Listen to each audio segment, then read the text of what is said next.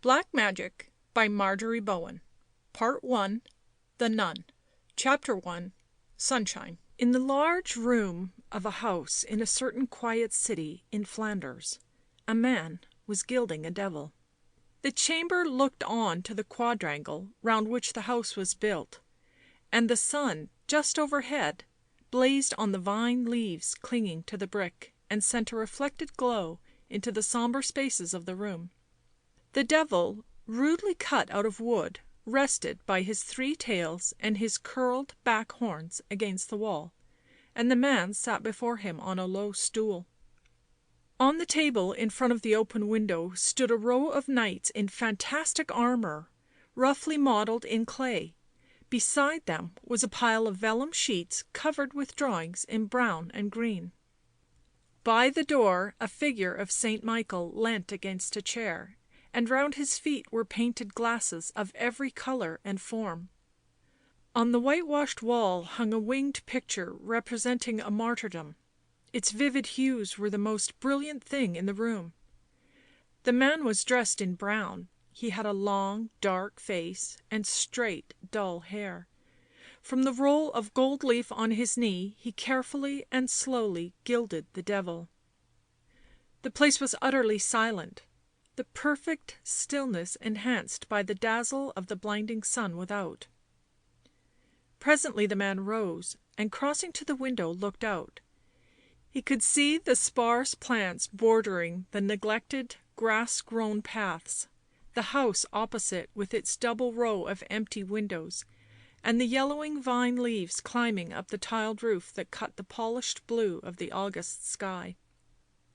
The man at the window rested his elbows on the sill. It was so hot that he felt it burning through his sleeve. He had the air of one habitually alone, the unquestioning calm that comes of long silences. He was young, and in a quiet fashion well-looking, wide in the brows and long in the jaw, with a smooth pale skin and cloudy dark eyes. His hair hung very straightly. His throat was full and beautiful. In expression he was reserved and sombre. His lips, well-shaped but pale, were resolutely set, and there was a fine curve of strength to his prominent chin. After a time of expressionless gazing at the sun-filled garden, he turned back into the room and stood in the centre of the floor, with his teeth set in his forefinger, looking ponderingly at the half-gilded devil. Then he took a bunch of beautifully wrought keys from his belt, and swinging them softly in his hand, left the chamber. Many curious and gorgeous objects were in those deserted rooms: carved presses full of tarnished silver, paintings of holy subjects, furniture covered with rich-hued tapestry, other pieces of arras on the walls, and in one chamber purple silk hangings worked with ladies' hair in shades of brown and gold. One room was full of books piled up on the floor, and in the midst of them stood a table bearing strange goblets of shells set in silver and electrum. Passing these things without a glance, the young man mounted to the upper story and unlocked a door whose rusty lock took his utmost strength to turn. It was a storeroom he entered, lit by low, long windows looking on the street and carefully shrouded by linen drawn across them. The chamber was chokingly full of dust and a sickly, musty smell. About the floor lay bales of stuff, scarlet, blue and green painted tiles, old lanterns, clothes, priests' garments wonderfully worked, glasses and little rusty iron coffers. Before one of these the young man went on his knees and unlocked it. It contained a number of bits of glass cut to represent gems. He selected 2 of an equal size and a clear green colour. Then, with the same gravity and silence with which he had come, he returned to the workshop. When he saw the devil, half bright gold, half bald wood, he frowned, then set the green glass in the thing's hollow eye sockets. At the twinkling effect of the light and life produced by this, his frown relaxed. He stood for a while contemplating his handiwork, then washed his brushes and put away his paints and gold leaf. By now the sun had changed and was shining full into the room, casting hot shadows of the vine leaves over the little clay knights and dazzling Saint Michael's wet red robe. For the second time the young man left the room, now to go into the hall and open the door that gave upon the street. He looked on to an empty marketplace surrounded by small houses falling into decay, beyond them the double towers of the cathedral flying upwards across the golden blue. The young man shaded his eyes and gazed across the dazzling dreariness. The shadow of his slack, slim figure was cast into the square of sun thrown across the hall through the open door. Under the iron bell that hung against the lintel stood a basket of bread, a can of milk, and some meat wrapped in a linen cloth. The youth took these in and closed the door. He traversed a large dining room, finely furnished, a small antechamber, came out into the arcaded end of the courtyard, entered the house by a low door next the pump, and so into his workshop again. There he proceeded to prepare his food. On the wide tiled hearth stood a tripod and an iron pot. He lit a fire under this, filled the pot with water, and put the meat in. Then he took a great book down off a shelf and bent over it, huddled up on a stool in the corner where the shade still lingered. It was a book filled with drawings of strange and horrible things, and close writing embellished with blood-red capitals. As the young man read, his face grew hot and flushed where it rested on his hand, and the heavy volume fell cumbrous either side his knee. Not once did he look up or change his twisted position, but with parted lips and absorbed eyes pored over the black lettering. The sun sank the other side of the house, so that the garden and room were alike in shadow, and the air became cooler. Still the young man made no movement. The flames leapt on the hearth, and the meat seethed in the pot unheeded. Outside, the vine leaves curled against the brick, and the stone faces looked down at the broken fountain, the struggling grass, and the tall white daisies. Still the young man, bending lower, his heated cheek pressed into his palm, his hair touching the page, bent over the great tomb on his knee. Not the devil with his green eyes staring before him, not Saint Michael in his red robe by the door, not the martyr in the bright winged picture were more still than he, crouched upon his wooden stool. Then, without prelude or warning, the heavy clang of a bell woke the silence into trembling echoes. The young man dropped the book and sprang to his feet. Red and white chased across his face. He stood panting, bewildered, with one hand on his heart and dazed eyes. Again the bell sounded. It could only be that which hung at the front door. Not for years had one rung it. He picked up the book, put it back on the shelf, and stood irresolute. For a third time the iron clang, insistent, impatient, rang through the quiet. The young man frowned, pushed back the hair from his hot forehead, and went with a light and cautious step across the courtyard, through the dark dining chamber into the hall. Here for a second he hesitated, then drew back the bolt and opened the door. Two men stood without. One was most gorgeously attired, the other wore a dark cloak and carried his hat in his hand. " You cannot want me," said the youth, surveying them, " and there is no one else here." The splendidly dressed stranger answered, " If you are Master Dirk Renswoude, we are most desirous to see and speak with you." The young man opened the door a little wider. " I am Dirk Renswoude, but I know neither of you." " I did not think so," the other answered. " Still, we have a matter to ask you of. I am Balthasar of Courtrai, and this is my friend, whom you may call Theirry, born of Dendermonde." " Balthasar of Courtrai," repeated the youth softly. He stood aside and motioned them to enter. " Will you follow me?" he added, and went before them to his workroom. The sun had left chamber and garden now, but the air was golden warm with it, and a sense of great heat still lay over the grass and vines seen through the open window. Dirk Renswoude moved St. Michael from the chair and tossed a pile of parchments off a stool. He offered these seats to his guests, who accepted them in silence. " You must needs wait till the supper is prepared," he said, and with that placed himself on the stool by the pot, and while he stirred it with an iron spoon, openly studied the two men. Balthasar of Courtrai was gorgeous. His age might be perhaps 26 or 7. He was of a large make, florid in face with a high red colour and blunt features. His brows were straight and over fair, his eyes deep blue and expressionless. His heavy yellow hair was cut low on his forehead and fell straightly on to his neck. He wore a flat orange hat, slashed and cut, fastened by purple cords to the shoulder of a gold doublet that opened on a shirt of fine lawn. His sleeves were enormous, fantastic, puffed and gathered.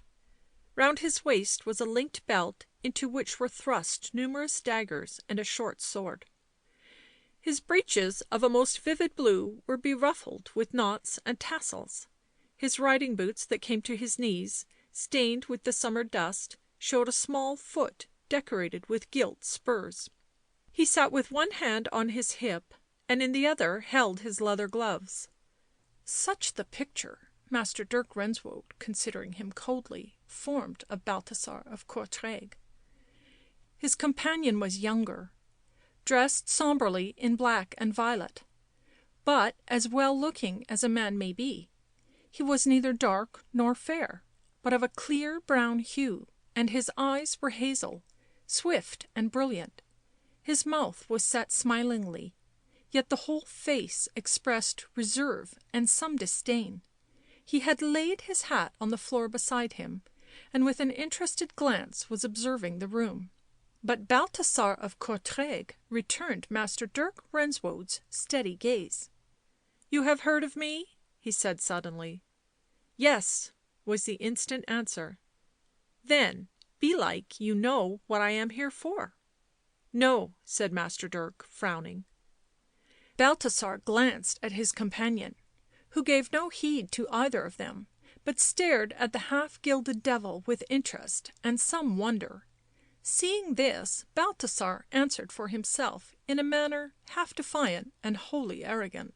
" My father is Margrave of East Flanders, and the Emperor knighted me when I was 15. Now I am tired of Courtrai, of the castle, of my father. I have taken the road." " The road to — where?" Dirk asked. Balthasar made a large gesture with his right hand. " To Cologne, perhaps to Rome, to Constantinople, to Turkey or Hungary." " Knight errant," said Master Dirk. Balthasar tossed his fine head. " By the rood, no, I have ambitions." Master Dirk laughed. " And your friend?" he asked. " A wandering scholar," smiled Balthasar, " also weary of the town of Courtrai. He dreams of fame." Theirry looked round at this. " I am going to the universities," he said quietly. " To Paris, Basle, Padua. You have heard of them?" The youth's cloudy eyes gleamed. " Ah, I have heard of them," he replied upon a quick breath. Master Dirk was moving about, setting the supper. He placed the little clay knights on the window sill, and flung without any ado drawings, paints and brushes on to the floor. Silence fell on them. The young host's bearing did not encourage comment, and the atmosphere of the room was languid and remote, not conducive to talk. Master Dirk, composed and aloof, opened a press in the wall and took thence a fine cloth that he laid smoothly on the rough table. He then set on it earthenware dishes and plates, drinking glasses painted in bright colours, and forks with agate handles. They were well served for food, even though it might not be the princely fare the Margrave's son was used to. Honey in a silver jar, shining apples lying among their leaves, wheaten cakes in a plated basket, grapes on a gold salver, lettuces and radishes fragrantly wet. These Master Dirk brought from the press and set on the table. Then he helped his guests to meat, and Balthasar spoke. " You live strangely here, so much alone." " I have no desire for company. I work and take pleasure in it. They buy my work, pictures, carvings, sculptures, for churches, very readily." " You are a good craftsman," said Theirry. " Who taught you?" " Old Master Lucas, born of Ghent, and taught in Italy. When he died he left me this house and all it holds." Again their speech sank into silence. Balthasar ate heavily, but with elegance. Dirk, seated next the window, rested his chin on his palm and stared out at the bright yet fading blue of the sky, at the row of closed windows opposite, and the daisies waving round the broken fountain. He ate very little. Theirry, placed opposite, was of the same mind, and paying little heed to Balthasar, who seemed not to interest him in the least, kept curious eyes on Dirk's strange grave face. After a while the Margrave's son asked shamelessly for wine, and the youth rose languidly and brought it. Tall bottles, white, red, and yellow in wicker cases, and an amber-hued beer such as the peasants drank. The placing of these before Balthasar seemed to rouse him from his apathy. " Why have you come here?" he demanded. Balthasar laughed easily. " I am married," he said as a prelude, and lifted his glass in a large, well-made hand. At that Master Dirk frowned. " So are many men." Balthasar surveyed the tilting wine through half-closed eyes. " It is about my wife, master, that I am here now." Dirk Renswoude leant forward in his chair. " I know of your wife." " Tell me of her," said Balthasar of Courtrai. " I have come here for that." Dirk slightly smiled. " Should I know more than you?" The Margrave's son flushed. " What do you know? Tell me." Dirk's smile deepened.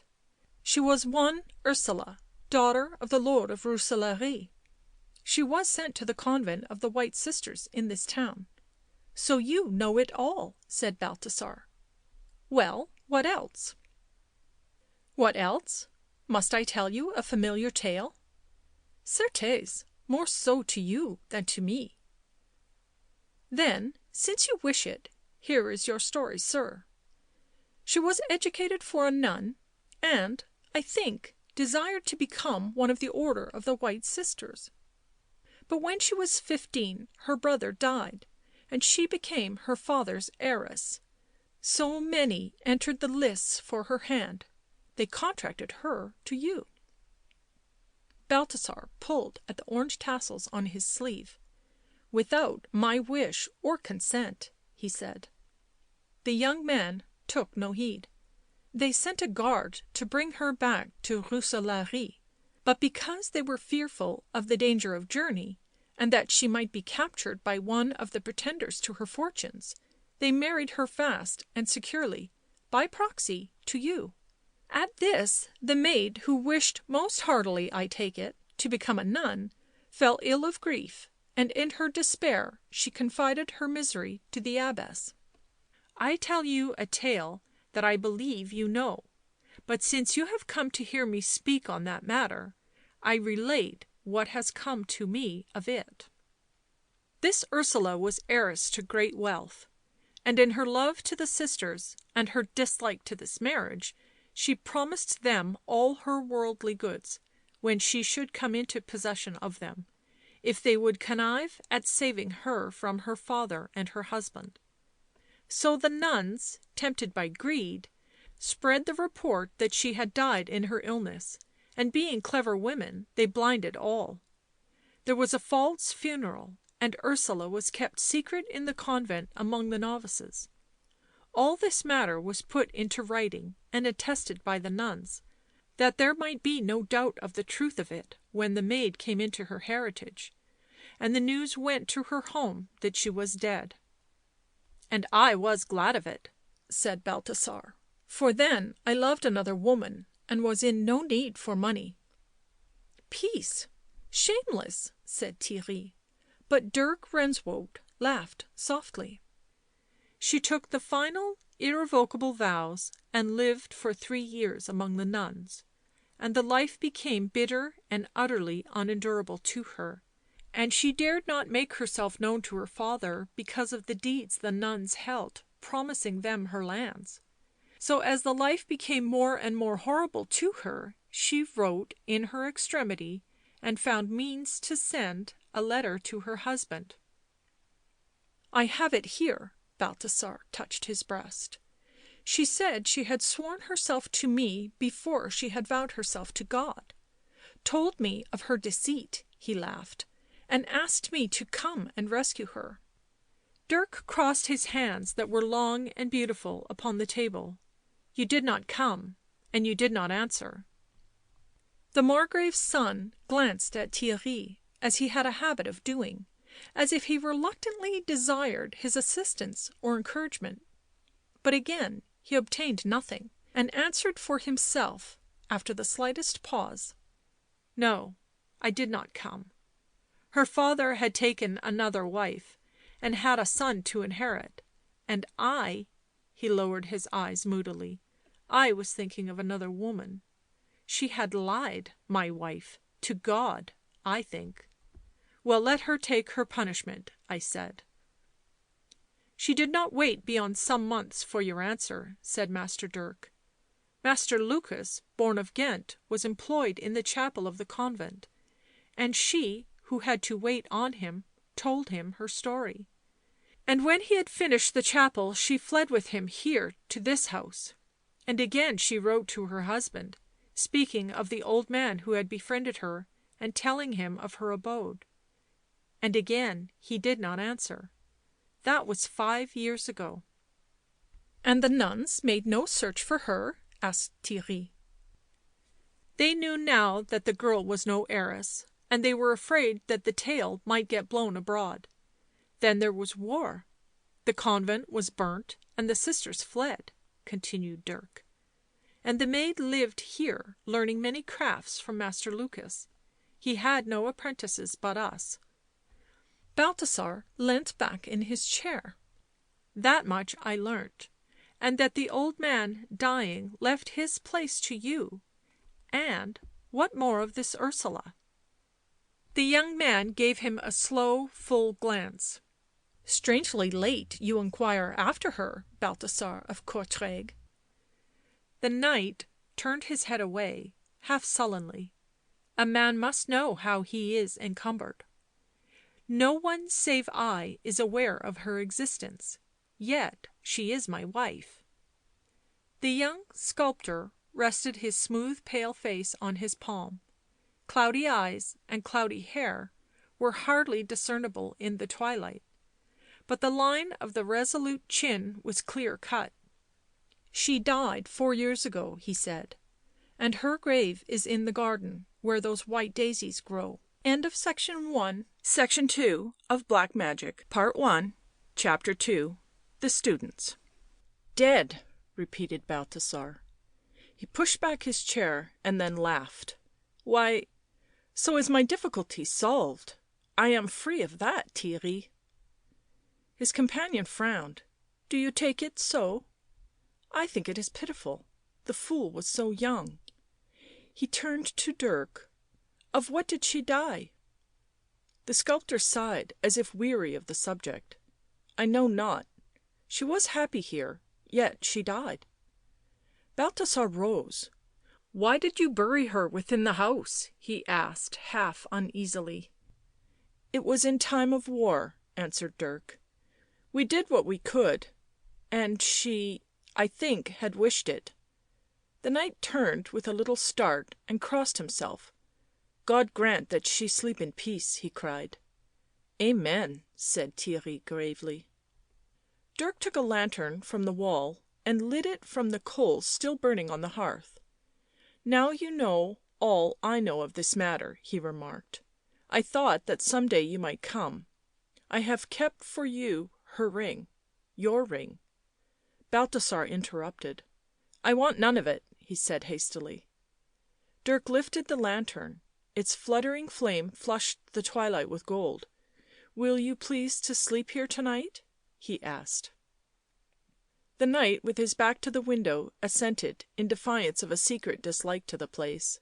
" Follow me," commanded Dirk. Then, to the other, " I shall be back anon." " Good rest," nodded Balthasar. " To morrow we will get horses in the town and start for Cologne." The knight went after his host through the silent rooms, up a twisting staircase into a low chamber looking on to the quadrangle. It contained a wooden bedstead covered with a scarlet quilt, a table and some richly carved chairs. Dirk lit the candles standing on the table, bade his guest a curt good night and returned to the workroom. He opened the door of this softly and looked in before he entered. By the window stood Theirry, striving to catch the last light on the pages of a little book he held. Dirk pushed the door wide and stepped in softly. " You love reading," he said, and his eyes shone. " Ay, and you?" Theirry asked tentatively. " Master Lukas left me his manuscripts among his other goods," Dirk answered. " Being much alone, I have read them." In the lantern light that the air breathed from the garden fanned into a flickering glow, the two young men looked at each other. An extraordinary expression, like a guilty excitement, came into the eyes of each. " Being much alone," whispered Theirry, " with a dead maid in the house. How have you spent your time?" Dirk crouched away against the wall; his hair hung lankly over his pallid face. " You pitied her? You would have come?" questioned Dirk. " When she sent to you?" " I should have seen no other thing to do," answered Theirry. " What manner of a maid was she?" " I did think her fair," said Dirk slowly. " She had yellow hair. You may see her likeness in that picture on the wall, but now it is too dark." Theirry came round the table. " You also follow knowledge?" he inquired eagerly. Dirk caught up the lantern. " You are not aware of the nature of my studies," he cried, and his eyes shone wrathfully. " Come to bed, I am weary of talking." Theirry bent his head. " This is a fair place for silences," he said. As if gloomily angry, yet disdaining the expression of it, Dirk conducted him to a chamber close to that where Balthasar lay, and left him without speech, nor did Theirry solicit any word of him. Dirk did not return to the workroom, but went into the garden and paced to and fro under the stars that burnt fiercely and seemed to hang very low over the dark line of the house. His walk was hasty, his steps uneven; he bit, with an air of absorbed distraction, his lip, his finger, the ends of his straight hair, and now and then he looked with tumultuous eyes up at the heavens, down at the ground and wildly about him. It was well into the night when he at last returned into the house, and taking a candle in his hand, went stealthily up to Balthasar's chamber. With a delicate touch he unfastened the door and very lightly entered. Shielding the candle flame with his hand he went up to the bed.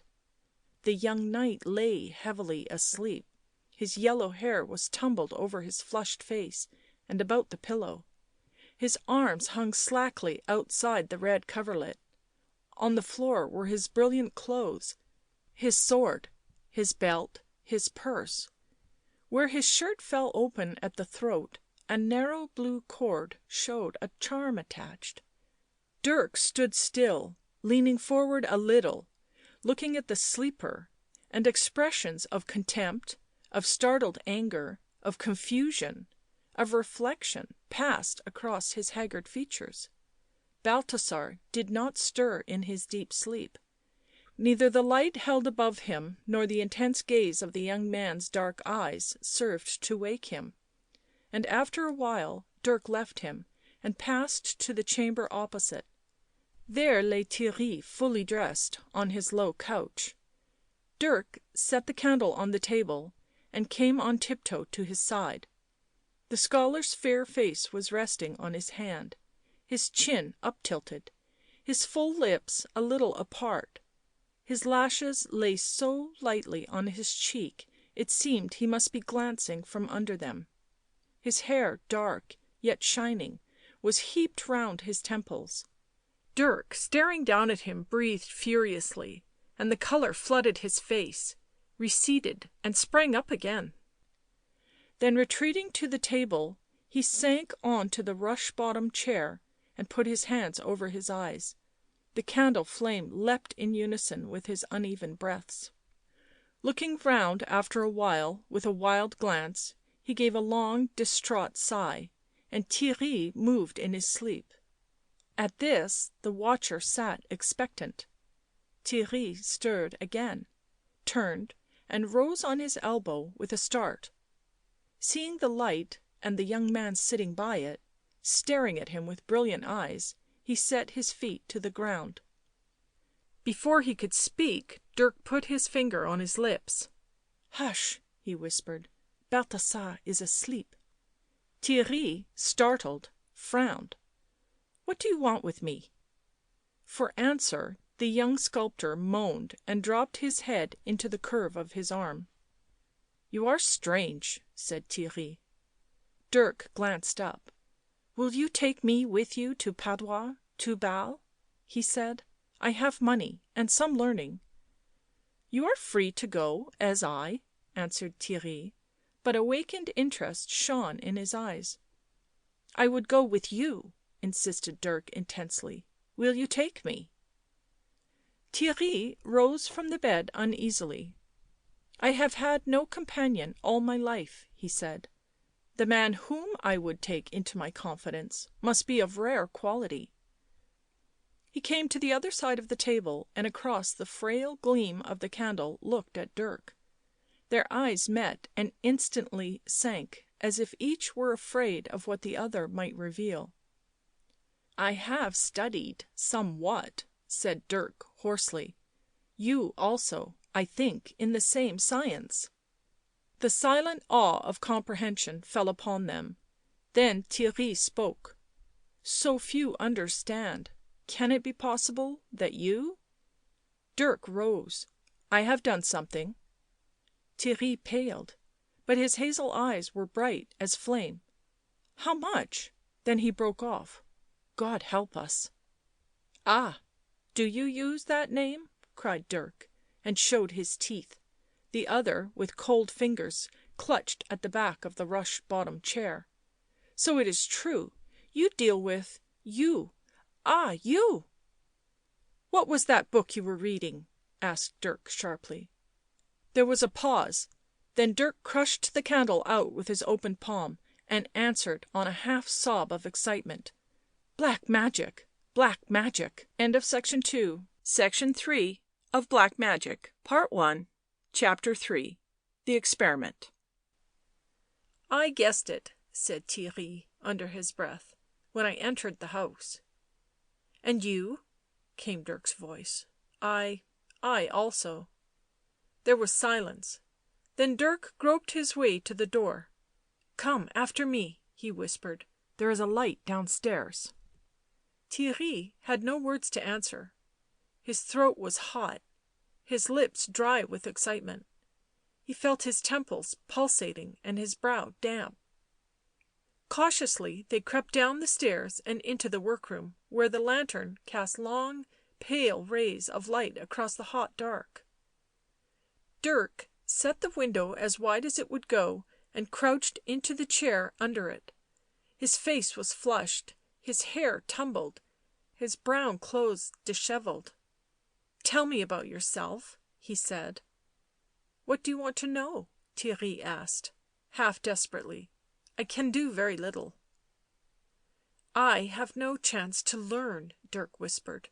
"Master Lucas had some books, not enough, but what one might do." " I came upon old writings," said Theirry slowly. " I thought one might be great that way. So I fled from Courtrai." Dirk rose and beckoned. " I will work a spell to night, you shall see." He took up the lantern and Theirry followed him. They traversed the chamber and entered another. In the centre of that Dirk stopped and gave the light into the cold hand of his companion. " Here we shall be secret," he murmured, and raised with some difficulty a trap door in the floor. Theirry peered into the blackness revealed below.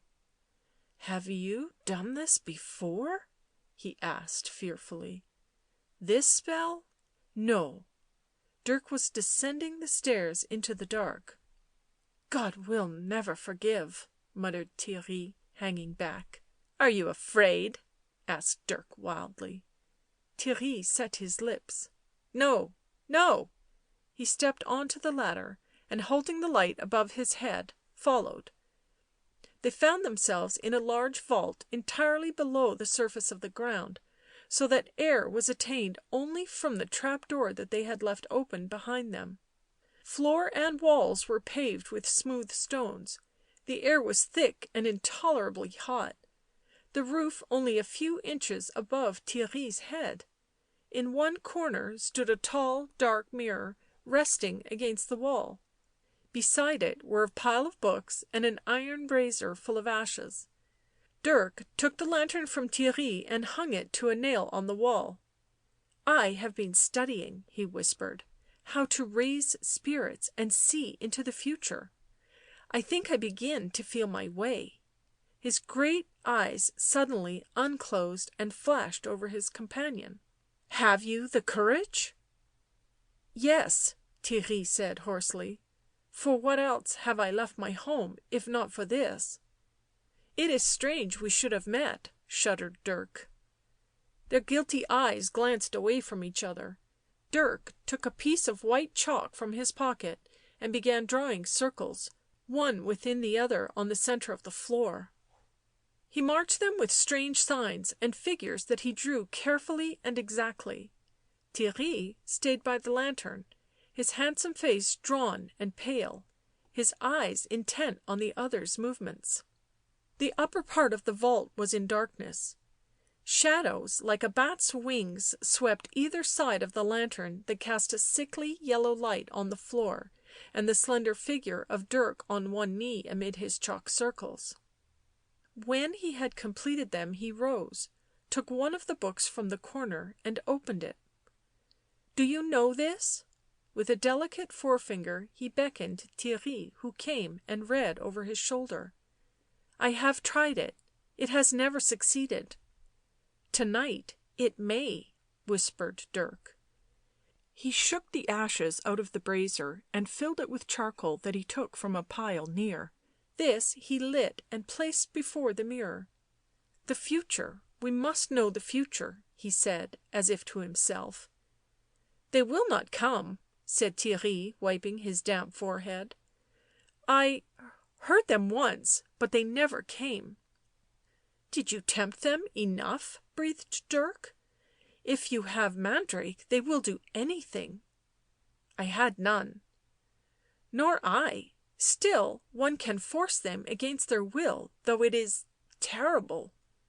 The thin blue smoke from the charcoal was filling the vault; they felt their heads throbbing, their nostrils dry. Dirk stepped into the chalk circles holding the book. In a slow unsteady voice he commenced to read. As Theirry caught the words of the blasphemous and horrible invocation he shook and shuddered, biting his tongue to keep back the instinctive prayer that rose to his lips. But Dirk gained courage as he read; he drew himself erect, his eyes flashed, his cheeks burnt crimson. The smoke had cleared from the brazier; the charcoal glowed red and clear; the air grew hotter. It seemed as if a cloak of lead had been flung over their heads. At last Dirk stopped. " Put out the lantern," he muttered. Theirry opened it and stifled the flame. There was now only the light of the burning charcoal that threw a ghastly hue over the dark surface of the mirror. Theirry drew a long sighing breath. Dirk, swaying on his feet, began speaking again in a strange and heavy tongue. Then he was silent. Faint muttering noises grew out of the darkness, indistinct sounds of howling, sobbing. " They come," breathed Theirry. Dirk repeated the invocation. The air shuddered with moanings. " Ah !" cried Dirk. Into the dim glow of the brazier a creature was crawling, the size of a dog, the shape of a man, of a hideous colour of mottled black. It made a wretched crying noise and moved slowly, as if in pain. Theirry gave a great sob and pressed his face against the wall, but Dirk snarled at it across the dark. " So you have come. Show us the future. I have the power over you, you know that." The thin flames leapt suddenly high. A sound of broken wailings came through the air. Something ran round the brazier. The surface of the mirror was troubled as if dark water ran over it. Then suddenly was flashed on it a faint yet bright image of a woman, crowned and with yellow hair. As she faded, a semblance of one wearing a tiara appeared, but blurred and faint. " More!" cried Dirk passionately. " Show us more." The mirror brightened, revealing depths of cloudy sky; against them rose the dark blue of a gallows tree. Theirry stepped forward. With a sharp sound the mirror cracked and fell asunder. A howl of terror arose, and dark shapes leapt into the air to be absorbed in it and disappear. Dirk staggered out of the circle and caught hold of Theirry. " You have broken the spell," he gibbered. " You have broken the spell." An icy stillness had suddenly fallen. The brazier flickered rapidly out, and even the coals were soon black and dead. The two stood in absolute darkness. " They have gone," whispered Theirry. He wrenched himself free from Dirk's clutch and fumbled his way to the ladder. Finding this by reason of the faint patch of light overhead, he climbed up through the trap door, his body heaving with long drawn breaths. Dirk, light-footed and lithe, followed him and dropped the flag. " The charm was not strong enough," he said through his teeth. " And you " Theirry broke in. " I could not help myself. I saw them." Dirk moved into the workshop and came back with the candle and a great green glass of wine. He held up the light so that he could see the scholar's beautiful agonized face, and with his other hand gave him the goblet. Theirry looked up and drank silently. When he had finished the colour was back in his cheeks. Dirk took the glass from him and set it beside the candle on the window sill. " What did you see in the mirror?" he asked. " I do not know," answered Theirry wildly. " A woman's face." "Eh?" broke in Dirk. " Now what was she to us? And a figure like the Pope." He smiled derisively. " I saw that," said Theirry. " But what should they do with holy things? And then I saw " Dirk swung round on him, each white despite the candlelight. " Nay, there was no more after that." " There was," insisted Theirry. " A stormy sky and a gallows tree." His voice fell hollowly. " The foul little imps," Dirk said passionately. " They deceived us." " Will you continue these studies?" Theirry questioned. The other gave him a quick look over his shoulder. " Do you think of turning aside?" Nay, nay, answered Theirry, but one may keep knowledge this side of things blasphemous and unholy. Dirk laughed hoarsely. I have no fear of God, he said in a thick voice, but you are afraid of Satanas. Well, go your way, each man to his master. Mine will give me many things. Look to it yours does the like by you. Listen to me, I am not afraid. Nay, why did I leave Courtrai? With resolute, starry eyes Dirk gazed up at Theirry, who was near a head taller, and his proud mouth curled a little.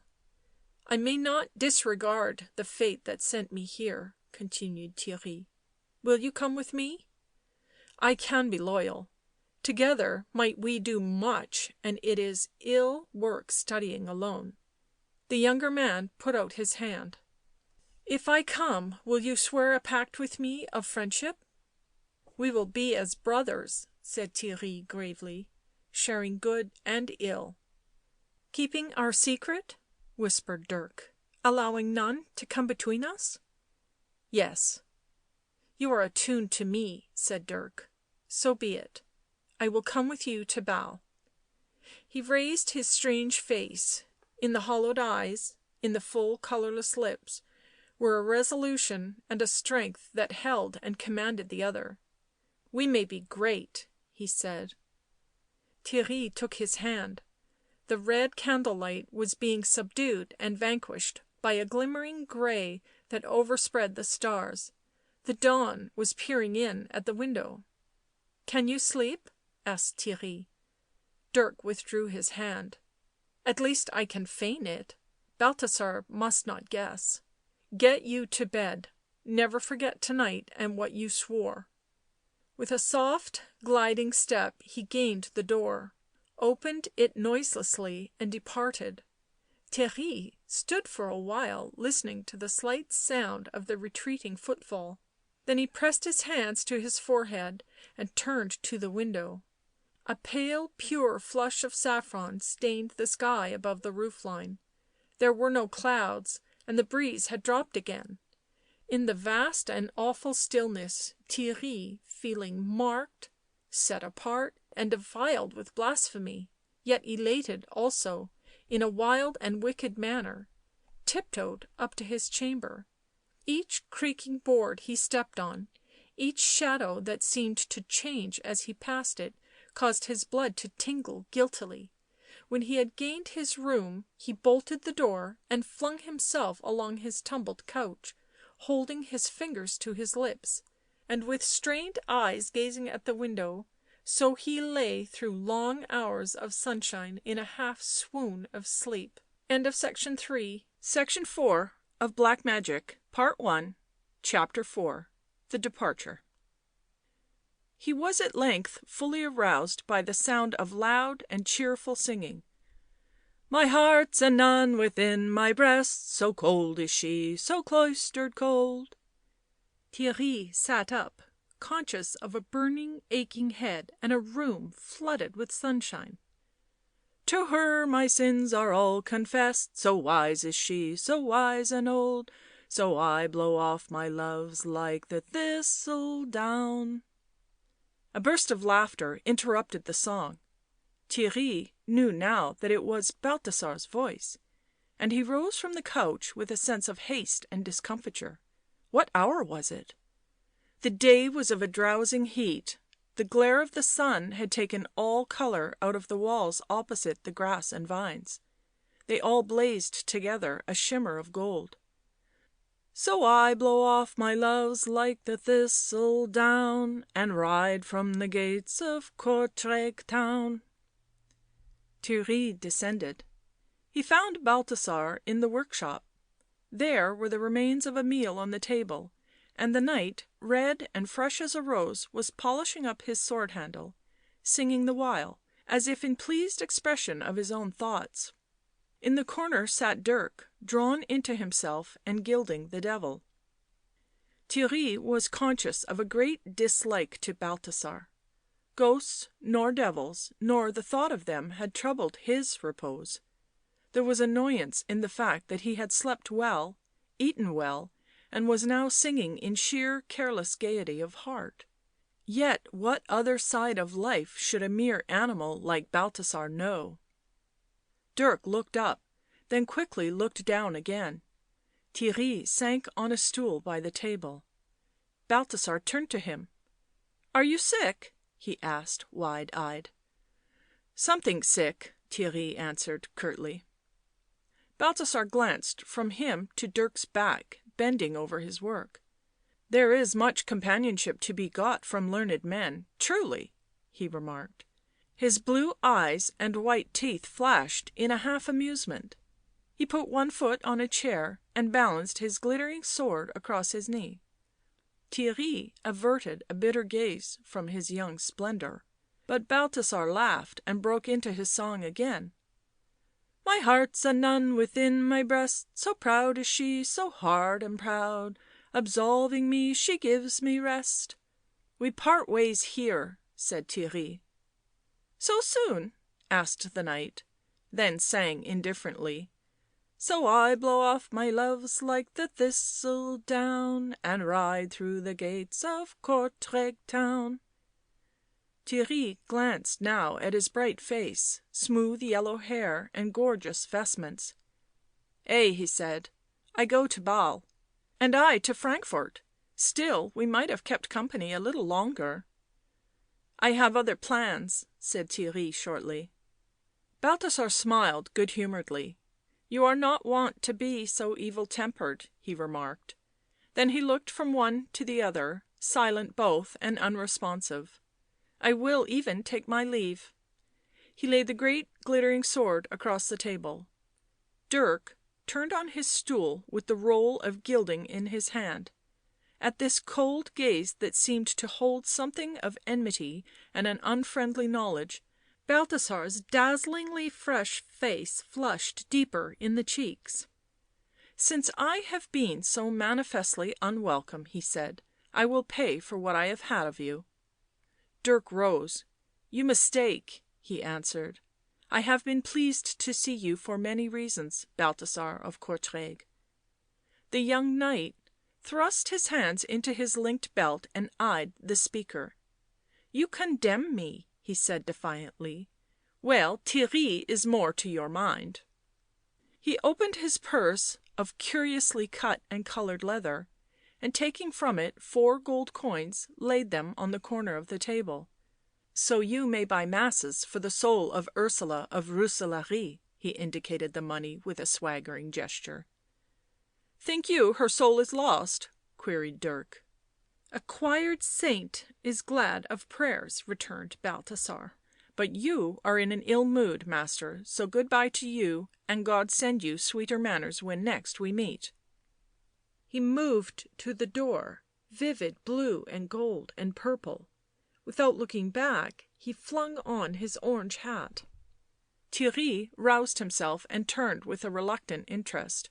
" You are going to Frankfort?" he asked. " Ay," Balthasar nodded pleasantly. " I shall see in the town to the hire of a horse and man, mine own beast being lamed, as you know, Theirry." The scholar rose. " Why do you go to Frankfort?" he asked. " All men go to Frankfort," Balthasar answered. " Is not the Emperor there?" Theirry lifted his shoulders. " 'Tis no matter of mine." " Nay," said Balthasar, who appeared to have been both disturbed and confused by the question, " no more than it is my affair to ask you, why go you to Basle?" The scholar's eyes gleamed behind his thick lashes. " It is very clear why I go to Basle — to study medicine and philosophy." They quitted the room, leaving Dirk looking covertly after them, and were proceeding through the dusty, neglected rooms. " I do not like the place," said Balthasar, " nor yet the youth, but he has served my purpose." And now they were in the hall. " We shall meet again," said Theirry, opening the door. The knight turned his bright face. " Like enough," he answered easily. " Farewell." With that and a smile he was swinging off across the cobbles, tightening his sword straps. Against the sun dried, decayed houses, across the grass grown square, His vivid garments flashed, and his voice came over his shoulder through the hot blue air. So I blew off my loves like the thistle down, and rode through the gates of Courtrai town. Theirry watched him disappear round the angle of the houses, then bolted the door and returned to the workroom. Dirk was standing very much as he had left him, half resting against the table with the roll of gilding in his white fingers. " What do you know of that man?" he asked as Theirry entered. " Where did you meet him?" " Balthasar? Yea." " At his father's house. I taught his sister music. There was, in a manner, some friendship between us. We both wearied of Courtrai. So it came we were together. I never loved him." Dirk returned quietly to the now completely gilded devil. " Know you anything of the woman he spoke of?" he asked. " Did he speak of one?" Dirk looked over his shoulder. " Yea," he said. " Besides, I was thinking of another woman." They were his words. Theirry sat down. He felt faint and weak. " I know not. There were so many. As we travelled together he made his prayers to one Ysabeau, but he was secret about her, never his way." " Ysabeau," repeated Dirk. " A common name." " Ay," said Theirry indifferently. " What had he done if she had been living?" Dirk asked. Then without waiting for a reply he began swiftly on another subject. " I have finished my work. I wished to leave it complete. It was for the church of St. Bavon, but I shall not give it them. Now we can start when you will." Theirry looked up. " What of your house and goods?" he asked. " I have thought of that. There are some valuables, some money. These we can take. I shall lock up the house." " It will fall into decay." " I care not." With a clear flame of eagerness alight in his eyes he flashed a full glance at Theirry, and seeing the young scholar pale and drooping, disappointment clouded his face. " Do you commence so slackly?" he demanded. " Are you not eager to be abroad?" " Ay," answered Theirry. " But " Dirk stamped his foot. " We do not begin with buts," he cried passionately. " If you have no heart for the enterprise "" Give me some food, I pray you," Theirry said. " For I ate but little yesterday." Dirk glanced at him. " I forgot," he answered, and set about rearranging the remains of the meal he and Balthasar had shared in silence. Theirry sat very still.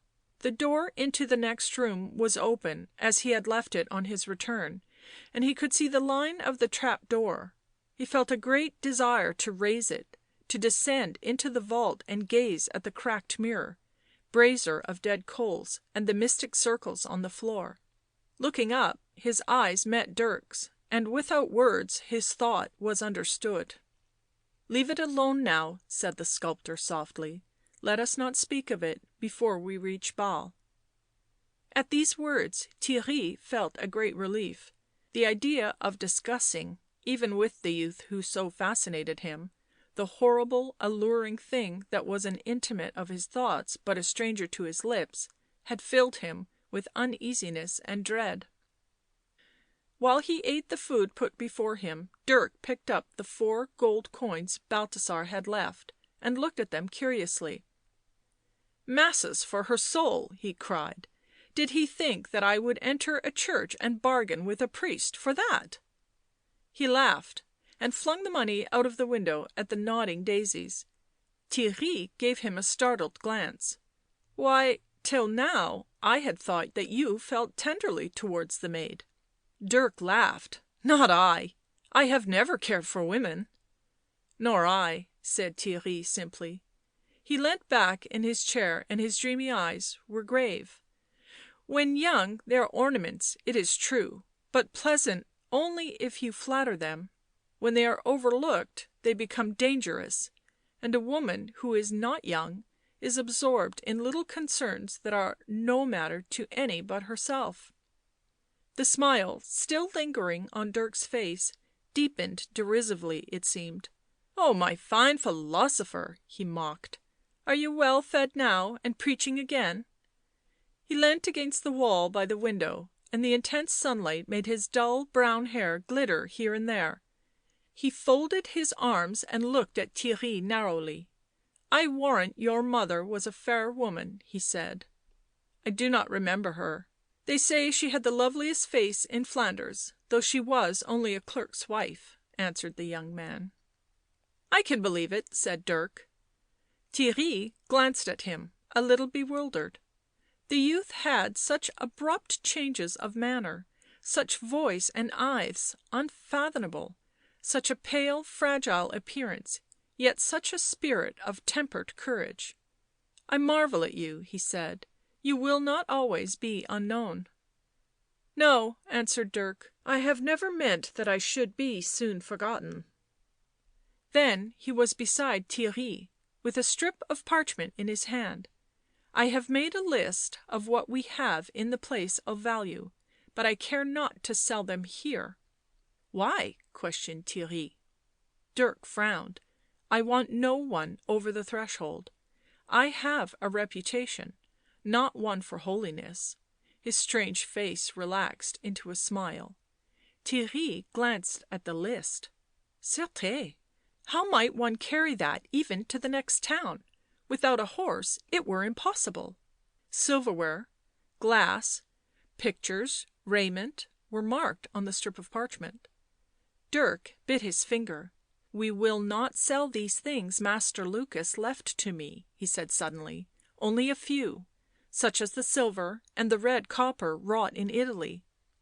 Theirry lifted his grave eyes. " I will carry those into the town if you give me a merchant's name." Dirk mentioned one instantly, and where his house might be found. " A Jew, but a secretive and wealthy man," he added. " I carved a staircase in his mansion." Theirry rose. The ache in his head and the horror in his heart had ceased together. The sense of coming excitement crept through his veins. " There is much here that is worthless," said Dirk, " and many things dangerous to reveal. Yet a few of those that are neither might bring a fair sum. Come and I will show you." Theirry followed him through the dusty, sunny chambers to the store rooms on the upper floor.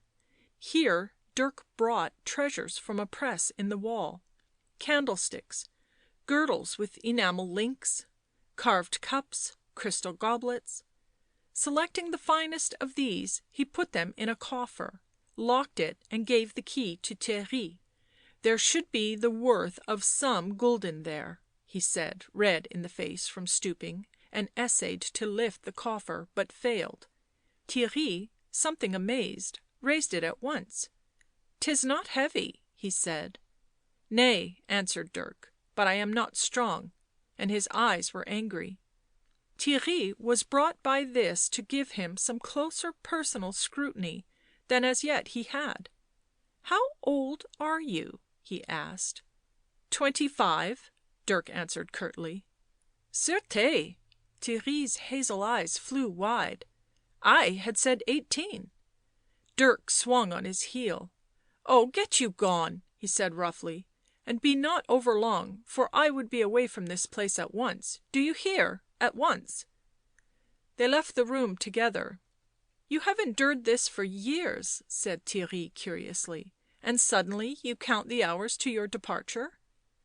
Dirk ran lightly ahead down the stairs, and his laugh came low and pleasant. " Untouched, the wood will lie for ever," he answered. " But set it alight and it will flame to the end." Section 5 of Black Magic, Part 1, Chapter 5, Comrades. They had been a week on the road and now were nearing the borders of Flanders. The company of the other had become precious to each, though Theirry was grave and undemonstrative, Dirk changeable and quick of temper. To day, however, the silence of mutual discontent was upon them. Open disagreement had happened once before, at the beginning of their enterprise, when the young sculptor resolutely refused, foolishly it seemed to Theirry, to sell his house and furniture, or even to deliver at the church of St. Bavon the figures of St. Michael and the Devil, though the piece was finished. Instead, he had turned the key on his possessions, leaving them the prey of dust, spiders, and rats, and often Theirry would think uneasily of the shut-up house in the deserted square, and how the merciless sunlight must be streaming over the empty workroom and the daisies growing upon the grave of Balthasar's wife. Nevertheless, he was enthralled to the attraction of Dirk Renswoude. Never in his life had he been so at ease with anyone, never before felt his aims and ambitions understood and shared by another. He knew nothing of his companion's history, nor did he care to question it. He fancied that Dirk was of noble birth. It seemed in his blood to live gently and softly. At the hostel where they rested, it was he who always insisted upon the best of accommodation, a chamber to himself, fine food, and humble service. This nicety of his it was that caused the coolness between them now. At the little town they had just left, a fair was in holding, and the few inns were full. Lodging had been offered them in a barn with some merchants' clerks, and this Theirry would have accepted gladly, but Dirk had refused peremptorily, to the accompaniment of much jeering from those who found this daintiness amusing in a poor traveller on foot. After an altercation between the landlord and Theirry, a haughty silence of flashing eyes and red cheeks from Dirk, they had turned away through the gay fair, wound across the town and out on to the high road. This led up a steep mountainous incline. They were carrying their possessions in bundles on their backs, and when they reached the top of the hill they turned off from the road on to the meadows that bordered it, and sank on the grass, exhausted. Theirry, though coldly angry with the whim that had brought them here to sleep under the trees, could not but admit it was an exquisite place. Dirk sat apart, resting his back against the foremost of the pine trees.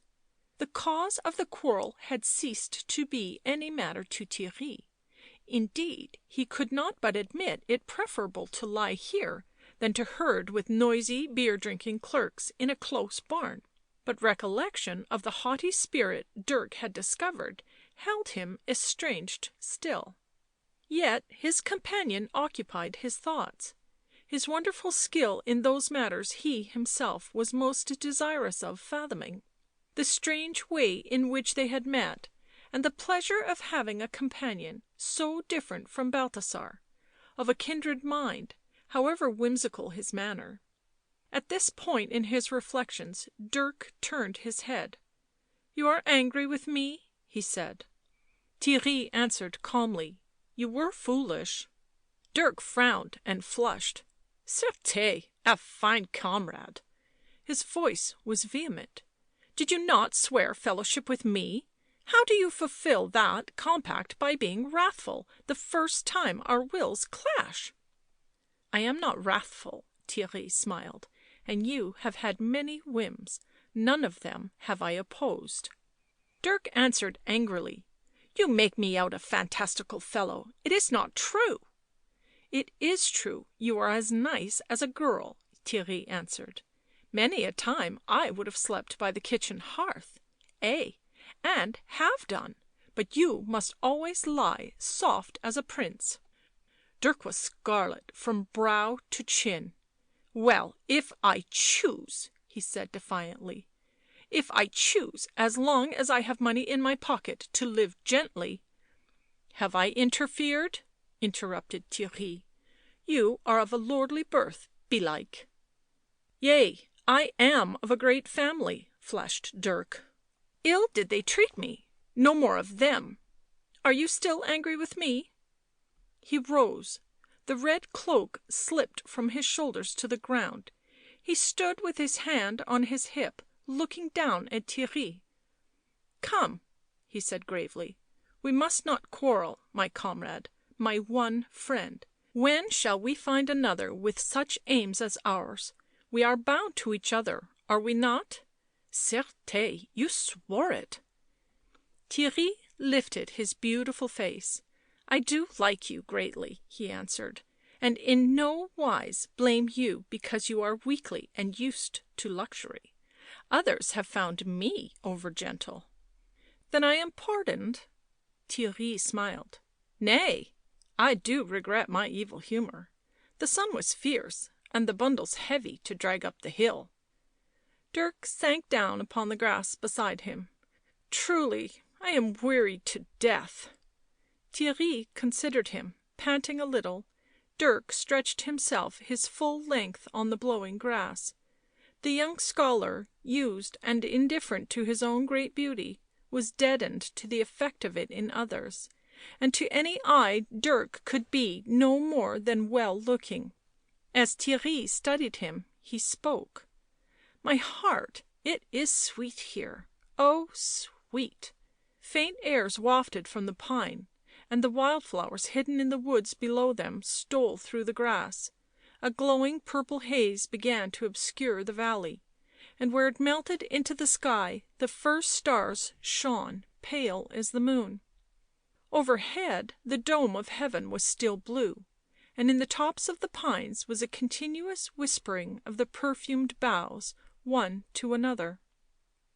"Now wish yourself back in the town among their drinking and swearing," said Dirk. "Nay," smiled Theirry, "I am content." The faint purple colour slowly spread over everything. The towers of the town became dark, and little sharp lights twinkled in them. Dirk drew a great breath. "What will you do with your life?" he asked. Theirry started. "In what manner?" "Why, if we succeed in any way, if we obtain great power, what would you do with it?" "I would be great," Theirry whispered. "Like Flaccus Alcuin, like Abelard, like Saint Bernard." "And I would be greater than any of these, as great as the master we serve can make his followers." Theirry shuddered. "These I speak of were great, serving God." Dirk looked up quickly. "How know you that? Many of these holy men owe their position to strange means. I, at least, would not be content to live and die in woollens when I could command the means to clothe me in golden silks." The beautiful darkness now encompassed them. Below them the lights of the town, above them the stars, and here in the meadow land the night breeze in the long grass and in the deep boughs of pine. "I am but a neophyte," said Theirry after a pause. "Very little have I practised of these things. I had a book of necromancy and learned a little there. But—" "Why do you pause?" demanded Dirk. "One may not do these things," answered Theirry slowly, "without great blasphemy." Dirk laughed. "I care nothing for all the angels and all the saints. I desire vast wealth, huge power. I would see nations at my footstool. Ah, but I have a boundless ambition." He sat up suddenly and softly, and laid his hand on Theirry's arm. "If they, the evil ones, offered you that, would you not take it?" Theirry shuddered. "You would, you would!" cried Dirk.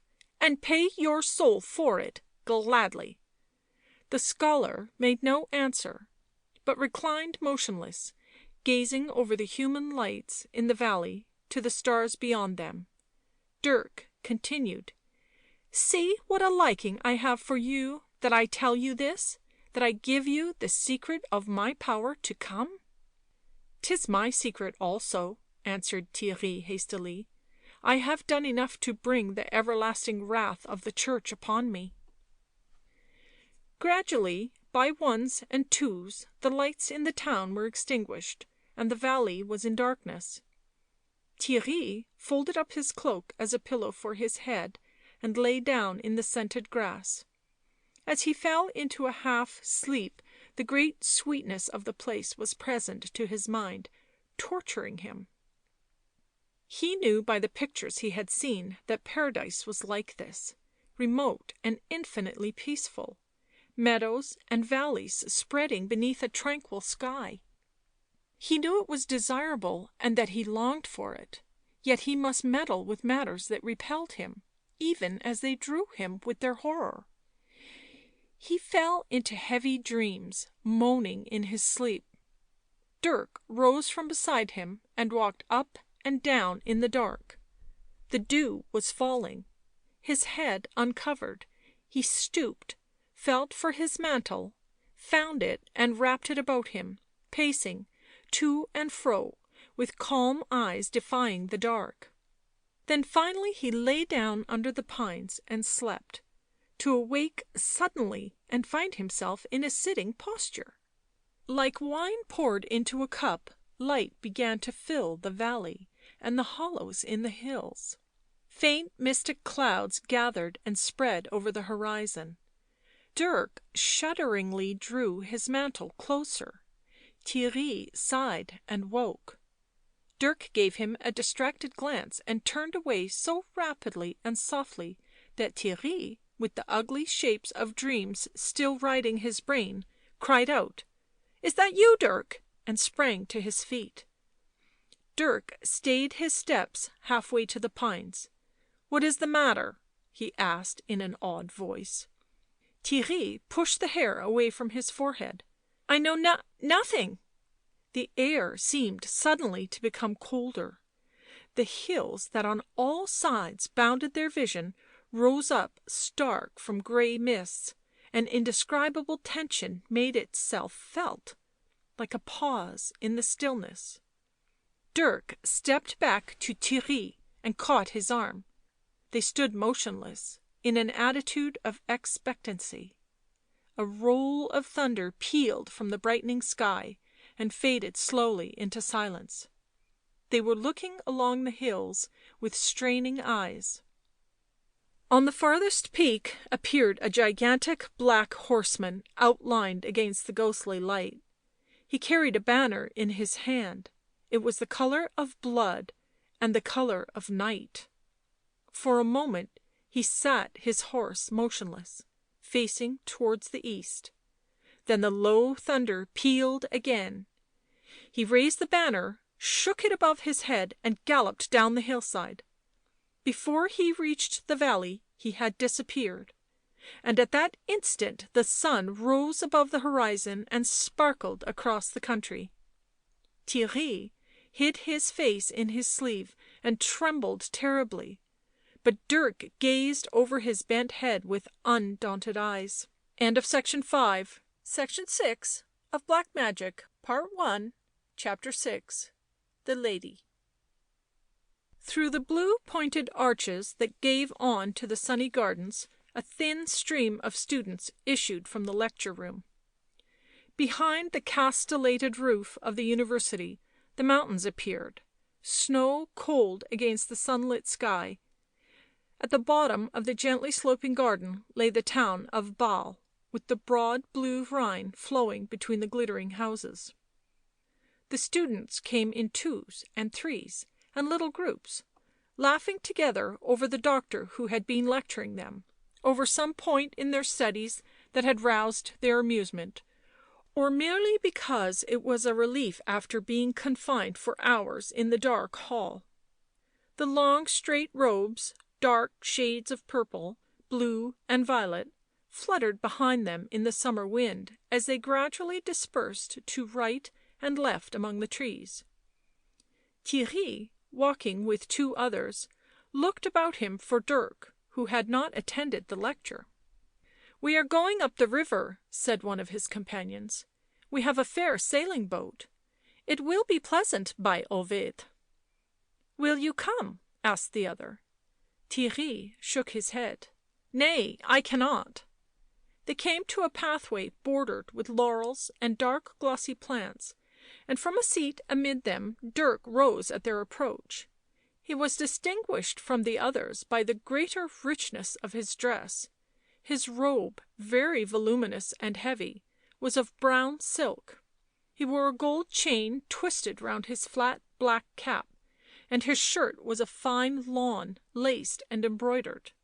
The two students doffed their hats in half-mocking recognition of the exquisite air of aloofness that was his habitual manner. He gave them a steady look out of half-closed eyes. " Hast learnt much to-day?" he asked. " Aristotle is not comprehended in an afternoon," answered the student, smiling. " And I was at the back. Master Joris of Thuringia yawned and fell off his stool asleep. The doctor was bitter." " It was amusing," said the other. " Yet he was not asleep, but swooned from the heat. Mass, but it was hot. Where were you?" " Improving my Latin in the library. This afternoon I have put the story of Tyros and Philomena into the vulgar tongue." " Give you good even." The two linked arms. " We know a joyful inn up the river." As they disappeared Dirk turned sharply to Theirry. " Did they ask your company?" " Yea." Dirk frowned. " You should have gone." " I had no mind to it. They are foolish." " Ay, but we are beginning to be remarked for closeness in our habits. It would not be pleasant should they — suspect." " 'Tis not possible," said Theirry hastily.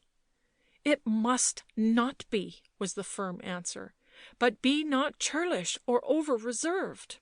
" I wish for no company but thine," replied Theirry. " What have I in common with these idlers?" Dirk gave him a bright, tender look. " We need not stay here over long," he answered. " I do think we know all this school can teach us." Theirry put back the laurel bough that swung between them.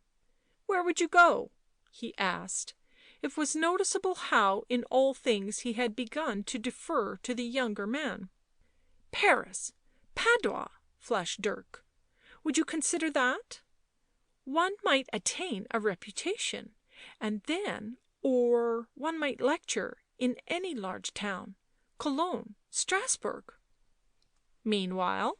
" Meanwhile I progress," was the whispered answer. " I have essayed some things. Will you come to my chamber to night?" "Eh — secretly?" Dirk nodded. His grave young face under the student's flat hat was slightly flushed. He laid his hand on Theirry's arm. " I have something to tell you. Here it is scarcely wise to speak. There is one who hates me — Joris of Thuringia. Now good bye." His great eyes lit with a look of strong affection that was flashed back in Theirry's glance. They clasped hands and parted. Theirry looked after the brown silk clad figure as it moved rapidly towards the university. Then he took his own way, out of the gardens on to the hillside away from the town. With his hands clasped behind his back and his handsome head bent, he followed aimlessly a little path. And as he wound his way through the trees wild daydreams stirred his blood. He was on the eve of putting himself in possession of immense power. These evil spirits whom he would force to serve him could give him anything in the world — anything in the world. Presently a human sound forced itself on Theirry's senses, insistently even through his abstraction — the sound of weeping, sobbing. He started, gazed about him with dazed eyes, like a blind man recovering sight, and discerned a lady upon the other side of the stream, seated on the grass, her head bowed in her right hand. Theirry paused, frowned and hesitated. The lady, warned of something, glanced up and sprang to her feet.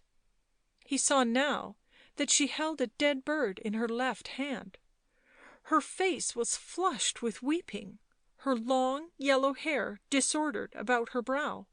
She gazed at him with wet grey eyes, and Theirry felt it imperative to speak. " You are troubled?" he asked, then flushed, thinking she might term it insolence. But she answered simply and at once. About him I am." She held the little brown bird out on her palm. "He was on the small poplar tree and singing.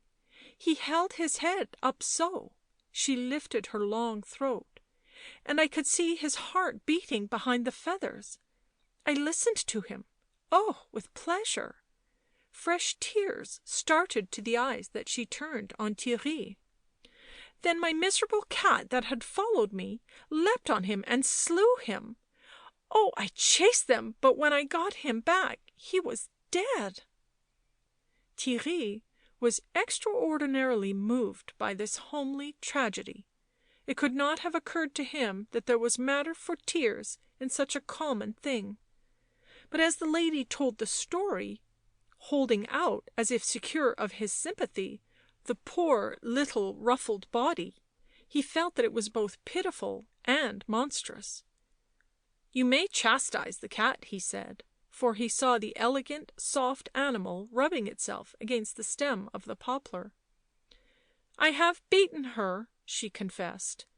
"You can hang her," said Theirry, thinking to console still more. But the lady flushed up. "She is an agreeable cat," she answered. "She cannot help her nature. Oh, it would be an odious cruelty to hang her. See, she does not understand." Theirry, rebuked, was at a loss. He stood looking at the lady, feeling helpless and useless. She wiped her eyes with a silk handkerchief and stood in a piteous, meek silence, holding her dead bird in a trembling hand. "If you buried it," suggested Theirry desperately, "I do think it would have wished to be buried here." To his joy she brightened a little. "You think so?" she asked wistfully. "Certes," he reassured her eagerly. "See, I have a knife. I will make a pleasant grave." She stepped to the edge of the stream as near as she could to him, and because she came unconsciously with no thought for anything save the bird in her hand, Theirry thrilled with a great pleasure, as should a wild deer come fearlessly. "I cannot cross, the water is too wide," she said. "But will you take him and make his grave?" She went on one knee among the sorrel leaves and daisies. Theirry had a swift picture of her as she leant forward, stretching her arm towards him over the stream that divided them. Her pale red dress rippled about her on the grass. Her curls and her veil were blown back from her face. Theirry knelt and held out his hand. Over midstream their fingers touched. He took the bird, and she drew back hastily. As he, still on his knees, looked at her, he saw that she was no longer unconscious.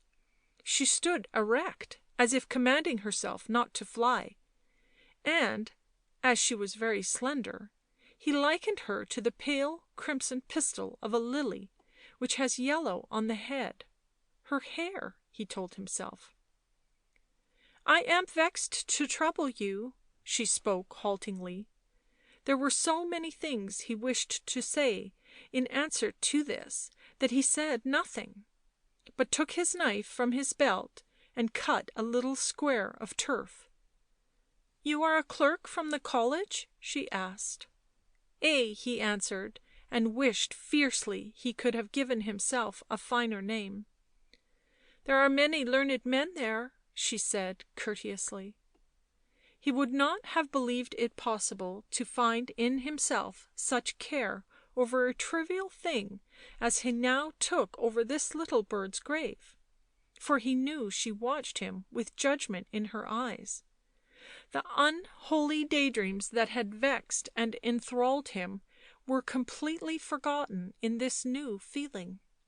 The lines of a verse he had not noticed when he read it came back to him, beating in his head.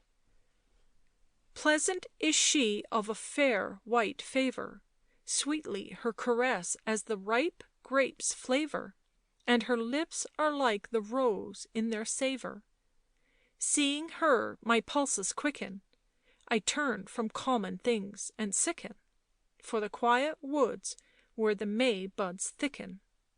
Hearing her my breath is taken, my bold heart bowed and shaken, and I from sloth at last awaken." He dug into the soft brown earth with the point of his knife, lined the grave with leaves, and picked up the little bird. For a moment he held it in his hand as she had done, and he dared not look at her. Then he laid it in the ground and replaced the grass and daisies. When he raised his head, his face flushed from stooping, he saw that she was no longer watching him, but she had turned sideways and was gazing at the distant woods. Theirry rose from his knees. She turned. " I thank you," she said. Then, on a quick breath, " Do you often come here?" " Nay, never before.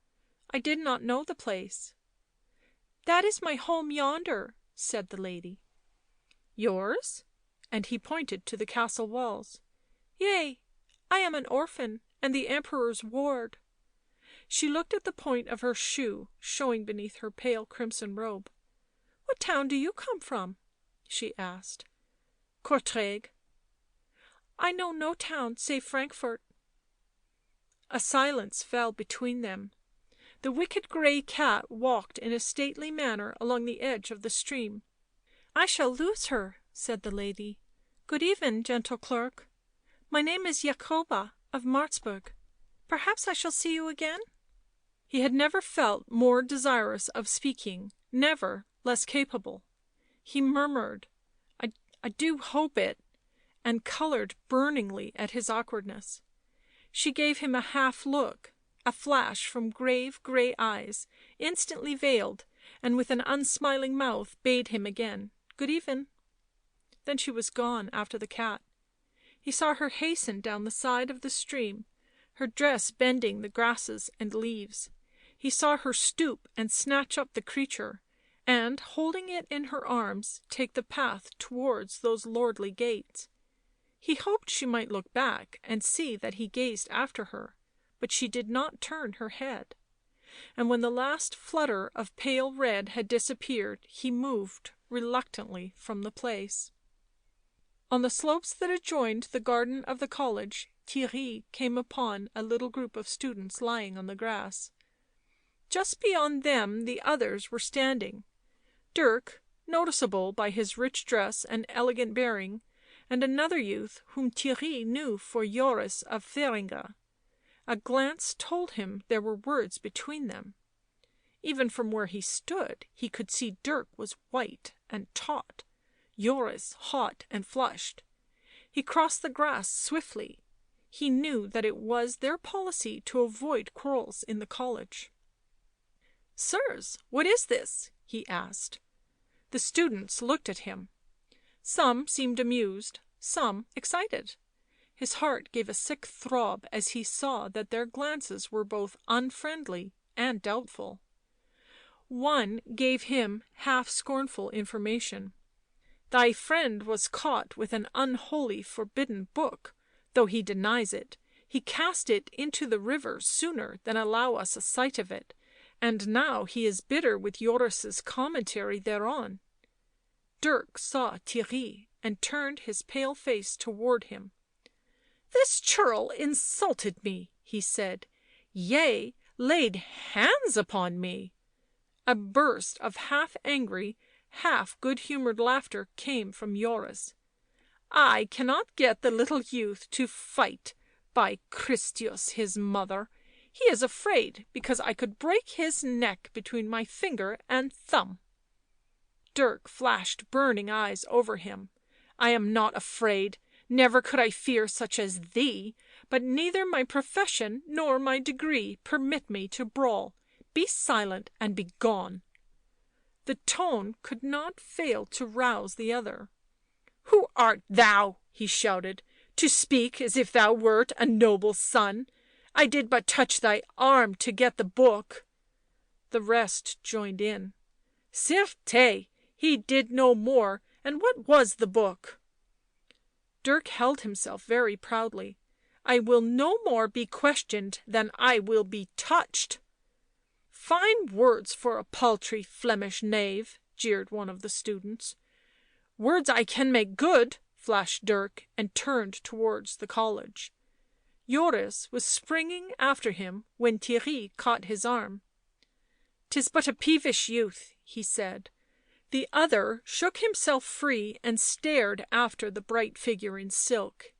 " He called me a son of a Thuringia thief," he muttered. A laugh rose from the group. " How knew he that? From the unholy book?"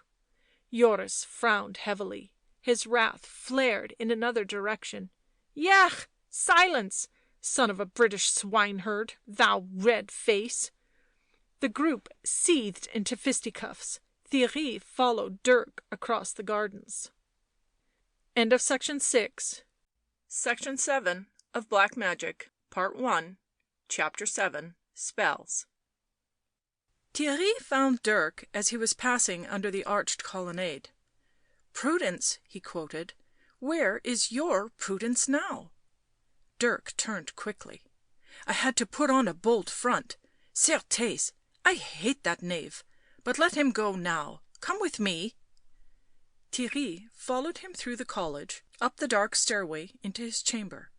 It was a low arched room looking on to the garden, barely furnished, and containing only the bed, a chair, and some books on a shelf.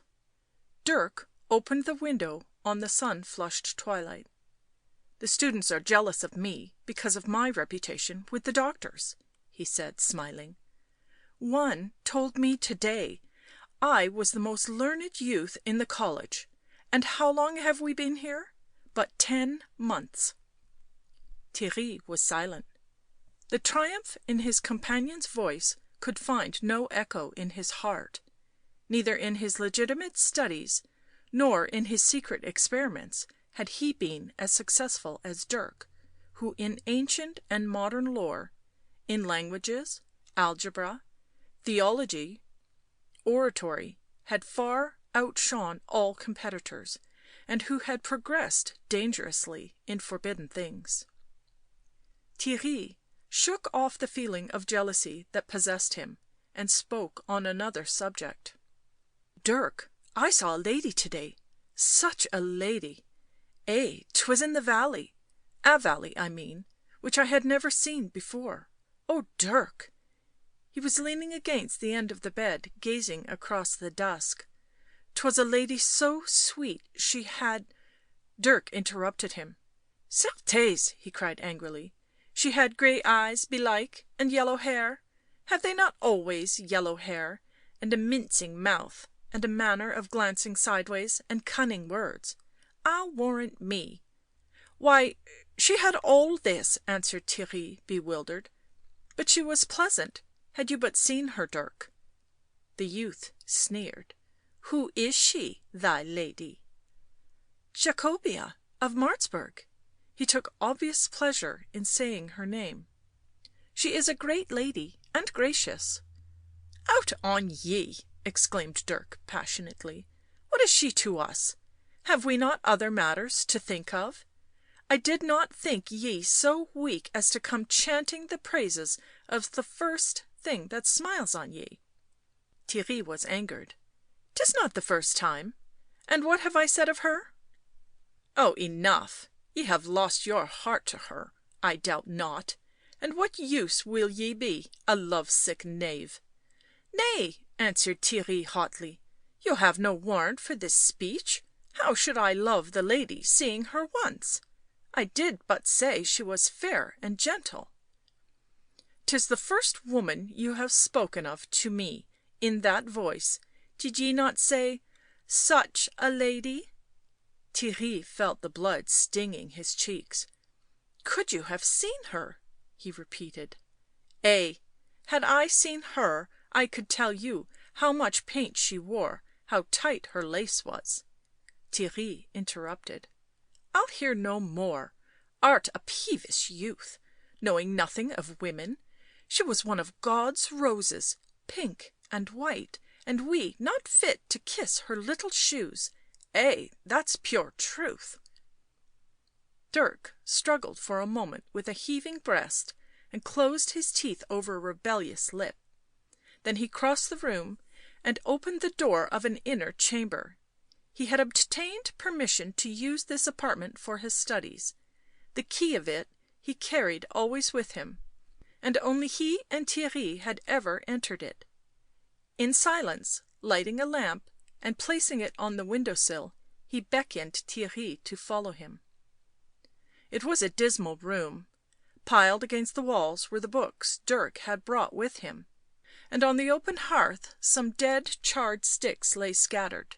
" See," said Dirk. He drew from a dark corner a roughly carved wooden figure some inches high. " I wrought this to day, and if I know the spells aright, there is one will pay for his insolence." Theirry took the figure in his hand. " 'Tis Joris of Thuringia." Dirk nodded sombrely. The room was thick with unhealthy odours, and a close stagnant smoke seemed to hang round the roof. The lamp cast a pulsating yellow light over the dreariness, and threw strange shaped shadows from the jars and bottles standing about the floor. " What is this Joris to you?" asked Theirry curiously. Dirk was unrolling a manuscript inscribed in Persian. " Nothing. I would see what skill I have." The old evil excitement seized Theirry. They had tried spells before, on cattle and dogs, but without success. His blood tingled at the thought of an enchantment potent to confound enemies. " Light the fire," commanded Dirk. Theirry set the image by the lamp, and poured a thick yellow fluid from one of the bottles over the dead sticks. Then he flung on a handful of grey powder. A close dun coloured vapour rose, and a sickly smell filled the room. Then the sticks burst suddenly into a tall and beautiful flame that sprang noiselessly up the chimney and cast a clear and unnatural glow round the chamber. Theirry drew 3 circles round the fire, and marked the outer one with characters taken from the manuscripts Dirk held. Dirk was looking at him as he knelt in the splendid glow of the flames, and his own heavy brows were frowning. " Was she beautiful?" he asked abruptly. Theirry took this as an atonement for the late ill temper, and answered pleasantly. " Why, she was beautiful, Dirk." "And fair?" " Certes, yellow hair." " No more of her," said the youth, in a kind of fierce mournfulness. " The legend is finished?"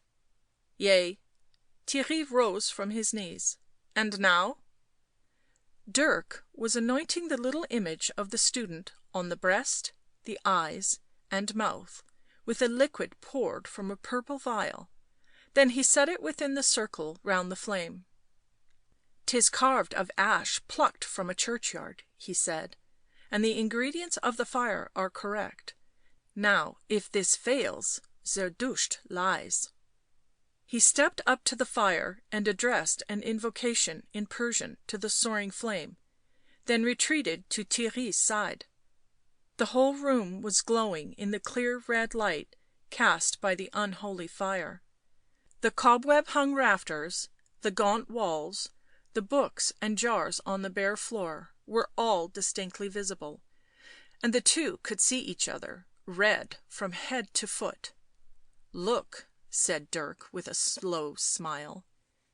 The image lying in the magic circle and almost touching the flames, though not burnt or even scorched, was beginning to writhe and twist on its back like a creature in pain. " Ah!"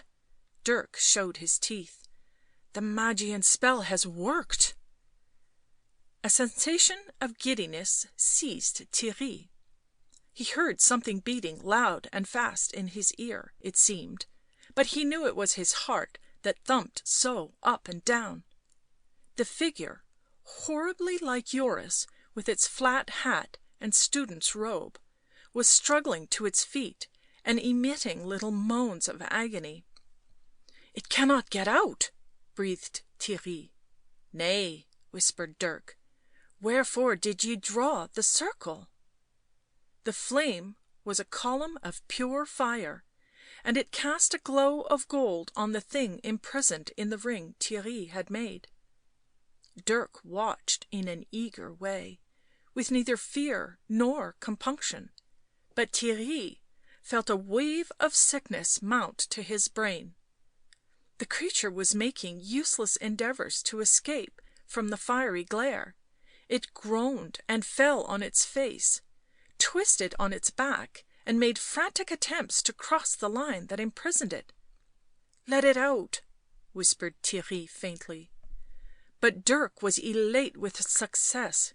" Ye are mad," he retorted. " The spell works bravely."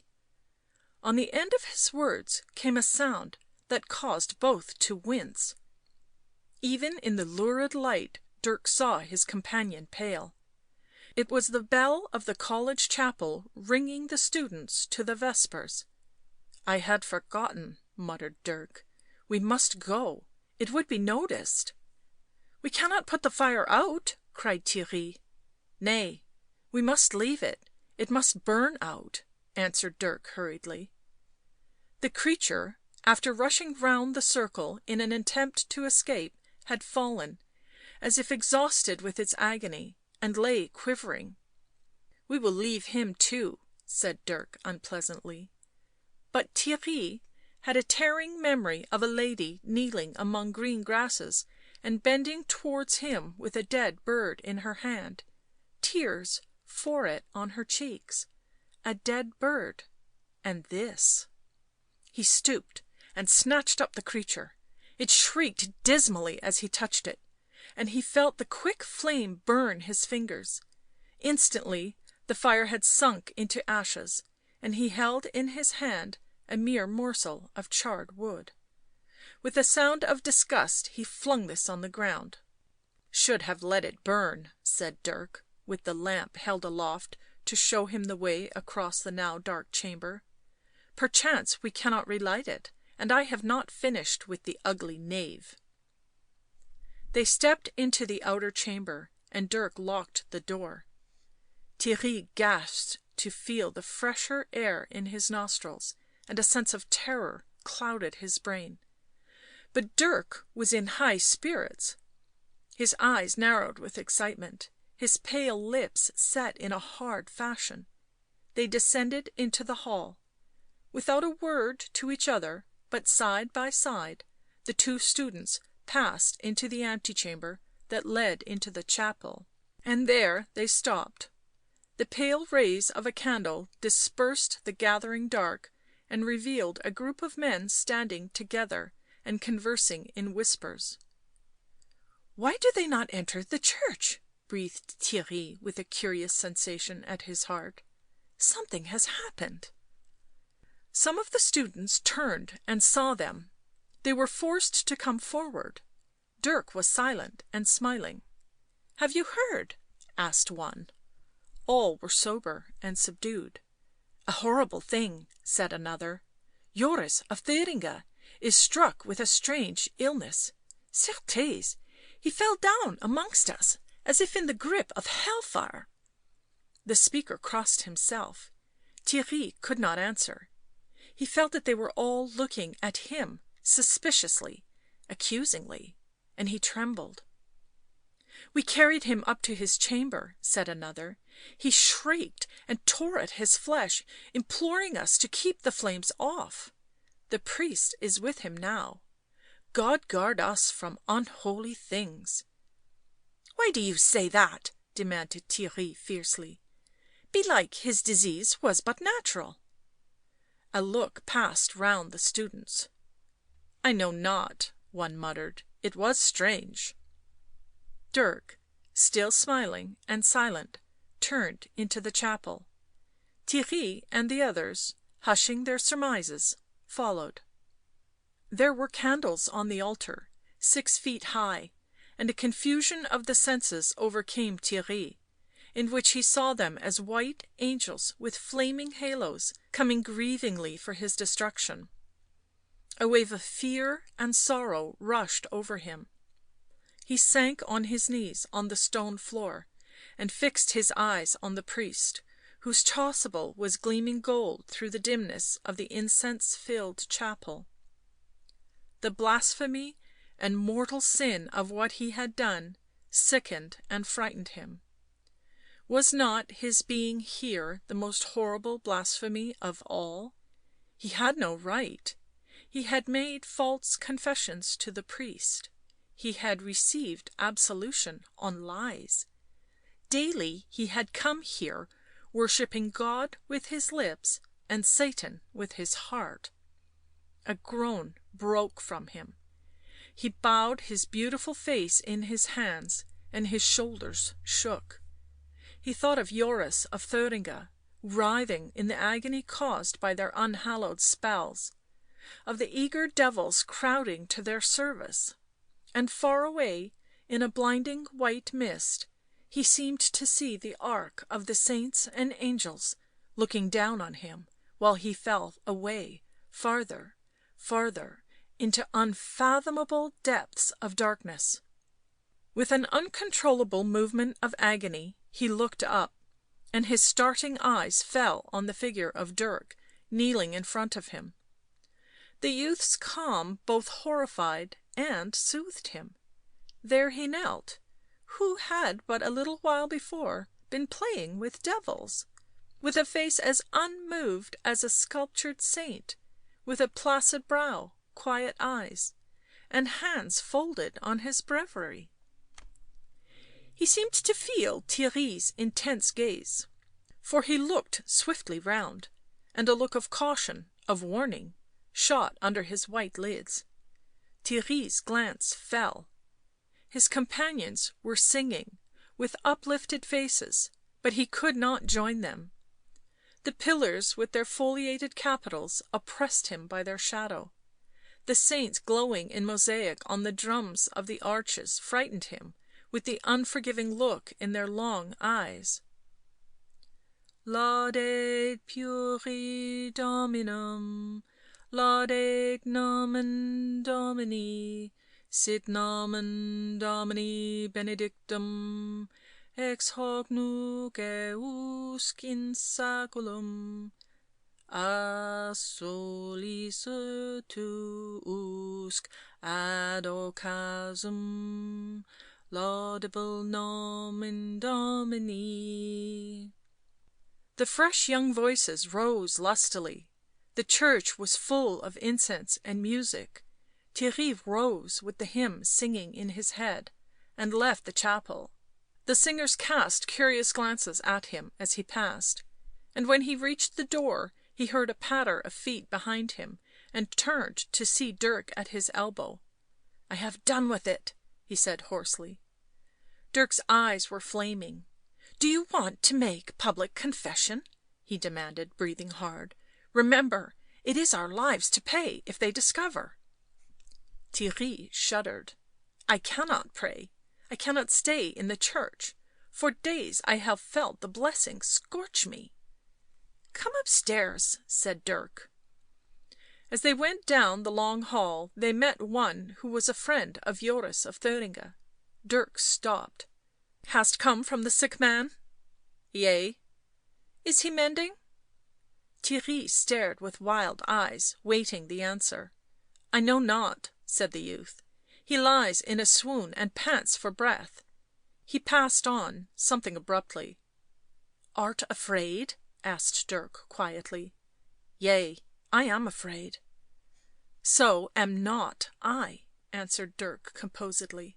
" I cannot stay here," breathed Theirry with agonized brows. Dirk bit his forefinger. " Nay, for we have but little money, and know all these pedants can teach us. 'Tis time we began to lay the cornerstones of our fortune." " Talk not to me of fortunes. I have set my soul in deadly peril. I cannot pray. I cannot take the names of holy things upon my lips," said Theirry. " Is this your courage?" said Dirk softly. " Is this your ambition, your loyalty to me? Would you run whining to a priest with a secret that is mine as well as yours? Is this, O noble youth, what all your dreams have faded to?" Theirry groaned. " I know not. I know not." Dirk came slowly nearer. "Is this to be the end of comradeship, our league?" He took the other's slack hand in his, and as he seldom offered or suffered a touch, Theirry thrilled at it as a great mark of affection, and at the feel of the smooth, cool fingers, the fascination, the temptation that this youth stood for stirred his pulses. Still he could not forget the stern angel he thought he had seen upon the altar, and the way his tongue had refused to move when he had striven to pray. "Belike I have gone too far to turn back," he panted with questioning eyes. Dirk dropped his hand. "Be of me or not with me," he said coldly. "Surely I can't stand alone." "Nay," answered Theirry. "Certes, I love thee. Dirk, as I have never cared for any, do I care for thee." Dirk stepped back and looked at him out of half-closed eyes. "Well, do not stop to palter with talk of priests. Certainly I will be faithful to you unto death and damnation, and be you true to me." Theirry made a movement to answer, but a sudden and violent knock on the door checked him. They looked at each other, and the same swift thoughts came to each. The students had suspected, had come to take them by surprise, and the consequences. For a second Dirk shook with suppressed wrath. "Curse the Magian's spell," he muttered. "Curse Zerdusht and his foul brews, for we are trapped and undone." Theirry sprang up and tried the inner door. " 'Tis secure," he said. He was now quite calm. "I have the key." Dirk laid his hand on his breast, then snatched a couple of volumes from the shelves and flung them on the table. The knock was repeated. "Unbolt the door," said Theirry. He seated himself at the table and opened one of the volumes. Dirk slipped the bolt. The door sprang back, and a number of students, headed by a monk bearing a crucifix, surged into the room. "What do you want?" demanded Dirk, fronting them quietly. "You interrupt our studies." The priest answered sternly. "There are strange and horrible accusations against you, my son, that you must disprove." "What accusations?" asked Dirk. His demeanour appeared to have changed as completely as Theirry's had done. He had lost his assured calm. His defiant bearing was maintained by an obvious effort, and his lips twitched with agitation. The students murmured and forced further into the room. The monk answered. "Ye are suspected of procuring the dire illness of Joris of Thuringia by spells." "It is a lie," said Dirk faintly, and without conviction. But Theirry replied boldly. "Upon what do you base this charge, father?" The monk was ready. "Upon your strange and close behaviour, the two of you, upon our ignorance of whence you came, upon the suddenness of the youth's illness after words passed between him and Master Dirk." "Ay," put in one of the students eagerly, "and he lapped water like a dog." "I have seen a light here well into the night," said another. "And why left they before the vespers were finished?" demanded a third. Theirry smiled. He felt that they were discovered, but fear was far from him. "These are childish accusations," he answered.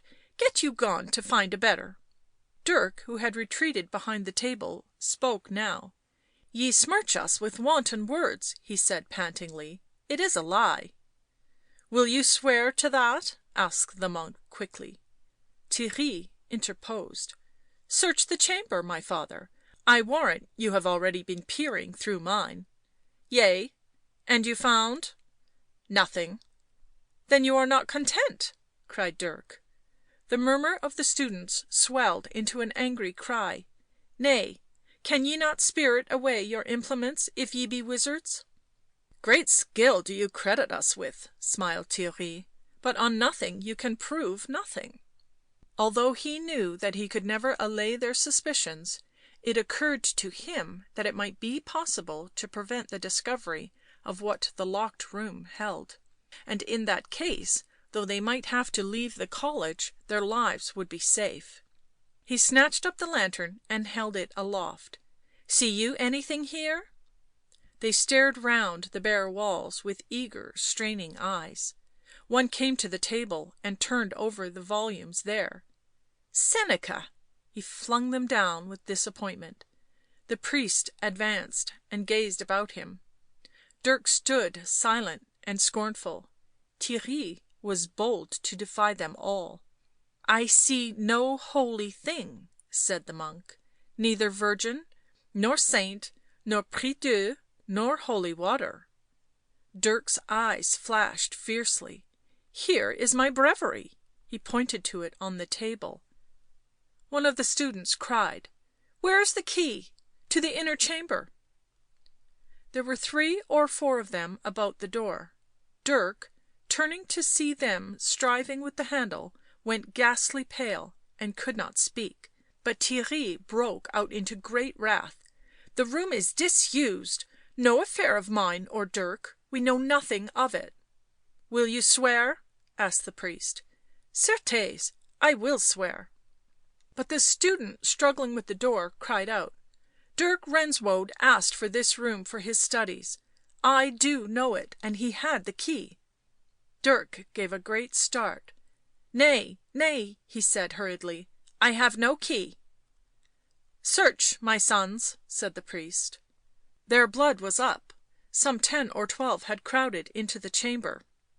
They hurled the books off the shelves, scattered the garments out of the coffer, pulled the quilt off the bed and turned up the mattress. Finding nothing, they turned on Dirk. " He has the key about him." All eyes were now fixed on the youth, who stood a little in front of Theirry, he continuing to hold the lamp scornfully aloft to aid them in their search. The light rested on Dirk's shoulders, causing the bright silk to glitter, and flickered in his short waving hair. There was no trace of colour in his face; his brows were raised and gathered into a hard frown. " Have you the key of that chamber?" demanded the priest. Dirk tried to speak, but could not find his voice; he moved his head stiffly in denial. " But answer," insisted the monk. " What should it avail me if I swore?" The words seemed wrenched from him. " Would ye believe me?" His eyes were bright with hate of all of them. " Swear on this." The monk proffered the crucifix. Dirk did not touch it. " I have no key," he said. " There is your answer," flashed Theirry, and set the lamp on the table. The foremost student laughed. " Search him," he cried. " His garments — belike he has the key in his breast." Again Dirk gave a great start. The table was between him and his enemies; it was the only protection he had. Theirry, knowing that he must have the key upon him, saw the end, and was prepared to fight it finally.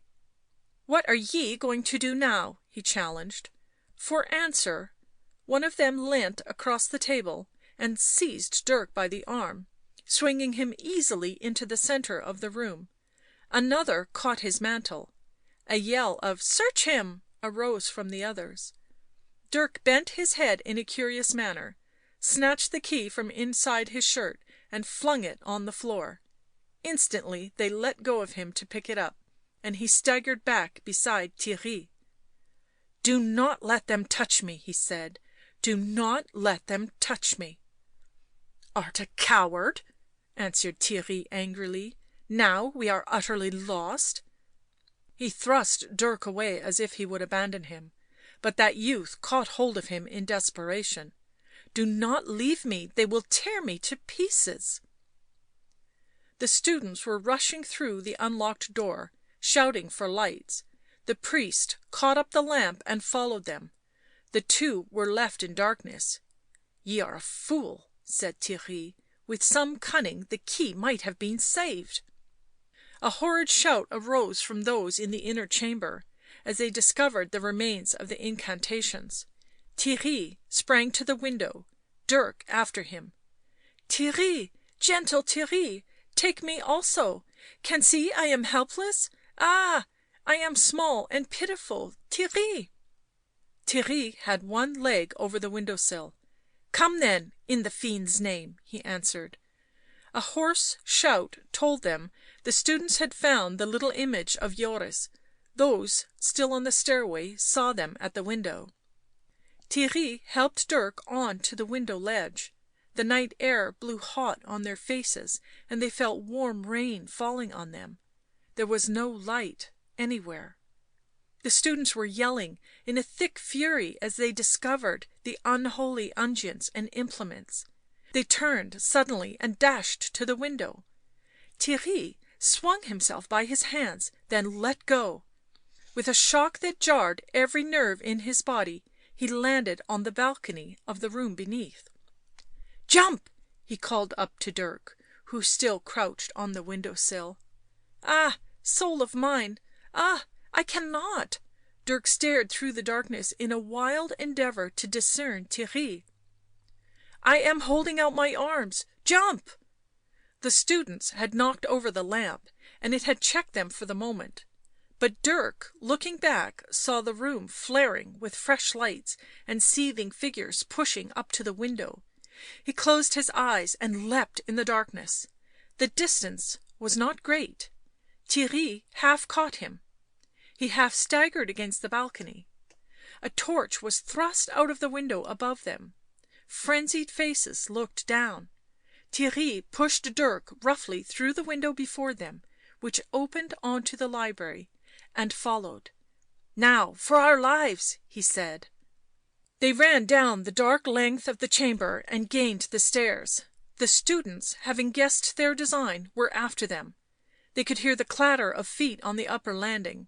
How many stairs, how many before they reached the hall? Dirk tripped and fell. Theirry dragged him up. A breathless youth overtook them. Theirry, panting, turned and struck him backwards, sprawling. So they reached the hall, fled along it and out into the dark garden. A minute after, the pursuers, bearing lights and half delirious with wrath and terror, surged out of the college doors. Theirry caught Dirk's arm and they ran. Across the thick grass, crashing through the bushes, trampling down the roses, blindly through the dark till the shouts and the lights grew fainter behind them, and they could feel the trunks of trees impeding them, and so knew that they must have reached the forest. Then Theirry let go of Dirk, who sank down by his side and lay sobbing in the grass. End of section 7. Section 8 of Black Magic, Part 1, Chapter 8. The Castle. Theirry spoke angrily through the dark. " Little fool, we are safe enough. They think the devil has carried us off. Be silent." Dirk gasped from where he lay. " Am not afraid, but spent. They have gone?" " Ay," said Theirry, peering about him. There was no trace of light anywhere in the murky dark, nor any sound. He put his hand out and touched the wet trunk of a tree, resting his shoulder against this, for he also was exhausted. He considered angrily the situation. " Have you any money?" he asked. " Not one white piece." Theirry felt in his own pockets. Nothing. Their plight was pitiable. Their belongings were in the college, probably by now being burnt with a sprinkling of holy water. They were still close to those who would kill them upon sight, with no means of escape. Daylight must discover them if they lingered, and how to be gone before daylight? If they tried to wander in this dark, likely enough they would but find themselves at the college gates. Theirry cursed softly. " Little avail our enchantments now," he commented bitterly.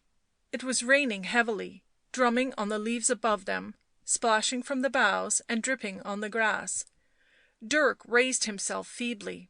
" Cannot we get shelter?" he asked peevishly. " I am all bruised, shaken and wet — wet."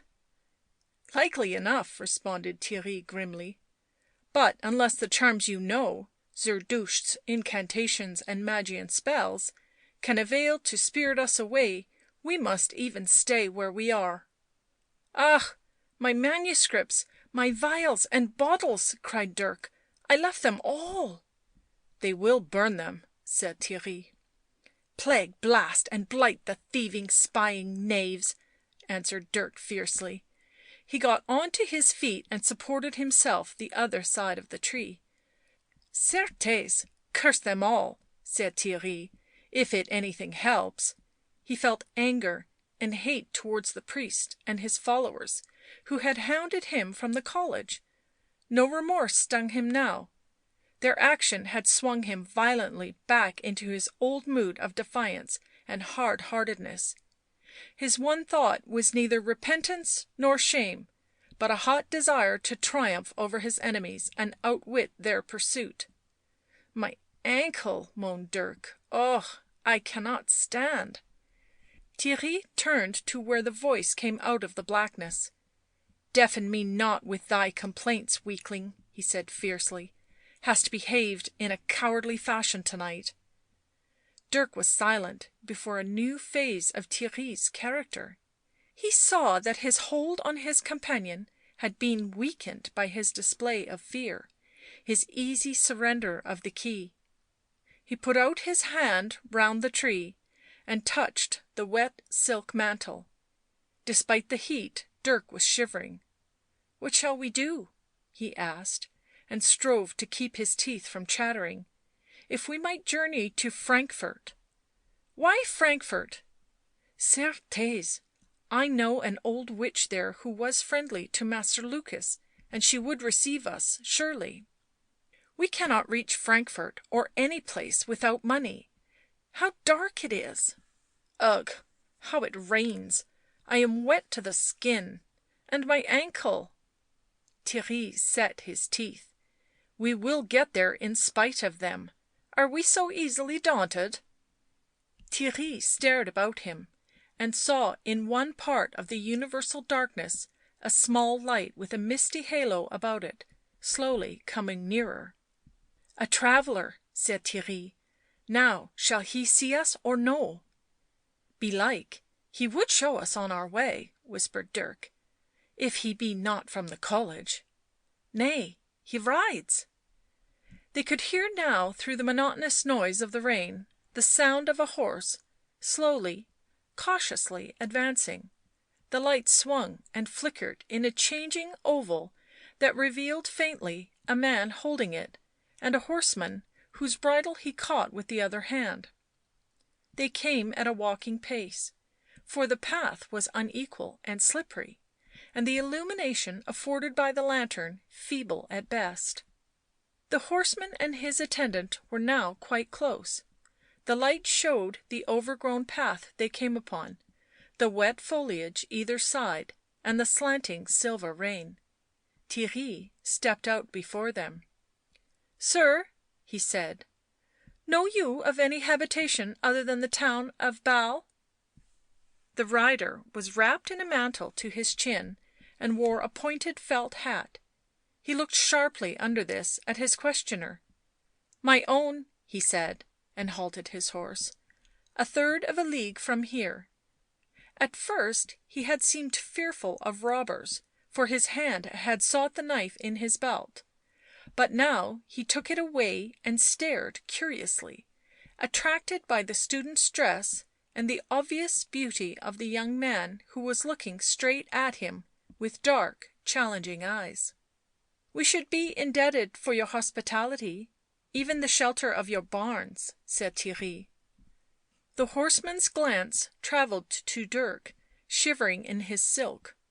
"Clerks from the college?" he questioned. "Yea," answered Theirry, "we were, but I sorely wounded one in a fight and fled. My comrade chose to follow me."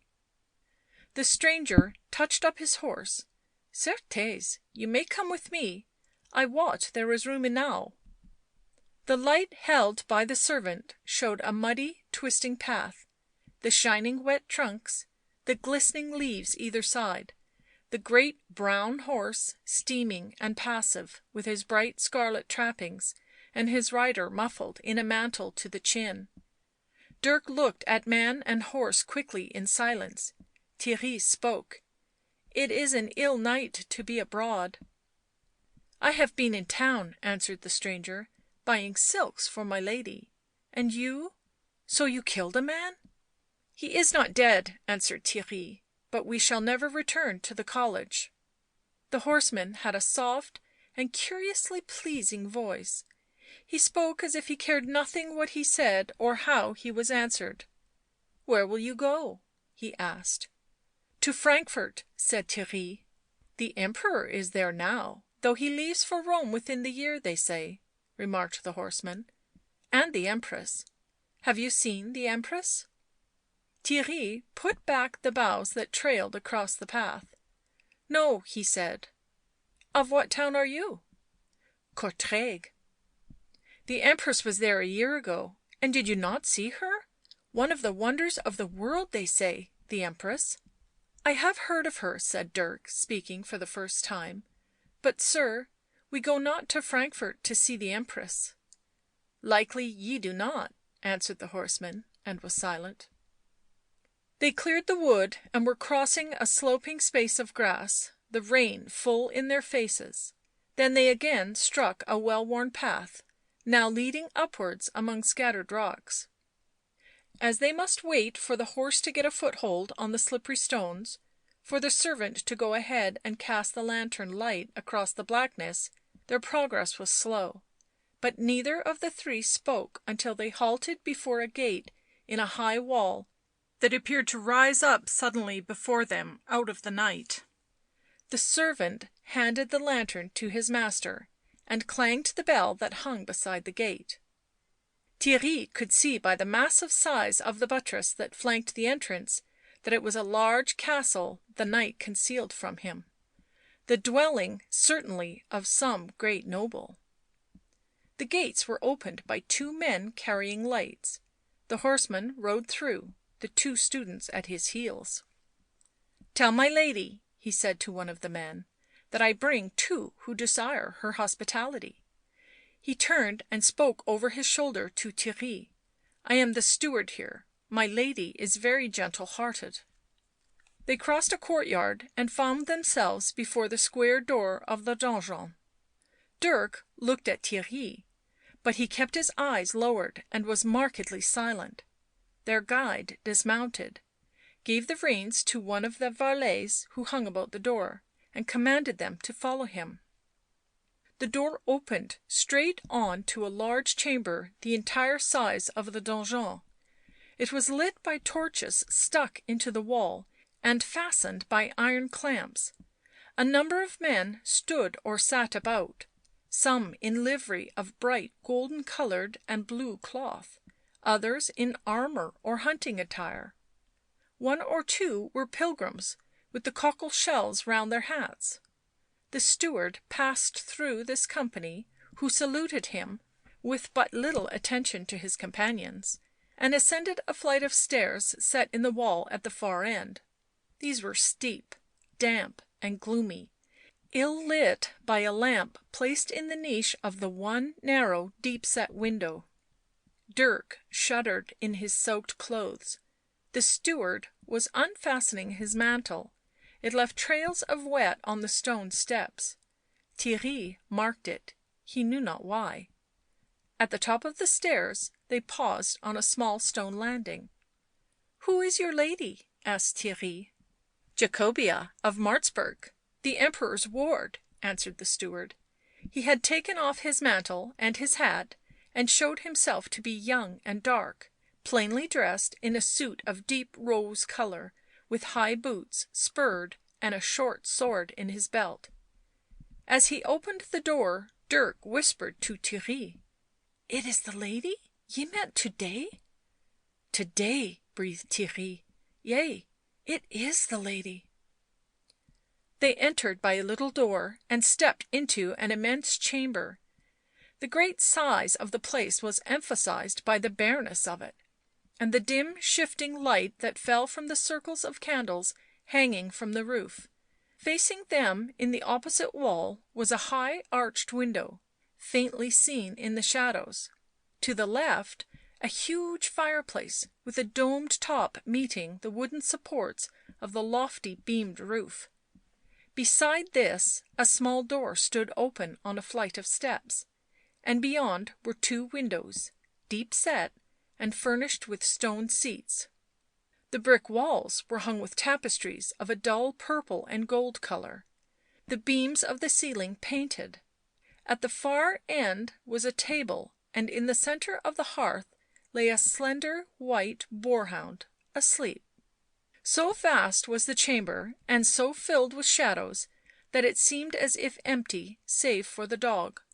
But Theirry, after a second, discerned the figures of 2 ladies in the farthest window seat. The steward crossed to them, and the students followed. One lady sat back in the niched seat, her feet on the stone ledge, her arm along the window-sill. She wore a brown dress shot with gold thread, and behind her and along the seat hung and lay draperies of blue and purple. On her lap rested a small grey cat, asleep. The other lady sat along the floor on cushions of crimson and yellow. Her green dress was twisted tight about her feet, and she stitched a scarlet lily on a piece of red samite. " This is the chatelaine," said the steward. The lady in the window seat turned her head. It was Jacobea of Martzburg, as Theirry had known since his eyes first rested on her. " And this is my wife, Sybilla." Both women looked at the strangers. " These are your guests until to morrow, my lady," said the steward. Jacobea leant forward. " Oh!" she exclaimed, and flushed faintly. " Why, you are welcome." Theirry found it hard to speak. He cursed the chance that had made him beholden to her hospitality. " We are leaving the college," he answered, not looking at her, " and for to night could find no shelter." " Meeting them, I brought them here," added the steward. " You did well, Sebastian, surely," answered Jacobea. " Will it please you to sit, sirs?" It seemed that she would leave it at that, with neither question nor comment, but Sybilla, the steward's wife, looked up smiling from her embroidery. " Now wherefore left you the college on foot on a wet night?" she said.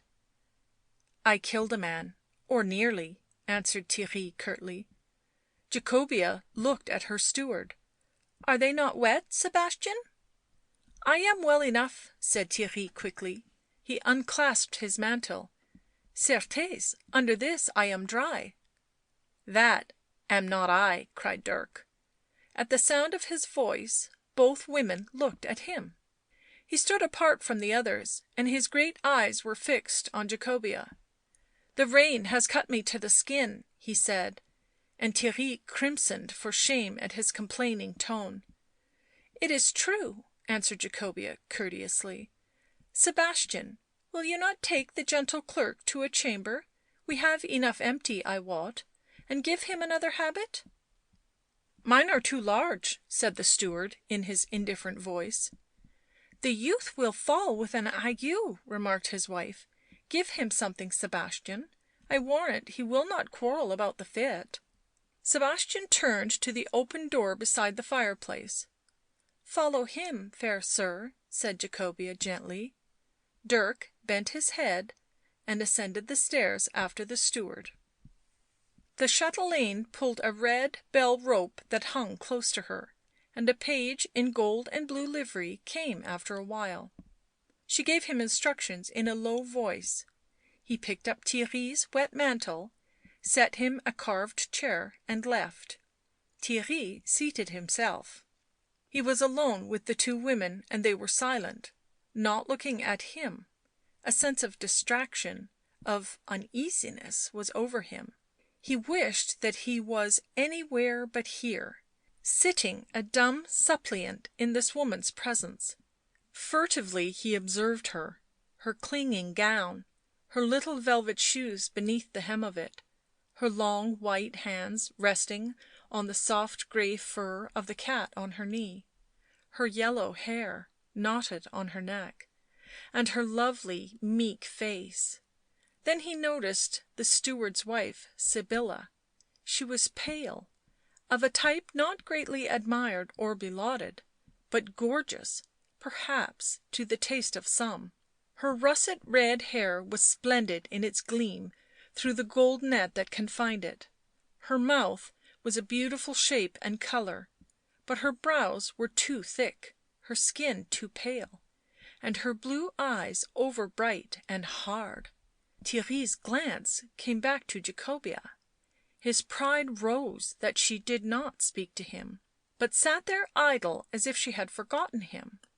Words rose to his lips, but he checked them and was mute, flushing now and then as she moved in her place, and still did not speak. Presently the steward returned and took his place on a chair between Theirry and his wife, for no reason save that it happened to be there, it seemed.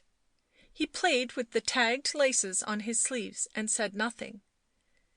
The mysterious atmosphere of the place stole over Theirry with a sense of the portentous. He felt that something was brooding over these quiet people who did not speak to each other, something intangible yet horrible. He clasped his hands together and stared at Jacobea. Sebastian spoke at last. " You go to Frankfort?" " Yea," answered Theirry. " We also, soon, do we not, Sebastian?" said Jacobea. " You will go to the court?" said Theirry. " I am the Emperor's ward," she answered. Again there was silence, only the sound of the silk drawn through the samite as Sybilla stitched the red lily. Her husband was watching her. Theirry, glancing at him, saw his face fully for the first time, and was half startled.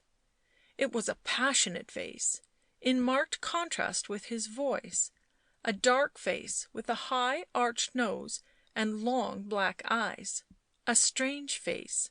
" How quiet the castle is to night," said Jacobea. Her voice seemed to faint beneath the weight of the stillness. " There is noise enough below," answered Sebastian, " but we cannot hear it."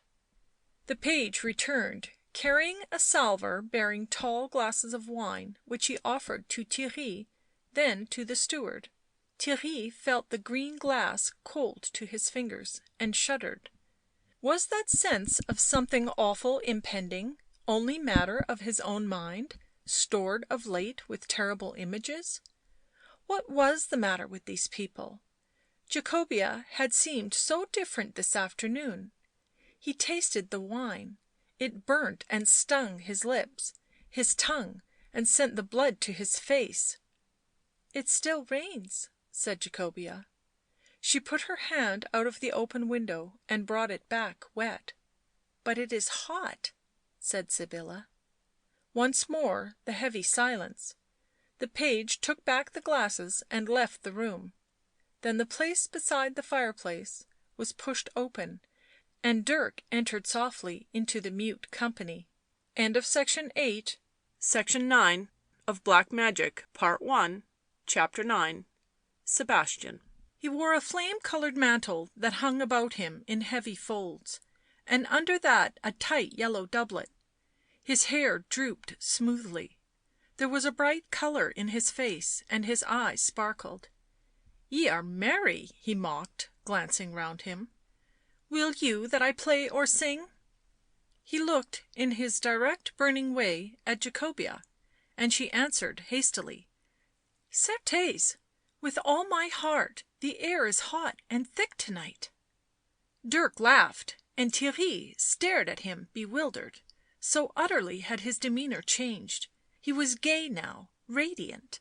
He leant against the wall in the centre of them and glanced from one silent face to another. " I can play rarely," he smiled. Jacobea took an instrument from among the cushions in the window seat.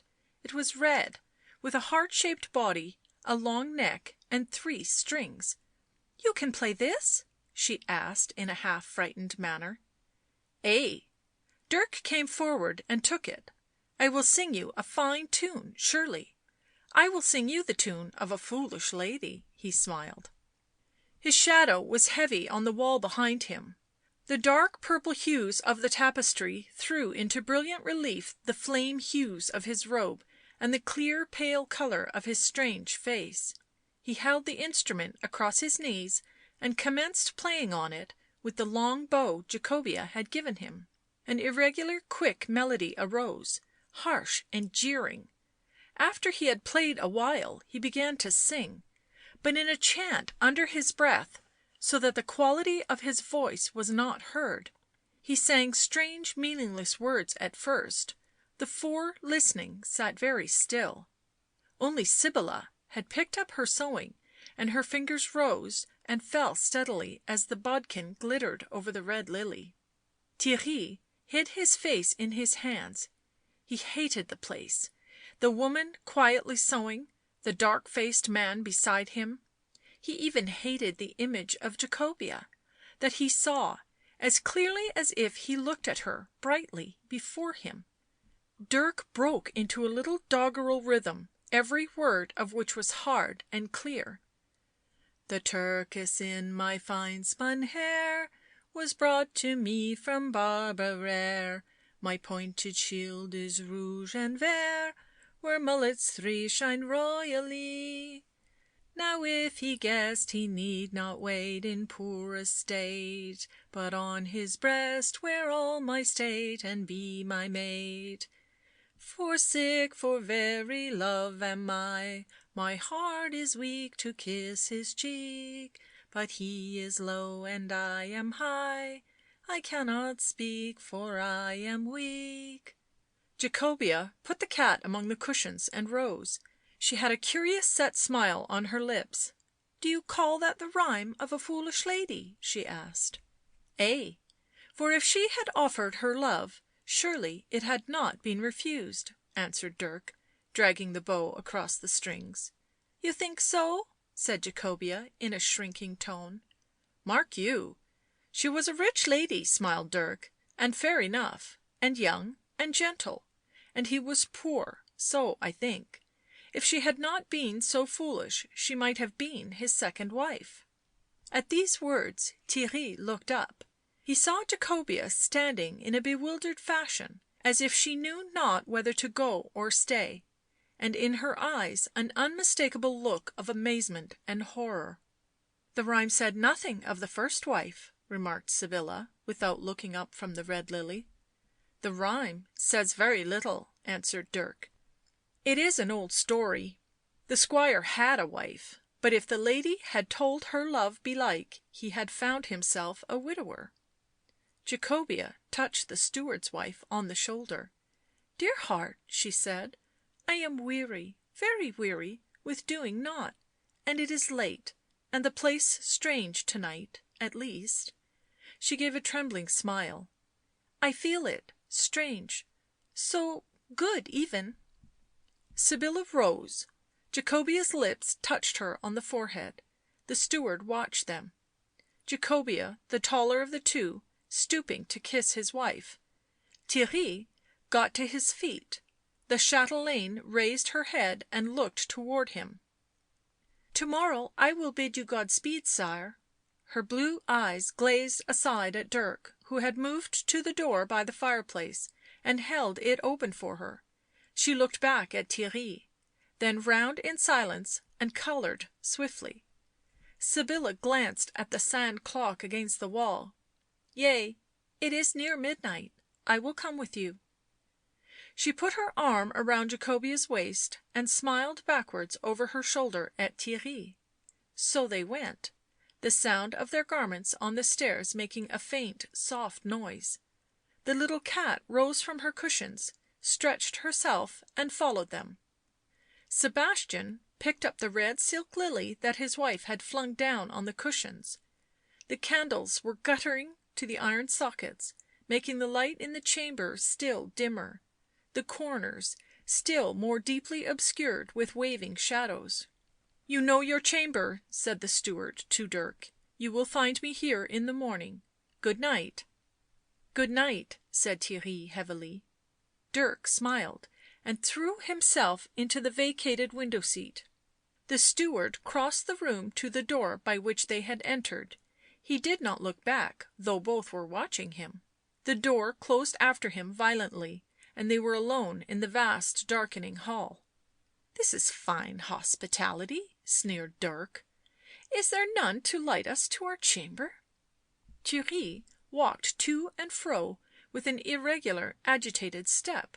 " What was that song of yours?" he asked. " What did you mean? What ails this place and these people? She never looked at me." Dirk pulled at the strings of the instrument he still held. They emitted little wailing sounds. " She is pretty, your chatelaine," he said. " I did not think to see her so soon. You love her, or you might love her." " Ye mock and sneer at me," answered Theirry hotly, " because she is a great dame. I do not love her. And yet "" And yet?" goaded Dirk. " If our arts can do anything for us, could they not, if I wished it, some day get this lady for me?" " You shall never have her," said Dirk, biting his under lip. Theirry turned on him violently. " You cannot tell. Of what use to serve evil for nought?" " Ye have done with remorse, belike?" mocked Dirk. " Ye have ceased to long for priests and holy water?" " Ay," said Theirry recklessly. " I shall not falter again. I will take these means — any means. To attain her " Dirk got up from the window seat and rose to his full height. Theirry gave him a sick look. " I will not bandy taunts with you. I must sleep a little." " They have given us the first chamber ye come to, ascending those stairs," answered Dirk quietly. " There is a lamp, and the door is set open. Good night." " You will not come?" asked Theirry sullenly. " Nay, I will sleep here." "Why? You are strange to night." Dirk smiled unpleasantly. " There is a reason — a good reason. Get to bed." Theirry left him without an answer, and closed the door upon him. When he had gone a great change swept over Dirk's face. A look of agony, of distraction contorted his proud features. He paced softly here and there, twisting his hands together and lifting his eyes blindly to the painted ceiling. Half the candles had flickered out, the others smoked and flared in the sockets. The rain dripping on the window sill without made an insistent sound. Dirk paused before the vast bare hearth. " He shall never have her," he said in a low steady voice, as if he saw and argued with some personage facing him. " No, you will prevent it. Have I not served you well? Ever since I left the convent? Did you not promise me great power as the black letters of the forbidden books swam before my eyes, did I not hear you whispering, whispering?" He turned about, as though following a movement in the person he spoke to, and shivered. " I will keep my comrade — do you hear me? Did you send me here to prevent it? They seem to know you were at my elbow to night. Hush, one comes." The door at the far end of the chamber was slowly opened. A man stepped in and cautiously closed it. A little cry of triumph rose to Dirk's lips, but he repressed it and gave a glance into the pulsating shadows as if he communicated with some mysterious companion. It was Sebastian who had entered. He looked swiftly round, and seeing Dirk came towards him. In the steward's hand was a little cresset lamp; the clear heart shaped flame illuminated his dark face and his pink habit. His eyes looked over this light in a burning way at Dirk. " So you are not abed," he said. There was more than the aimless comment in his tone, an expectation and excitement. " You came to find me," answered Dirk. " Why?" Sebastian set the lamp on the little bracket by the window. He put his hand to his neck, loosening his doublet, and looked away. " It is very hot," he said in a low voice. " I cannot rest. I feel to night as I have never felt. I think the cause is with you. What you said has distracted me." He turned his head. "Who are you? What did you mean?" "You know," answered Dirk, "what I am. A poor student from Basle College. And in your heart you know what I meant."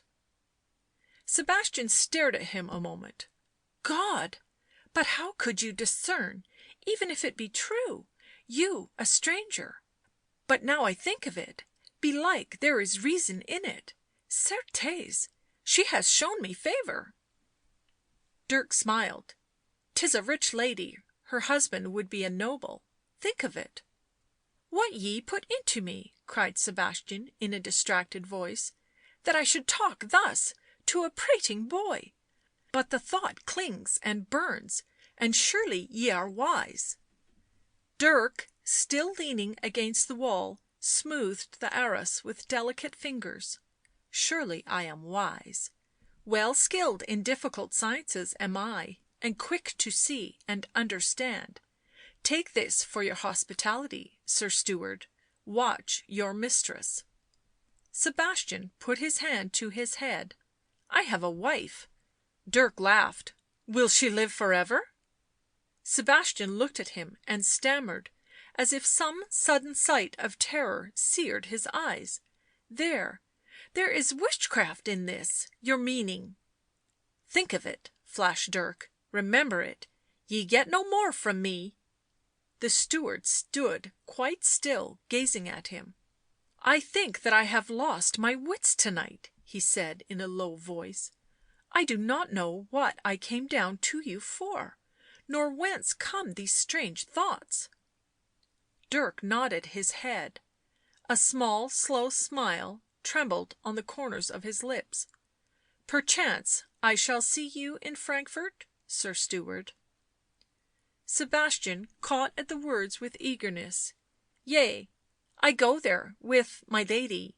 He stopped blankly. "As yet," said Dirk, "I know neither my dwelling there nor the name I shall assume. But you, if I need to, I shall find you at the Emperor's court?" "Yea," answered Sebastian. Then reluctantly, "What should you want with me?" "Will it not be you who may need me?" smiled Dirk. "I, who have to night put thoughts into your brain that you will not forget?" Sebastian turned about quickly and caught up the cresset lamp. "I will see you before you go," he whispered, horror in his face. "Yea, on the morrow I shall desire more speech with you." Like a man afraid, in terror of himself, filled with a dread of his companion, Sebastian, the pure flame of the lamp quivering with the shaking of his hand, crossed the long chamber and left by the door through which he had entered. Dirk gave a half suppressed shiver of excitement. The candles had mostly burnt out. The hall seemed monstrous in the gusty, straggling light. He crept to the window. The rain had ceased, and he looked out on a hot, starless darkness, disturbed by no sound. He shivered again, closed the window and flung himself along the cushions in the niched seat. Lying there where Jacobea had sat, he thought of her. She was more present to his mind than all the crowded incidents of the past day. There were her trembling, passionate emotions, her modest secrets that she guarded delicately. It was his intention to tear open this tabernacle, to wrench from her her treasures and scatter them among blood and ruin. He meant to bring her to utter destruction, not her body perhaps, but her soul. And this because she had interfered with the one being on earth he cared about, Theirry, not because he hated her for herself. "How beautiful she is," he said aloud, almost tenderly. The last candle fluttered up and sank out. Dirk, lying luxuriously among the cushions, looked into the complete blackness with half closed eyes. "How beautiful," he repeated. He felt he could have loved her himself. He thought of her now, lying in her white bed, her hair unbound. He wished himself kneeling beside her, caressing those yellow locks. A desire possessed him to touch her curls, her soft cheek, to have her hand in his and hear her laugh. Surely she was a sweet thing, made to be loved. Yet the power that had brought him here to night had made plain that if he did not take the chance of her destruction set in his way, she would win Theirry from him forever. He had made the first move. In the dark face of Sebastian, the steward, he had seen the beginning of the end. But thinking of her, he felt the tears come to his eyes. Suddenly he fell into weary weeping, thinking of her, and sobbed sadly, face downwards on the cushion. Presently he laughed at himself for his tears, and drying them, fell asleep, and woke from blank dreamlessness to hear his name ringing in his ears. He sat up in the window seat. His eyes were hot with his late tears. The misty blue light of dawn that he found about him hurt them. He shrank from this light that came in a clear shaft through the arched window, and crouching away from it saw Theirry standing close to him. " Dirk, we must go now. I cannot stay any longer in this place." Dirk, leaning his head against the cushions, said nothing, impressed anew with his friend's beauty. How fine and fair a thing Theirry's face was in the colourless early light, in hue and line splendid, in expression wild and pained. " I could not sleep much," continued Theirry. " I do not want to see them — her — again — not like this. Get up, Dirk. Why did you not come to bed? I wanted your company. Things were haunting me." " Mostly her face?" breathed Dirk. " Ay," said Theirry sombrely. " Mostly her face." Dirk considered. He reflected that he had no desire to meet Sebastian again. He had said all he wished to. " Let us go," he assented. His one regret was that he should not see again the delicate face crowned with the yellow hair. He rose from the seat and shook out his borrowed flame coloured mantle. Then he closed his tired eyes as he stood, for a very exquisite sensation rushed over him. Nothing had come between him and his friend. Theirry, of his own choice, had roused him, wanting him. They were to go forth together alone. Section 10 of Black Magic, Part 1, Chapter 10, The Saint. They were wandering through the forest in an endeavour to find the high road. The sun, nearly at its full strength, dazzled through the pines and traced figures of gold on the path they followed. Theirry was silent. They were hungry, without money or any hope of procuring any, fatigued with the rough walking through the heat, and also, it seemed, lost. These facts were ever present to his mind. Also, every step was taking him farther away from Jacobea of Martzburg, and he longed to see her again, to make her notice him, speak to him. Yet of his own desire he had left her castle ungraciously. These things held him bitterly silent. But Dirk, though he was pale and weary, kept a light, joyous heart. He had trust in the master he was serving. The forest grew up the base of the mountain chain, and after a while, walking steadily, they came out upon a gorge some landslip had torn. Uprooting trees and hurling rocks aside, over this bare space harshly cleared, water rippled and dripped, finding its way through fern-grown rocks and boulders until it fell into a little stream that ran across the open space of grass and was lost in the shadow of the trees. By the side of it, on the pleasant stretch of grass, a small white horse was browsing, and a man sat near, on one of the uprooted pines. The two students paused and contemplated him. He was a monk in a blue-grey habit. His face was infinitely sweet, with his hands clasped in his lap and his head a little raised as he gazed with large, peaceful eyes through the shifting fir boughs to the blue sky beyond them. " Of what use is he?" said Theirry bitterly. Since the Church had hurled him out, the devil was gaining such sure possession of his soul that he loathed all things holy. " Nay," said Dirk with a little smile, " we will speak to him." The monk, hearing their voices, looked round and fixed on them a calm smiling gaze. " Dominus Deus nobis suam pacem," he said. Dirk replied instantly, " Et vitam aeternam, amen." The monk rose and stood in a courteous, humble position. " Can you put us on the high road, my father?" asked Dirk. " Surely." The monk glanced at the weary face of his questioner. " I am myself travelling from town to town, my son, and know this country well. Will you not rest a while?" " Ay." Dirk came down the slope and flung himself along the grass. Theirry, half sullen, followed. " Ye are both weary and in lack of food," said the monk gently. " Praise be to the angels that I have wherewithal to aid ye." He opened one of the leather bags resting against the fallen tree, took out a loaf, a knife and a cup, cut the bread and gave them a portion each. He then filled the cup from the clear dripping water. They disdained thanks for such miserable fare, and ate in silence. Theirry, when he had finished, asked for the remainder of the loaf, and devoured that.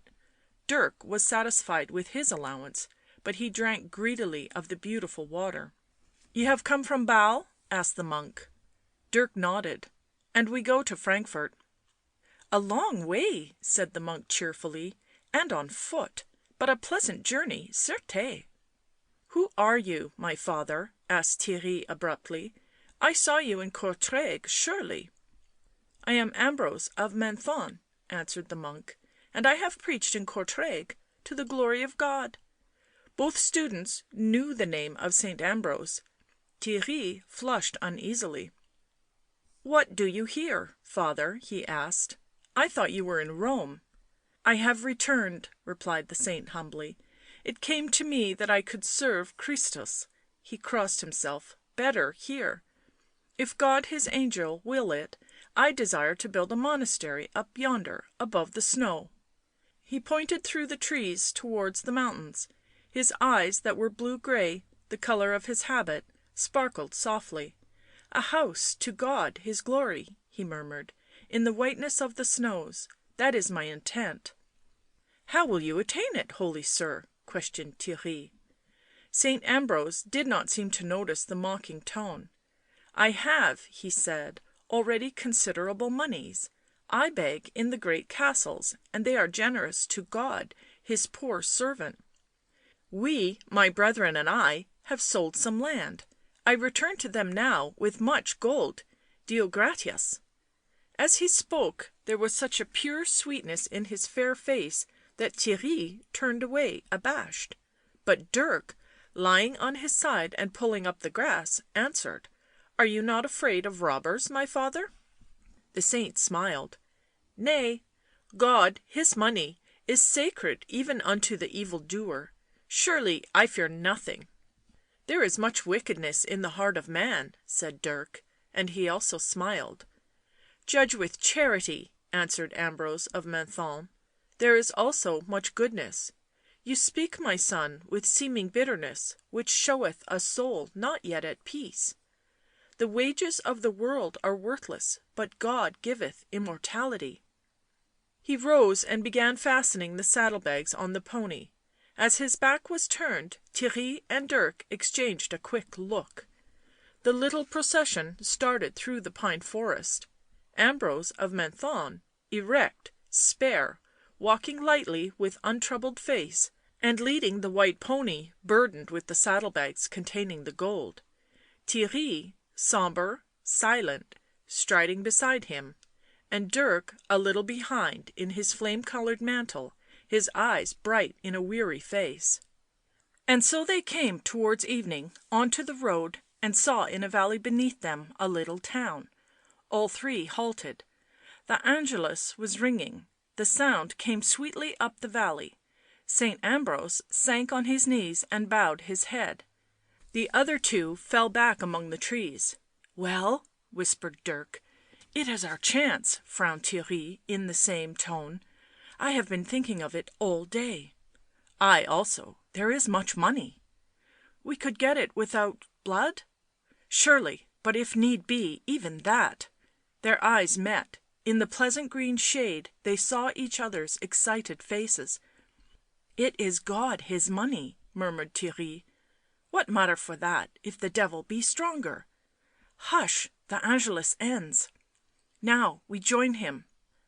They sank on their knees, to rise as the saint got to his feet and glanced about him. At the edge of the wood they joined him and looked down at the town below. " Now we can find our way," said Dirk in a firm, suddenly changed voice. Ambrose of Menthon considered him over the little white pony. " Will you not bear me company into the town?" he asked wistfully. He did not notice that Theirry had slipped behind him.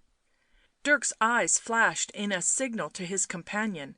" We will into the town," he said, " but without thy company, Sir Saint. Now!" Theirry flung his mantle from behind and twisted it tightly over the monk's head and face, causing him to stagger backwards.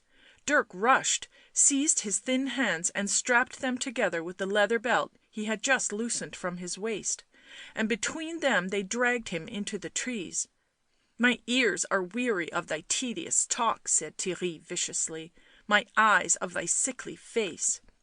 They took the straps from the pony and bound their victim to a tree. It was an easy matter, for he made no resistance, and no sound came from under the mantle twisted over his face. Having seen to it that he was securely fastened, the two returned to the pony and examined their plunder. In one bag there were parchments, books and a knotted rope; in the other numerous little linen sacks of varying sizes. These they turned out upon the grass and swiftly unfastened the strings. Gold, each one filled with gold, fine shining coins with the head of the Emperor glittering on them. Dirk retied the sacks and replaced them in the saddlebags. Neither of them had seen so much gold together before; because of it they were silent and a little trembling. Theirry, as he heard the good yellow money chink together, felt his last qualms go. For the first time since he had entered into league with the spirits of evil, he had plain evidence it was a fine thing to have the Devil on his side. A stupefying pleasure and exaltation came over him. He did not doubt that Satan had sent this saintly man their way, and he was grateful. To find himself possessed of this amount of money was a greater delight than any he had known, even a more delightful thing than seeing Jacobea of Martzburg lean across the stream towards him. As they reloaded the pony, managing as best they might without the straps, Dirk fell to laughing. " I will get my mantle," said Theirry. He went up to Ambrose of Menthon, telling himself he was not afraid of meeting the saint's eyes, and unwound the heavy mantle from his head. The saint sank together like the dead. Dirk still laughed, mounted on the white pony, flourishing a stick. " The fellow has swooned," said Theirry, bewildered. " Well," answered Dirk over his shoulder, " you can bring the straps, which we need, surely." Theirry unfastened the monk and laid his slack body on the grass. As he did so, he saw that the grey habit was stained with blood; there was wet blood, too, on the straps. " Now what is this?" he cried, and bent over the unconscious man to see where he was wounded. His searching hand came upon cold iron under the rough robe. Ambrose of Menthon wore a girdle lined with sharp points, that at every movement must have been torture, and that, at their brutal binding of him, had entered his flesh with an agony unbearable. " Be quick," urged Dirk. Theirry joined him. " What shall we do with — that man?" he said awkwardly; his blood was burning, leaping. " 'Tis a case for the angels, not for us," answered Dirk. " But if ye feel tenderly — and certainly he was pleasant to us — we can tell in the town that we found him — Deo gratias." He mocked the saintly, low, calm voice, but Theirry did not laugh. A splendid yellow sunset was shimmering in their eyes, as they came slowly down into the valley and passed through the white street of the little town. They visited the hostel, fed the white pony there, and recounted how they had seen a monk in the wood they had just traversed. Whether unconscious in prayer or for want of breath, they had not the leisure to examine. Then they went on their way, eschewing, by common consent this time, the accommodation of the homely inn, and taking with them a basket of the best food the town afforded. Clearing the scattered cottages, they gained the heights again and paused on the grassy borders of a mighty wood that spread either side of the high road. There they spread a banquet very different from the saint's poor repast. They had yellow wine, red wine, baked meats, cakes, jellies, a heron, and a basket of grapes, all bought with the gold Ambrose of Menthon had toiled to collect to build God's house amid the snows. Arranging these things on the soft grass, they sat in the pleasant shade, luxuriously, and laughed at each other over their food. Their master had proved worth serving. They toasted him in the wine bought with God his money, and made merry over it. They did not mention Ambrose of Menthon. A troop of white mountain goats driven by a shepherd boy went past. They were the only living things they saw. Dirk watched them going towards the town. Then he said, "The chatelaine, Jacobea of Martzburg," he broke off. "Do you remember the first night we met, what we say in the mirror? A woman, was it not? Her face, have you forgotten it?" "Nay," answered Theirry, suddenly sombre. Dirk turned to look at him closely. "It was not Jacobea, was it?" "It was utterly different," said Theirry. "No, she was not Jacobea." He propped a musing face on his hand and stared down at the grass. Dirk did not speak again, and after a while of silence Theirry slept. With a start he woke, but lay without moving, his eyes closed. Someone was singing, and it was so beautiful that he feared to move lest it should be in his dreams only that he heard it. A woman's voice, and she sang loudly and clearly, in a passion of joyous gaiety. Her notes mounted like birds flying up a mountain, then sank like snowflakes softly descending. After a while the wordless song died away, and Theirry sat up, quivering in a maze of joy. "Who is that?" he called, his eager eyes searching the twilight. No one. Nothing but the insignificant figure of Dirk, who sat at the edge of the wood gazing at the stars. "I dreamt it," said Theirry bitterly, and cursed his waking. End of section 10. Section 11 of Black Magic, Part 1, Chapter 11, The Witch. In a back street of the city of Frankfort stood an old one-storied house, placed a little apart from the others, and surrounded by a beautiful garden. Here lived Nathalie, a woman more than suspected of being a witch, but of such outward, quiet, and secretive ways that there never had been the slightest excuse for even those most convinced of her real character to interfere with her. She was from the East, Syria, Egypt, or Persia. No one could remember her first coming to Frankfort, nor how she had become possessed of the house where she dwelt. Her means of livelihood were also a mystery. It was guessed that she made complexion washes and dyes supplied secretly to the great court ladies. It was believed that she sold love potions, perhaps worse.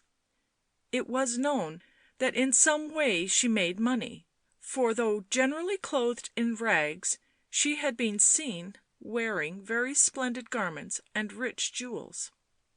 Also, it was rumoured by those living near that strange sounds of revelry had on occasion arisen from her high-walled garden, as if a great banquet were given, and dark-robed guests had been seen to enter her narrow door. That garden was empty now, and a great stillness lay over the witch's house. The hot midsummer sun glowed in the rose-bushes that surrounded it, red roses, all of them, and large and beautiful. The windows of the great room at the back of the house had their shutters closed, so that only a few squares of light fell through the lattice-work, and the room was in shadow. It was a barely furnished chamber with an open tiled hearth on which stood a number of bronze and copper bowls and drinking vessels. In the low window seats were cushions of rich Eastern embroidery. Hanging on the walls, hideous distorted masks made of wood and painted fantastically, some short curved swords and a parchment calendar. Before this stood Dirk, marking with a red pencil a day in the row of dates. This done, he stepped back, stared at the calendar, and frowned, sucking the red pencil. He was attired in a grave suit of black and wearing a sober cap that almost concealed his hair. He held himself very erect, and the firm set of his mouth emphasized the prominent jaw and chin. As he stood there, deep in thought, Theirry entered, nodded at him, and crossed to the window. He also was dressed in dull, straight garments, but they could not obscure the glowing brown beauty of his face. Dirk looked at him with eyes that sparkled affection. " I am making a name in Frankfort," he said. " Ay," answered Theirry, not returning his glance. " I have heard you spoken of by those who have attended your lectures. They said your doctrines touched infidelity." " Nevertheless they come," smiled Dirk. " I do not play for a safe reputation. Otherwise should I be here, living in a place of evil name?" " I do not think," replied Theirry, " that any go so far as to guess the real nature of your studies, nor what it is you pursue." And he also smiled, but grimly. " Every man in Frankfort is not priest beridden," said Dirk quickly. " They would not meddle with me just because I do not preach the laws of the Church. I teach my scholars rhetoric, logic and philosophy. They are well pleased. Today I disclosed to them Procopius," he continued, " and propounded 100 propositions out of Priscianus, should improve their Latin. There were some nobles from court. One submitted that my teaching was heretical, asked if I was a Gnostic or an Arian, said I should be condemned by the Council of Saragossa, as Avila was, and for as good reasons." " Meanwhile," Dirk interrupted, " meanwhile we know almost all the wise woman can teach us, and are on the eve of great power." Theirry pushed wider the shutters so that the strong sunlight fell over the knee of his dark gown. " You perhaps," he said heavily, " not I. The spirits will not listen to me, only with great difficulty can I compel them. Well, I wot that I am bound to evil, but I wot also that it doth little for me." At this complaint a look of apprehension came into Dirk's eyes. " My fortune is your fortune," he said. " Nay," answered Theirry half fiercely, " it is not. You have been successful, so have not I. Old Nathalie loves you, she cares nothing for me. You have already a name in Frankfort, I have none, nor money either. Saint Ambrose's gold is gone, and I live on your charity." " No, no," spoke Dirk in protest, but his distress was too deep and too genuine to allow of much speech. " I am going away from here," said Theirry firmly. Dirk gasped as if he had been wounded. " From Frankfort!" he ejaculated. " Nay, from this place." There was a little silence while the last traces of light and colour seemed to be drained from Dirk's face. " You do not mean that," he said at length. " After we have been — oh, after all of it? You cannot mean " Theirry turned and faced the room. " You need not fear that I shall break the bond that unites us," he cried. " I have gone too far. Yea, and still I hope to attain by the Devil's aid my desires, but I will not stay here." " Where will you go?" Theirry's hazel eyes again sought the crimson roses in the witch's garden. " To day, as I wandered outside the walls, I met a hawking party. Jacobea of Martzburg was among them. They had been in Frankfort many weeks, and so had she, yet this was the first time he had mentioned her name. " She knew me," continued Theirry, " and spoke to me. She asked, out of her graciousness, if I had aught to do in Frankfort, thinking, I wot, I looked not like it." He blushed and smiled. " Then she offered me a post at court. Her cousin is chamberlain to the Queen, nay, Empress I should say, and he will take me as his secretary. I shall accept." " Are you not glad?" asked Theirry with a swell in his voice. " I shall be near her." " Is that a vast consideration?" said Dirk faintly. " That you should be near her?" " Did you think that I had forgotten her because I spoke not?" answered Theirry. " Also there are chances that by your arts I may strengthen "" I shall lose you," he said. Theirry was half startled by the note in his voice. " Nay, shall I not come here — often? Are you not my comrade?" " So you speak," answered Dirk, his brow drawn, his lips pale even for one of his pallor. " But you leave me, you choose another path from mine."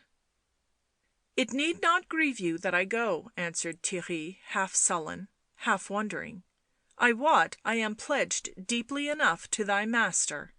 His eyes flashed wildly. " Is there not sin on my soul?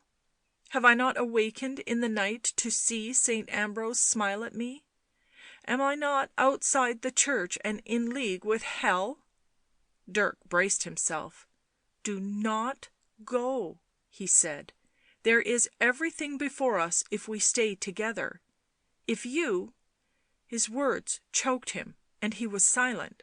" All your reasoning cannot stay me," answered Theirry, his hand on the door. " She smiled at me, and I saw her yellow hair, and I am stifled here and useless."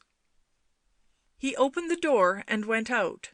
Dirk sank on the brilliant gold cushions and twisted his fingers together, and after a while he heard Theirry sing as he moved about in an upper chamber. Dirk had not known him sing before, and now, as the little wordless song fell on his ears, he winced and writhed. " He sings because he is going away." He sprang up and crossed to the calendar. A year ago to day he and Theirry had first met; he had marked the day with red. And now Presently Theirry entered again; he was no longer singing, and he had his things in a bundle on his back. " I will come to morrow and take leave of Nathalie," he said, " or perhaps this evening, but I must see the chamberlain now." For the second time Theirry passed out. " Oh, oh," whispered Dirk. " He is gone — gone — gone — gone." Then he crept to the window and pushed the shutter wide. He leant from the window and flung out his arms with sudden passion. " Satan ! Satan !" he shrieked. " Give him back to me — everything else you have promised me for that — do you hear me? Satan ! Satan !" His voice died away in a great sob; he sank back into the window seat and heard some one speak his name. Lifting his sick gaze he saw the witch standing in the centre of the floor, looking at him. Dirk gave a great sigh, hunched up his shoulders and smoothed his cuffs; then he said very quietly, looking sideways at the witch: " Theirry has gone." " I knew he would go," she answered in a small voice. " With scant farewell, with little excuse, with small preparation, with no regret — he has gone," said Dirk. " To the court, at the bidding of a lady. You know her, for I have spoken of our meeting with her when we were driven forth from Basle." He closed his eyes as if he made a great effort at control. " I think he is on the verge of loving her." He unclosed his eyes, full, blazing. " This must be prevented." The witch shook her head. " If you are wise, let him go." She fixed her glimmering glance on Dirk's smooth pale face. He is neither good nor evil. His heart saith one thing, his passions another. Let him go. His courage is not equal to his desires. He would be great by any means, yet he is afraid. Let him go. He thinks to serve the devil while it lurks still in his heart. At last I will repent, in time I will repent. Let him go." " All this I know," answered Dirk, his fingers clutching the gold cushions. " But I want him back." " He will come. He has gone too far to stay away." " I want him to return for ever," cried Dirk. " He is my comrade, he must be with me always, he must have none in his thoughts save me." Nathalie frowned. " This is folly. The day you came here to me with the words of Master Lukas, I saw that you were to be everything, he nothing. I saw that the world would ring with your name, and that he would die unknown." She rose vehemently. " I say, let him go. He will be but a clog, a drag on your progress. He is jealous of you, he is not over skilful. What can you say for him save that he is pleasant to gaze upon?" Dirk slipped from the cushions and walked slowly up and down the room. " What can I say for him? 'Tis said in 3 words — I love him. How little you know of me, Nathalie. Though you have taught me all your wisdom, what do you know of me save that I was Master Lukas' apprentice boy?" " Ye came from mystery, as you should come," smiled the witch.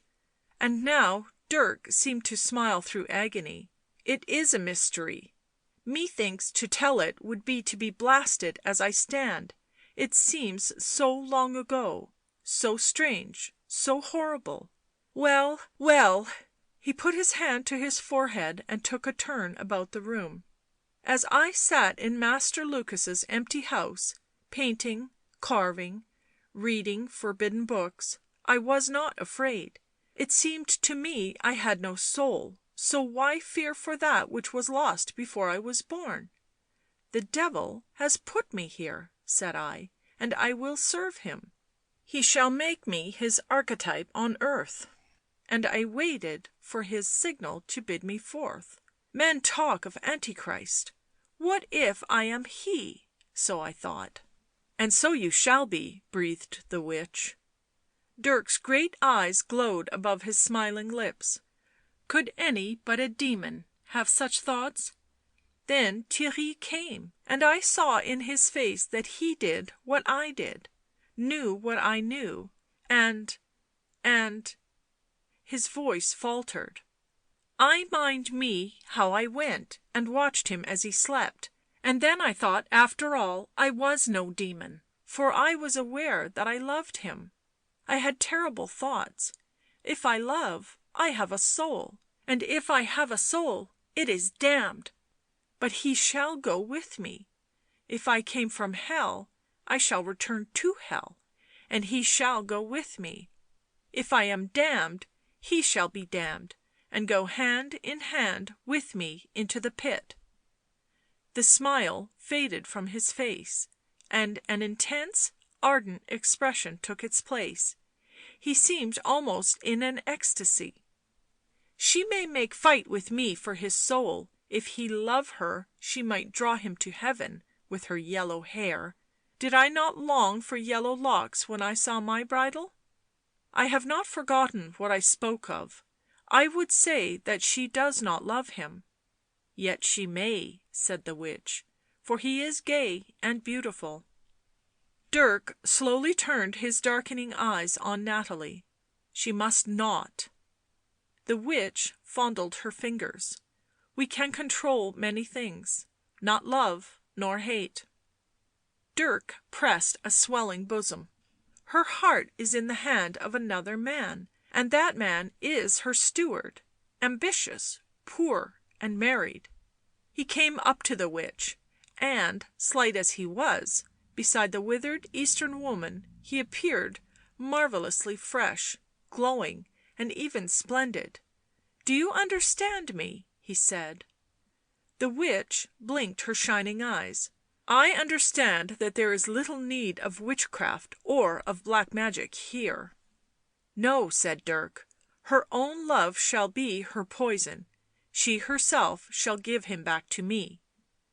"Dirk, Dirk, why do you make such a point of this man's return?" she said, between reproach and yearning. She fondled the cold, passive and smiling youth with her tiny hands.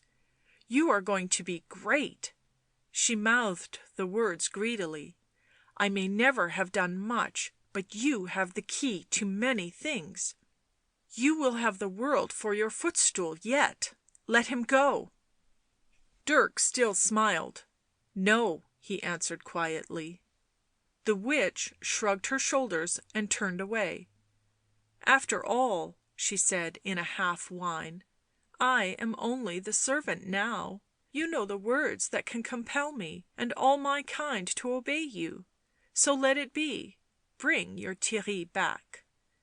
"There is another will seek to detain him at the court," said Dirk reflectively.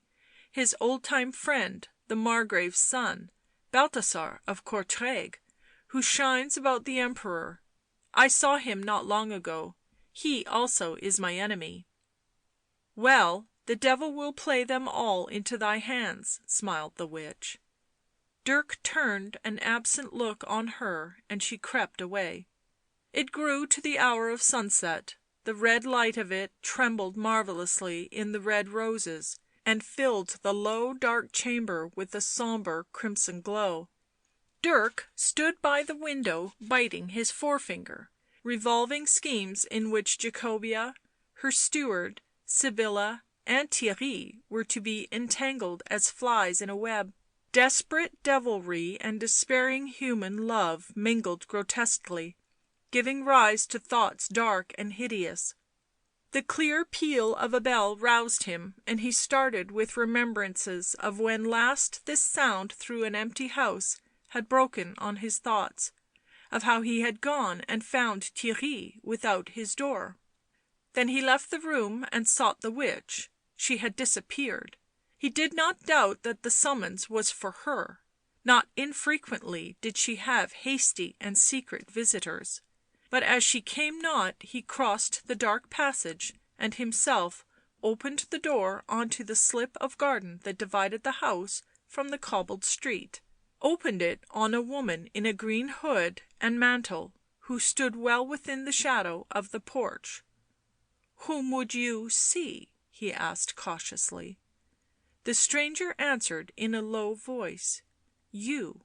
Are you not the young doctor who lectures publicly on many things? Constantine they call you?" "Yea," said Dirk, "I am he.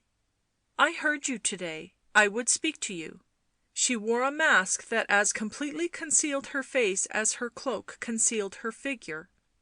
Dirk's eyes could discover nothing of her person. He held the door wide and she stepped into the passage, breathing quickly. "Follow after me," smiled Dirk. He decided that the lady was Jacobea of Martzburg. End of section 11. Section 12 of Black Magic, Part 1, Chapter 12, Isabeau. Dirk and the lady entered the room he had just quitted. He set a chair for her near the window and waited for her to speak, but kept his eyes the while on her shrouded figure. "You are well disguised," said Dirk at last, as she made no sign of speaking. "What is your business with me?" He began to think that she could not be Jacobea, since she gave no indication of revealing herself. Also, he fancied that she was too short. "Is there any one to overhear us or interrupt?" the lady spoke at last, her voice muffled a little by the mask. "None," answered Dirk impatiently. "I beg that you tell me who you are." "Certes, that can wait." Her eyes sparkled through their holes in contrast with the ghastly painted wood that made her face immovable. "But I will tell you who you are, sir." "You know?" said Dirk coldly. "The student named Dirk Renswoude who was driven forth from Basle University for practising the black arts." For the first time in his life Dirk was taken aback, and hopelessly disconcerted. He had not believed it possible for any to discover the past life of the learned Dr. Constantine. He went red and white, and could say nothing in either defence or denial. " It was only about 3 months ago," continued the lady, " and both students and many other in the town of Basle would still know you, certes." A rush of anger against his unknown accuser nerved Dirk. " By what means have you discovered this?" he demanded. " Basle is far enough from Frankfort, I wot, and how many know? And what is the price of your silence, dame?" The lady lifted her head. " I like you," she said quietly. " You take it well. No one knows save I. I have made cautious inquiries about you and pieced together your story with my own wit." " My story!" flashed Dirk. " Certes, ye know nought of me beyond Basle." " No," she assented, " but it is enough. Joris of Thuringia died." "Ah!" ejaculated Dirk. The lady sat very still, observing him. " So I hold your life, sir," she said. Dirk, goaded, turned on her impetuously. " Ye are Jacobea of Martzburg." " No," she started at the name, " but I know her." " She told you this tale?" Again the lady answered, " No." " She is from Basle," cried Dirk. " Believe me," replied the stranger earnestly, " she knows nothing of you. I alone in Frankfort hold your secret, and I can help you to keep it. It were easy to spread a report of Dirk Renswoude's death." Dirk bit his finger, his lip, glared out at the profusion of roses, at the darkening sky, then at the quiet figure in the hideous speckled mask. If she chose to speak he would have, at the best of it, to fly Frankfort, and that did not suit his schemes. " Another youth lives here," said the lady. " I think he also fled from Basle." Dirk's face grew pale and cunning; he was quick to see that she did not know Theirry was compromised. " He was here — now he has gone to court. He was at Basle, but innocent; he came with me out of friendship. He is silly and fond." " I have to do with you," answered the lady. " Ye have a great and terrible skill; evil spirits league with you. Your spells killed a man." She stopped. " Poor fool," said Dirk sombrely. The stranger rose; her calm and self possession had suddenly given way to fierce, only half repressed passion. She clasped her hands and trembled as she stood. " Well," she cried thickly, " you could do that again — a softer, more subtle way?" " For you?" he whispered. " For me," she answered, and sank into the window seat, pulling at her gloves mechanically. " I cannot help you if you tell me nothing," said Dirk at length in a grim manner.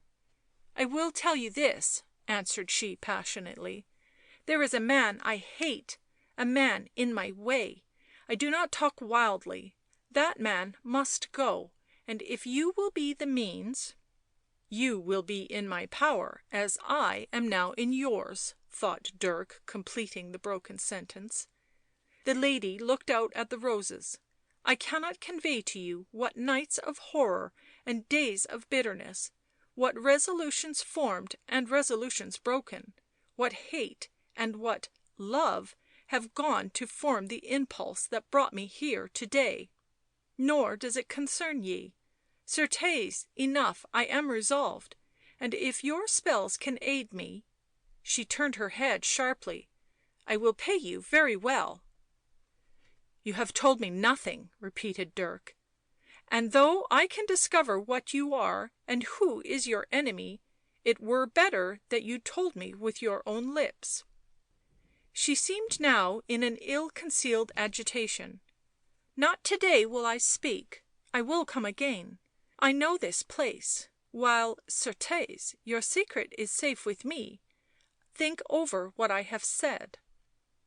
She rose as if to take a hasty departure, but Dirk was in her way. "Nay," he said firmly, "at least show your face.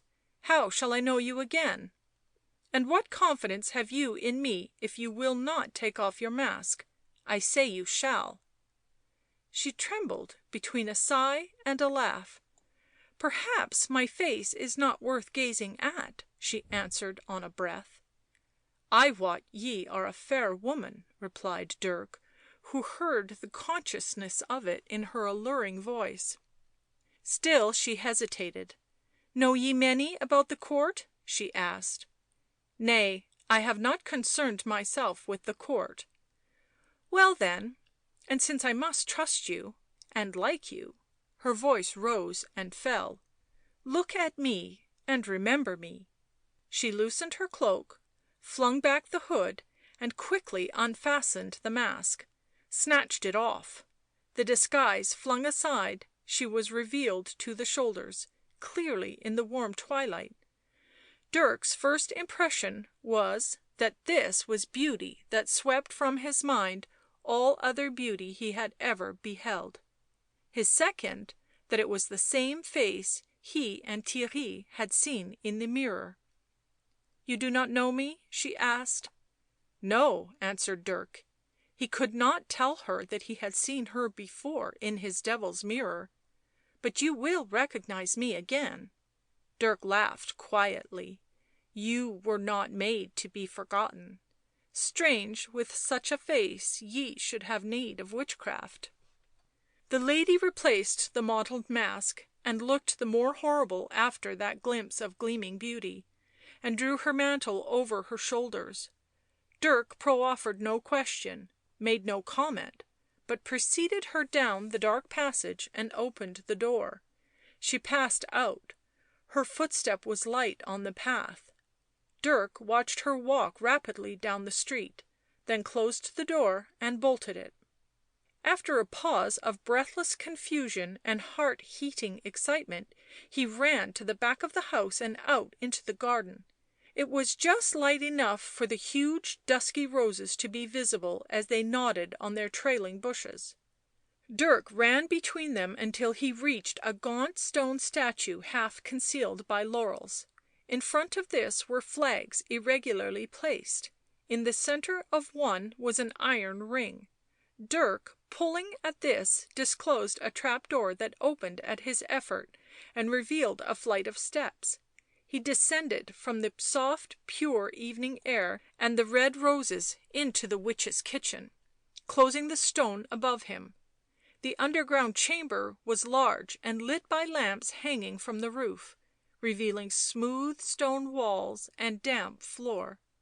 In one side a gaping blackness showed where a passage twisted to the outer air. On another was a huge alchemist's fireplace. Before this sat the witch. About her a quantity of glass vessels, retorts, and pots of various shapes.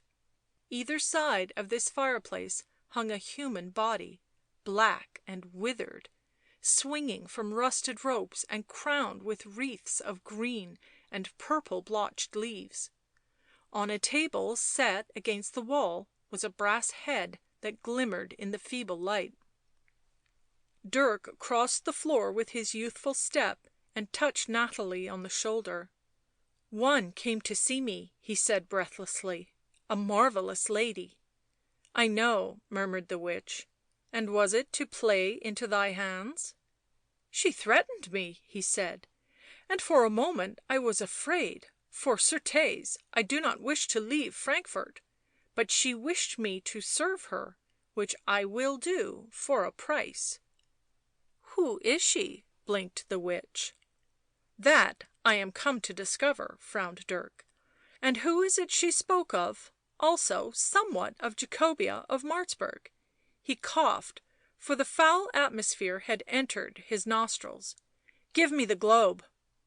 The witch handed him a ball of a dark muddy colour, which he placed on the floor, flinging himself beside it.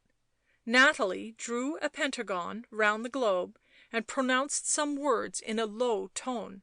A slight tremor shook the ground, though it was solid earth they stood on, and the globe turned a pale, luminous blue tint. Dirk pushed back the damp hair from his eyes, and resting his face in his hands, his elbows on the ground, stared into the depths of the crystal, the colour of which brightened until it glowed a ball of azure fire. " Show me something of the lady who came here to day," commanded Dirk. They waited. " Do you see anything?" breathed the witch. " Yea, very faintly." He gazed for a while in silence. " I see a man," he said at last. " The spells are wrong, I see nothing of the lady." " Watch, though," cried the witch. " What is he like?" " I cannot see distinctly. He is on horseback, he wears armour.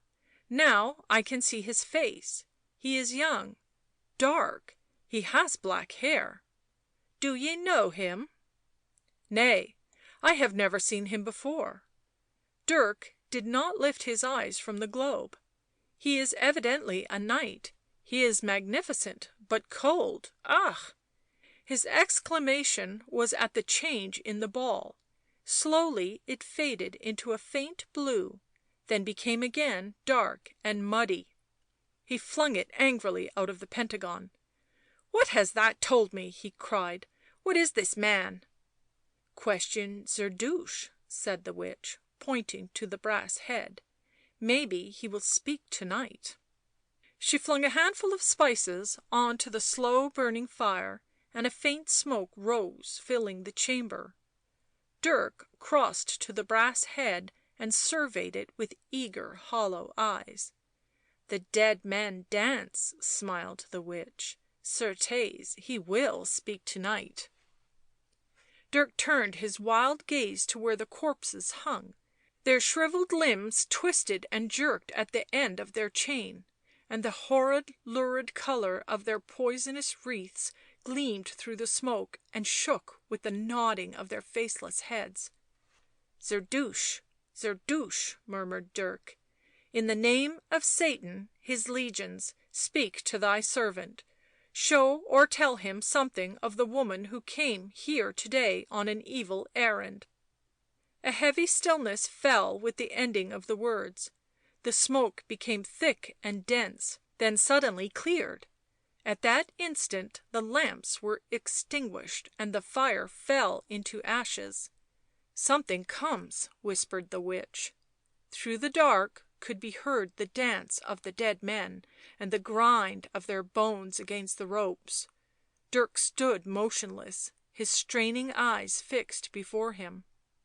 Presently a pale light spread over the end of the chamber, and in it appeared the figure of a young knight. His black hair fell from under his helmet, his face was composed and somewhat haughty, his dark eyes fearless and cold. " 'Tis he I saw in the crystal," cried Dirk, and as he spoke the light and the figure disappeared. Dirk beat his breast. " Zerdusht, ye mock me. I asked ye of this woman, I know not the man." The brass head suddenly glowed out of the darkness, as if a light shone behind it; the lids twitched, opened, and a glittering red eyeballs stared at Dirk, who shouted in triumph. He fell on his knees. " A year ago to day I saw a woman in the mirror; to day she came to me. Who is she, Zerdusht, her name?" The brass lips moved and spoke. " Ysabeau."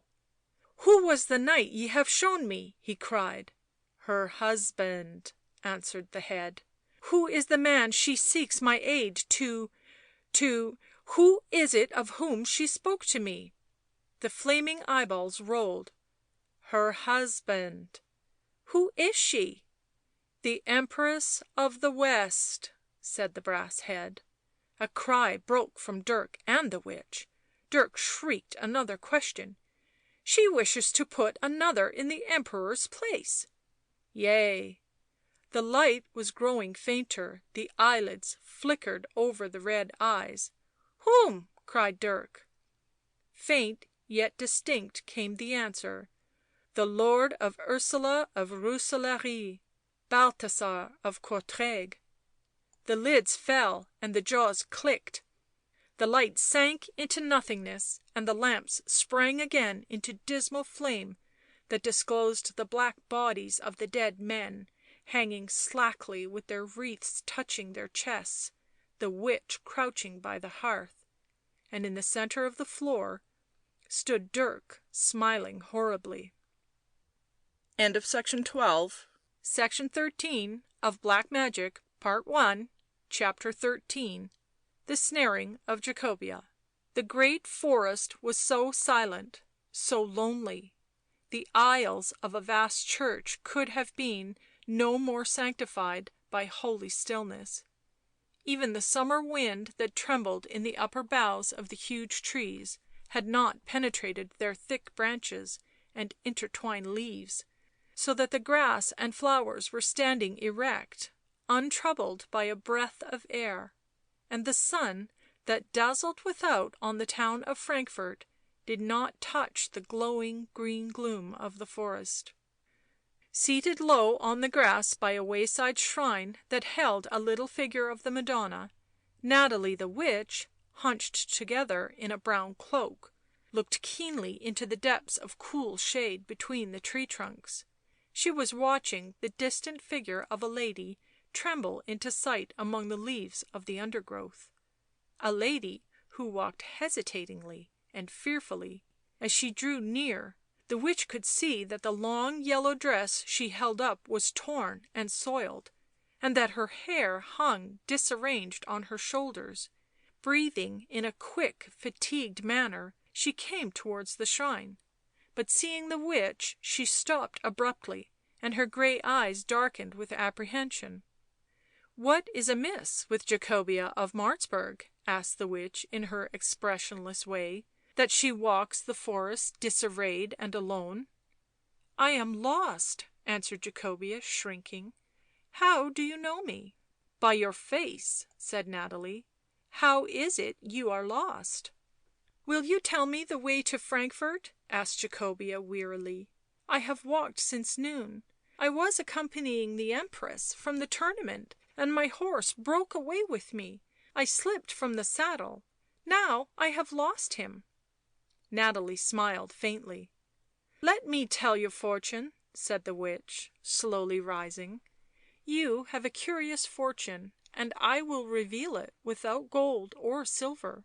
" No," Jacobea's voice was agitated. " I have no credence in those things. I will pay you to show me the way out of the forest."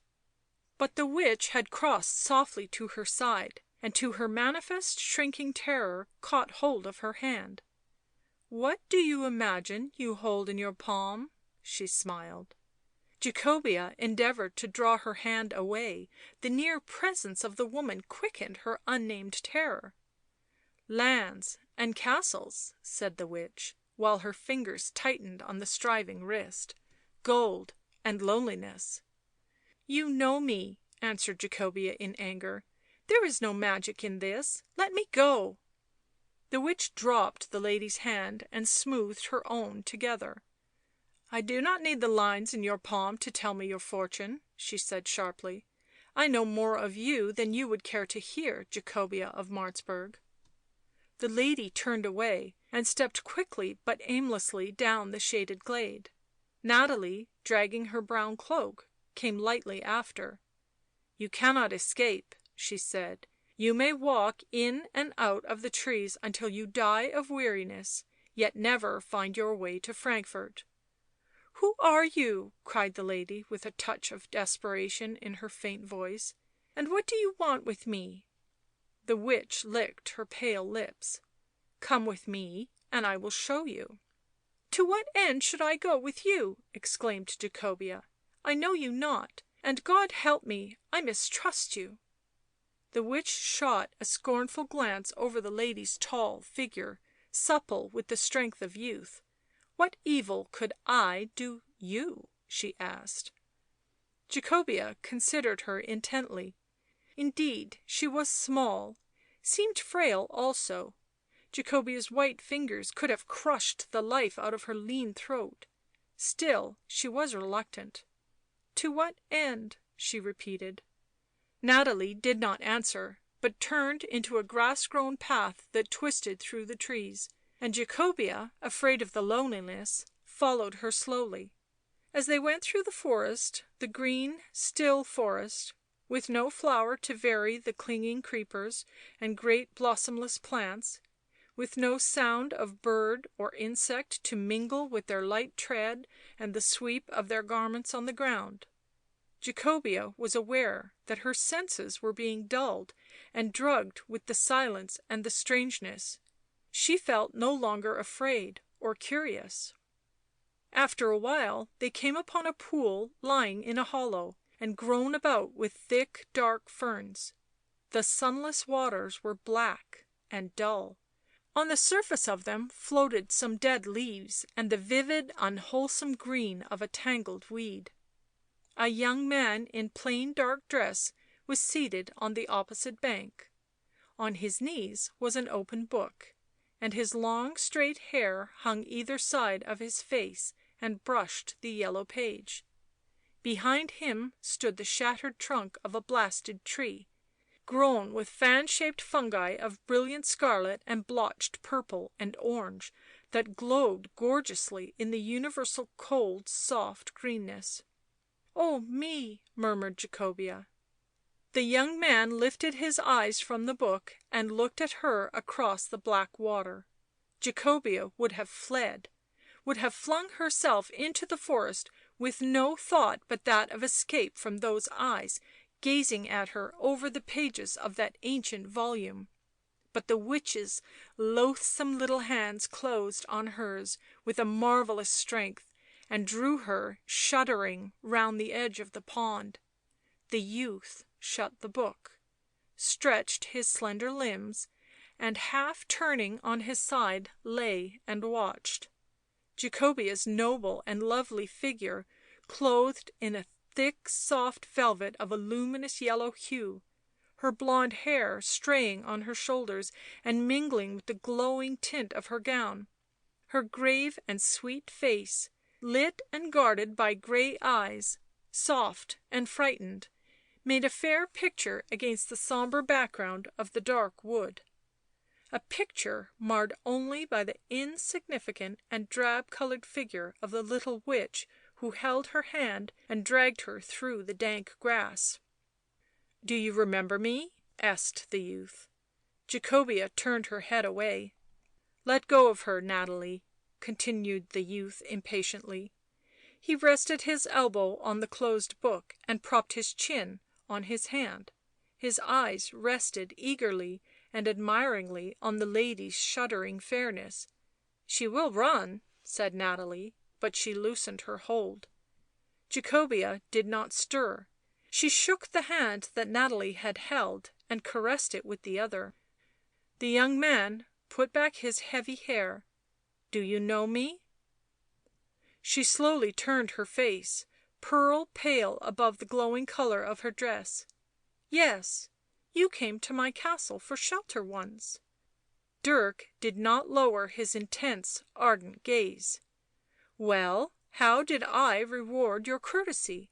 I told you something." She would not answer. "I told you something," repeated Dirk, "and you have not forgotten it." "Let me go," she said. "I do not know who you are nor what you mean. Let me go." She turned as if to move away, but sank instead on to one of the moss-covered boulders that edged the pond, and clasped her fingers over the shining locks straying across her bosom. "You have never been the same since that time you sheltered me," said Dirk. She stiffened with dread and pride. "Ye are some evil thing," she said. Her glance was fierce for the passive witch. "Why was I brought here?"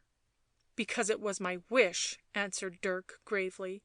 "Your horse does not often carry you away, Jacobea of Martzburg, and leave you in a trackless forest." The lady started at his knowledge. "That also was my will," said Dirk. "Your will?" she echoed. Dirk smiled, with an ugly show of his teeth. "Belike the horse was bewitched. Have ye not heard such a thing?" Santa Maria!" she cried. "You have given a youth I know a post at court," he said. "Why?" Jacobea shivered and could not move.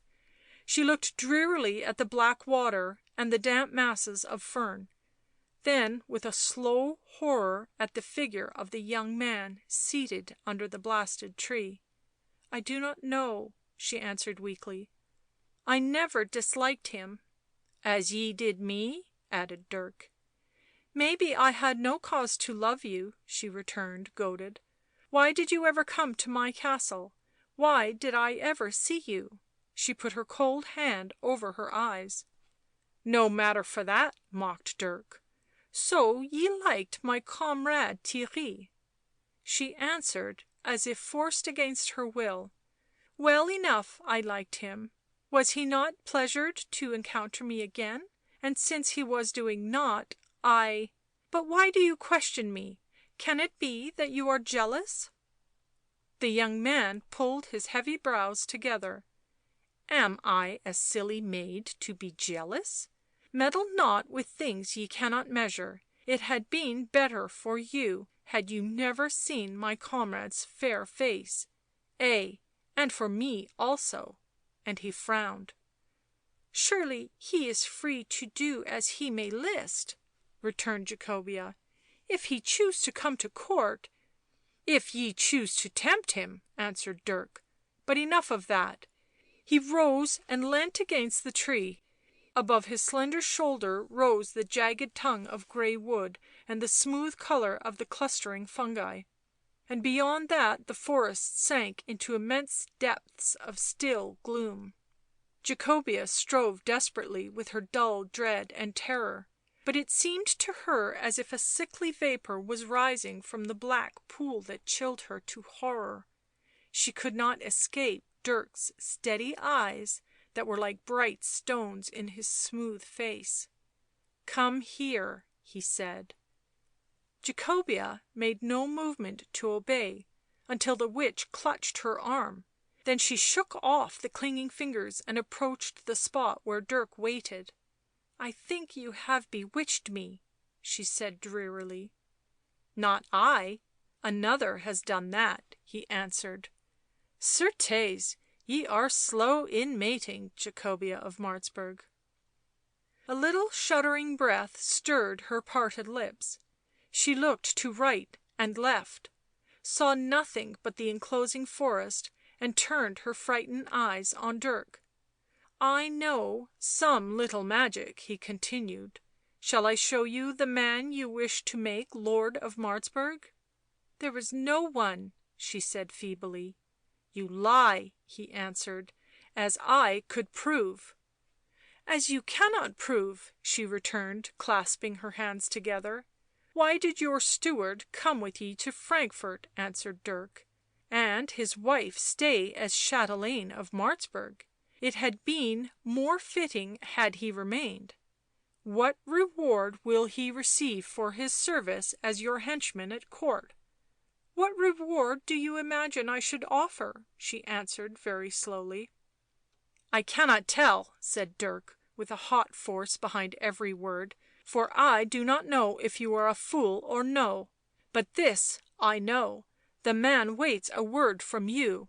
" Stop," said Jacobea. But Dirk continued ruthlessly. " He waits, I tell you." " Oh God, for what?" she cried. " For you to say.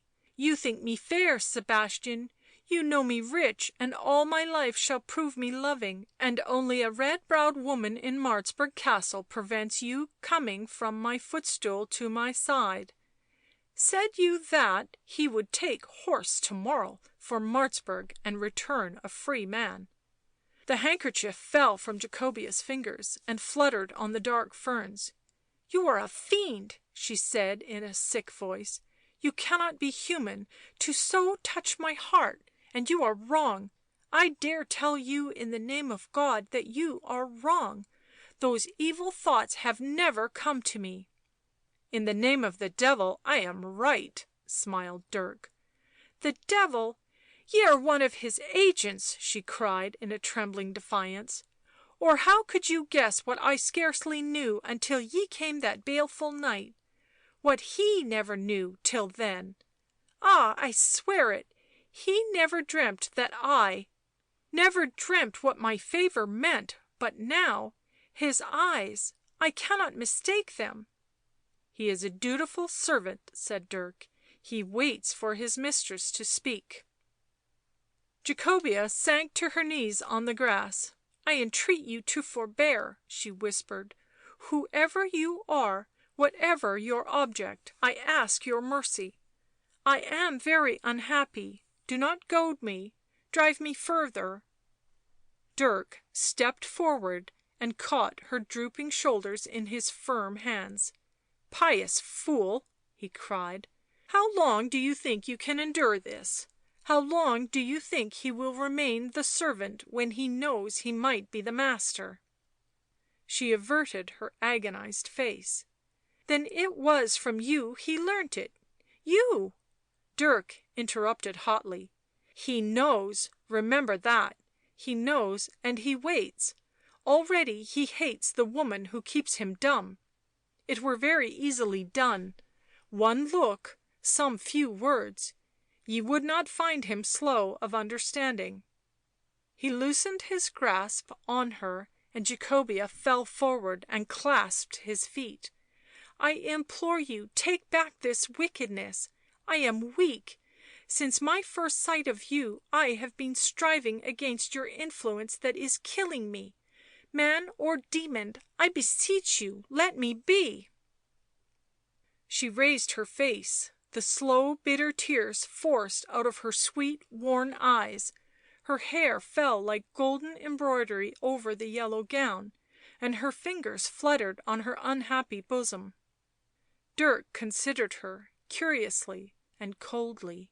" I am neither man nor demon," he said. " But this I tell you, as surely as he is more to you than your own soul, so surely you are lost." " Lost, lost," she repeated, and half raised herself. " Certes, therefore get the price of your soul," he mocked. " What is the woman to you? A cold hearted jade, as good dead now as 50 years hence — what is one sin the more? I tell you, while you set that man's image up in your heart before that of God, ye are lost already."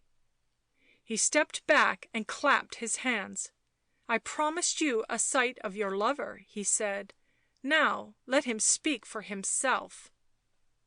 Jacobea turned her head sharply. A few feet away from her stood Sebastian, holding back the heavy boughs and looking at her. She gave a shriek and rose swiftly. Dirk and the witch had disappeared. If they had slipped into the undergrowth and were yet near, they gave no answer when she wildly called to them; the vast forest seemed utterly empty, save for the silent figure of Sebastian.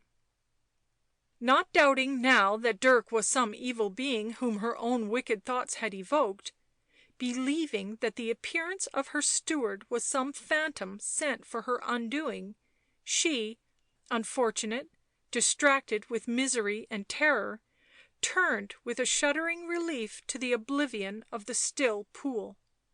Hastening with trembling feet through the clinging weeds and ferns, she climbed down the damp bank and would have cast herself into the dull water, when she heard his voice calling her — a human voice. She paused, lending a fearful ear to the sound, while the water rippled from her foot. " It is I," he called. " My lady, it is I." This was Sebastian himself; no delusion nor ghost, but her living steward, as she had seen him this morning in his brown riding habit, wearing her gold and blue colours round his hat. She mastered her terror and confusion. " Indeed, you frightened me." A lie rose to save her. " I thought it some robber — I did not know you." " I have been searching for you," said Sebastian. " We came upon your horse on the high road, and then upon your gloves in the grass — so As no rider could come among these trees on foot, I sought for you. I am glad that you are safe." This calm and carefully ordered speech gave her time to gather courage. She fumbled at her bosom, drew forth a crucifix and clutched it to her lips with a murmur of passionate prayers. He could not but notice this; he must perceive her soiled, torn dress, her wild face, her white exhaustion, but he gave no sign of it. " It was a fortunate chance that sent me here," he said gravely. " The wood is so vast." " Ay, so vast," she answered. " Know you the way out, Sebastian?" " Have you met no one?" he asked. She hesitated. If he had encountered neither the woman nor the young man, then they were indeed wizards or of some unearthly race; she could not bring herself to speak of them. " No," she answered at length. She gathered up her long skirt and shook off the withered leaves that clung to it. " Will you lead the way?" she said. He turned and moved ahead of her down the narrow path by which he had come. As she followed him she heard his foot fall soft on the thick grass, and the swishing sound of the straying boughs as he held them back for her to pass, till she found the silence so unendurable that she nerved herself to break it. But several times she gathered her strength in vain for the effort, and when at last some foolish words had come to her lips, he suddenly looked back over his shoulder and checked her speech. " 'Tis strange that your horse should have gone mad in such a manner," he said. " But he found him?" she faltered. " Ay, a man found him, exhausted and trembling like a thing bewitched." Her heart gave a great leap. Had he used that word by chance? " Ye were not hurt, my lady, when ye were thrown?" said the steward. " No," said Jacobea. " No." Silence again. No bird nor butterfly disturbed the sombre stillness of the wood. No breeze stirred the thick leaves that surrounded them. Gradually the path widened until it brought them into a great space grown with ferns and overarched with trees. Then Sebastian paused. " Ye must rest, certes, it is folly to persist," he added with some authority. She seated herself, lifting the hand that held the crucifix to her bosom. Gazing down into the clusters of ferns at his feet, he spoke. " I think I must return to Martzburg," he said. She braced herself, making a gesture with her hand as if she would ward off his words. " You know that you are free to do what you will, Sebastian." " Is it not better that I should go?" he challenged her with a full sideways glance. " I do not know," she said desperately, " why you put this to me here and now." " I do not often see you alone." She opened her hand to stare down at the crucifix in her palm. " You can leave Frankfort when you wish — why not?" she said. He faced her quickly. " But I may come back?" It seemed to Jacobea that he echoed Dirk's words. The crucifix slipped through her trembling fingers on to the grass. " What do you mean? Oh, Sebastian, what do you mean?" The words were forced from her, but uttered under her breath; she added instantly in a more courageous voice, " Go and come as you list — are you not free?" He saw the crucifix at her feet and picked it up, but she drew back as he came near and held out her hand. He put the crucifix into it, frowning, his eyes dark and bright with excitement. " Do you recall the 2 students who were housed that night in Martzburg?" he asked. " Yes," she said. " Is not one now at court?" " I would mean the other — the boy," answered Sebastian. She averted her face and drooped until the ends of her hair touched her knees. " I met him again to day," continued the steward, with a curious lift in his voice. " Here in this forest, while searching for you. He spoke to me." Certainly the devil was enmeshing her. Surely he had brought her to this pass, sent Sebastian of all men to find her in her weariness and loneliness. And Sebastian knew also that she knew. Outspoken words between them could be hardly more intolerable shame than this. " He is cunning beyond most," said the steward. Jacobea lifted her head. " He is an enchanter, a wizard. Do not listen to him, do not speak to him. As you value your soul, Sebastian, do not think of him." " As I value some other things," he answered grimly. " I must both listen to him and consider what he says." She rose. " We will go our way. I cannot talk with you now, Sebastian." But he stood in her path. " Let me journey to Martzburg," he said thickly. " One word — I shall understand you." She glanced and saw him extraordinarily keen and moved. He was Lord of Martzburg; could he but get her to pledge herself? In his eagerness, however, he forgot advice. " Tell her," said Dirk, " you have adored her for years in secret." This escaped his keenness, for though his wife was nothing to him compared with his ambition, he had no tenderness for Jacobea.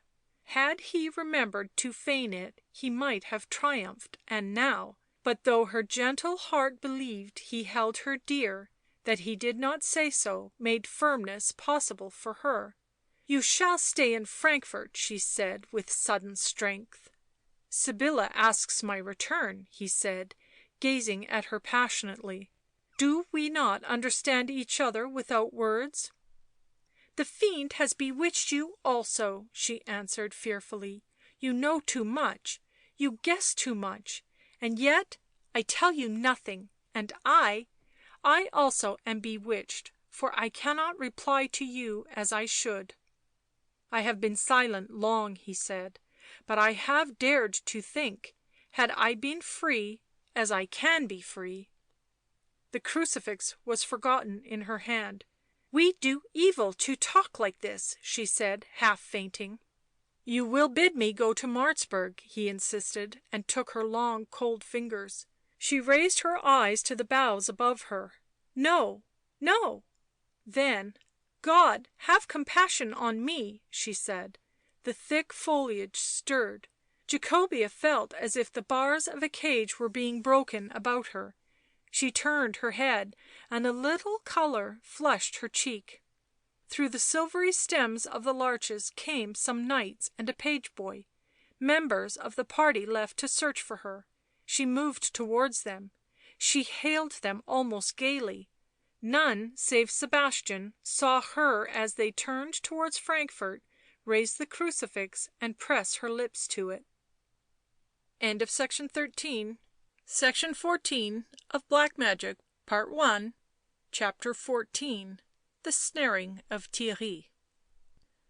Dirk and the witch kept company until they reached the gates of Frankfort. There the young man took his own way through the busy town, and Nathalie slipped aside into the more retired streets. Many of the passers by saluted Dirk, some halted to speak with him. The brilliant young doctor of rhetoric, with a reputation made fascinating by an air of mystery, was a desired acquaintance among the people of Frankfort. He returned their greetings pleasantly yet absently. He was thinking of Jacobea of Martzburg, whom he had left behind in the great forest, and considering what chances there might be either for Theirry or Sybilla the steward's wife. He passed the tall red front of the college, where the quiet trees tapped their leaves against the arched windows, turned over the narrow curved bridge that spanned the steadily flowing water of the Main, and came to the thick walls surrounding the Emperor's castle. There for a moment he paused and looked thoughtfully up at the imperial flag that fluttered softly against the evening sky. When he passed on it was with a cheerful step and a whistling little tune under his breath. A few moments brought him to the long street where the witch lived, a few more to her gate, and then his face lit and changed wonderfully, for ahead of him was Theirry. Flushed and panting, he ran to his friend's side and touched him on the arm. Theirry turned, his hand on the latch, his greeting was hurried, half shamefaced. " My master and most of the court were at the tourney to day," he said. " I thought it safe to come." Dirk withdrew his hand and his eyes narrowed. " Ah, ye are beginning to be circumspect how ye visit here." " You word it unkindly," answered Theirry hastily. " Let us enter the house where we can talk at ease." They passed into the witch's dwelling and to the room at the back that looked into the garden of red roses. The windows were set wide, and the scented softness of the evening filled the half darkened chamber. Dirk lit a little lamp that had a green glass, and by the faint flame of it gazed long and lingeringly at Theirry. He found his friend richly dressed in black and crimson, wearing an enamel chain round his bonnet, and a laced shirt showing at his bosom. He found the glowing bright charm of his face disturbed by some embarrassment or confusion, the beautiful mouth uneasily set, the level brows slightly frowning. " Oh, Theirry," he cried in a half mournful yearning, " come back to me, come back." " I am very well at court," was the quick answer. " My master is gentle and my tasks easy." " Very clearly can I see ye are well, and very well at court. Seldom do you leave it." " I find it difficult to get here often," said Theirry. " Ye find it difficult," said Dirk, " because your desires chain you to the court. I think ye are a faithless friend." " That am not I. Ye know more of me than any man. I care more for ye than for any man — or woman," added Dirk dryly. An impatient colour came into Theirry's cheeks; he looked resolutely at the red roses. " That is unworthy in you, Dirk. Is it disloyal to you to know a lady, to admire a lady, to strive to serve and please a lady?" He turned his charming face, and in his effort to conciliate his voice was gentle and winning. " Truly she is the sweetest of her kind, Dirk. If you knew her, evil is abashed before her." " Then it is as well I do not know her," Dirk retorted grimly. " Strangely ye talk.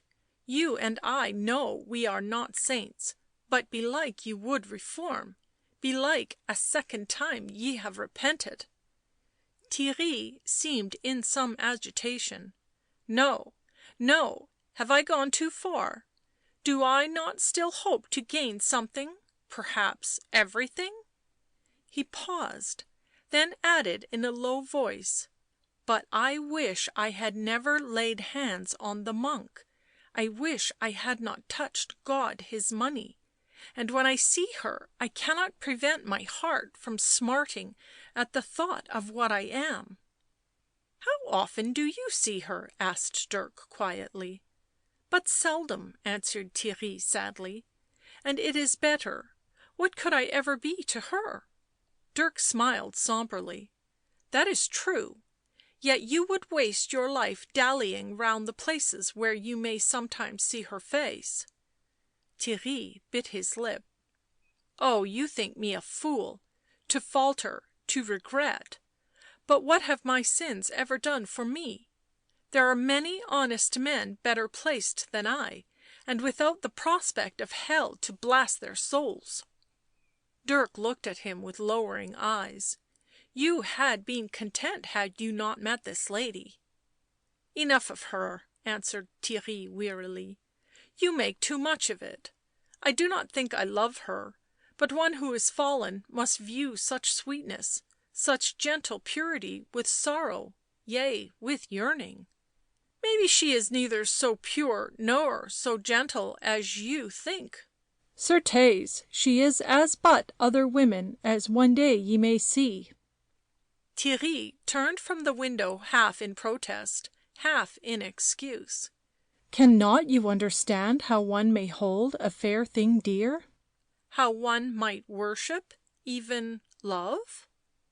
"Yes," answered Dirk, and his great eyes were bright and misty. " But if I loved "— he spoke the word beautifully and rose as he uttered it —" I would so grapple her soul to mine that we should be together to all eternity. Nor devil nor angel should divide us. But there is no need to talk of that, there are other matters to deal with." " Would I had never seen the evil books, or never seen her face," said Theirry restlessly. " So at least I had been undivided in my thoughts." He came to the table and looked at Dirk across the sickly struggling flame of the lamp.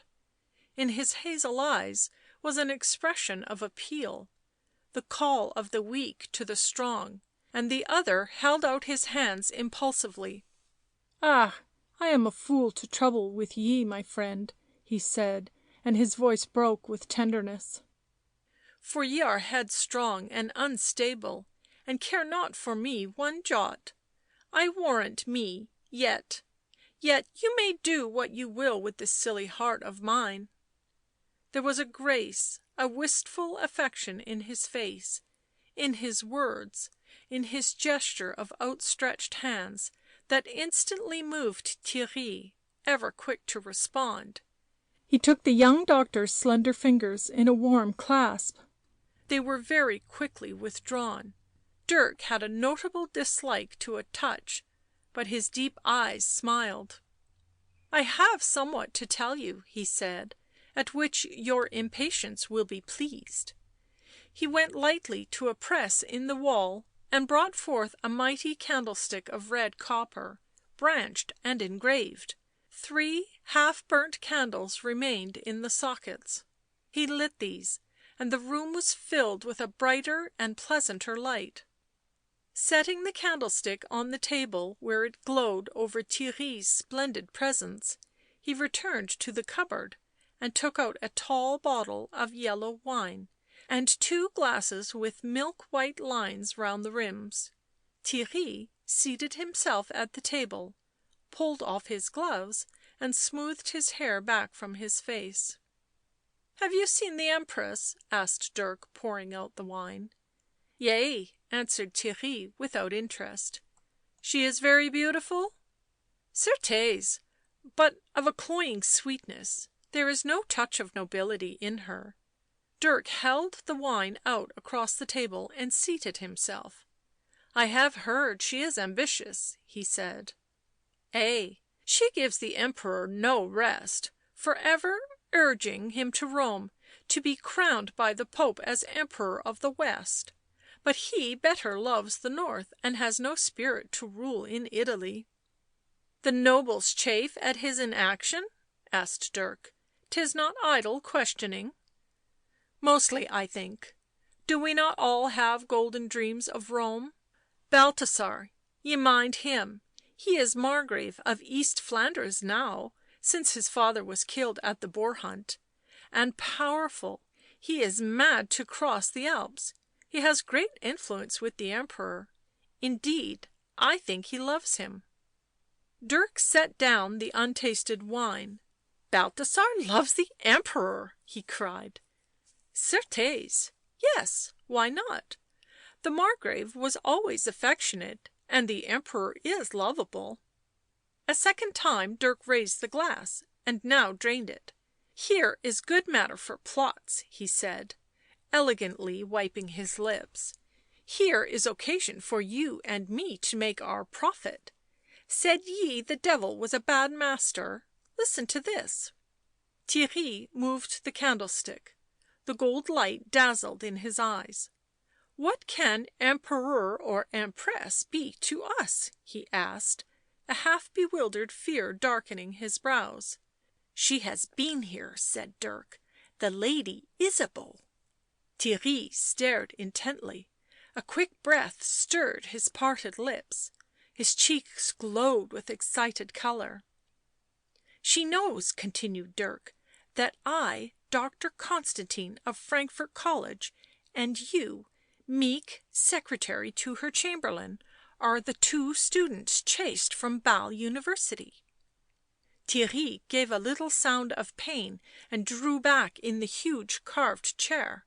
" So," said Dirk slowly, " she has it in her power to ruin us, at least in Frankfort." " How can I hold up my head at court again?" exclaimed Theirry bitterly. " There is more in it than that," he answered quietly. " Did she choose he might have us burnt in the market place. Joris of Thuringia died of his illness that night." " Oh !" cried Theirry, blenching. " But she will not choose," said Dirk calmly. " She needs me — us. That threat is but her means of forcing obedience. She came secretly to my lectures — she had heard somewhat — she discovered more." Theirry filled his glass. " She needs us?" he repeated falteringly. " Cannot ye guess in what way?" Theirry drank, set down the half emptied glass and looked at the floor with troubled eyes that evaded the other's bright eyes. " How can I tell?" he asked, as if reluctant to speak at all. Dirk repressed a movement of impatience. " Come, you know — shall I speak plainly?" " Certes, yes," answered Theirry, still with averted face. " There is a man in her way." Theirry looked up now; his eyes showed pale in his flushed face.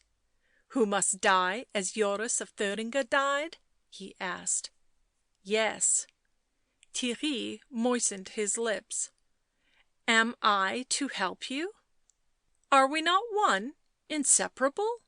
The reward will be magnificent." Theirry put his hand to a damp brow. " Who is the man?" " Hush," whispered Dirk, peering through the halo of the candle flame. " It is the Emperor." "Her husband? I will not do it, Dirk." " I do not think ye have a choice," was the cold answer. " Ye gave yourself unto the Devil and unto me, and you shall serve us both." " I will not do it," repeated Theirry in a shuddering voice.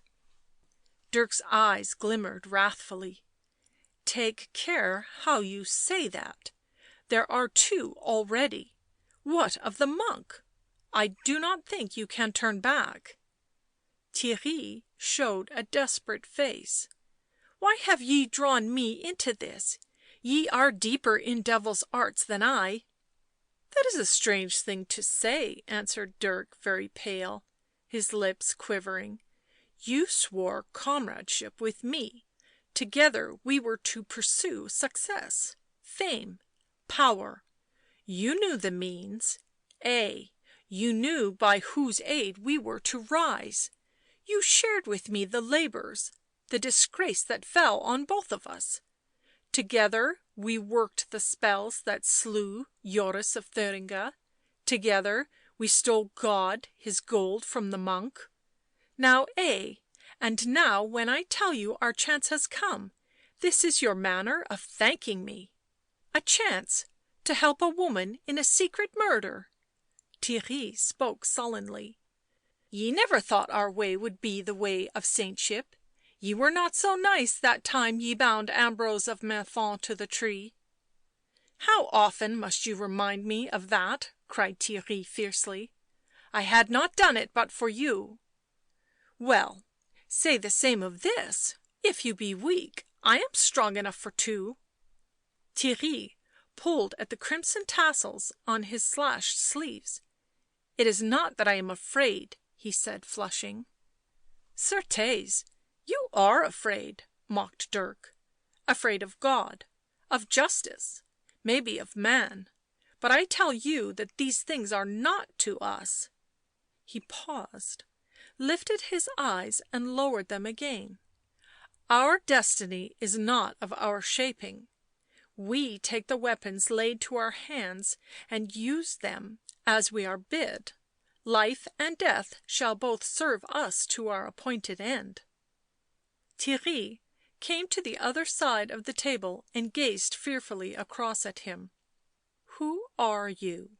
he questioned softly. Dirk did not answer. An expression of dread and despair withered all the life in his features. The extraordinary look in his suddenly dimmed eyes sent a chill to Theirry's heart. " Ach !" he cried, stepping back with manifest loathing. Dirk put his hand over his eyes and moaned. " Do you hate me, Theirry? Do you hate me?" " I do not know." He could not explain his own sudden revulsion as he saw the change in Dirk's face. He paced to and fro in a tumult. Dark had closed in upon them, and now blackness lay beyond the window and the half opened door. Shadows obscured the corners of the long chamber. All the light, the red gleam of the candles, the green glow of the lamp shone over the table and the slight figure of Dirk. As Theirry stopped to gaze at him anew, Dirk suddenly lowered his white hand, and his eyes, blinking above his long fingers, held Theirry in a keen glance. " This will make us more powerful than the Empress or the Emperor," he said. " Leave your thoughts of me and ponder on that." He withdrew his hand and revealed lips as pale as his cheeks. " What does that mean?" cried Theirry. " I am distracted." " We shall go to Rome," replied Dirk. There was a lulling quality of temptation in his tone. " And you shall have your desires." " My desires!" echoed Theirry wildly. " I have trod an unholy path, pursuing the phantom of my desires. Do you still promise me I shall one day grasp it?" " Surely. Money and power and pleasure — these things wait you in Rome when Ysabeau shall have placed the imperial diadem on Balthasar's brow. These things — and "— it seemed as if Dirk's voice broke —" even Jacobea of Martzburg," he added slowly. " Can one win a saint by means of devilry?" cried Theirry. " She is only a woman," said Dirk wearily. " But since you hesitate and falter, I will absolve you from this league with me. Go your way, serve your saint, renounce your sins, and see what God will give you." " No, I cannot. I will not forego even the hope of what you offer me." His great eyes glittered with excitement, the hot blood darkened his cheek. " And I pledged myself to you and your master. Do not think me cowardly because I paused. Who is the Emperor?" He spoke hoarsely. " Nothing to you or to me. As you say, Joris of Thuringia died." " Now you speak like my comrade at Basle," cried Dirk joyfully. " Now I see again the spirit that roused me to swear friendship with you the night we first met. Now I — ah, Theirry, we will be very faithful to one another, will we not?" " I have no choice." " Swear it," cried Dirk. " I swear it," said Theirry. Dirk clasped and unclasped his hands on the table, murmuring, " I have won him back — won him back." Theirry spoke without turning his head. " What do you mean to do next?" " I shall see the Empress again," answered Dirk. " At present be very secret, that is all. There is no need to speak of it. Your absence may be noticed at the palace," he said softly. " You must return. How you can help me I will let you know." " Where have you been to day?" asked Theirry. " Did you see the court returning from the tourney?" The candle flames, flaring with the movement, cast a rich glow over Dirk's pallid face. " No. Why do you ask?" he said. " I know not." Theirry's crimson doublet sparkled in its silk threads as his breast rose with the irregular breaths. He walked heavily to the door, gathering up his black mantle over his arm. " When may I come again?" he asked. " When you will," answered Dirk. He entered the passage and held up the heavy candlestick, so that a great circle of light was cast on the darkness. " Ye are pledged to me whether ye come or no, are ye not?" " Certes, I do think so," said Theirry. He hesitated. Theirry went down the passage. He found the door and unlatched it. A soft but powerful breath of air fluttered the candle flames almost on to Dirk's face. He turned back into the room and shut himself in, leaving darkness behind him. Theirry stepped into the street and drew the latch. A few stars were out, but the night was cloudy. He leant against the side of the house. He felt excited, confused, impatient. Dirk's abrupt dismissal rankled. He was half ashamed of the power exercised over him by his frail comrade, half bewildered by the allurement of the reward that promised to be so near now.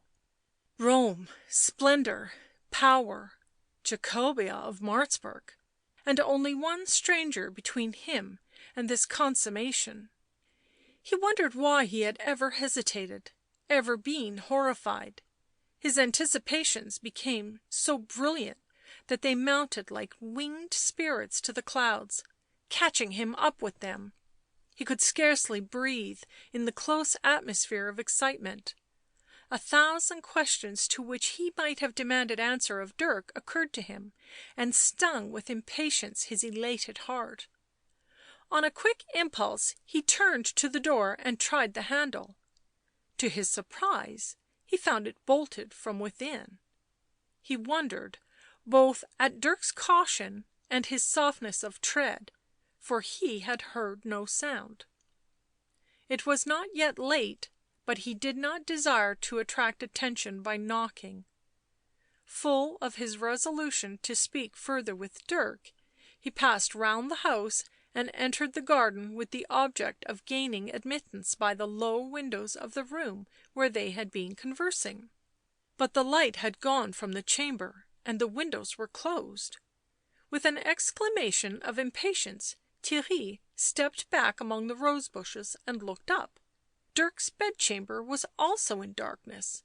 Black and silent the witch's dwelling showed against the still but stormy sky. Theirry felt a chill run to his heart. Where had the youth gone so instantly, so silently? Who had noiselessly bolted door and windows? Then suddenly a light flashed across his vision.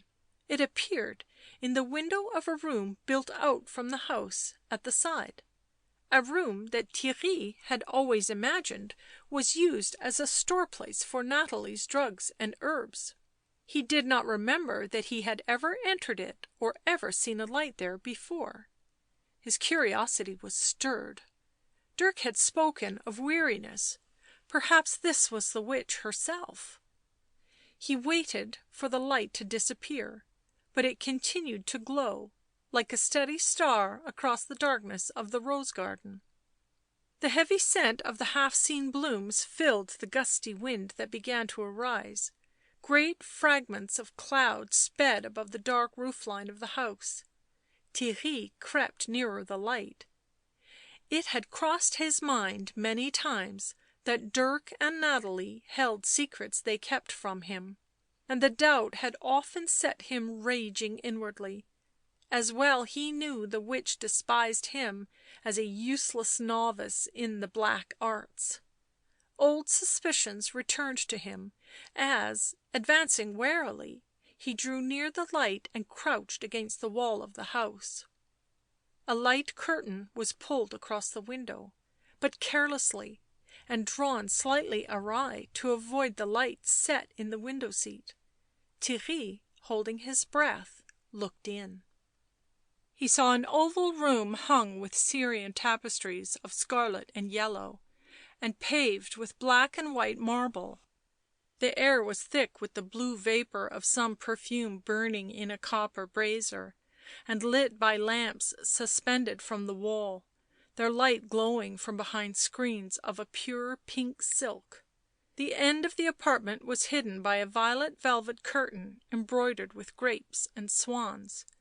Near this a low couch covered with scarlet draperies and purple cushions was placed, and close to this a table set with a white cloth bearing moons and stars worked in blue. Theirry almost betrayed himself by a cry of surprise. A long, slender woman's hand and arm slipped between the folds of the velvet, a delicate foot appeared, the curtain trembled, the aperture widened, and the figure of a girl was revealed in dusky shadow. She was tall, and wore a long robe of yellow sendal that she held up over her bosom with her left hand. She might have just come forth from the bath, for her shoulders, arms and feet were bare, and the lines of her limbs noticeable through the thin silk. Her head and face were wrapped in a silver gauze. She stood quite still, half withdrawn behind the curtain, only the finely shaped white arm that held it back fully revealed. Her appearance impressed Theirry with unnameable dread and terror. He remained rigid at the window, gazing at her, not able, if he would, to fly. Through the veil that concealed her face he could see restless dark eyes and the line of dark hair. He thought that she must see him, that she looked at him even as he looked at her, but he could not stir. Slowly she came forward into the room. Her feet were noiseless on the stone floor, but as she moved Theirry heard a curious dragging sound he could not explain. She was drawing nearer the window. As she approached she half turned, and Theirry saw flat, green and dull wings of wrinkled skin folded on her back. The tips of them touched the floor. These had made the dragging sound he had heard. With a tortured cry wrung from him, he flung up his hands to shut out the dreadful thing. She heard him, stopped and gave a shriek of dread and anguish. The lights were instantly extinguished. The room was in absolute darkness. Theirry turned and rushed across the garden. He thought the rose bushes catching on his garments were hands seeking to detain him. He thought that he heard a window open and a flapping of wings in the air above him. He cried out to the God on whom he had turned his back. " Christus, have mercy!" And so he stumbled to the gate and out into the quiet street of Frankfort. End of section 14. Section 15 of Black Magic, Part 1, Chapter 15, Melchoir of Brabant. The last chant of the monks died away. The Sabbath service was ended, and the court rose from its place in the Emperor's chapel, but Jacobea remained on her knees and tried to pray. The Empress, very fair and childishly sweet, drooping under the weight of her jewelled garments, even with 3 pages to lift her train, raised her brows to see her lady remaining, and gave her a little smile as she passed. The Emperor, dark, reserved, devout, and plainly habited, followed, with his eyes still on his breviary. He was leaning on the arm of Balthasar of Courtrai. The sun, falling slantwise through the high coloured windows, made the fair locks and golden clothes of the Margrave one glitter in a dazzling brightness. Jacobea could not bring her thoughts to dwell on holy things. Her hands were clasped on her prie-dieu, her open book was before her, but her eyes wandered from the altar to the crowd passing down the aisle. Among the faces that went by she could not but mark the beautiful countenance of Theirry, the secretary to the Queen's chamberlain. She noticed him, as she always did, for his obvious calm handsomeness. To-day she noticed further that he looked grieved, distraught and pale. Wondering at this, she observed him so intently that his long hazel eyes glanced aside and met hers in an intense gaze, grave and sad. She thought there was a question or an appeal, some meaning in his look, and she turned her slender neck and stared after him, so that two ladies following smiled at each other. Theirry kept his eyes fixed on her until he left the chapel, and a slow colour crept into his cheek. When the last courtier had glittered away out of the low arched door, Jacobea bent her head and rested her cheek against the top of the high prie-dieu. Could her prayers have been shaped into words, they would have been such as these: O Mary, Empress of Heaven, O saints and angels, defend me from the devil and my own wicked heart. Shelter me in my weakness and arm me to victory. Incense still lingered in the air. It stole pleasantly to her nostrils. She raised her eyes timidly to the red light on the altar, then rose from her knees, clasping her breviary to her bosom, and turning she saw Theirry standing inside the door watching her. She knew that he was waiting to speak to her, and she knew not why it gave her a sense of comfort and pleasure. Slowly she came down the aisle towards him, and as she approached smiled. He took a step into the church. There was no answering smile on his face. "Teach me to pray, I beseech you," he said ardently. "Let me kneel beside you." "I? Alas!" she answered. "You do not know me. I know that if any one could lead a soul upwards, it would be you."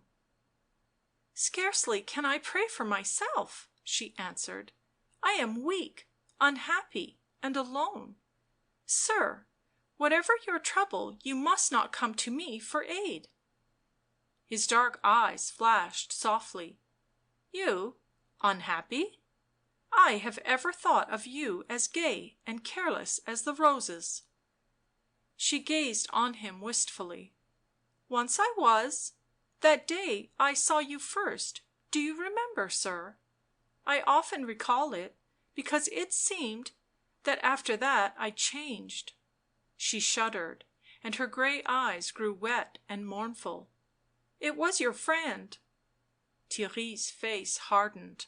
"My friend?" "The young scholar," she said quickly and fearfully. He is in Frankfort now." "You have seen him?" She bowed her head. "What does he want with me? He will not let me be in peace. He pursues me with horrible thoughts. He hates me. He will undo my soul." "When did you meet him?" asked Theirry in a low, fearful voice. Jacobea told him of the encounter in the forest. He marked that it was the day of the great tourney, the day when he had last seen Dirk. He remembered certain matters he had uttered concerning Jacobea. "If he has been tampering with you," he cried wrathfully, "if he dares—" "Then you know somewhat of him?" she interrupted in a half horror. "Ay, to my shame I do," he answered. "I know him for what he is. If you value your peace, your soul, do not heed him." She drew away. "But you are you in league with him?" Theirry groaned and set his teeth. "He holds me in a mesh of temptation. He lures me into great wickedness." Jacobea moved still further back, shrinking from him into the gloom of the chapel. "Oh," she said, who is he?" Theirry lowered his eyes and frowned. "You must not ask me." He fingered the base of the pilaster against the door. "But he troubles me," she answered intensely. "The thought of him is like some one clinging to my garments to drag me down." Theirry lifted his head sharply to gaze at her tall, slender figure, but lifted his eyes no higher than her clasped hands that lay over the breviary below her heart. "How can he, or such as he, disturb you? What temptation can you be beguiled with?" And as he saw the delicate fingers tremble on the ivory cover, his soul was hot and sore against Dirk. I will not speak of what might beguile me, said Jacobea in a low voice. I dare not speak of it. Let it go. It is a great sin. There is sin for me also, murmured Theirry, but the prize seems almost worth it. Worth it, you say? She whispered. Worth it? Her tone made him wince. He could fancy Dirk at her shoulder prompting her, and he lifted his head and answered strongly. You cannot care to know, and I dare not tell, what has put me in the power of this young scholar, nor what are the temptations with which he enmeshes me. But this you must hear. His hand was outspread on his bosom, pressing on his heart. His hazel eyes were dilated and intense. This, I should be his, utterly, wholly his, one with him in evil, if it were not for you and the thought of you. You are the chatelaine of Martzburg, continued Theirry in a less steady voice, and you do not know me. It is not fit that you should, but twice you have been gentle with me, and if you could so care, for your sake I would shake the clinging devils off. I would live good and humble, and scorn the tempting youth. What must I do to help you? Answered Jacobea. Be what you are, that is all. Be noble, pure. Ah, sweet! That, seeing you, I can still believe in heaven and strive for it. She looked at him earnestly. Why, you are the only one to care that I should be noble and sweet, and it would make a difference to you? Her questioning voice fell wistfully. Ah, sir, were you to hear a wicked thing of me and know it true, did I become a vile, a hideous creature, would it make a difference? It would, for me, make the difference between hell and paradise. She flushed and trembled. Certes, you have heartened me. Nay, you must not set me in a shrine, but, oh, sir, honour me and I will be worthy of it. She raised an appealing face. On my knees, answered Theirry earnestly. I will do you worship. I am no knight to wear your colours boldly, but you shall win a fairer triumph than ever graced the jousts, for I will come back to God through you, and live my days a repentant man, because of you. Nay, each through the other, said Jacobea.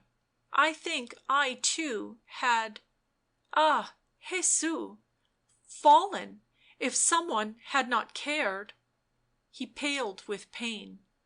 What did he, that youth, tempt you with? No matter, she said faintly. It is over now.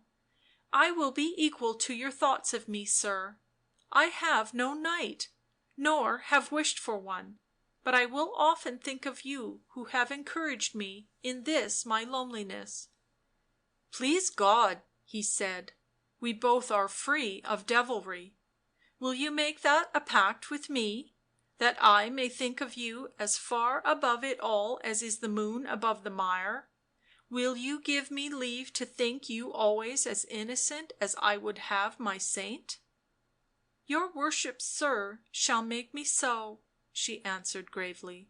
Think no ill of me, and I will do no ill. He went on his knee and kissed the hem of her soft gown. You have saved me, he whispered, from everlasting doom. As he rose, Jacobea held out her hand and touched him gently on the sleeve. God be thanked, she said. He bent his head and left her. She drew from her bosom the crucifix that had been her companion in the forest, and kissed it reverently, her heart more at ease than since the day when she first met Dirk Renswoude. Returning to the great hall of the palace with quick resolve to return to Martzburg or to send for Sybilla forming in her mind, she encountered the Empress walking up and down the long chamber discontentedly. Ysabeau, who affected a fondness for Jacobea, smiled on her indolently, but Jacobea, always a little overawed by her great loveliness, and, in her soul, disliking her, would have passed on. The Empress raised her hand. "Nay, stay and talk to your poor deserted lady," she said in her babyish voice. "The Emperor is in his chamber writing Latin prayers on a day like this." She kissed her hand to the sunshine and the flowers seen through the window. "My dames are all abroad with their gallants, and I hazard what I have been doing." She held her left hand behind her and laughed in Jacobea's face. Seen thus in her over gorgeous clothes, her childlike appearance and beauty giving her an air of fresh innocence, she was not unlike the little image of the Virgin often set above her altars.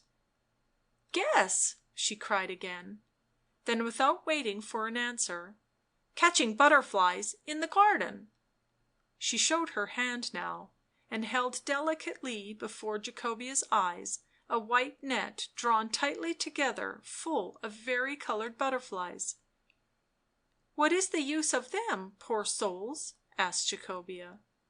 The Empress looked at her prisoners. "Their wings are very lovely," she said greedily. "If I pulled them off would they last? Sewn on silk, how they would shimmer!" "Nay, they would fade," answered Jacobea hastily. "Ye have tried it?" demanded the Empress. "Nay, I could not be so cruel. I love such little gay creatures." Reflection darkened Ysabeau's gorgeous eyes. "Well, I will take the wings off and see if they lose their brightness." She surveyed the fluttering victims. "Some are purple, a rare shade." Jacobea's smooth brow gathered in a frown of distress.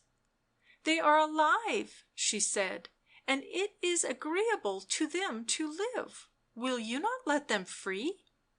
Ysabeau laughed, not at all babyish now. "You need not watch me, dame." "Your Grace does not consider how gentle and helpless they are. Indeed," Jacobea flushed in her eagerness, "they have faces and little velvet jackets on their bodies." Ysabeau frowned and turned away. "It amuses you to thwart my pleasures," she answered. She suddenly flung the net at Jacobea. "Take them and begone." The chatelaine of Martzburg, knowing something of the Empress, was surprised at this sudden yielding. Looking round, however, she learned the cause of it. The Margrave of East Flanders had entered the hall.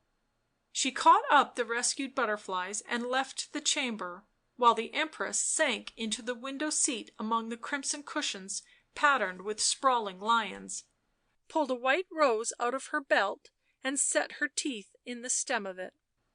"Where is Melchoir?" asked the Margrave, coming towards her. His immense size, augmented by his full rich clothes, gave him the air of a golden giant.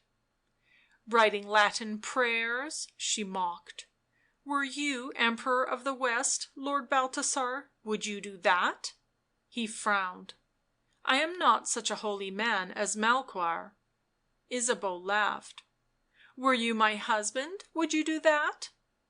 His fresh, fair face flushed rose colour. "This is among the things I may not even fancy." She looked out of the window. Her dress was low and loosened about the shoulders, by cause of the heat, she said, but she loved to make a pageant of her beauty. Purposely she was silent, hoping Balthasar would speak, but he stood, without a word, leaning against the tapestry. "Oh God!" she said at last, without turning her head. "I loathe Frankfort." His eyes glittered, but he made no answer. "Were I a man I would not be so tame." Now he spoke.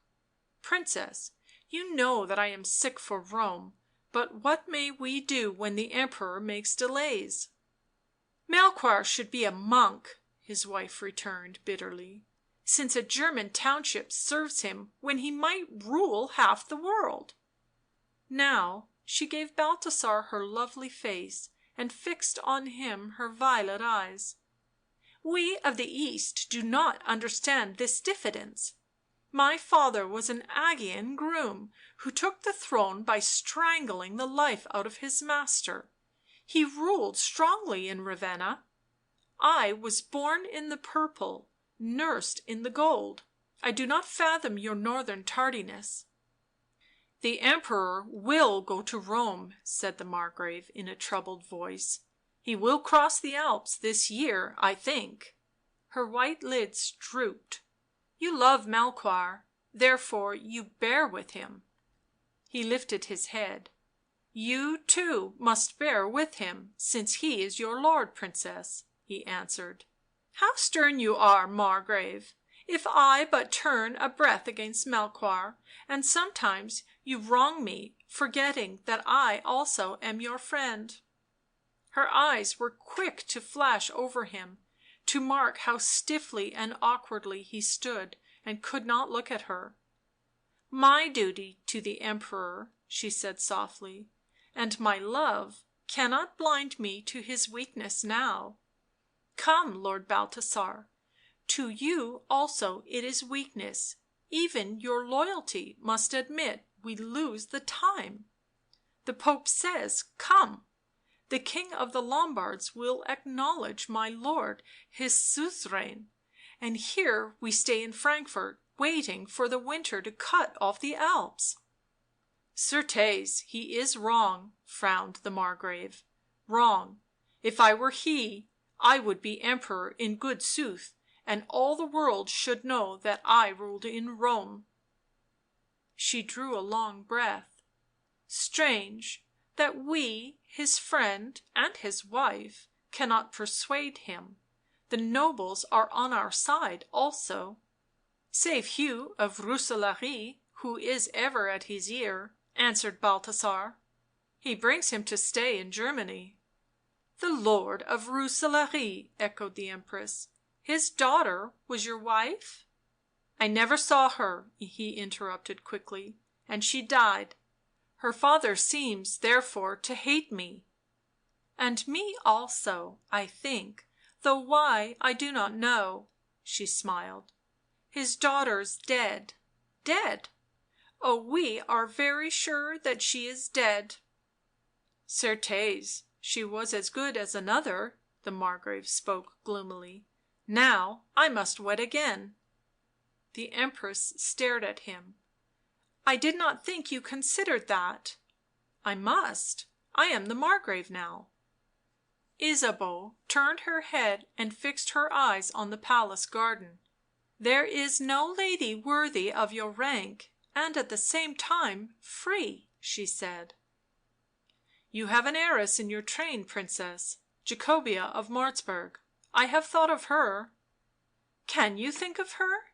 She is near as tall as you, Margrave, and not fair — oh, a gentle fool enough, but " she looked over her shoulder — "am I not your lady?" " Ay, and ever will be," he answered, lifting his bright blue eyes.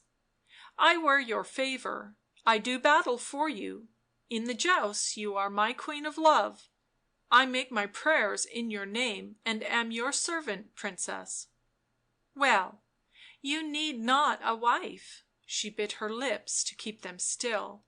" Certes," answered Balthasar wonderingly, " a knight must have a wife besides a lady, since his lady is oft times the spouse of another, and his highest thought is to touch her gown; but a wife is to keep his castle and do his service."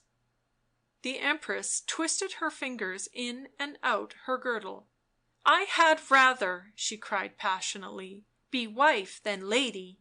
" Ye are both," he answered flushing, " the Emperor's wife and my lady." She gave him a curious glance.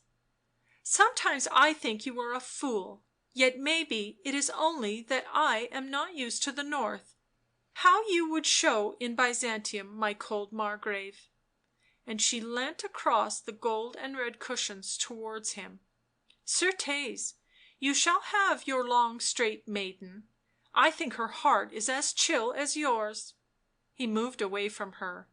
"Ye shall not mock me, Princess," he said fiercely. "My heart is hot enough. Let me be." She laughed at him.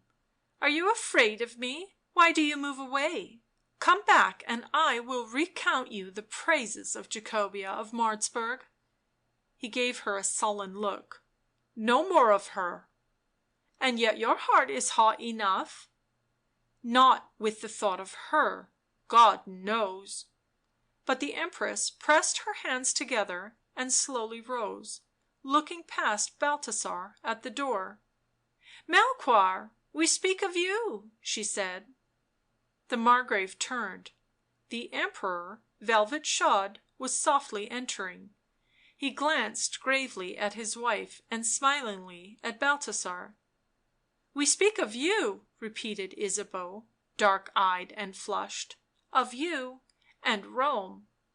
Melchoir of Brabant, third of his name, austere, reserved, proud and cold, looked more like a knight of the Church than King of Germany and Emperor of the West. He was plainly habited, his dark hair cut close, his handsome, slightly haughty face composed and stern. Too earnest was he to be showily attractive, yet many men adored him, among them Balthasar of Courtrai, for in himself the Emperor was both brave and lovable. "Cannot you have done with Rome?" he asked sadly, while his large intelligent eyes rested affectionately on the Margrave. "Is Frankfort grown so distasteful?" "Certes, no, Lord Melchoir. It is the chance, the chance." The Emperor sank in a weary manner on to a seat. "Hugh of Rooselaare and I have spoken together, and we have agreed, Balthasar, not to go to Rome." The Empress stiffened and dropped her lids. The Margrave turned swiftly to face his master, and all the colour was dashed out of his fresh face. Melchoir smiled gently. "My friend, ye are an adventurer and think of the glory to be gained, but I must think of my people who need me here. The land is not fit to leave. It will need many men to hold Rome. We must drain the land of knights, wring money from the poor, tax the churches, leave Germany defenceless, a prey to the Franks, and this for the empty title of Emperor." Balthasar's breast heaved. "Is this your decision?" The Emperor answered gravely. "I do not think it God His wish that I should go to Rome." The Margrave bent his head and was silent, but Ysabeau flung her clear voice into the pause. "In Constantinople a man such as you would not long fill a throne. Ere now you had been a blinded monk and I free to choose another husband." The Emperor rose from his seat. "The woman raves," he said to the pale Margrave. "Begone, Balthasar." The German left them. When his heavy footfall had died into silence, Melchoir looked at his wife, and his eyes flashed.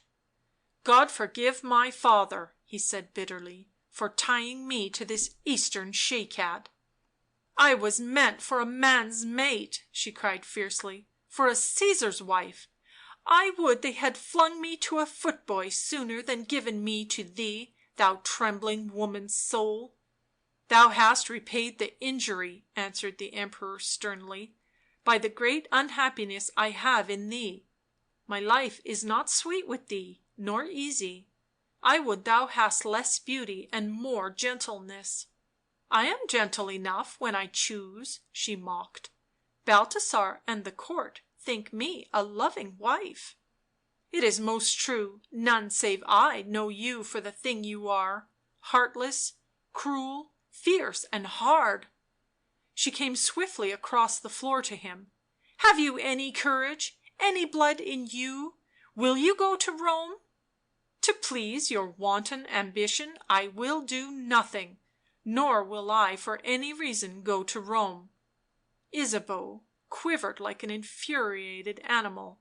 " I will talk no more of it," said Melchoir coldly and wearily. " Too often do we waste ourselves in such words as these." " I am ashamed to call you lord," she said hoarsely, " humbled before every woman in the kingdom who sees her husband brave at least, while I know you coward. Hark to me, my wife, I am your master and the master of this land, I will not be insulted, nay, nor flouted by your stinging tongue. Hold me in what contempt ye will, you shall not voice it, by Saint George, no, not if I have to take the whip to hold you dumb." " Ho, a Christian knight," she jeered. " I loathe your church as I loathe you. I am not Ysabeau, but still Marozia Porphyrogenita." " Do not remind me thy father was a stableman and a murderer," said Melchoir, " nor that I caused thee to change a name the woman of thy line had made accursed. Would I could send thee back to Ravenna, for thou hast brought me nought but bitterness." " Be careful," breathed Ysabeau, " be careful." " Stand out of my way," he commanded. For answer she loosened the heavy girdle round her waist. He saw her purpose and caught her hands. " You shall not strike me." The links of gold hung from her helpless fingers while she gazed at him with brilliant eyes. " Would you have struck me?" " Yea, across your mouth," she answered. " Now, were you a man, you would kill me." He took the belt from her arm, releasing her. " That you should trouble me," he said wearily. At this she stood aside to let him pass. He turned to the door, and as he lifted the tapestry flung down her belt. The Empress crept along the floor, snatched it up and stood still, panting. Before the passion had left her face the hangings were stirred again. One of her chamberlains. " Princess, there is a young doctor below, desires to see you. Constantine his name, of Frankfort College." " Oh," said Ysabeau, a guilty colour touched her whitened cheek. " I know nothing of him," she added quickly. " Pardon, Princess, he says 'tis to decipher an old writing you have sent to him. His words are, ' When you see him you will remember.' " The blood burnt more brightly still under the exquisite skin. " Bring him here," she said. But even as the chamberlain moved aside, the slender figure of Dirk appeared in the doorway. He looked at her, smiling calmly, his scholar's cap in his hand. " Do you remember me?" he asked. The Empress moved her head in assent. Section 16 of Black Magic, Part I, Chapter 16. The Quarrel. Dirk Renswoude laid down the pen and pushed aside the parchment, and lifted heavy eyes with a sigh of weariness. It was midday and very hot; the witch's red roses were beginning to shed their petals and disclose their yellow hearts, and the leaves of the great trees that shaded the house were curling and yellowing in the fierce sun. From his place at the table Dirk could mark these signs of autumn without, yet, by the look in his eyes, it seemed that he saw neither trees nor flowers, but only some image evoked by his thoughts. Presently he picked up the quill, bit the end of it, frowned and laid it down. Then he started and looked round with some eagerness, for a light sound broke the sleepy stillness. The door opened, and before his expectant gaze Theirry appeared. Dirk flushed and smiled. " Well met," he said. " I have much to say to you." " And I am come because I also have much to say." " Speak then." He returned to his seat, took his face between his two delicate hands and rested his elbows on the table. " I was writing my lecture for to night. "Certes, I shall be glad of a diversion." "There is no need to make an ado," Theirry began, obviously with an effort. " I am not going on with you." " You are not going on?" repeated Dirk. " Well, your reasons?" " May God forgive me what I have done," cried Theirry in great agitation, " but I will sin no more. I have resolved it, and ye cannot tempt me." " And all you swore — to me?" demanded Dirk. His eyes narrowed, but he remained composed. " No man is bound to bargains with the Devil. I have been weak and wicked, but I mingle no more in your fiendish counsels." " This is for Jacobea of Martzburg's sake." " It is for her sake — because of her that I am here now to tell you I have done with it — done with you." Dirk dropped his hands on to the table. " Theirry ! Theirry !" he cried wildly and sorrowfully. " I have measured the temptation," said Theirry. " I have thought of the gain — the loss — I have put it aside, with God's help and hers. I will not aid you in the way you asked me, nor will I see it done." " And ye call that virtue!" cried Dirk. " Poor fool, all it amounts to is that you, alas, love the chatelaine." " Nay," he answered hotly. " It is that, having seen her, I would not be vile. You meditate a dastard thing — the Emperor is a noble knight." " Ambrose of Menthon was a holy monk," retorted Dirk. " Who choked the pious words in his throat? Joris of Thuringia was an innocent youth — who sent him to a hideous death?" " I," cried Theirry fiercely. " But always with you to goad me on. Before the Devil sent you across my way I had never touched sin save in dim thoughts, but you, with talk of friendship, lured me from an honest man's company to poison me with forbidden knowledge, to tempt me into hideous blasphemies — and I will have no more of it." " Yet you vowed comradeship with me," said Dirk. " Is your loyalty of such quality?" Theirry sprang violently from his chair and paced heavily up and down the room. " You blinded me — I knew not what I did — but now I know — when I heard her speak, and heard that you had dared to try to trap her to destruction." Dirk interrupted with a low laugh. " So she told you that? — but I warrant that she was dumb about the nature of her temptation." " That is no matter," answered Theirry. " Now she is free of you, as I shall be." " As you vowed to her you would be," added Dirk. " Well, go your way — I thought you loved me a little — but the first woman's face " Theirry stood still to front him. " I cannot love that which I fear." Dirk went swiftly very pale. " Do you fear me, Theirry?" he asked wistfully.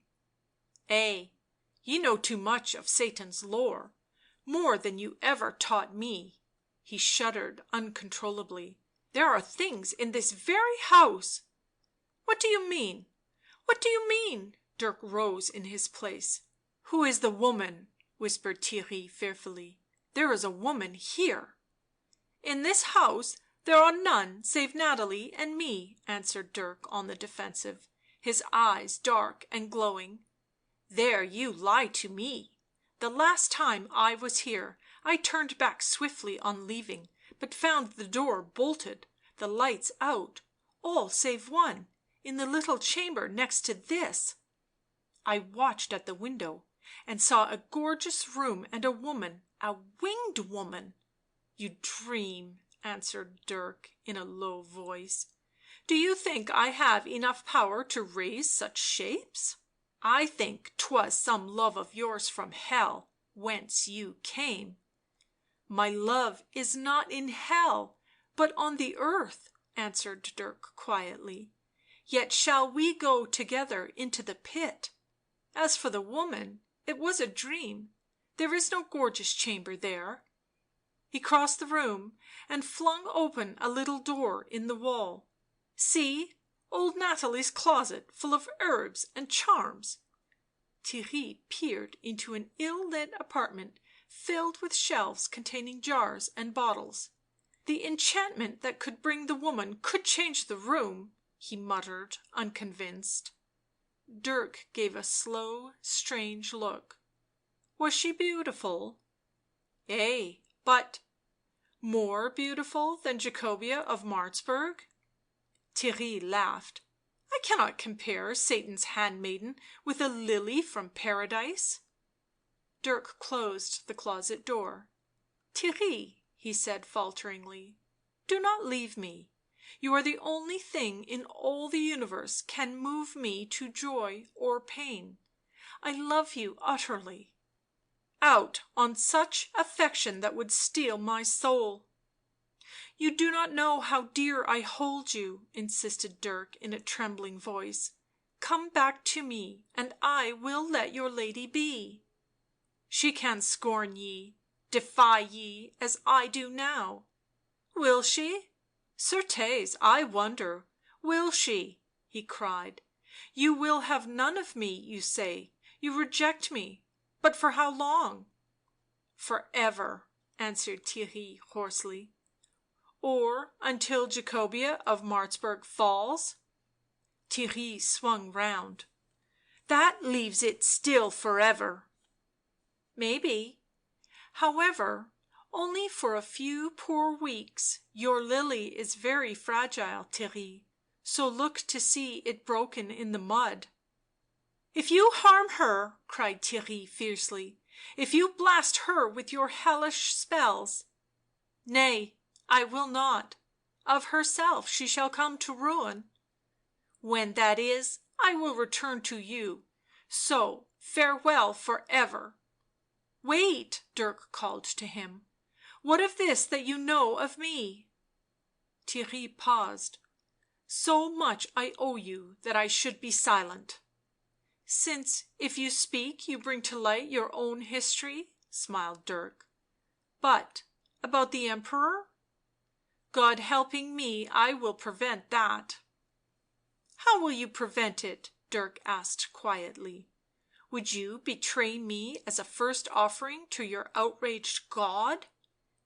Theirry pressed his hand to his brow in a bewildered, troubled manner. "No, no, not that — but I will take occasion to warn him — to warn some one of the Empress." Dirk hunched his shoulders scornfully. "Ah, begone! Ye are a foolish creature — go and put them on their guard." Theirry flushed. " Ay, I will," he answered hotly. " I know one honest man about the Court — Hugh of Rooselaare." A quick change came over Dirk's face. " The Lord of Rooselaare!" he said. " I should remember him, certes; his daughter was Balthasar's wife — Ursula." " Warn whom you will, say what you will — save if ye can, Melchoir of Brabant. Begone — see, I seek not to detain you — one day you shall come back to me, when yon soft saint fails, and I shall be waiting for you — till then, farewell." Their eyes met. Theirry's were the first to falter. He muttered something like a malediction on himself, lifted the latch and strode away. Dirk had not been long alone when the door was pushed open and Nathalie crept in. The witch came to the table, took up the youth's passive hand and fawned over it. " Let him go," she said in an insinuating voice. " He is a fool." " Why, I have put no strain on him to stay," Dirk smiled faintly. " But he will return." " Nay," pleaded Nathalie, " forget him." " Forget him," repeated Dirk mournfully. " But I love him." Nathalie stroked the still, slim fingers anxiously. " This affection will be your ruin," she moaned. Dirk gazed past her at the autumn sky and the overblown red roses.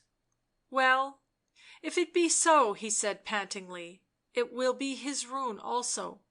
He must go with me when I leave the world — the world After all, Nathalie," he turned his strange gaze on the witch, " it does not matter if she hold him here so long as he is mine through eternity." His lips flushed and quivered, the long lashes drooped over his eyes, then suddenly he smiled. " Nathalie, he has good intentions, he hopes to save the Emperor." The witch blinked up at him. " But is it too late?" " Certes, I conveyed the potion to Ysabeau this morning," and Dirk's smile deepened. Section 17 of Black Magic, Part 1, Chapter 17 The Murder. " Balthasar," said the Emperor in pity of his friend's sullen face, " I will send ye to Rome to make treaty with the Pope, since it goes so heavily with you to stay in Frankfort." The Margrave bit the ends of his yellow hair and made no answer.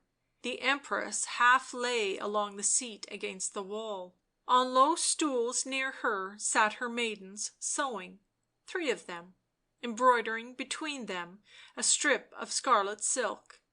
It was the dining hall, the table laid already with rudely magnificent covers. " Nay, be pleasant with me," smiled the Emperor. He laid his arm affectionately round the Margrave's huge shoulders. " Certes, since I took this resolution not to go to Rome I have naught but sour looks from all save Hugh." Balthasar's good humoured face cleared. " Ye are wrong, my Prince, but God wot, I am not angered. We can manage without Rome." He heroically stifled his sigh. " And who knows that ye may not change yet?" he added cheerfully. Ysabeau looked at them as they paced up and down, their arms about each other. Her husband seemed not to know of her presence, but the Margrave was hotly conscious of her eyes upon him, and though he would not turn his upon her, nevertheless she marked it, and in a half smiling way came and leant on the table that divided them. " Surely we are late to night," said the Emperor. " Yea," answered Balthasar. " I do not love to wait." He stopped to pour himself a tankard of amber wine and drank it at a draught. Ysabeau watched him. " Will not my lord also drink?" she asked. The fingers of her right hand were hidden in a cluster of red roses; with her left hand she raised a chased flagon in which the sunlight burnt and sparkled. " As you please, Princess," answered Melchoir, and gazed towards the light indifferently. " Ye might have poured for me," murmured the Margrave in a half voice. Her hand came from the roses and touched a horn glass bound with silver; it lingered there a moment, then rose to her bosom. Balthasar, absorbing her face, did not notice the gesture. " Another time," she answered, " I will serve you, Balthasar of Courtrai." She filled the glass until wine bubbled at the brim. " Give it to my lord," she said. Balthasar laughed uneasily; their fingers touched upon the glass, and a few drops were spilt. " Take care," cried the Empress. Melchoir turned and took the goblet. " Why did you say — take care?" he asked. " Between us we upset the wine," said Ysabeau. Melchoir drank. " It has an ugly taste," he said. She laughed.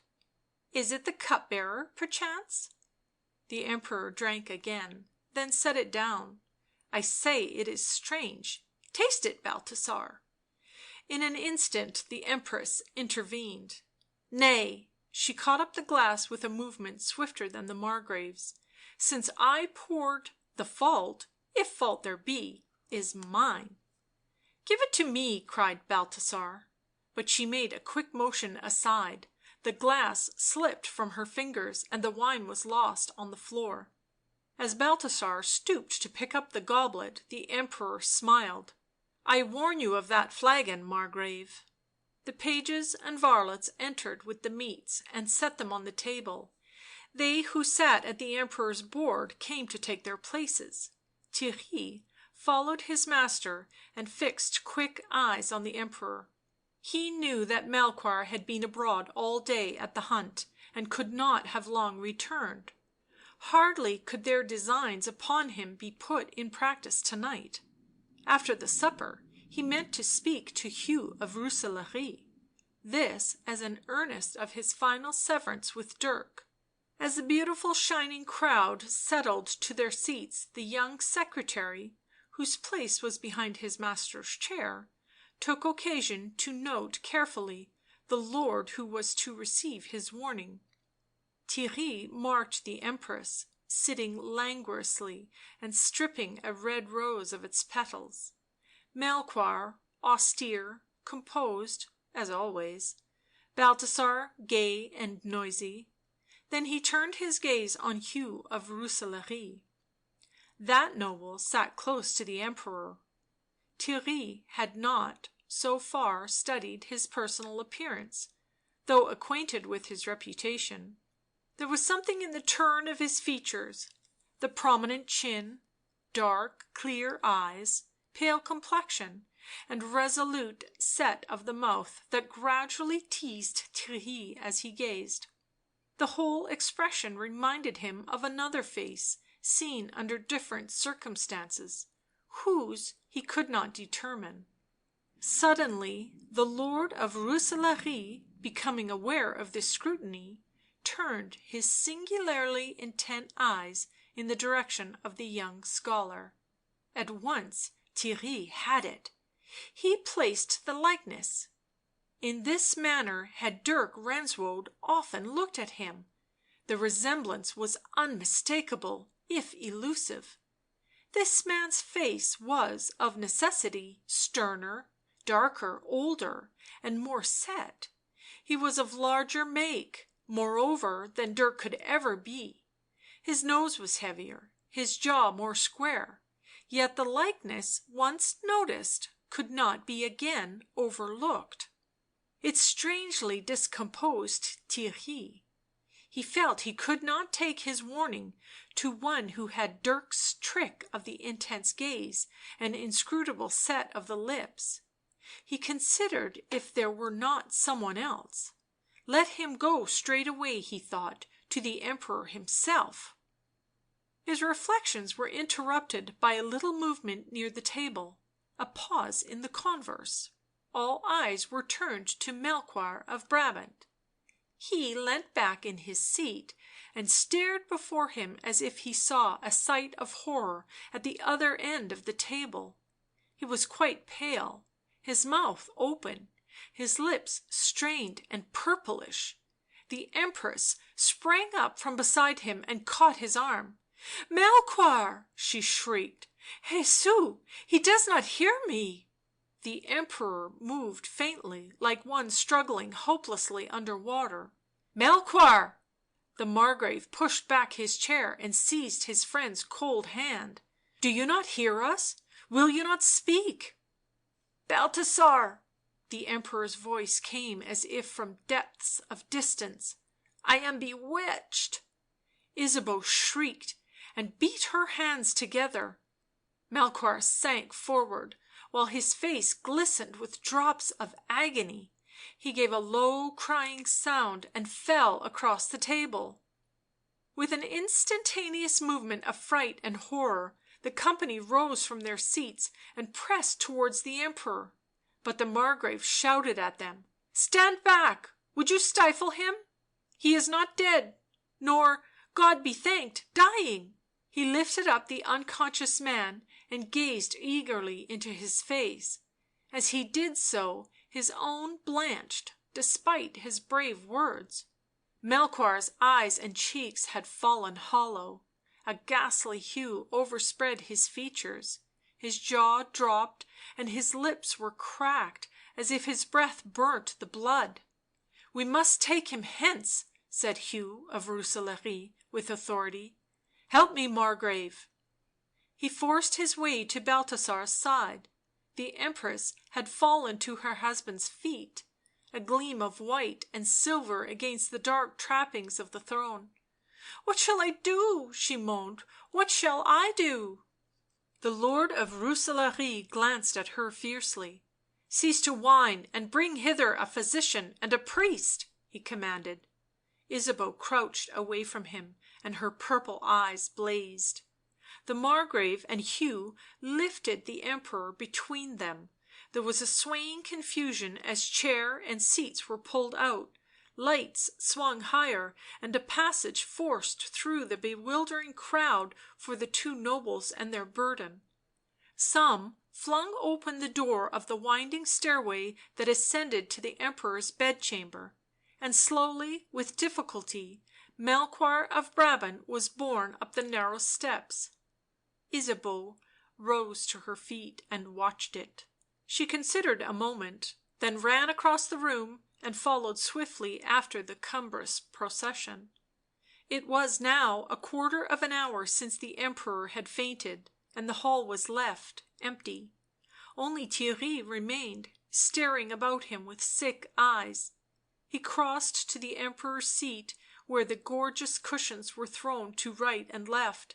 In Ysabeau's place lay a single red rose, half stripped of its leaves, a great cluster of red roses on the floor beside it.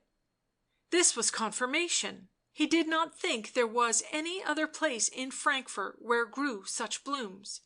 So he was too late.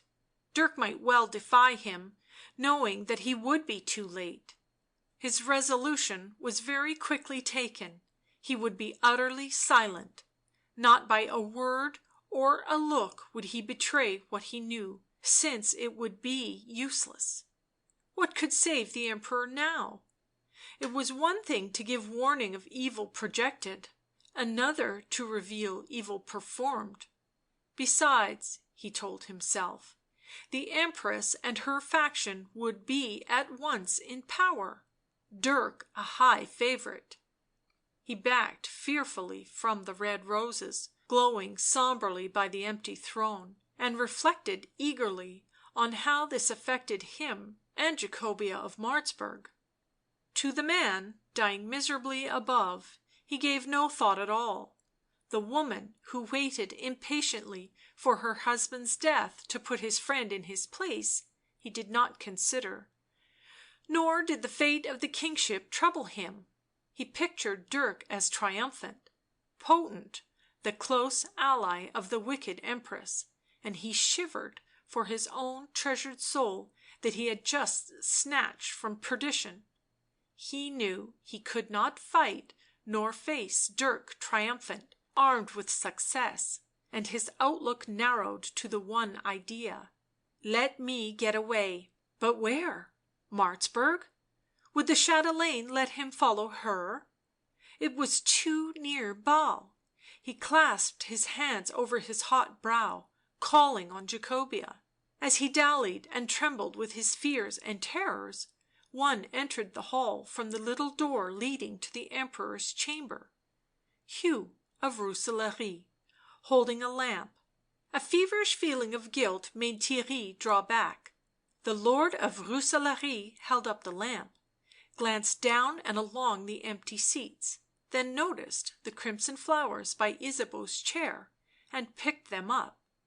As he raised his head his grey eyes caught Theirry's glance. "Ah, the Queen's Chamberlain's scrivener," he said. "Do you chance to know how these roses came here?" "Nay," answered Theirry hastily. "I could not know." "They do not grow in the palace garden," remarked Hugh. He laid them on the throne and walked the length of the table, scrutinising the dishes and goblets. In the flare of flambeaux and candles there was no need for his lamp, but he continued to hold it aloft as if he hoped it held some special power. Suddenly he stopped and called to Theirry in his quiet, commanding way. The young man obeyed unwillingly. "Look at that," said Hugh of Rooselaare grimly. He pointed to two small marks in the table, black holes in the wood.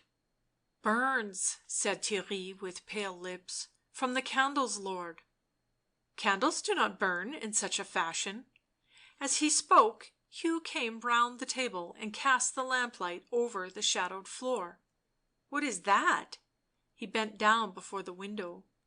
Theirry saw that he motioned to a great scar in the board, as if fire had been flung and had bitten into the wood before extinguished. The Lord of Rooselaare lifted a grim face. " I tell you the flames that made that mark are now burning the heart and blood out of Melchoir of Brabant." " Do not say that, do not speak so loud," cried Theirry desperately. " It cannot be true." Hugh set his lamp upon the table. " I am not afraid of the Eastern witch," he said sternly. " The man was my friend, and she has bewitched and poisoned him. Now God hear me, and you, scrivener, mark my vow, if I do not publish this before the land." A new hope rose in Theirry's heart. If this lord would denounce the Empress before power was hers, if her guilt could be brought home before all men, yet through no means of his own, why, she and Dirk might be defeated yet. " Well," he said hoarsely, " make haste, lord, for when the breath is out of the Emperor it is too late. She will have means to silence you, and even now be careful, she has many champions." Hugh of Rooselaare smiled slowly. " You speak wisely, scrivener, and know, I think, something. Hereafter I shall question you." Theirry made a gesture for silence. A heavy step sounded on the stair, and Balthasar, pallid but still magnificent, swept into the room. A great war sword clattered after him; he wore a gorget and carried his helmet. His blue eyes were wild in his colourless face; he gave Hugh a look of some defiance. " Melchoir is dying," he said, his tone rough with emotion, " and I must go look after the soldiery, or some adventurer will seize the town." " Dying," repeated Hugh. " Who is with him?" " The Empress. They have sent for the bishop; until he come none is to enter the chamber." " By whose command?" " By the order of the Empress." " Yet I will go." The soldier paused at the doorway. " Well, ye were his friend, belike she will let you in." He swung away with a chink of steel. " Belike she will not," said Hugh, " but I can make the endeavour." With no further glance at the shuddering young man who held himself rigid against the wall, Hugh of Rooselaare ascended to the Emperor's chamber. He found the ante room crowded with courtiers and monks; the Emperor's door was closed, and before it stood two black mutes brought by the Empress from Greece. Hugh touched a black robed brother on the arm. " By what authority are we excluded from the Emperor's deathbed?" Several answered him. " The Queen; she claims to know as much of medicine as any of the physicians." " She is in possession." Hugh shouldered his way through them. " Certes, I must see him — and her." But not one stepped forward to aid or encourage. Melchoir was beyond protecting his adherents; he was no longer Emperor, but a man who might be reckoned with the dead. The Empress and Balthasar of Courtrai had already seized the governance, and who dared interfere? The great nobles even held themselves in reserve and were silent. But Hugh of Rooselaare's blood was up; he had always held Ysabeau vile, nor had he any love for the Margrave, whose masterful hand he saw in this. " Since none of you will stand by me," he cried, speaking aloud to the throng, " I will by myself enter and by myself take the consequences." He advanced to the door with his sword drawn and ready, and the crowd drew back, neither supporting nor preventing. The slaves closed together and made a gesture warning him to retire; he seized one by his gilt collar and swung him violently against the wall; then, while the other crouched in fear, he opened the door and strode into the Emperor's bedchamber. It was a low room hung with gold and brown tapestry; the windows were shut and the air faint. The bed stood against the wall, and the heavy dark curtains, looped back, revealed Melchoir of Brabant, lying in his clothes on the coverlet, with his throat bare and his eyes staring across the room. A silver lamp stood on a table by the window, and its faint radiance was the only light. On the steps of the bed stood Ysabeau. Over her white dress she had flung a long scarlet cloak, and her pale bright hair had fallen on to her shoulders. At the sight of Hugh she caught hold of the bed hangings and gazed at him fiercely. He sheathed his sword as he came across the room. " Princess, I must see the Emperor," he said sternly. " He will see no man. He knows none, nor can he speak," she answered, her bearing prouder and more assured than he had ever known it. " Get you gone, sir, I know not how ye forced an entry." " You have no power to keep the nobles from their lord," he replied, " nor will I take your bidding. I will have you put without the doors if you so disturb the dying." But Hugh of Rooselaare advanced to the bed. " Let me see him," he demanded. " He speaks to me." The Empress drew the curtain, further concealing the dying man. " He speaks to none. Begone!" As she spoke Hugh sprang lightly and suddenly on to the steps, pushed aside the slight figure of the Empress and caught back the curtains. " Melchoir!" he cried, and snatched up the Emperor by the shoulders. " He is dead," breathed the Empress. With a slow step she went to the table and seated herself beside the silver lamp, while she uttered sigh on sigh and clasped her hands over her eyes. Then the hot stillness began to quiver with the distant sound of numerous bells. They were holding service for the dying in every church in Frankfort. The Emperor stirred in Hugh's arms. Without opening his eyes he spoke. " Pray for me, Balthasar. They did not slay me honourably." He raised his hands to his heart, to his lips, moaned and sank from Hugh's arm to the pillow. " Quia apud Dominum misericordia et copiosa apud eum," he murmured. " Eum redemptio," flushed Hugh. " Amen," moaned Melchoir of Brabant, and so died.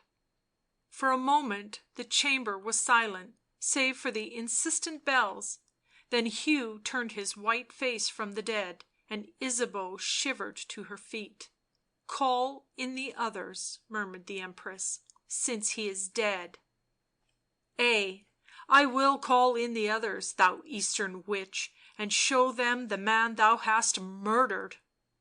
She stared at him a moment, her face like a mask of ivory set in the glittering hair. " Murdered!" she said at last. " Murdered." He fingered his sword fiercely. " And it shall be my duty to see you brought to the stake for this night's work." She gave a shriek and ran towards the door.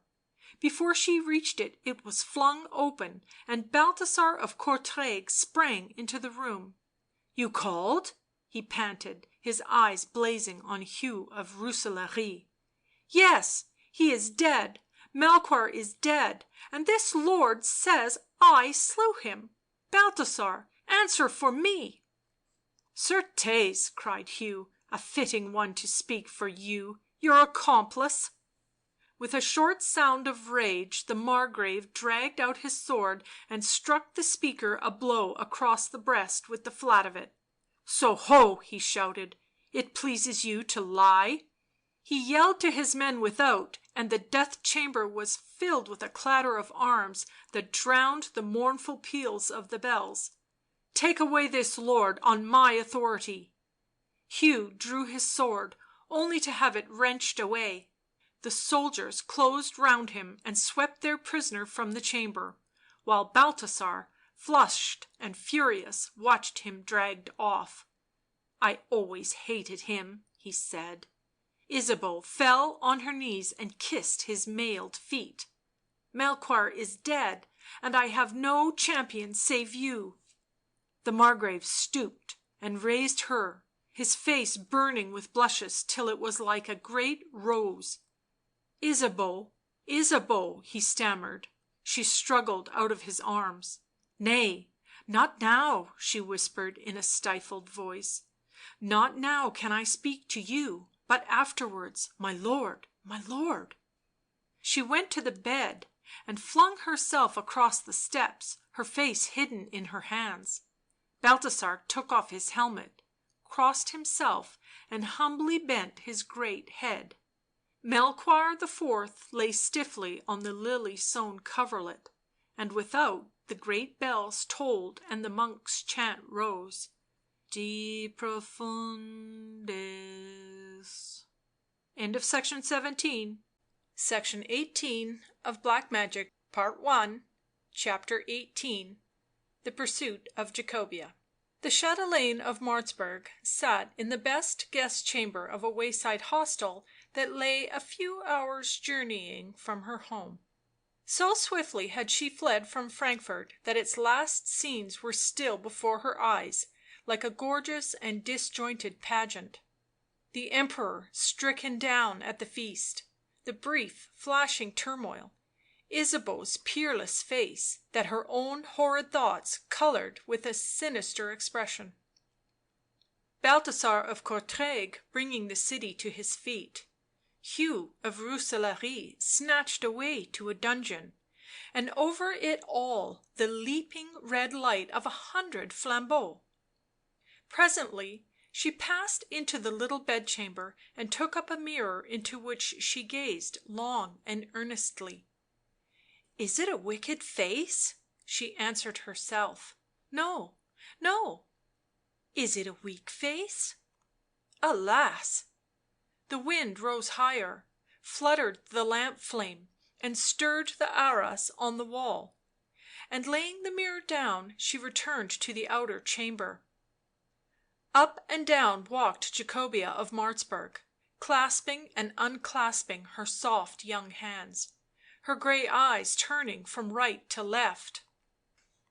She wished she had asked for a fire, and that she had kept one of the women to sleep with her; it was so lonely.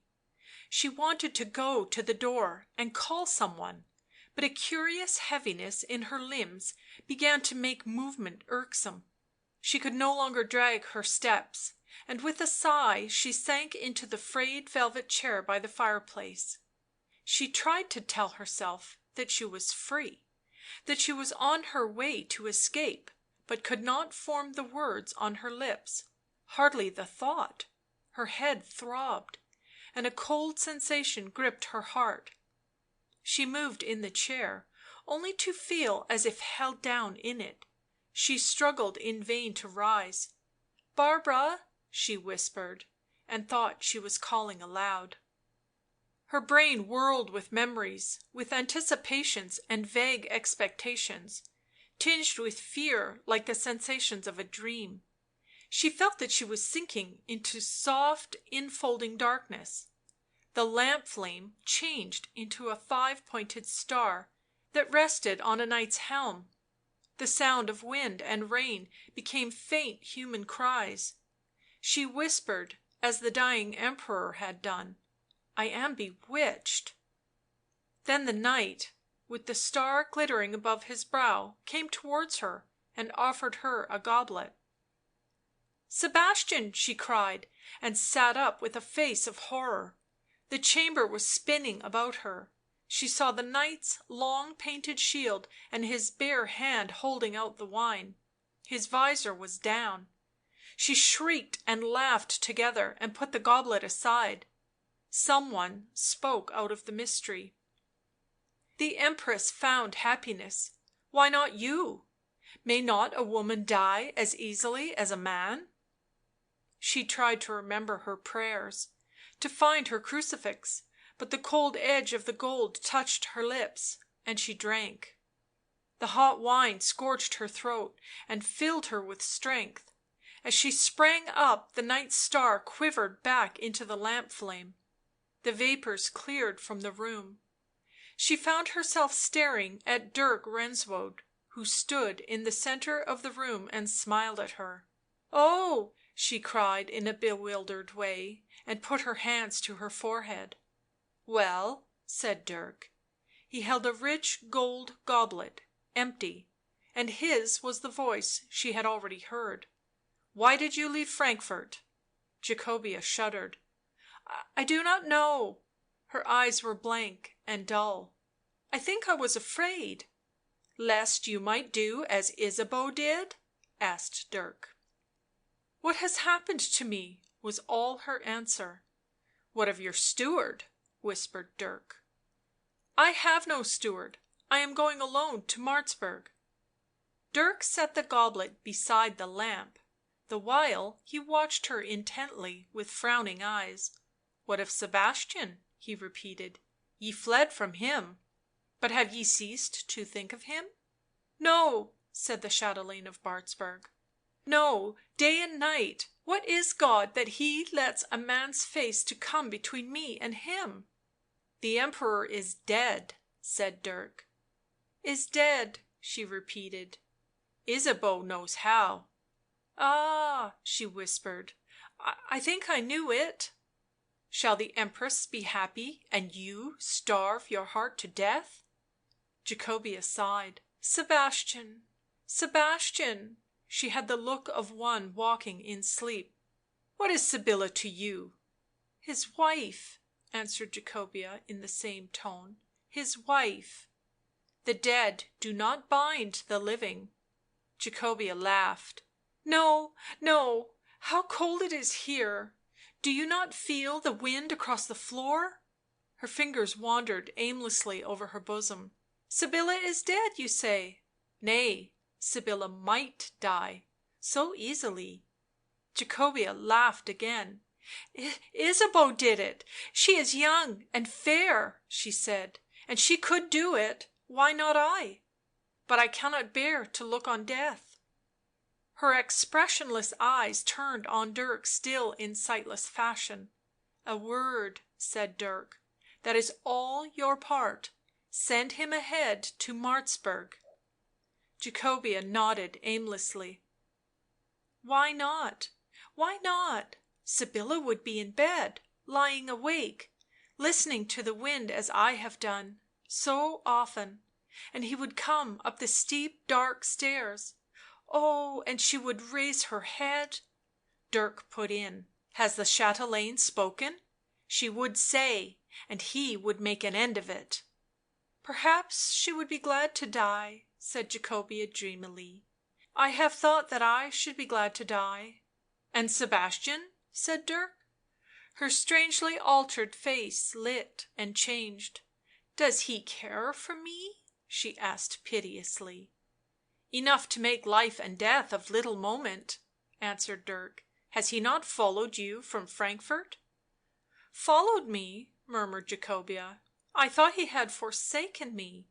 "Sebastian," said Dirk softly. He waved his little hand, and the steward appeared in the dark doorway of the inner room. He looked from one to the other swiftly, and his face was flushed and dangerous. "Sebastian," said Jacobea. There was no change in voice nor countenance. He came across the room to her, speaking as he came, but a sudden fresh gust of wind without scattered his words. "Have you followed me?" she asked. "Yea," he answered hoarsely, staring at her. He had not dreamed a living face could look so white as hers — no, nor dead face either. He dropped to one knee before her and took her limp hand. She bent forward, and with her other hand touched his tumbling hair. "Lord of Martzburg and my lord," she said, and smiled sweetly. "Do you know how much I love you, Sebastian? Why, you must ask the image of the Virgin — I have told her so often — and no one else — nay, no one else."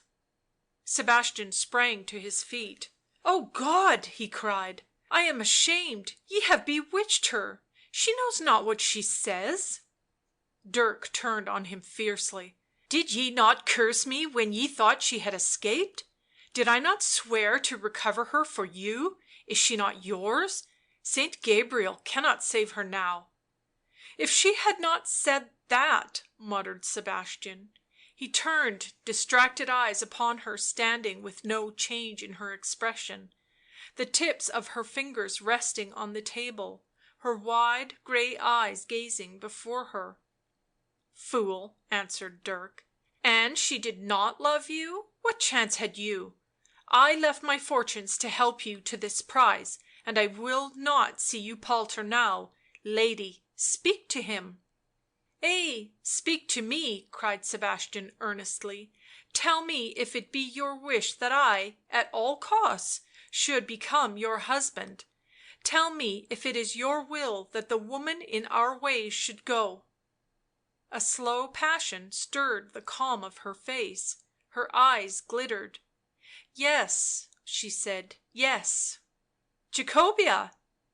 He took her arm and drew her close to him. " Look me in the face and repeat that to me. Think if it is worth — hell — to you and me." She gazed up at him, then hid her face on his sleeve. " Ay, hell," she answered heavily. " Go to Martzburg to night. She cannot claim you when she is dead. How I have striven not to hate her, my lord, my husband." He put her from him into the worn old chair. " I will come back to you to morrow." The wind rushed between them and made the lamp flame leap wildly. " Make haste," cried Dirk. " Away, the horse is below." Sebastian opened the door on to the dark stairway and went softly out. " Now it is done," murmured Dirk in a swelling whisper, " and she is lost." He snatched up the lamp, and holding it aloft looked down at the drooping figure in the chair. Jacobea's head sank back against the tarnished velvet, there was a smile on her white lips, and her hand rested in her lap. Even with Dirk's intent face bending over her and the full light pouring down on her, she did not look up. " Gold hair and grey eyes and her little feet," murmured Dirk. " One of God's own flowers. What are you now?" Jacobea moved in her seat. " Is he gone?" she asked fearfully. " Certes, he has gone," smiled Dirk. " Would you have him dally on such an errand?"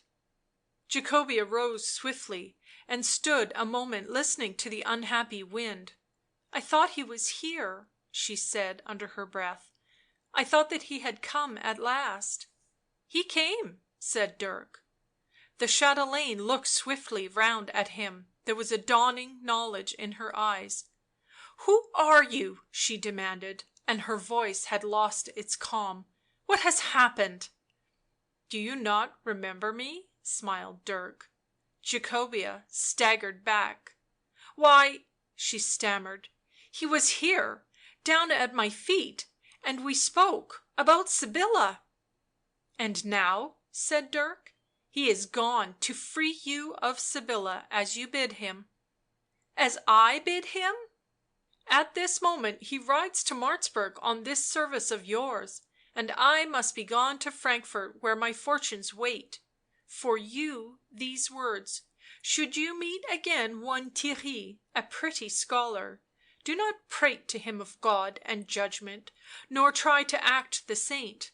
Let him alone, he is no matter of yours, and maybe some woman cares for him as ye care for Sebastian — ay, and will hold him, though she have not yellow hair."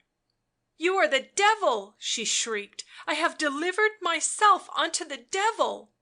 She beat her hands together and fell towards his feet. Dirk stepped close and peered curiously into her unconscious face. " Why, she is not so fair," he murmured, " and grief will spoil her bloom — and 'twas only her face he loved." He extinguished the lamp and smiled into the darkness.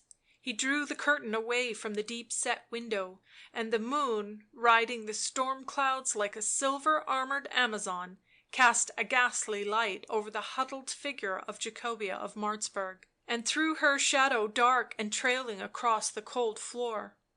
Dirk left the chamber and the hostel unseen and unheard. The wind made too great a clamour for stray sounds to tell.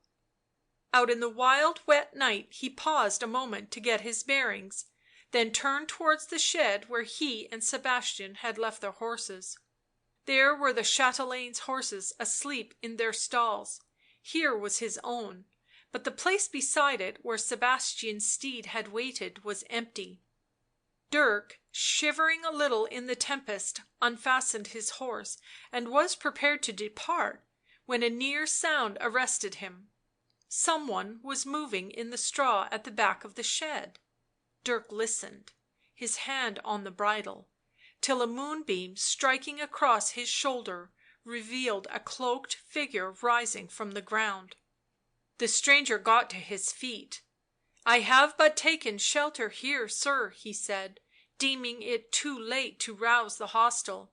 " Theirry!" cried Dirk, and laughed excitedly. " Now this is strange." The figure came forward. " Theirry, yes — have you followed me?" he exclaimed wildly, and his face showed drawn and wan in the silver light. " I left Frankfort to escape you. What fiend's trick has brought you here?" " Are you afraid of me, Theirry?" Dirk asked mournfully. " Certes, there is no need."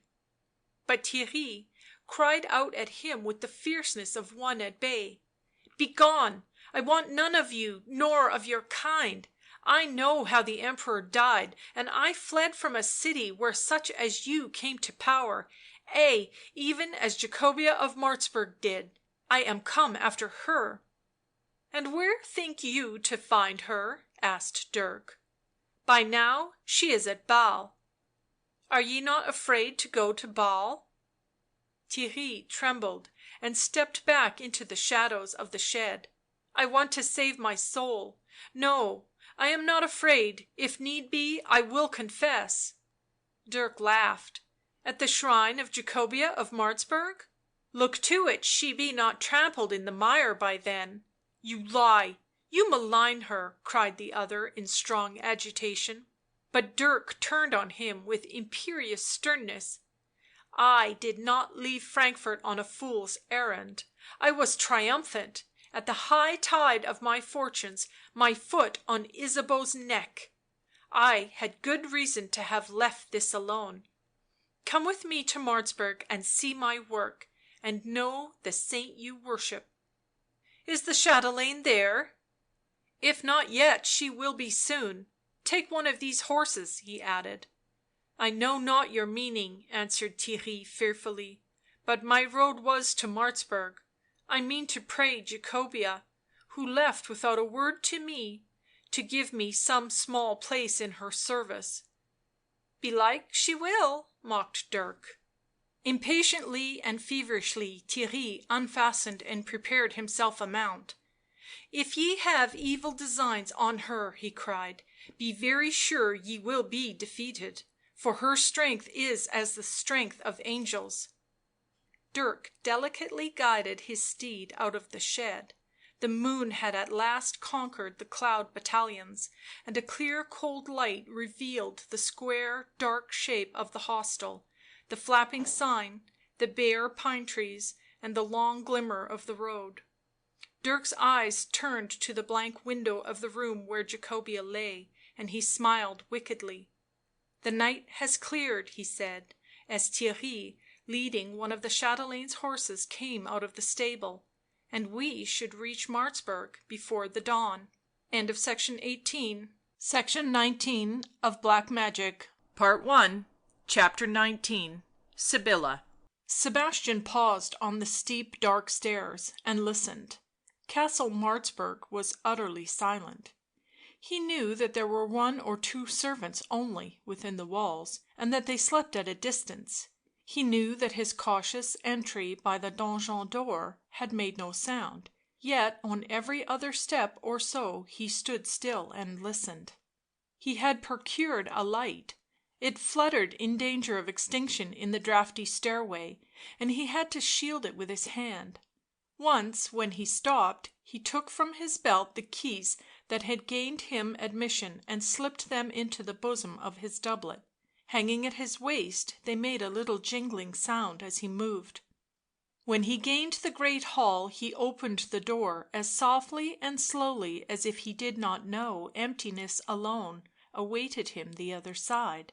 He entered, and his little light only served to show the expanses of gloom. It was very cold; he could hear the rain falling in a thin stream from the lips of the gargoyles without. He remembered that same sound on the night the two students took shelter, the night when the deed he was about to do had by a devil, in a whisper, been first put into his head. He crossed to the hearth and set the lamp in the niche by the chimney piece. He wished there was a fire; certainly it was cold. The dim rays of the lamp showed the ashes on the hearth, the cushions in the window seat, and something that, even in that dullness, shone with fiery hue. Sebastian looked at it in a half horror. It was Sybilla's red lily, finished and glowing from a samite cushion. By the side of it slept Jacobea's little grey cat. The steward, gazing in curiously intent fashion, recalled the fact that he had never conversed with his wife and never liked her; he could not tell of one sharp word between them, yet had she said she hated him he would have felt no surprise. He wondered, in case he had ever loved her, would he have been here to night on this errand? Lord of Martzburg, lord of as fine a domain as any in the empire, with a chance of the imperial crown itself. Nay, had he loved his wife it would have made no difference.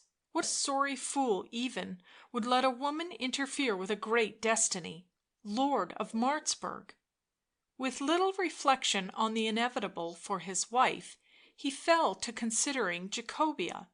Until to-night she had been a cipher to him; that she favoured him a mere voucher for his crime, for the procuring of this or that for him, a fact to be accepted and used, but that she should pray about him, speak as she had, that was another matter, and for the first time in his cold life he was both moved and ashamed.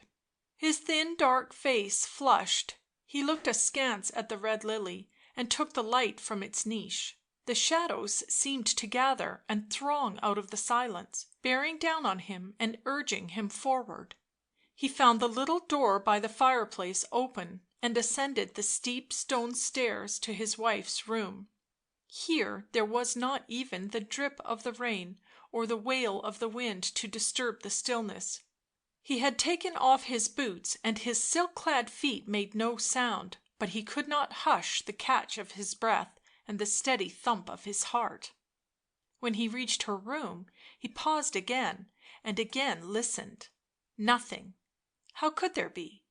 Had he not come so softly even the little cat had slept on undisturbed? He opened the door and stepped in. It was a small low chamber; the windows were unshrouded and fitful moonlight played upon the floor. Sebastian looked at once towards the bed that stood to his left; it was hung with dark arras now drawn back from the pillows.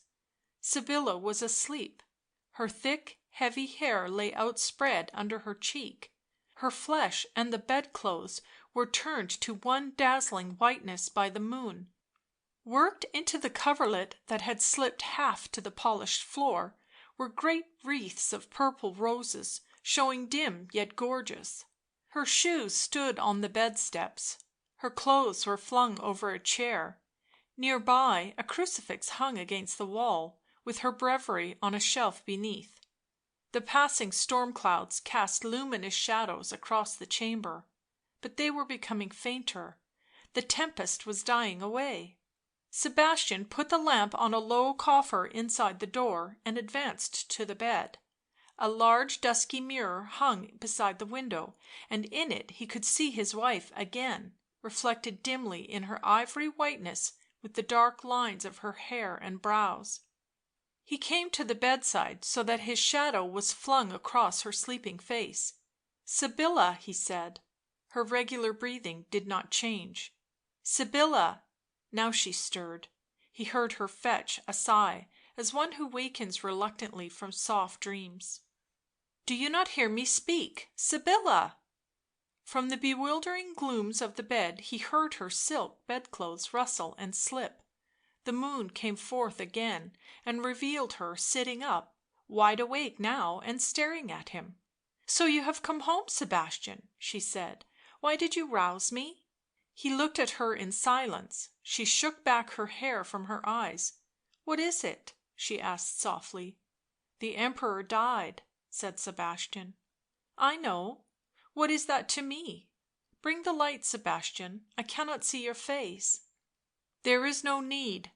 The Emperor had not time to pray, and I would not deal so with you, therefore I woke you." " Sebastian!" " By my mistress's commands you must die to night, and by my desire I shall be Lord of Martzburg, and there is no other way." She put her hand to her long throat. " I wondered if you would ever say this to me; I did not think so, for it did not enter my mind that she could give commands." " Then you knew?" Sybilla smiled. " Before ever you did, Sebastian, and I have so thought of it, in these long days when I have been alone.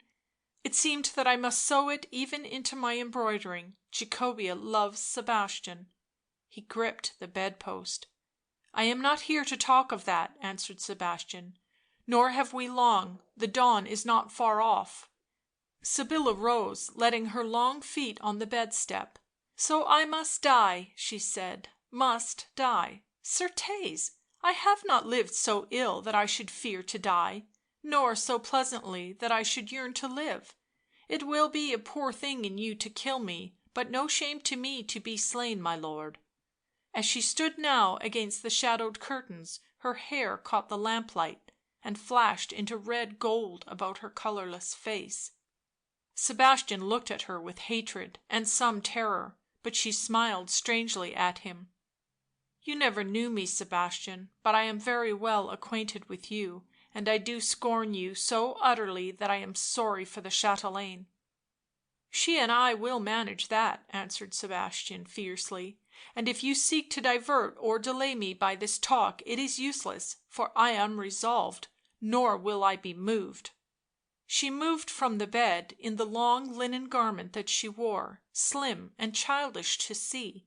She took a wrap of gold coloured silk from a chair and put it about her.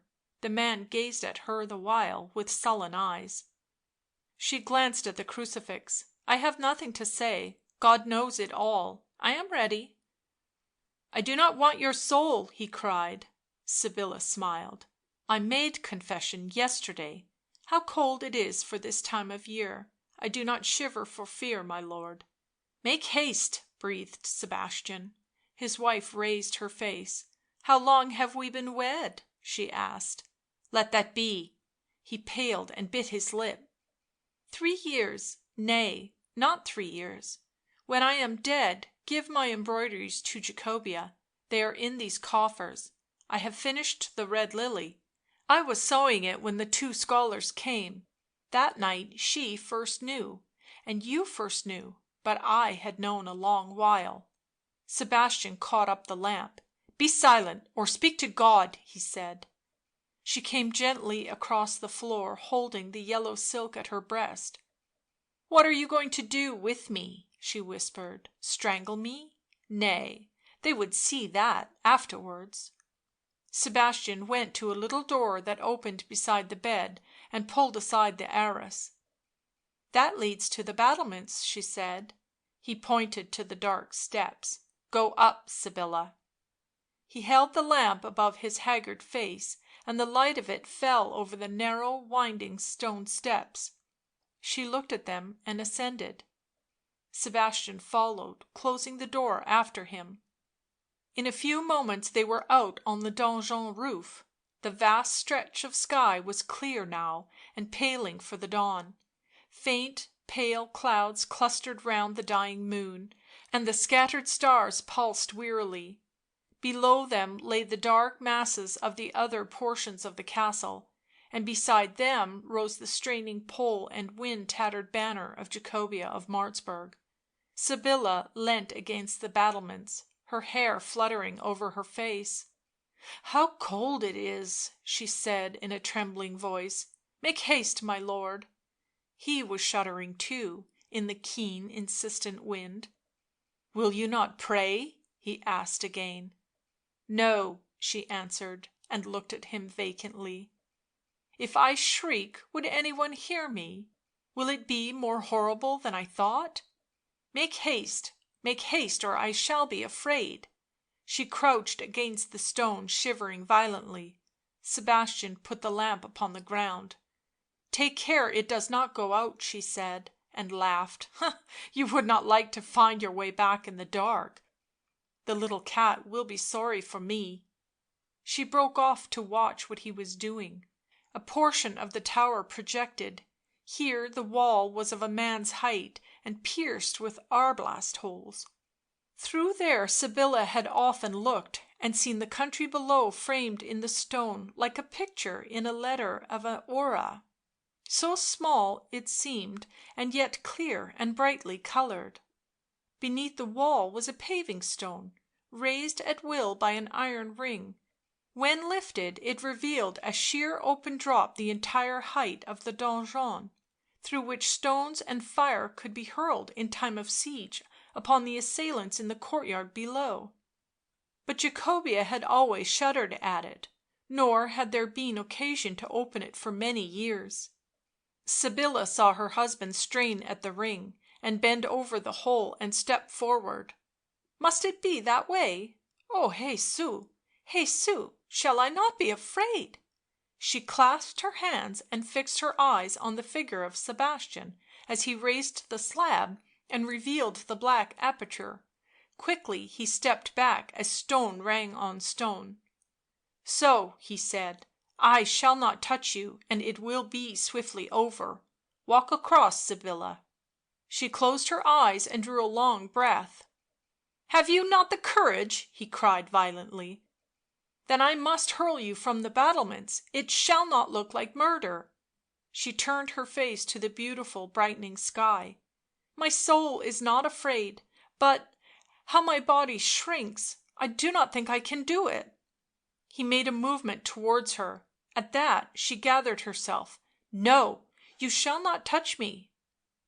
Across the donjon roof she walked with a firm step. " Farewell, Sebastian, may God assoil me and thee." She put her hands to her face and moaned as her foot touched the edge of the hole. No shriek nor cry disturbed the serenity of the night; she made no last effort to save herself, but disappeared silently to the blackness of her death. Sebastian listened to the strange indefinite sound of it, and drops of terror gathered on his brow; then all was silent again save for the monotonous flap of the banner. " Lord of Martzburg," he muttered to steady himself. " Lord of Martzburg."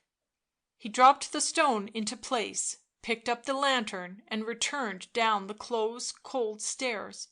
Her room; on the pillow the mark where her head had lain, her clothes over the coffer. Well, he hated her no less than he had ever done; to the last she had shamed him. Why had he been so long? Too long. Soon some one would be stirring, and he must be far from Martzburg before they found Sybilla. He crept from the chamber with the same unnecessary stealth he had observed in entering, and in a cautious manner descended the stairs to the great hall. The pale glow of a dreary dawn filled the great hall as he entered it; the grey cat was still asleep, and the shining silks of the red lilies shone like the hair of the strange woman who had worked it patiently into the samite. He tiptoed across the hall, descended the wider stairs and made his way to the first chamber of the donjon. Carefully he returned the lamp to the niche where he had found it, wondering, as he extinguished it, if any would note that it had been burnt that night. Carefully he drew on his great muddy boots and crept out by the little postern door into the court. So sheltered was the castle, and situated in so peaceful a place, that when the chatelaine was not within the walls The huge outer gates that required many men to close them stood open on to the hillside. Beyond them Sebastian saw his patient horse, fastened to the ring of the bell chain, and beyond him the clear grey blue hills and trees. His road lay open, yet he closed the door slowly behind him and hesitated. He strove with a desire to go and look at her. He knew just how she had fallen. When he had first come to Martzburg the hideous hole in the battlements exercised a great fascination over him; he had often flung down stones, clods of grass, and even once a book, that he might hear the hollow whistling sound and imagine a furious enemy below. Afterwards he had noticed these things, and how they struck the bottom of the shaft, lying where she would be now. He desired to see her, yet loathed the thought of it. There was his horse, there the open road, and Jacobea waiting a few miles away, yet he must linger while the accusing daylight gathered about him, while the rising sun discovered him; he must dally with the precious moments, bite the ends of his black hair, frown and stare at the round tower of the donjon the other side of which she lay. At last he crossed the rough cobbles, skirted the keep and stood still, looking at her. Yes, he had pictured her, yet he saw her more distinctly than he had imagined he would in this grey light. Her hair and her cloak seemed to be wrapped close about her; one hand still clung to her face; her feet showed bare and beautiful. Sebastian crept nearer. He wanted to see her face, and if her eyes were open, to be certain; also if that dark red that lay spread on the ground was all her scattered locks. The light was treacherous. He was stooping to touch her when the quick sound of an approaching horseman made him draw back and glance round, but before he could even tell himself it were well to fly, they were upon him. 2 horsemen, finely mounted, the foremost Dirk Renswoude, bareheaded, a rich colour in his cheek and a sparkle in his eye. He reined up the slim brown horse. " So it is done," he cried, leaning from the saddle towards Sebastian. The steward stepped back. " Whom have you with you?" he asked in a shaking voice. " A friend of mine and a suitor to the chatelaine, of which folly you and I shall cure him." Theirry pressed forward, the hoofs of his striving horse making musical clatter on the cobbles. " The steward!" he cried, " and " his voice sank; he turned burning eyes on Dirk. " The steward's wife that was," smiled the youth. " But certes, you must do him worship now, he will be Lord of Martzburg." Sebastian was staring at Sybilla. " You tell too much," he muttered. " Nay, my friend is one with me, and I can answer for his silence." Dirk patted the horse's neck and laughed again, laughter with a high triumphant note in it. Theirry swung round on him in a desperate bitter fierceness. " Why have you brought me here? Where is the chatelaine? By God his saints, that woman has been murdered!" Dirk turned in the saddle and faced him. " Ay, and by Jacobea of Martzburg's commands." Theirry laughed aloud. " The lie is dead as you give it being," he answered, " nor can all your devilry make it live." " Sebastian," said Dirk, " has not this woman come to her death by the chatelaine's commands?" He pointed to Sybilla. " You know it, since in your presence she bade me hither," answered Sebastian heavily. Dirk's voice rose, clear and musical. " You see, your piece of uprightness thought highly of her steward, and that she might endow him with her hand his wife must die." " Peace, peace!" cried Sebastian fiercely, and Theirry rose in his saddle. " It is a lie," he repeated wildly. " If 'tis not a lie, God has turned His face from me and I am lost indeed." " If 'tis no lie," cried Dirk exultingly, " you are mine — did ye not swear it?" " And she be this thing you name her?" answered Theirry passionately. then the devil is cunning indeed, and I his servant.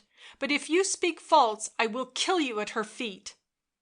"And by that will I abide," smiled Dirk. "Sebastian, you shall return with us to give this news to your mistress." "Is she not here?" cried Theirry. Dirk pointed to the silver plated harness. "You ride her horse. See her arms upon his breast? Sweet fool, we left her behind in the hostel, waiting the steward's return." "Always ye trap and deceive me," exclaimed Theirry hotly. "Let us be gone," said Sebastian. He looked at Dirk as if at his master. "Is it not time for us to be gone?" It was full daylight now, though the sun had not yet risen above the hills. The lofty walls and high towers of the huge grey castle blocked up the sky and threw into the gloom the three in their shadow. "Hark!" said Dirk, and lifted his finger delicately. A white horse appeared against the cold misty background of the grey country. A woman was in the saddle, Jacobea of Martzburg. She paused, peered up at the high little windows in the donjon, then turned her gaze on the silent three. "Now can the chatelaine speak for herself?" breathed Dirk. Theirry gave a great sigh, his eyes fixed with a painful intensity on the approaching lady, but she did not seem to see either of them. "Sebastian!" she cried, and drew rein, gazing at him. "Where is your wife?" Her words rang on the cold clear air like strokes of a bell. "Sybilla died last night," answered the steward, "but I did not. And you should not have come." Jacobea shaded her brows with her gloved hand and stared past the speaker. "What is that on the ground?" she cried. "Sybilla! He has slain Sybilla! But, sirs," she looked round her distractedly, "ye must not blame him. He saw my wish." "From your own lips!" cried Theirry. "Who are you who speak?" she demanded haughtily. "I sent him to slay Sybilla." She interrupted herself with a hideous shriek. "Sebastian, ye are stepping in her blood." And letting go of the reins she sank from the saddle. The steward caught her, and as she slipped from his hold to her knees her unconscious head came near to the stiff white feet of the dead. "Her yellow hair!" cried Dirk. "Let us leave her to her steward. You and I have another way." "May God curse her as he has me," said Theirry in an agony, "for she has slain my hope of heaven." "You will not leave me?" called Sebastian. "What shall I say? What shall I do?" "Lie, and lie again," answered Dirk with a wild air. "Wed the dame and damn her people, let fly your authority and break her heart as quickly as you may." "Amen to that," added Theirry. "And now to Frankfort!" cried Dirk, exultant. They set their horses to a furious pace and galloped out of Castle Martzburg. Section 20 of Black Magic, Part 1, Chapter 20, Hugh of Rooselaare.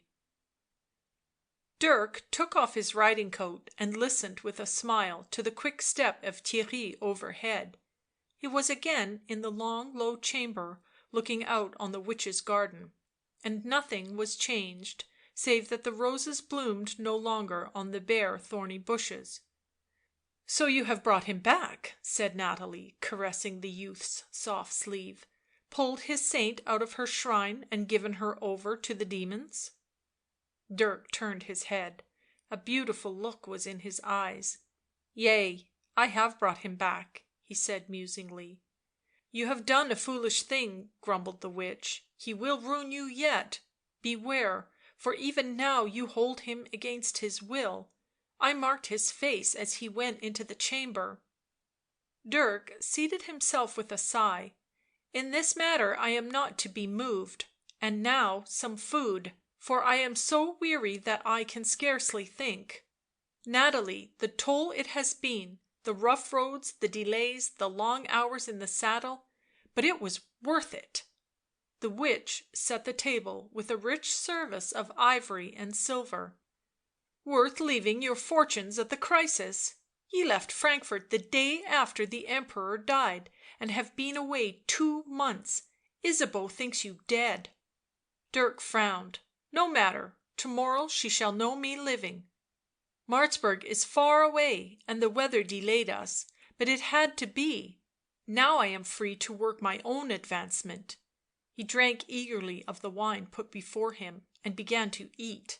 " Ye have heard," asked Nathalie, " that Balthasar of Courtrai has been elected Emperor?"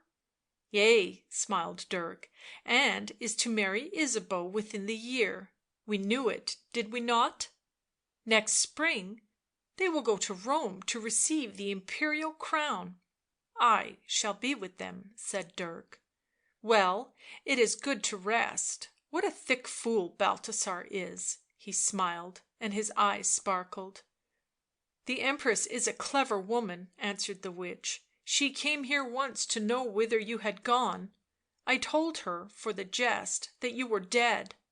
At that she must think her secret dead with you, yet she gave no sign of joy nor relief, nor any hint of what her business was.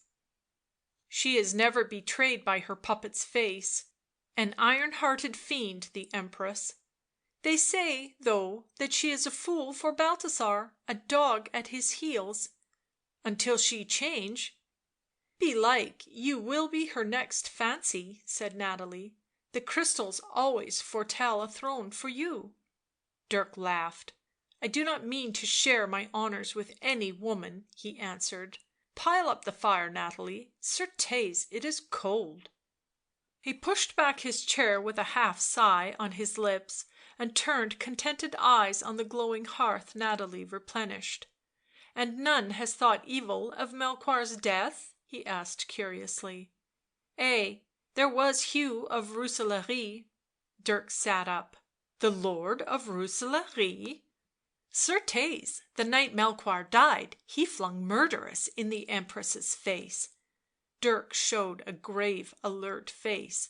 " I never heard of that." " Nay," answered the witch with some malice. " Ye were too well engaged in parting that boy from his love. It is a pretty jest. Certainly she is a clever woman.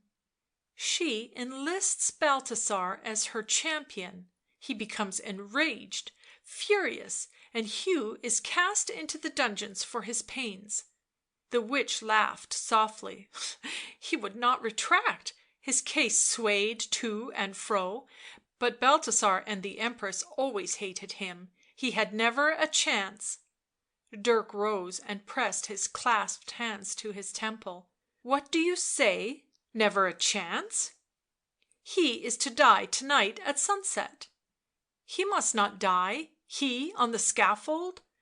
I, as you say, was following that boy and his love while this was happening." The witch fell back against the wall, while overhead the restless tread of Theirry sounded. Dirk dashed from the room and out into the quiet street. For a second he paused; it was late afternoon, he had perhaps an hour or an hour and a half. Clenching his hands he drew a deep breath and turned in the direction of the palace at a steady run.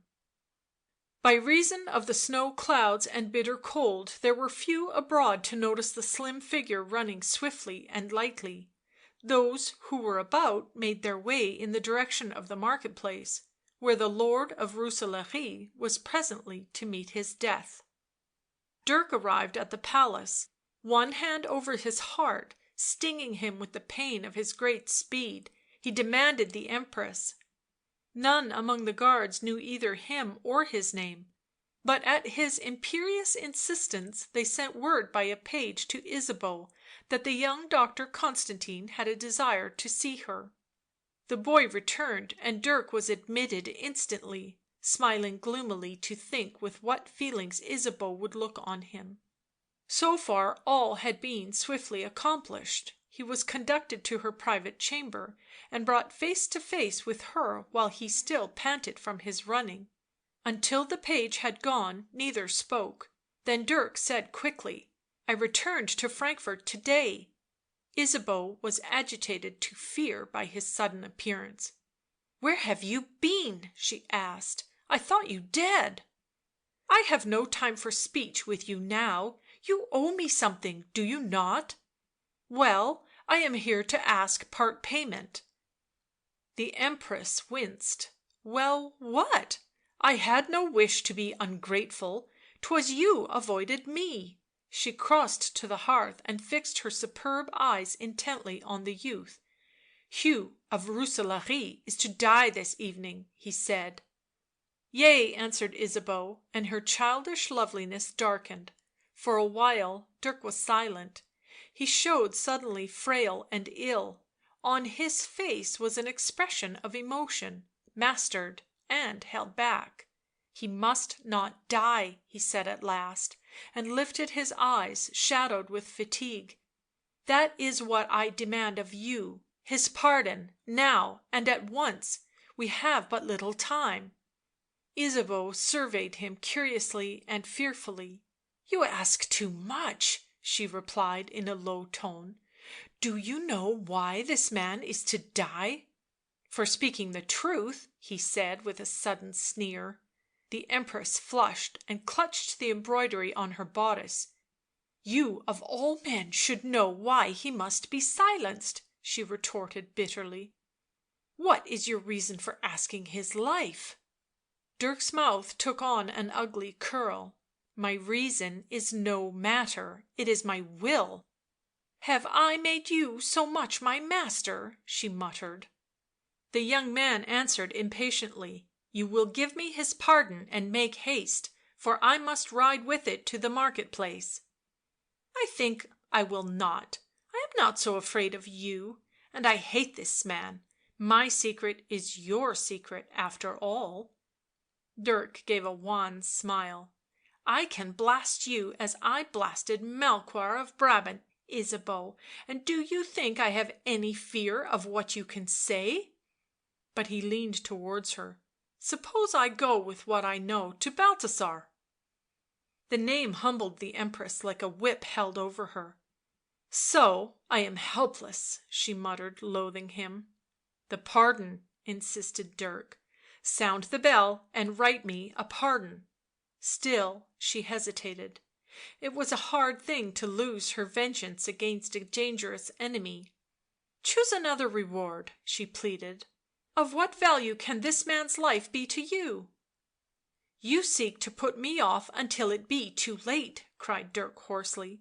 He stepped forward and seized the handbell on the table. " Now, an you show yourself obstinate, I go straight from here to Balthasar and tell him of the poisoning of Melchoir." Instinct and desire rose in Ysabeau to defy him with everything in her possession, from her guards to her nails; she shuddered with suppressed wrath and pressed her little clenched hands against the wall. Her chamberlain entered. " Write out a pardon for the Lord of Rooselaare," commanded Dirk, " and haste, as you love your place." When the man had gone, Ysabeau turned with an ill concealed savagery. " What will they think? What will Balthasar think?" " That must be your business," said Dirk wearily. " And Hugh himself?" flashed the Empress. The youth coloured painfully. " Let him be sent to his castle in Flanders," he said, with averted face. " He must not remain here." " So much you give in!" cried Ysabeau. " I do not understand you." He responded with a wild look. " No one will ever understand me, Ysabeau." The chamberlain returned, and in a shaking hand the Empress took the parchment and the reed pen, while Dirk waved the man's dismissal. " Sign," he cried to her.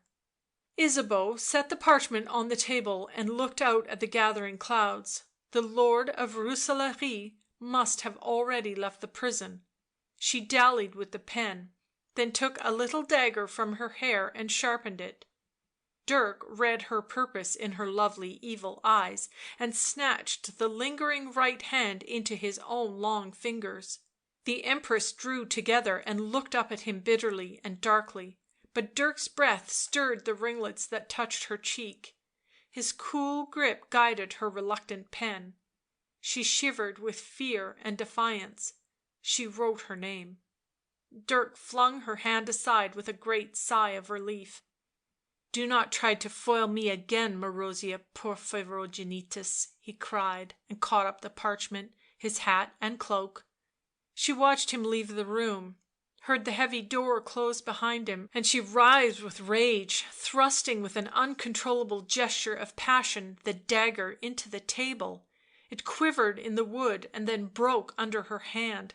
With an ugly cry she ran to the window, flung it open and cast the handle out. When it rattled on the cobbled yard Dirk was already there. He marked it fall, knew the gold and red flash, and smiled. Showing the parchment signed by the Empress, he had commanded the swiftest horse in the stables. The market place lay at the other end of the town, and the hour for the execution was close at hand, but the white horse he rode was fresh and strong. The thick grey clouds had obscured the sunset and covered the sky. A few trembling flakes of snow fell, a bitter wind blew between the high narrow houses; here and there a light sparkling in a window emphasised the colourless cold without. Dirk urged the steed till he rocked in the saddle. He passed the high walls of the college, galloped over the bridge that crossed the sullen waters of the Main, swept by the open doors of St. Wolfram, then had to draw rein, for the narrow street began to be choked with people. He pulled his hat over his eyes and flung his cloak across the lower half of his face; with one hand he dragged on the bridle, with the other waved the parchment. " A pardon!" he cried. " A pardon! Make way!" They drew aside before the plunging steed; some answered him. " It is no pardon; he wears not the Empress's livery." One seized his bridle. Dirk leant from the saddle and dashed the parchment into the fellow's face; the horse snorted, and plunging cleared away and gained the market place. Here the press was enormous; men, women and children were gathered close round the mounted soldiers who guarded the scaffold.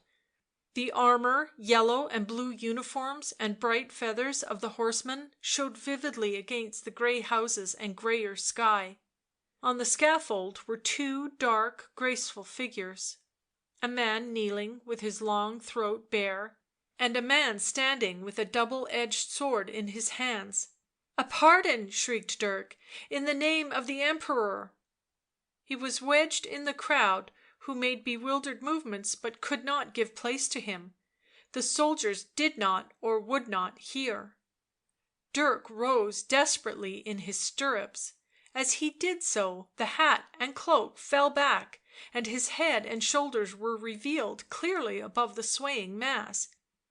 Hugh of Rooselaare heard the cry, looked across the crowd, and his eyes met the eyes of Dirk Renswoude. " A pardon!" cried Dirk hoarsely. He saw the condemned man's lips move; the sword fell. " A woman screamed," said the monk on the scaffold, " and proclaimed a pardon." And he pointed to the commotion gathered about Dirk, while the executioner displayed to the crowd the serene head of Hugh of Rooselaare. " Nay, it was not a woman," one of the soldiers answered the monk. " 'Twas this youth." Dirk forced to the foot of the scaffold. " Let me through," he said in a terrible voice. The guard parted, and seeing the parchment in his hand let him mount the steps. " You bring a pardon," whispered the monk. " I am too late," said Dirk. He stood among the hurrying blood that stained the platform, and his face was hard. " Dogs! and this an end for a lord of Rooselaare!" he cried, and clasped his hand on a straining breast. " Could you not have waited a little, but a few moments more?" The snow was falling fast; it lay on Dirk's shoulders and on his smooth hair. The monk drew the parchment from his passive hand and read it in a whisper to the officer. They both looked askance at the young man. " Give me his head," said Dirk. The executioner had placed it at a corner of the scaffold; he left off wiping his sword and brought it forward. Dirk watched without fear or repulsion, and took Hugh's head in his slim fair hands. How heavy it is," he whispered. The quick distortion of death had left the proud features. Dirk held the face close to his own, with no heed to the blood that trickled down his doublet. Priest and captain, standing apart, noticed a horrible likeness between the dead and the living, but would not speak of it. " Churl," said Dirk, gazing into the half closed grey eyes that resembled so his own. " He spoke as he saw me — what did he say?" The headsman polished the mighty blade. " Nought to do with you, or with any," he answered. " The words had no meaning — certes." " What were they?" whispered the youth. " Have you come for me, Ursula?" Then he said again, " Ursula."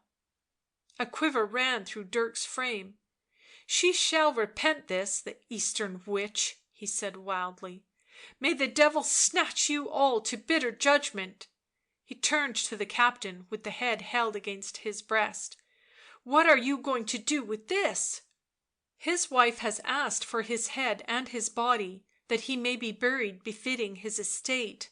" His wife," echoed Dirk; then slowly, " Ay, he had a wife — and a son, sir?" " The child is dead." Dirk set the head down gently by the body.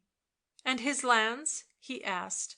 " They go, sir, by favour of the Empress, to Balthasar of Courtrai, who married, as you may know, this lord's heiress, Ursula, dead now many years." The snow had scattered the crowd; the soldiers were impatient to be gone.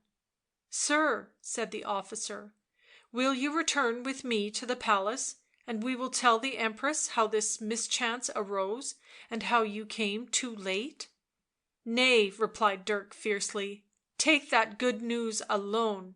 He turned and descended the scaffold steps in a proud, gloomy manner. One of the soldiers held his horse; he mounted in silence and rode away. They who watched saw the thick snowflakes blot out the solitary figure, and shuddered with no cause they understood. Section 21 of Black Magic, Part 1, Chapter 21. Betrayed. Nathalie stood at the door with a lantern in her hand. Dirk was returning; the witch held up the light to catch a glimpse of his face, then, whispering and crying under her breath, followed into the house. " There is blood on your shoes and on your breast," she whispered, when they reached the long chamber at the back. Dirk flung himself on a chair and moaned; the snow lay still on his hair and on his shoulders; he buried his face in the bend of his arm. " Zerdusht and his master have forsaken us," whimpered the witch. " I could work no spells to night, and the mirror was blank." Dirk spoke in a muffled voice without raising his head. " Of what use is magic to me? I should have stayed in Frankfort." Nathalie drew his wet cloak from his shoulders. " Have I not warned you? Has not the brass head warned you that the young scholar will be your ruin, bringing you to woe and misery and shame?" " Look at his blood on me," cried Dirk. " His blood! Balthasar and Ysabeau make merry with his lands, but my hate shall mean something to them yet — I should not have left Frankfort." " Alas! who was this man?" " I did all I could," whispered Dirk. " The Empress shall burn in hell." The sickly creeping flames illuminated his pallid face and his small hand hanging clenched by his side. " This is an evil day for us," moaned the witch. " The spirits will not answer, the flames will not burn — some horrible misfortune threatens." Dirk turned his gaze into the half dark room. " Where is Theirry?" " Soon after you left he crept from his chamber, and his face was evil — he went into the street." Dirk paced up and down with uneven steps. " He will come back — he must come back — ah, my heart! — you say Zerdusht will not speak to night?" The witch moaned and trembled over the fire. " Nay, nor will the spirits come." Dirk shook his clenched fist in the air. They shall answer me." He went to the window, opened it, and looked out into the blackness. " Bring the lamp." Nathalie obeyed. The faint light showed the hastening snowflakes, no more. " Maybe they will listen to me — nay, as I say, they shall." The witch followed with the swinging lamp in her hand, while they made their way in silence through the darkness and the snow, in between the bare rose bushes, over the wet, cold earth until they reached the trap door at the end of the garden that led to the witch's kitchen. Here she paused while Dirk raised the stone. " Surely the earth shook then," he said. " I felt it tremble beneath my feet. Hush, there is a light below." The witch peered over his shoulder and saw a faint glow rising from the open trap, while at that moment her own lamp went suddenly out. They stood in outer darkness. " Will you dare descend?" muttered Nathalie. " What should I fear?" came the low, wild answer, and Dirk put his foot on the ladder. The witch followed. They found themselves in the chamber, and saw that it was lit by an immense fire, seated before which was an enormous man with his back towards them. He was dressed in black, and at his feet lay stretched a huge black hound. " Good even," said Dirk in a low voice. The stranger turned a face as black as his garments; round his neck he wore a collar of most brilliant red and purple stones. " A cold night," he said, and again it seemed as if the earth rumbled and shook. " You find our fire welcome," answered Dirk, but the witch crouched against the wall muttering to herself. " A good heat, a good heat," said the Blackamoor. Dirk crossed the room, his arms folded on his breast, his head erect.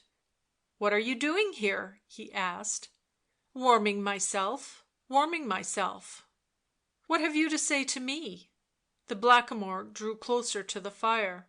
" Ugh, how cold it is," he said, and stuck out his legs and thrust them deep into the seething flames.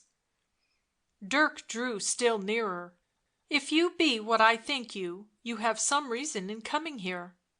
I have been to the palace, I have been to the palace. I sat under the Empress's chair while she talked to a pretty youth whose name is Theirry. Aha! It was cold in the palace, there was snow on the youth's garments as there is blood on yours, and the Emperor was there." " Theirry has betrayed me," said the youth. The Blackamoor took his legs from the fire, unscorched and untouched, and the hell hound rose and howled. " He has betrayed you, and Ysabeau accuses you to save herself, but the devils are on your side, since there is other work for you to do. Flee from Frankfort and I will see that you fulfil your destiny. And now," he glanced over his shoulder, " the witch comes home to night. To night the work here is done. Take the road through Frankfort." He stood up and his head touched the roof. The gems on his throat gave out long rays of light. The fire grew dim, the Blackamoor changed into a thick column of smoke that spread.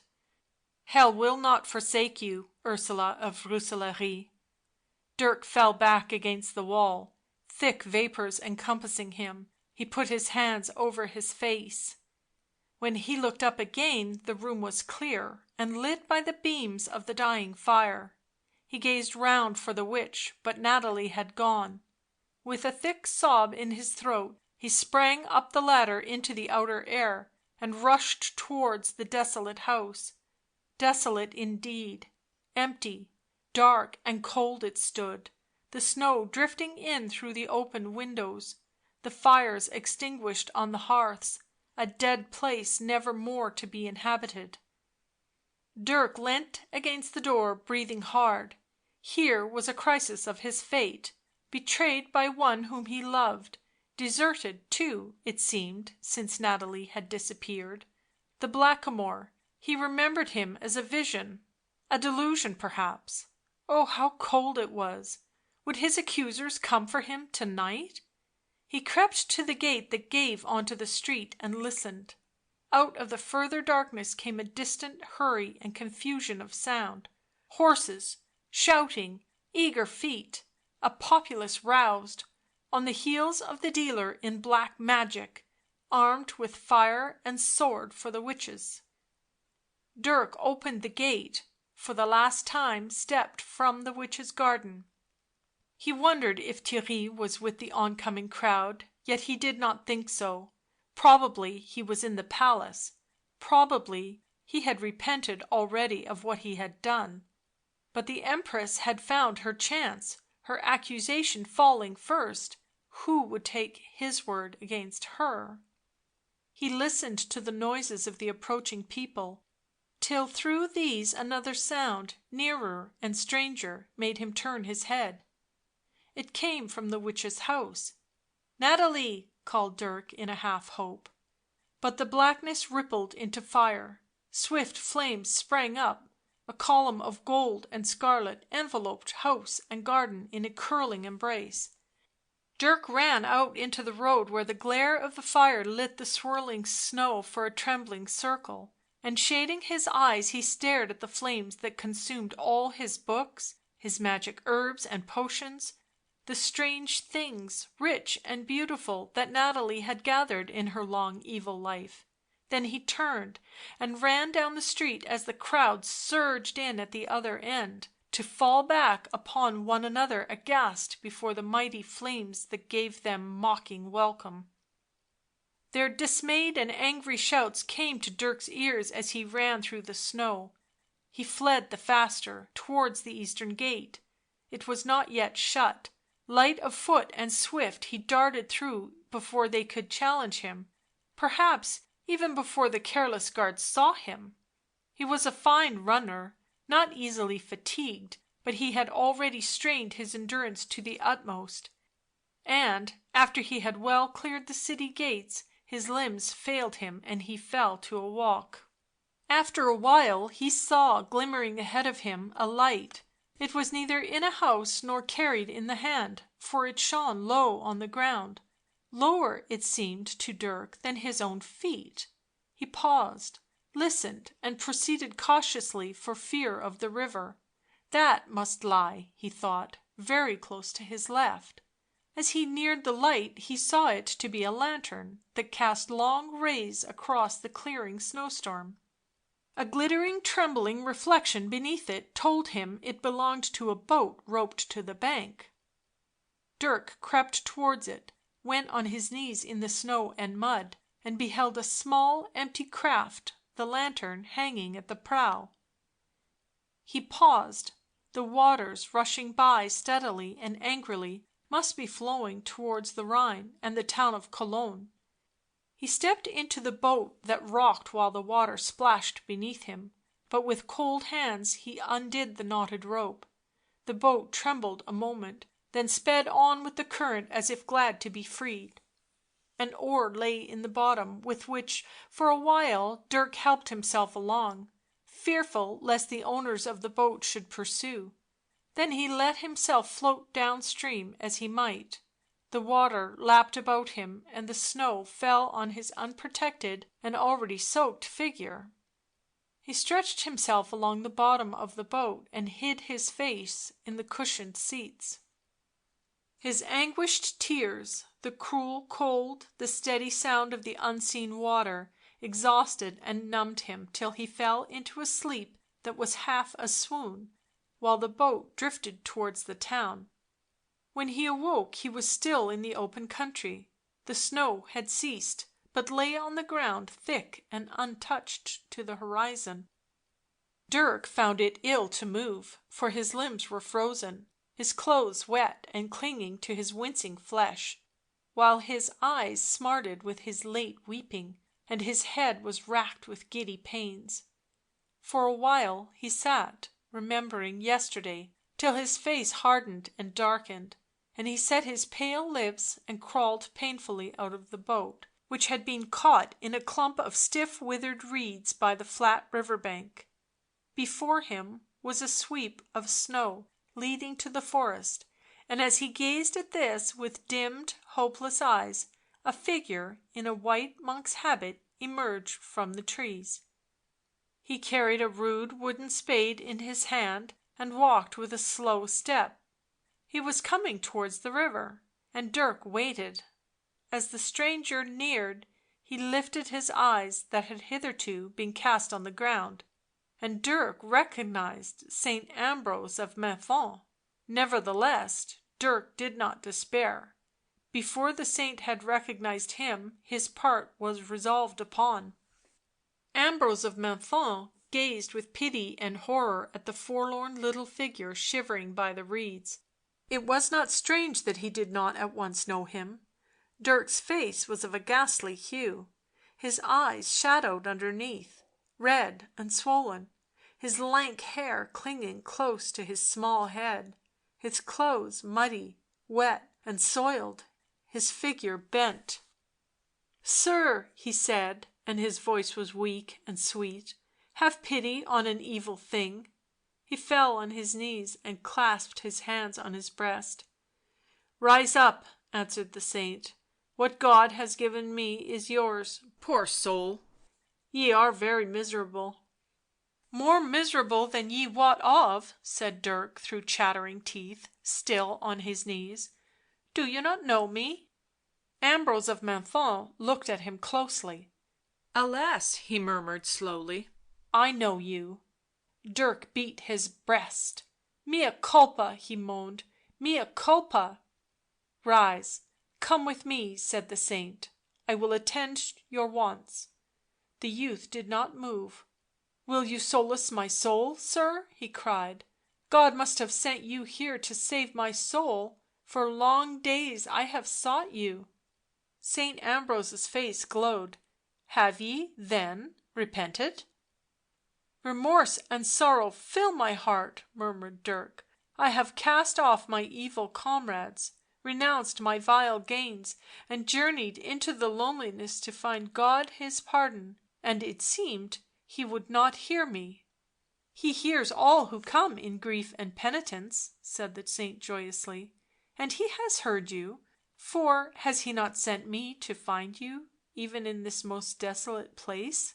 " You feed me with hope," answered Dirk in a quivering voice, " and revive me with glad tidings. May I dare — I, poor lost wretch, to be uplifted and exalted?" " Poor youth," was the tender murmur. " Come with me." He led the way across the thick snow, Dirk following with downcast eyes and white cheeks. They skirted the forest and came upon a little hut set back and sheltered among the scattered trees. Saint Ambrose opened the rude door. " I am alone now," he said softly as he entered. " I had with me a frail holy youth who was travelling to Paris. Last night he died. I have just laid his body in the earth. His soul rests on the bosom of the Lord." Dirk stepped into the hut and stood meekly on the threshold, and Saint Ambrose glanced at him wistfully. " Maybe God has sent me this soul to tend and succour in place of that He has called home." Dirk whimpered humbly. " If I might think so." The saint opened an inner door. " Your garments are wet and soiled." A sudden colour stained Dirk's face. " I have no others." Ambrose of Menthon pointed to the inner chamber. " There Blaise died yestereve — there are his clothes — enter and put them on." " It will be the habit of a novice?" asked Dirk softly. " Yea." Dirk bent and kissed the saint's fingers with ice cold lips. " I have dared," he whispered, " to hope that I might die wearing the garb of God His servants, and now I dare even to hope that He shall grant my prayer." He stepped into the inner chamber and closed the door. Section 22 of Black Magic, Part 1, Chapter 22. Blaise. Ambrose of Menthon and his meek and humble follower rested at Chalons on their way to Paris. For many weeks they had begged from door to door, sleeping in some hermit's cell or by the roadside when the severity of the bitter nights permitted, occasionally finding shelter in a wayside convent. so patient, so courageous before hardship, so truly sad and remorseful, so grateful for the distant chance of ultimate pardon was Dirk, that the saint grew to love the penitent vagabond. No one eager to look for it could have found any fault with his behaviour. He was gentle as a girl, obedient as a servant, rigid in his prayers, and he had a strangely complete knowledge of the offices and penances of the Church, silent and sorrowful often, taking no pleasure in anything save the saint's talk of paradise and holy things. Particularly he loved to hear of the dead youth Blaise, of his saintly life, of his desire to join the stern brotherhood of the Sacred Heart in Paris, of his fame as one beloved of God, of the convent's wish to receive him, of his great learning, of his beautiful death in the snowy evening. To all this Dirk listened with still attention, and from Saint Ambrose's rapt and loving recital he gathered little earthly details of the subject of their speech, such as that he was from Flanders, of a noble family, that his immediate relatives were dead, that his years were no more than 20, and that he was dark and pale. For himself Dirk had little to say. He described simply his shame and remorse after he had stolen the holy gold, his gradual sickening of his companions, the long torture of his awakening soul, his attempts to find the saint, and how, finally, after he had resolved to flee his evil life and enter a convent, he had run out of Frankfort, found a boat waiting, and so drifted to Saint Ambrose's feet. The saint, rejoicing in his penitence, suggested that he should enter the convent whither they journeyed, with the tidings of the holy youth's death, and Dirk consented with humble gratitude. And so they passed through Chalons and rested in a deserted hut overlooking the waters of the Marne. Having finished their scanty meal they were seated together under the rough shelter. The luxury of a fire was denied their austerity. A cold wind blew in and out of the ill-built doors, and a colourless light filled the mean, bare place.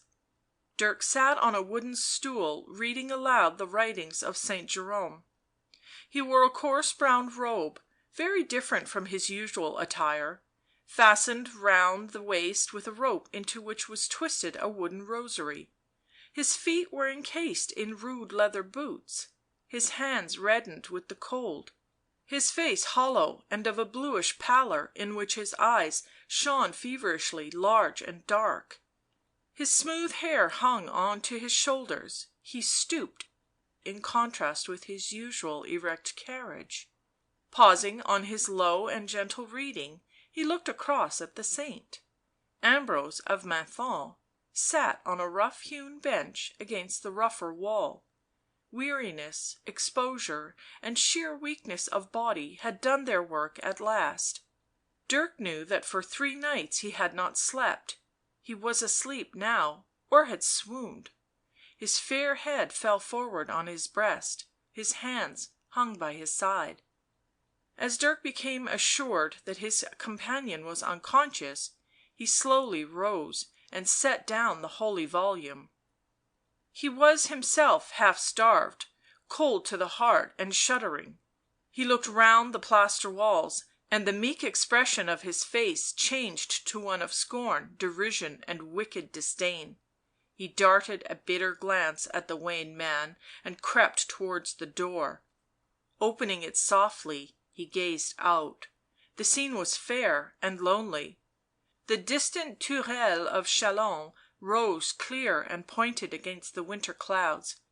Near by the grey river flowed between its high banks, where the bare willows grew and the snow wreaths lay. Dirk took shivering steps into the open and turned towards the Marne. The keen wind penetrated his poor garments and lifted the heavy hair from his thin cheeks. He beat his breast, chafed his hands, and walked rapidly. Reaching the bank, he looked up and down the river. There was no one in sight, neither boat nor animal nor house to break the monotony of land, sky and water. only those distant towers of the town. Dirk walked among the twisted willows, then came to a pause. A little ahead of him were a black man and a black dog, both seated on the bank and gazing towards Chalons. The youth came a little nearer. " Good even," he said. " It is very cold." The Blackamoor looked round. " Are you pleased with the way you travel?" he asked, nodding his head. " And your companion?" Dirk's face lowered. " How much longer am I to endure it?" " You must have patience," said the black man, " and endurance." " I have both," answered Dirk. " Look at my hands, they are no longer soft, but red and hard. My feet are galled and wounded in rough boots. I must walk till I am sick, then pray instead of sleeping. I see no fire, and scarcely do I touch food." " You will be rewarded — and revenged too. Oh, oh! It is very cold, as you say, very cold." " What must I do?" asked Dirk. The black man rubbed his hands together. " You know, you know." Dirk's pinched wan face grew intent and eager. " Am I to use this?" He touched the breast of his rough habit. " Yea." " Then shall I be left defenceless?" Dirk's voice shook a little. " If anything should happen — I would not — I could not — oh, Sathanas! I could not be revealed." The Blackamoor rose from among the willows. " Do you trust yourself and me?" he asked. Dirk put his thin hand over his eyes. " Yea, master." " Then you know what to do. You will not see me for many years. When you have triumphed I shall come." He turned swiftly and ran down the bank, the hound at his heels. One after another they leapt into the waters of the Marne and disappeared with an inner sound. Dirk straightened himself and set his lips. He re entered the hut to find Ambrose of Menthon still against the wall, now indeed wearily asleep. Dirk came softly forward. Slowly and cautiously he put his hand into his bosom and drew out a small green coloured phial. With his eyes keenly on the saint he broke the seal, then crept close. By Saint Ambrose's side hung his rosary, every bead smooth with the constant pressure of his lips. Dirk raised the heavy crucifix attached and poured on to it the precious drop contained in the phial. Saint Ambrose did not wake nor move. Dirk drew away and crouched against the wall, cursing the bitter wind with fierce eyes. When the saint awoke Dirk was on the broken stool reading aloud the writings of Saint Jerome. " Is it still light?" asked Ambrose of Menthon amazedly. " It is the dawn," answered Dirk. " And I have slept the night through." The saint dragged his stiff limbs from the seat and fell on his knees in a misery of prayer. Dirk closed the book and watched him, watched his long fingers twining in the beads of his rosary, watched him kiss the crucifix again and again. Then he too knelt, his face hidden in his hands. He was the first to rise. " Master, shall we press on to Paris?" he asked humbly. The saint lifted dazed eyes from his devotions. " Yea," he said, " yea." Dirk began putting together in a bundle their few books and the wooden platter in which they collected their broken food, this being their all. " I dreamt last night of Paradise," said Saint Ambrose faintly. " The floor was so thick strewn with close little flowers, red, white and purple, and it was warm as Italy in May." Dirk swung the bundle on to his shoulder and opened the door of the hut. They passed out into the dreary landscape and took their slow way along the banks of the Marne.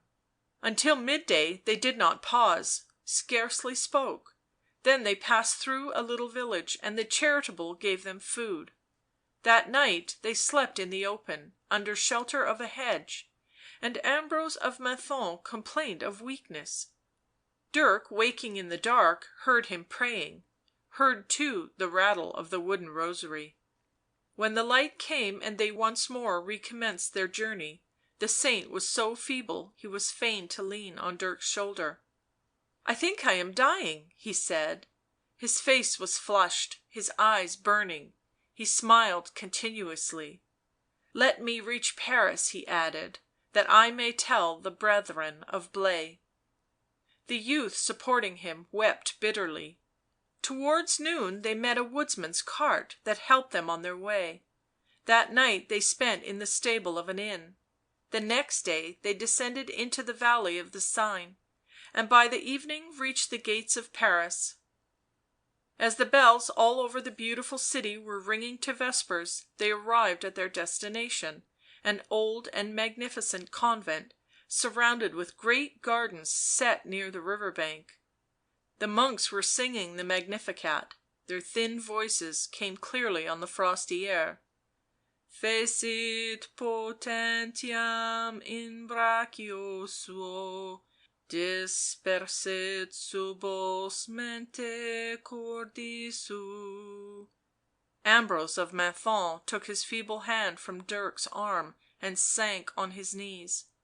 Deposuit potentes de sede, et exaltavit humilies. But Dirk's pale lips curled, and he gazed at the sun flaming beyond the convent walls; there was a haughty challenge in his brooding eyes. Esurientes implevit bones, et divites dimisit inenes, suscepit Israel puerum sum, recordatus misericordiae suae.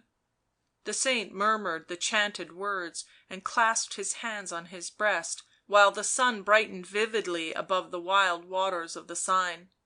Sicut locutus ead patre nostros, Abraham et semini eius in saecula.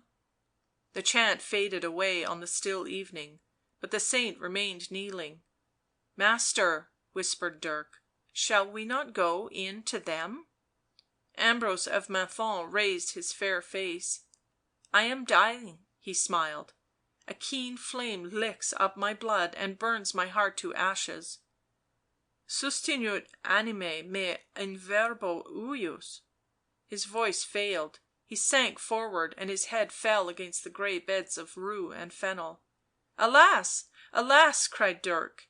He made no attempt to bring assistance nor called aloud, but stood still gazing with intent eyes at the unconscious man.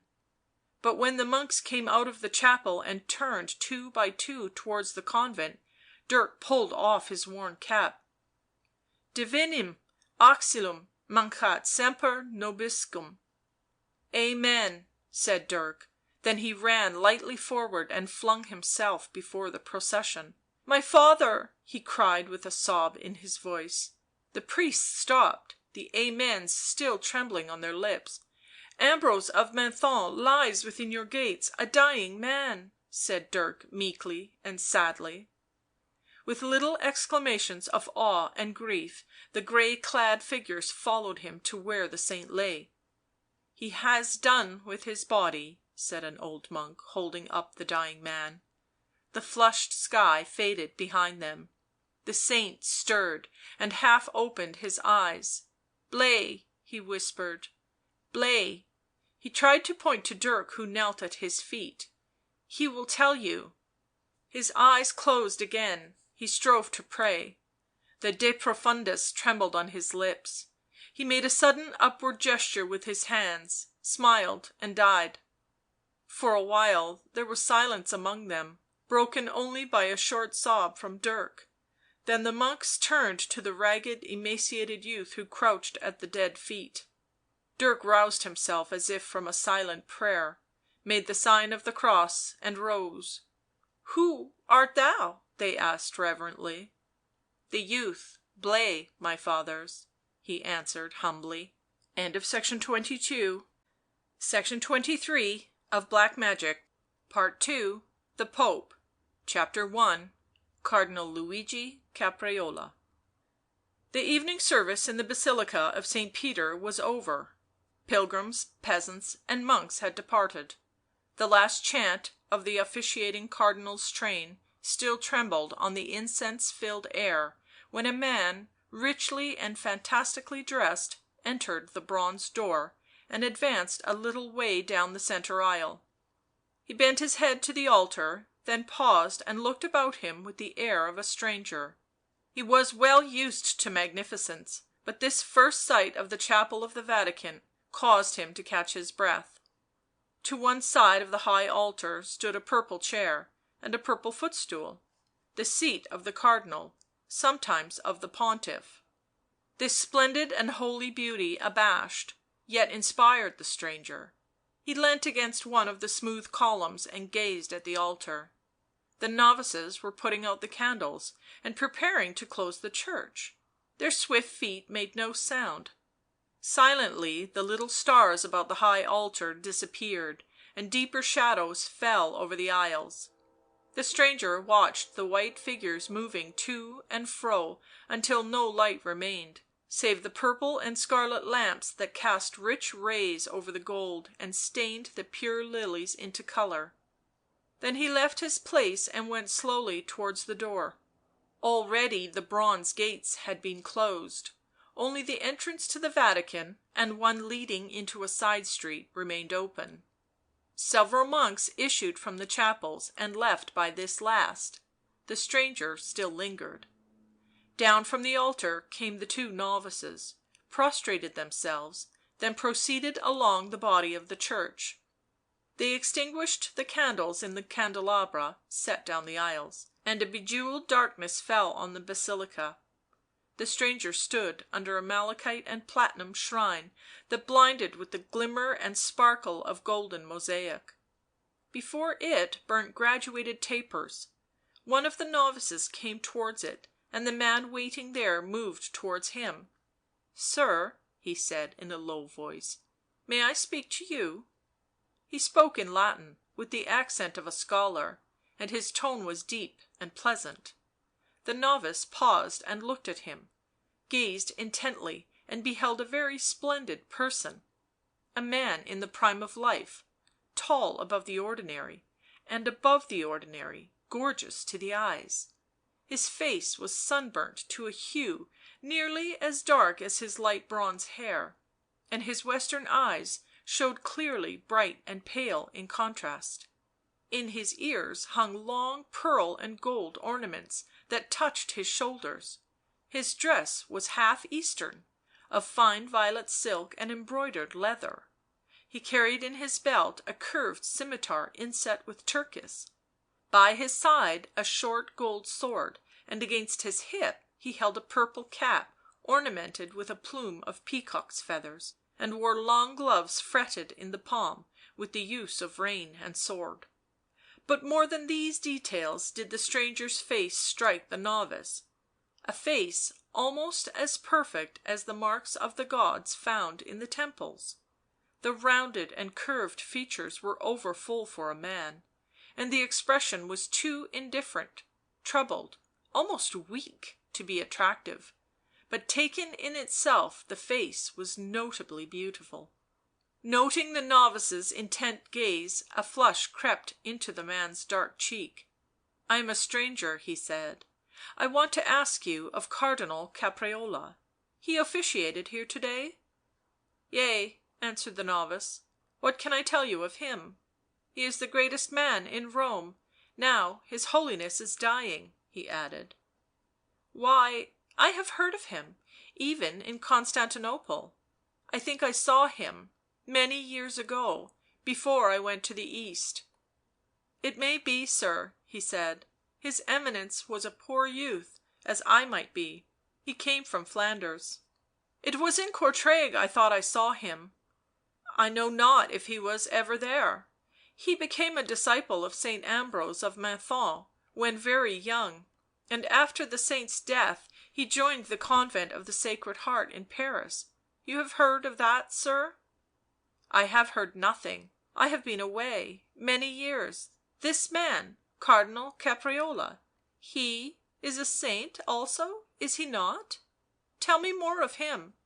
"Born of Dendermonde he was, sir, Louis his name, in our tongue Luigi; Blay the name he took in the convent. He came to Rome 7, nay, it must be 8 years ago. His Holiness created him Bishop of Ostia, then of Caprarola, which last name he retains now he is Cardinal. He is the greatest man in Rome," repeated the novice. "And a saint?" asked the other with a wistful eagerness.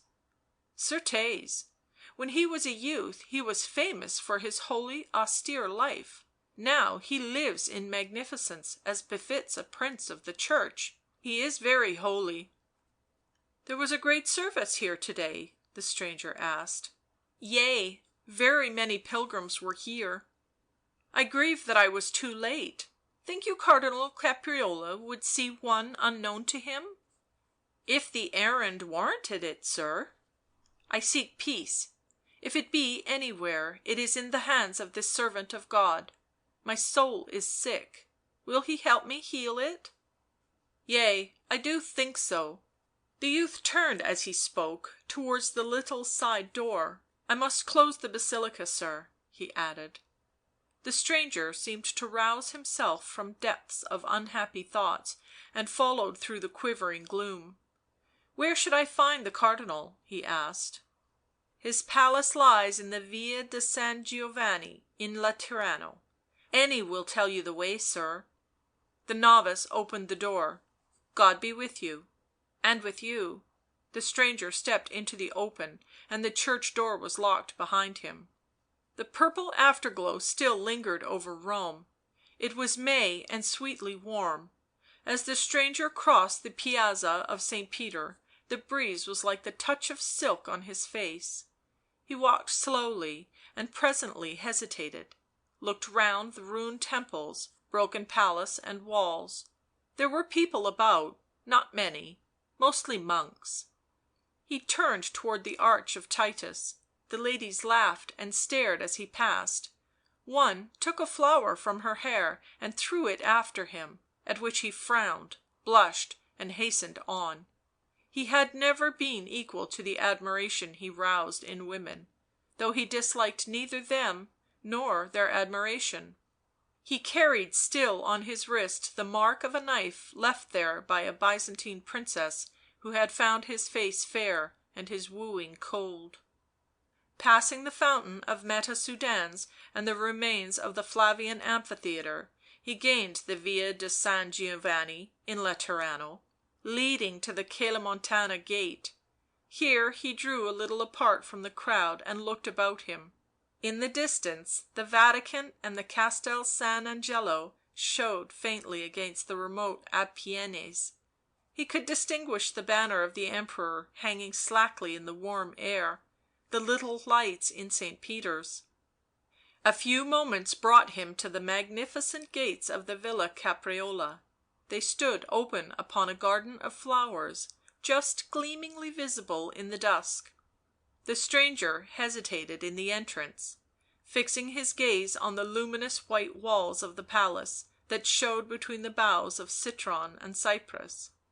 This cardinal, this prince, who was the greatest man in Rome, which was to say in Christendom, had strangely captured his imagination. He liked to think of him as an obscure and saintly youth devoting his life to the service of God, rising by no arts or intrigues but by the pure will of his master, solely until he dominated the great empire of the West. The stranger, now at his beautiful gates, had been searching for peace for many years, in many lands, and always in vain. In Constantinople he had heard of the holy Frankish priest, who was already a greater power than the old and slowly dying Pope, and it had comforted his tired heart to think that there was one man in a high place set there by God alone, one, too, of a pure life and noble soul. If any could give him promise of salvation, if any could help him to redeem his wasted, weak life, it would be he, this Cardinal, who could not know evil save as a name. With this object he came to Rome. He wished to lay his sins and penitence at the feet of him who had been a meek and poor novice, and now by his virtues was Luigi Caprarola, as mighty as the Emperor and as innocent as the angels. Shame and awe for a while held him irresolute. How could he dare relate his miserable and horrible story to this saint? But God had bidden him, and the holy were always merciful. He walked slowly between the dim flowers and bushes to the stately columned portico. With a thickly beating heart and a humble carriage he mounted the low wide steps and stood at the Cardinal's door, which should open on a marble vestibule dimly lit with a soft roseate violet colour. 2 huge negroes wearing silver collars and tiger skins were on guard at each column of the door, and as the newcomer set foot within the portals one of them struck the silver bell attached to his wrist. Instantly appeared a slim and gorgeous youth, habited in black, a purple flower fastened at his throat. The stranger took off his cap. " This is the residence of his Eminence Cardinal Caprarola?" he asked, and the hint of hesitation always in his manner was accentuated. " Yea," the youth bowed gracefully. " I am his Eminence's secretary, Messer Paolo Orsini. I do desire to see the Cardinal." " What is your purpose, sir?" " One neither political nor worldly." He paused, flushed, then added, " I would confess to his Eminence. I have come from Constantinople for that alone." " The Cardinal hears confession in the Basilica." " Certes, I know, yet I would crave to see him privately. I have matters relating to my soul to put before him.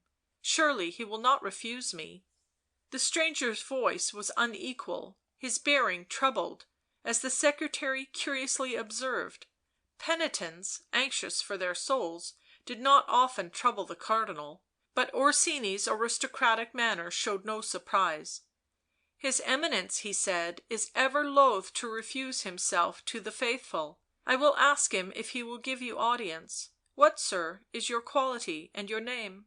" I am unknown here," answered the other humbly. " Lately I have come from Constantinople, where I held an office at the Court of Basle, but by birth I am a Frank, of the Cardinal's own country." " Sir, your name?" repeated the elegant secretary. " I have been known by many, but let his Eminence have the truth. I am Theirry, born of Dendermonde." Paolo Orsini bowed again. " I will acquaint the Cardinal," he said. " Will you await me here?" He was gone, as swiftly and silently as he had come. Theirry, hand to brow, gazed about him. He had seen nothing more lavishly splendid in the East. Cardinal Caprarola was no ascetic, whatever the youth Blaise may have been. And for a moment Theirry was bewildered and disappointed. Could a saint live thus? Then he reflected. Good it was to consider that God, and not the devil, who so often used beauty and wealth for his lures, had given a man this. He walked up and down, none to watch him but the 4 silent and motionless negroes. The exquisite lights, the melody of the fountain, the sweet odours that rose from the slow curling blue vapours, the gorgeous surroundings, lulled and soothed. He felt that at last, after his changeful wanderings, his restless unhappiness, he had found his goal and his haven.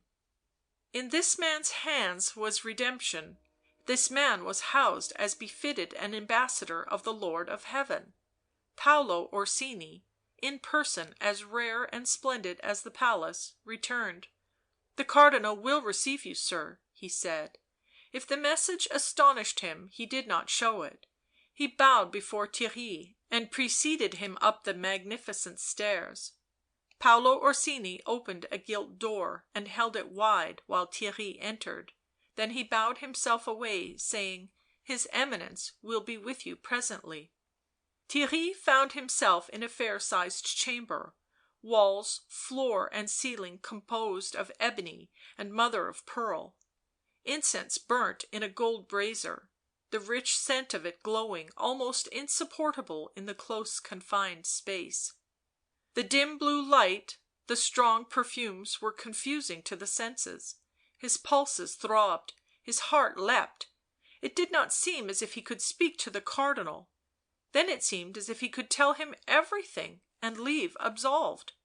Yet, what was there in the place reviving memories that had been thrust deep into his heart for years?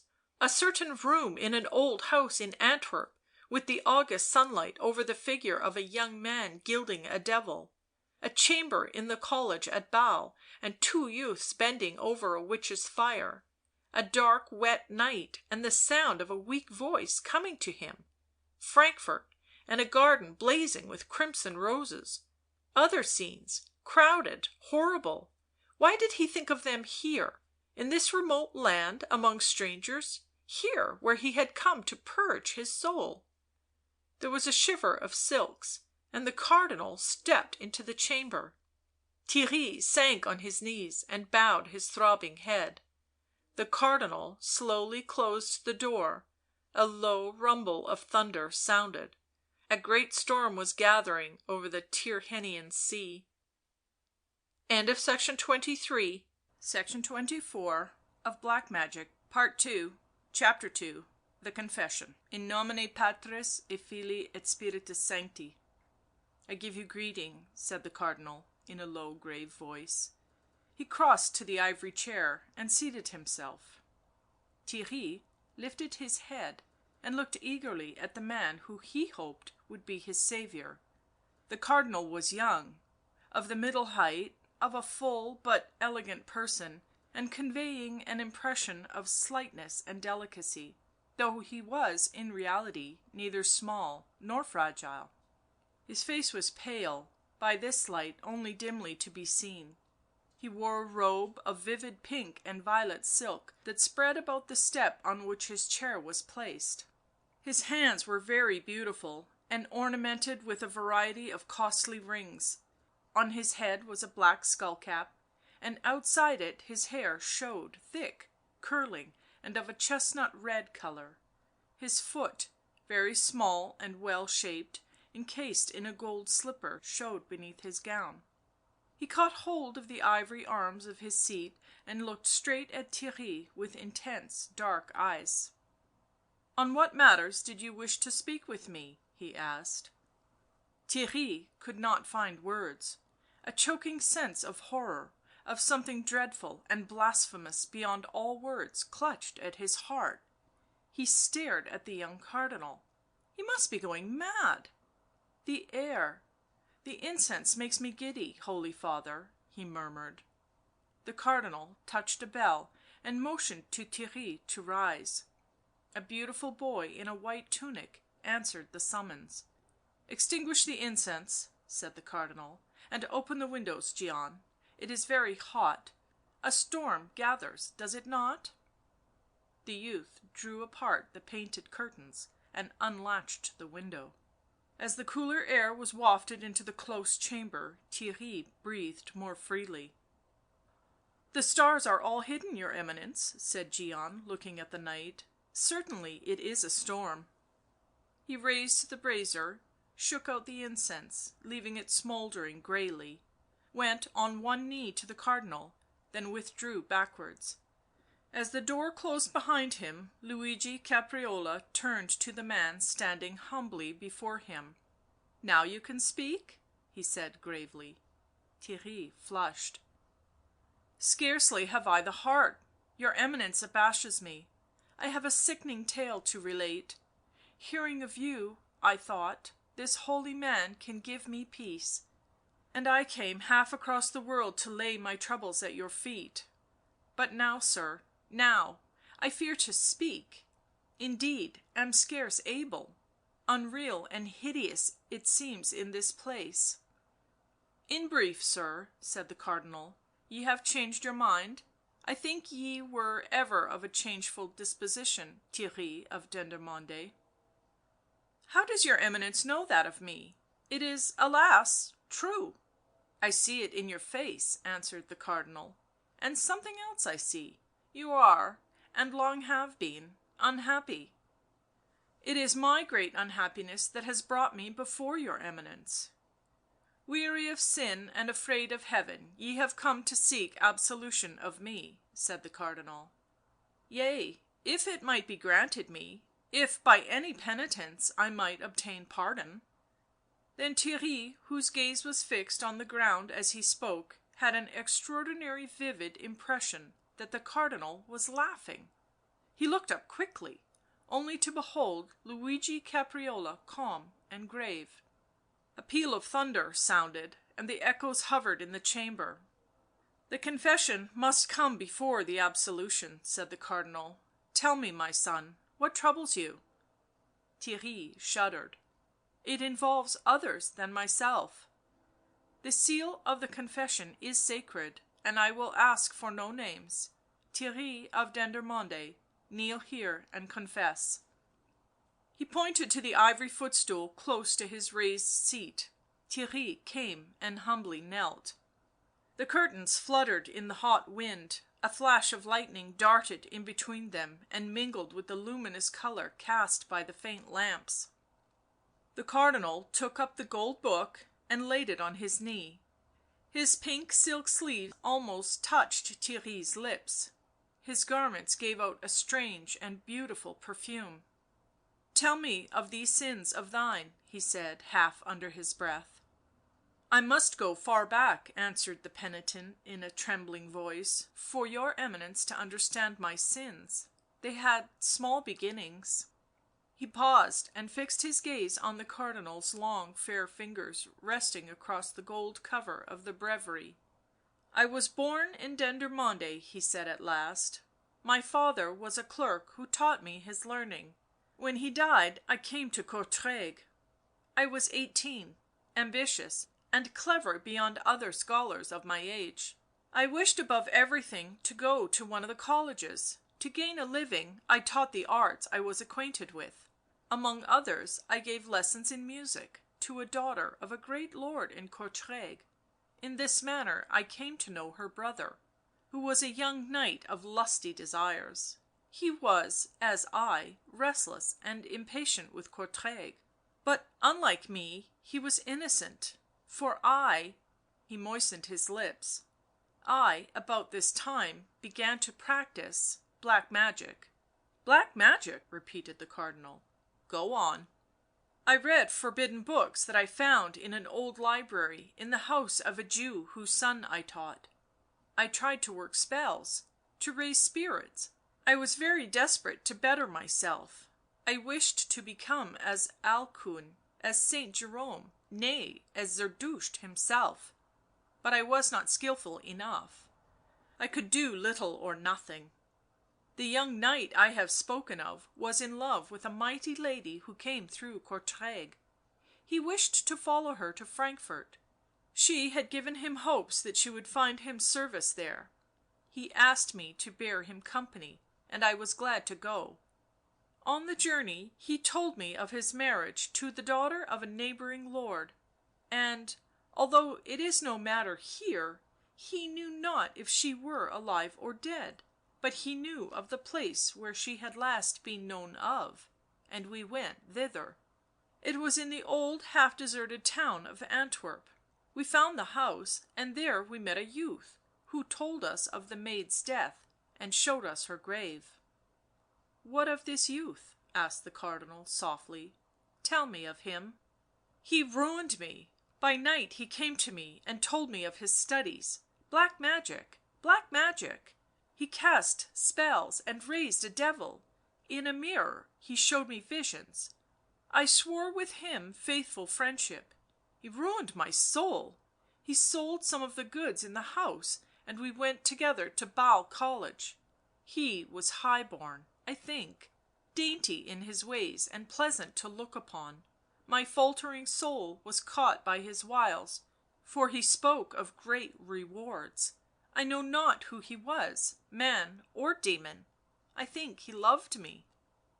There was a little silence in the chamber, then the Cardinal spoke. " Loved you? What makes you think he loved you?" " Certes, he said so, and acted so. We went to Basle College. Then I also thought I loved him. He was the only thing in the world I had ever spoken to of my hopes, my desires. We continued our experiments. Our researches were blasphemous, horrible. He was ever more skilful than I. Then one day I met a lady, and then I knew myself hideous. But that very night I was drawn into the toils again.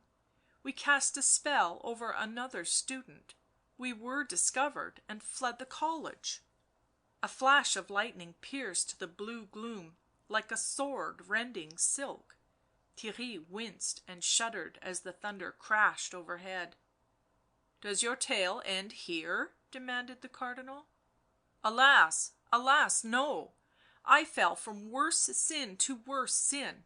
We were poor, we met a monk, robbed him of God his money, and left him for dead.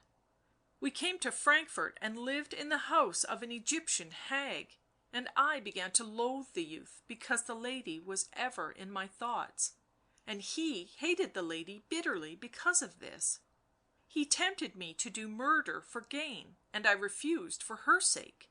Theirry's voice became hot and passionate. " Then I found that he was tempting her, my saint, but I had no fear that she would fall, and while she spurned him I thought I could also. Ay, and I did. But she proved no stronger. She loved her steward and bid him slay his wife. 'You staked on her virtue,' the devil cried to me, 'and you've lost, lost!' The sobs thickened his voice, and the bitter tears gathered in his beautiful eyes. I was the youth's prey again, but now I hated him for his victory. We came back to Frankfort, and he was sweet and soft to me, while I was thinking how I might injure him as he had injured me. I dwelt on that picture of her, dishonoured and undone, and I hated him, so waited my chance, and the night we reached the city I betrayed him for what he was, betrayed him to whom I had sworn friendship. Well, half the town came howling through the snow to seize him, but we were too late. We found a flaming house, it burnt to ashes, he with it. I had had my revenge, but it brought me no peace. I left the West and went to the East, to India, Persia, to Greece. I avoided both God and the devil. I dreaded hell and dared not hope for heaven. I tried to forget, but could not. I tried to repent, but could not. Good and evil strove for me until the Lord had pity. I heard of you, and I have come to Rome to cast myself at your feet, to ask your aid to help throw myself on God his mercy. God wins, I think, this time," he continued in an unsteady voice. "I have confessed my sins, I will do penance for them, and die at least in peace. God and the angels win." The Cardinal rose. With one hand he held to the back of the ivory chair, with the other he clasped the golden book to his breast. The light shining on his red hair showed it in filmy brightness against the wall of ebony and mother of pearl. His face and lips were very pale above the vivid hue of his robe. His eyes, large and dark, stared at Theirry. Again the lightning flashed between the two and seemed to sink into the floor at the Cardinal's feet. He lifted his head proudly and listened to the following mighty roll. When the echoes had quivered again into hot stillness, he spoke. "The devil and his legions win, I think," he said. "At least they have served Dirk Renswoude well." Theirry fell back and back until he crouched against the gleaming wall. "Cardinal Caprarola!" he cried fearfully. "Cardinal Caprarola, speak to me, even here I hear the fiend's gibe." The Cardinal stepped from the ebony dais, his stiff robes making a rustling as he walked. He laughed. " Have I learnt a mien so holy my old comrade knows me not? Have I changed so? I who was dainty and pleasant to look upon, your friend and your bane?" He paused in the centre of the room. The open window, the dark behind it, the waving curtains, the fierce lightning made a terrific background for his haughty figure, but Theirry moaned and whispered in his throat. " Look at me," commanded the Cardinal. " Look at me well, you who betrayed me. Am I not he who gilded a devil one August afternoon in a certain town in Flanders?" Theirry drew himself up and pressed his clenched hands to his temples. " Betrayed!" he shrieked. " It is I who am betrayed. I sought God and have been delivered unto the devil." The thunder crashed so that his words were lost in the great noise of it. The blue and forked lightning darted between them. " You know me now?" asked the Cardinal. Theirry slipped to his knees, crying like a child. " Where is God? Where is God?" The Cardinal smiled. " He is not here," he answered, " nor in any place where I have been." An awful stillness fell after the crash of thunder. Theirry hid his face, cowering like a man who feels his back bared to the lash. " Cannot you look at me?" asked the Cardinal in a half mournful scorn. " After all these years am I to meet you thus at my feet?"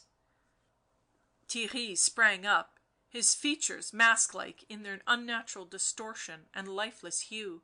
" You do well to taunt me," he answered, " for I am an accursed fool. I have been seeking for what does not exist — God. Ay, now I know that there is no God and no heaven, therefore what matter for my soul, what matter for any of it, since the devil owns us all?" " Your soul!" cried the Cardinal, as before. " Always have you thought too much and not enough of that. You served too many masters and not one faithfully. Had you been a stronger man you had stayed with your fallen saint, not spurned her and then avenged her by my betrayal." He crossed to the window and closed it, the while the lightning picked him out in a fierce flash, and waited until the after crash had rocked to silence, his eyes all the while not leaving the shrinking, horror stricken figure of Theirry. " Well, it is a long while ago," he said, " and I and you have changed." " How did you escape that night?" asked Theirry hoarsely. " The master I serve is powerful," smiled the Cardinal. " He saved me then and set me where I am now, the greatest man in Rome, so great a man that did you wish a second time to betray me you might shout the truth in the streets and find no one to believe you." " Betray you!" cried Theirry, wild eyed. " No, I bow the knee to the greatest thing I have met and kiss your hand, your Eminence." The Cardinal turned and looked at him over his shoulder. " I never broke my vows," he said softly, " the vows of comradeship I made to you. Just now you said you thought I loved you — then, I mean, in the old days." He paused and his delicate hand crept over his heart. " Well, I loved you, and it ruined me as the devils promised. Last night I was warned that you would come to day and that you would be my bane. Well, I do not care, since you are come, for, sir, I love you still." " Dirk!" cried Theirry.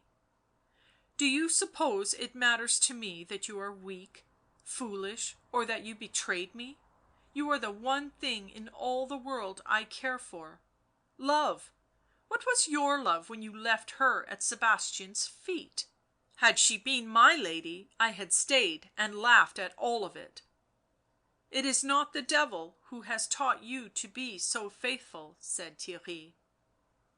For the first time a look of trouble, almost of despair, came into the Cardinal's eyes. He turned his head away. You shame me," continued Theirry. " I have no constancy in me. Thinking of my own soul, almost have I forgotten Jacobea of Martzburg. And yet you loved her." " Maybe I did. It is long ago." A bitter smile curved the Cardinal's lips. " Is that the way men care for women?" he said. " Certes, not in that manner had I wooed and remembered, had I been a lover." " Strange that we, meeting here like this, should talk of love," cried Theirry, his heart heaving, his eyes dilating. " Strange that I, driven round the world by fear of God, that I, coming here to one of God's own saints, should find myself in the devil's net again. Come, he has done much for you, what will he do for me?" The Cardinal smiled sadly. " Neither God nor devil will do anything for you are not single hearted, neither constant to good nor evil, but I will risk everything to serve your desires." Theirry laughed. " Heaven has cast the world away and we are mad. You, famous as a holy man, did you murder the young Blaise? I will back to India, to the East, and die an idol worshipper. See yonder crucifix, it hangs upon your walls, but the Christ does not rise to smite you; you handle the holy mysteries in the church, and no angel slays you on the altar steps. Let me away from Rome." He turned to the gilt door, but the Cardinal caught his sleeve. " Stay," he said, " stay, and all I promised you in the old days shall come true. Do you doubt me? Look about you, see what I have won for myself. Nay, let me go." The last rumble of the thunder crossed their speech. " Stay, and I will make you Emperor." " Oh, devil !" cried Theirry. " Can you do that?" " We will rule the world between us — yea, I will make you Emperor if you will stay in Rome and serve me. I will snatch the diadem from Balthasar's head and cast his Empress out as I ever meant to do, and you shall bear the sceptre of the Caesars. Oh, my friend, my friend!" He held out his right hand as he spoke. Theirry caught it, crushed the fingers in his hot grasp and kissed the brilliant rings. The Cardinal flushed and dropped his lids over sparkling eyes.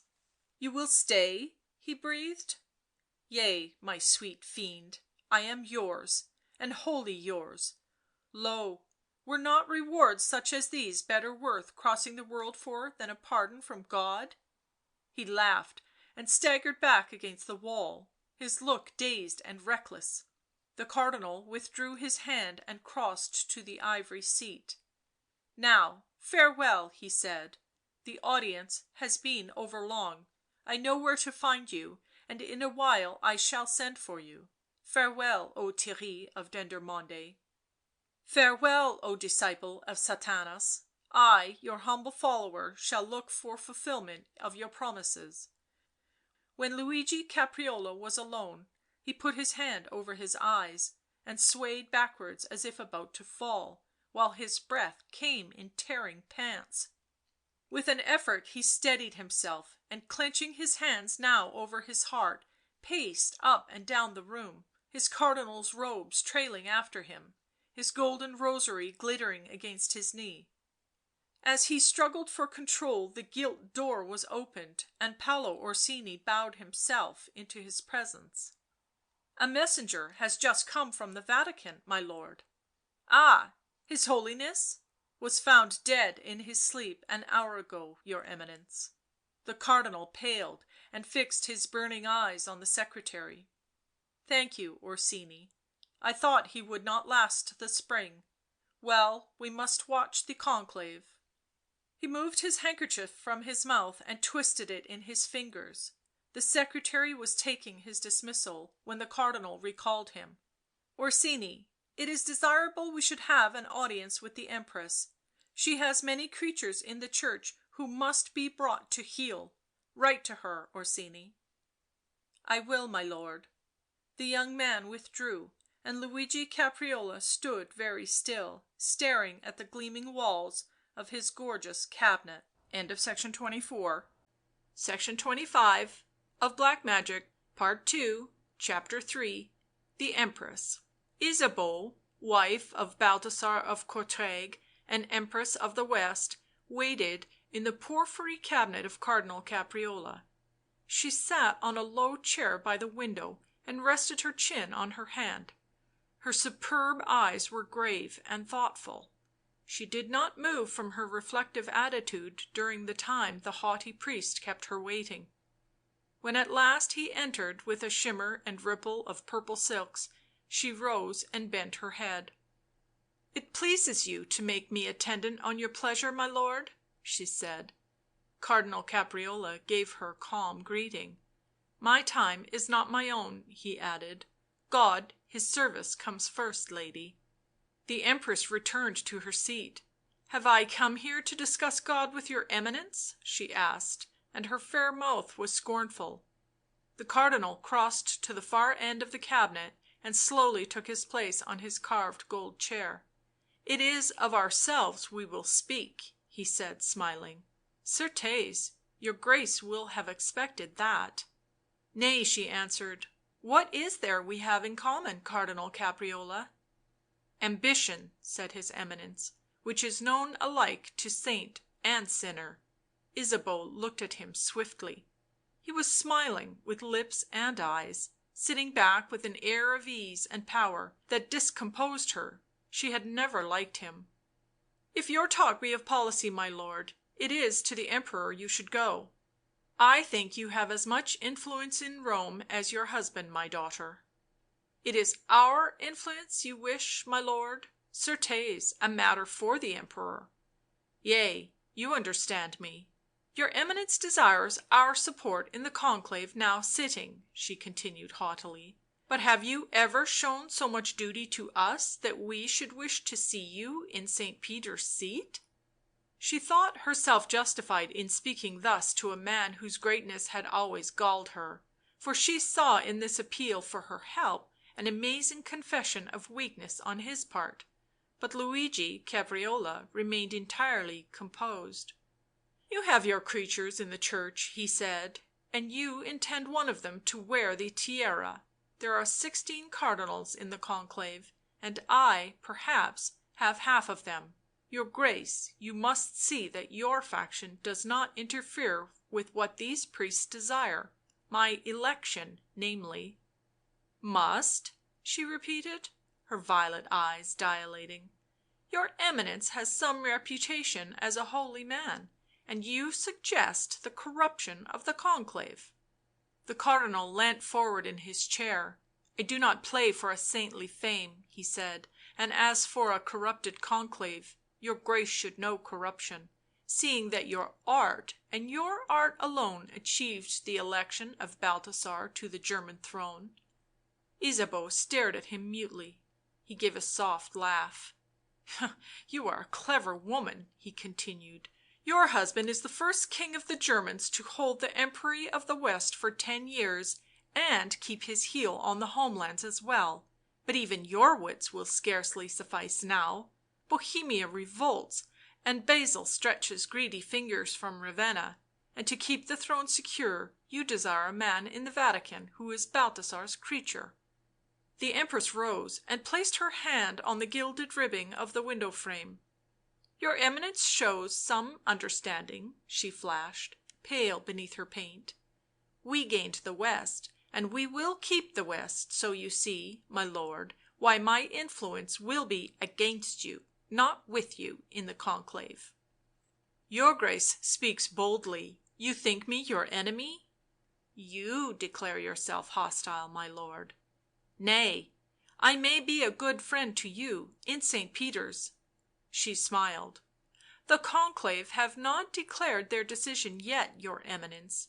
You are a great prince, but the Imperial party have some power." The Cardinal sat erect, and his intense eyes quelled her despite herself.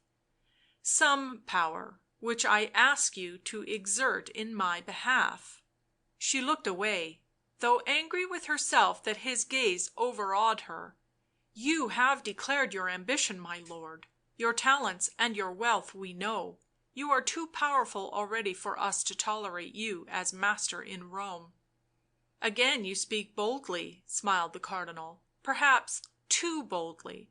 I think you will yet help me to the Tiara."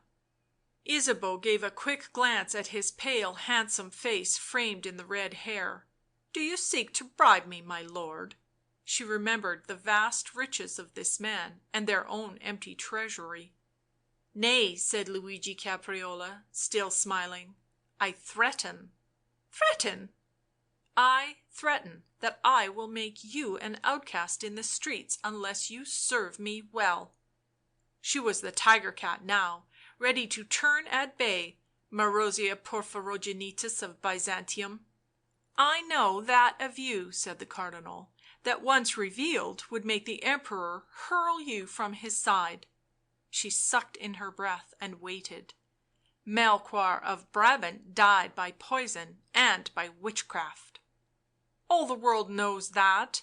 Her eyes were long and evil. " He was bewitched by a young doctor of Frankfort College who perished for the deed." The Cardinal looked down at the hand on his lap. " Yea, that young doctor brewed the potion, you administered it." Ysabeau took a step forward into the room. " You lie — I am not afraid of you — you lie most utterly."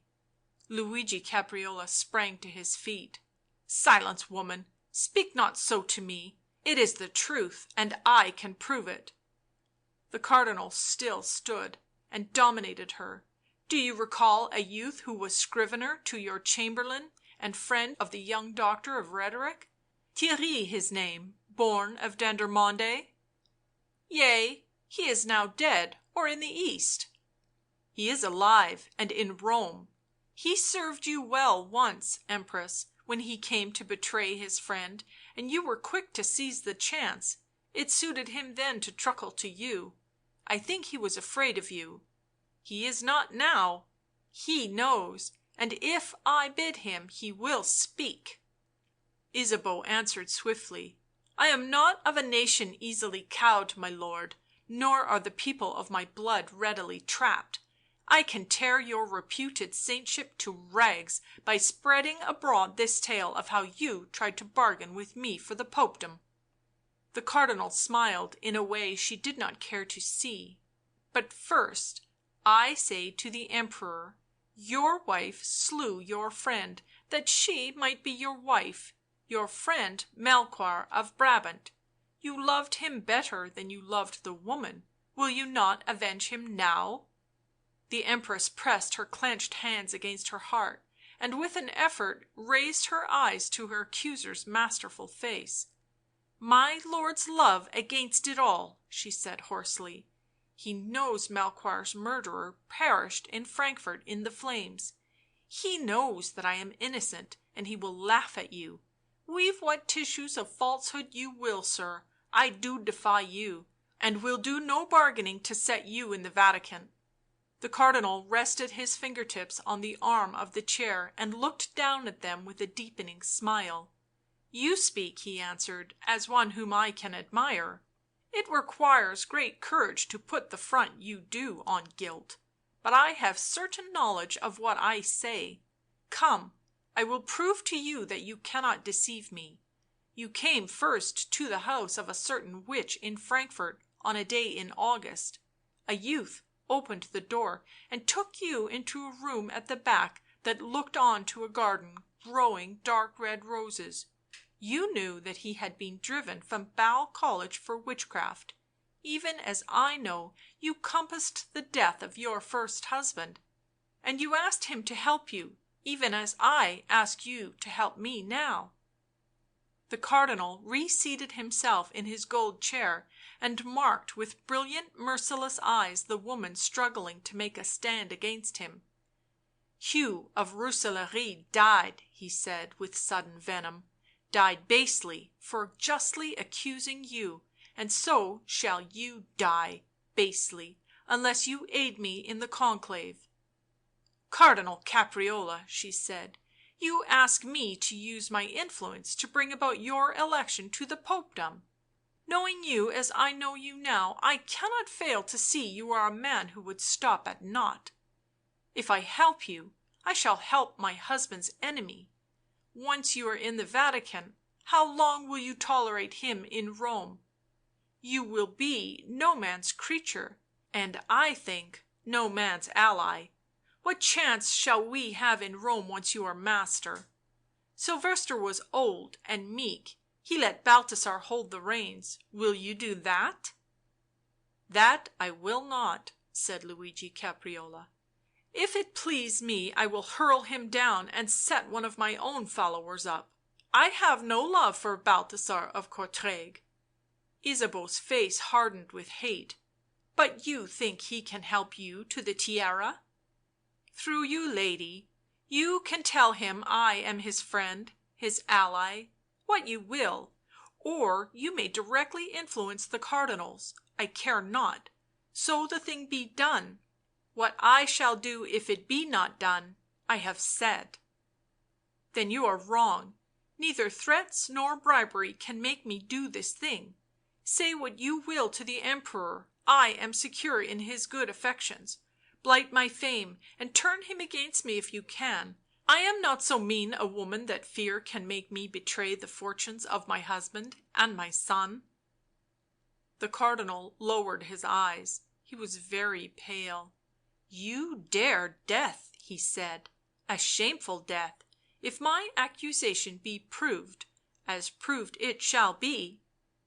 The Empress looked at him over her shoulder. "Dare death!" she cried. "You say I have dared hell for him, shall I be afraid then of paltry death?" Luigi Caprarola's breast heaved beneath the vivid silk of his robe. "Of what are you afraid?" he asked. "Of nothing, save evil to my lord." The Cardinal's lids dropped; he moistened his lips. "This is your answer?" "Yea, your Eminence. All the power I possess shall go to prevent you mounting the throne you covet so. And now, seeing you have that answer, I will leave; my courtiers grow weary in your halls." She moved to the door. As she opened it the Cardinal turned his head. "Give me a little longer, your Grace," he said softly. "I have yet something to say." She reclosed the door and stood with her back against it. "Well, my lord?" The Cardinal was pale and scornful; his narrow eyes and curving mouth expressed bitterness and passion. "Here is the weapon that shall bring you to your knees," he said, "and make your boasting die upon your lips.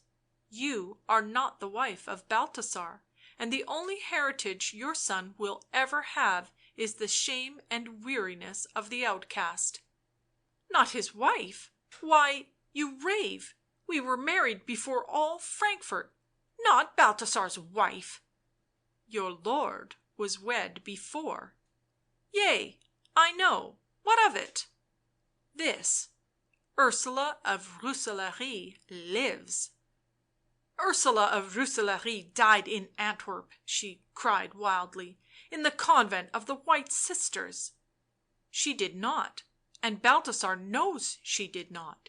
He thinks she died thereafter; he thinks he saw her grave, but he would find it empty. She lives; she is in Rome, and she is his wife, his Empress before God and man."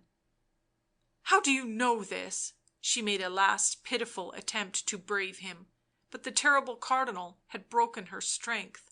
The horror of the thing he said had chilled her blood and choked her heartbeats. "The youth who helped you once, the doctor Constantine. From him Balthasar obtained the news of his wife's death, for Ursula and he were apprenticed to the same old master.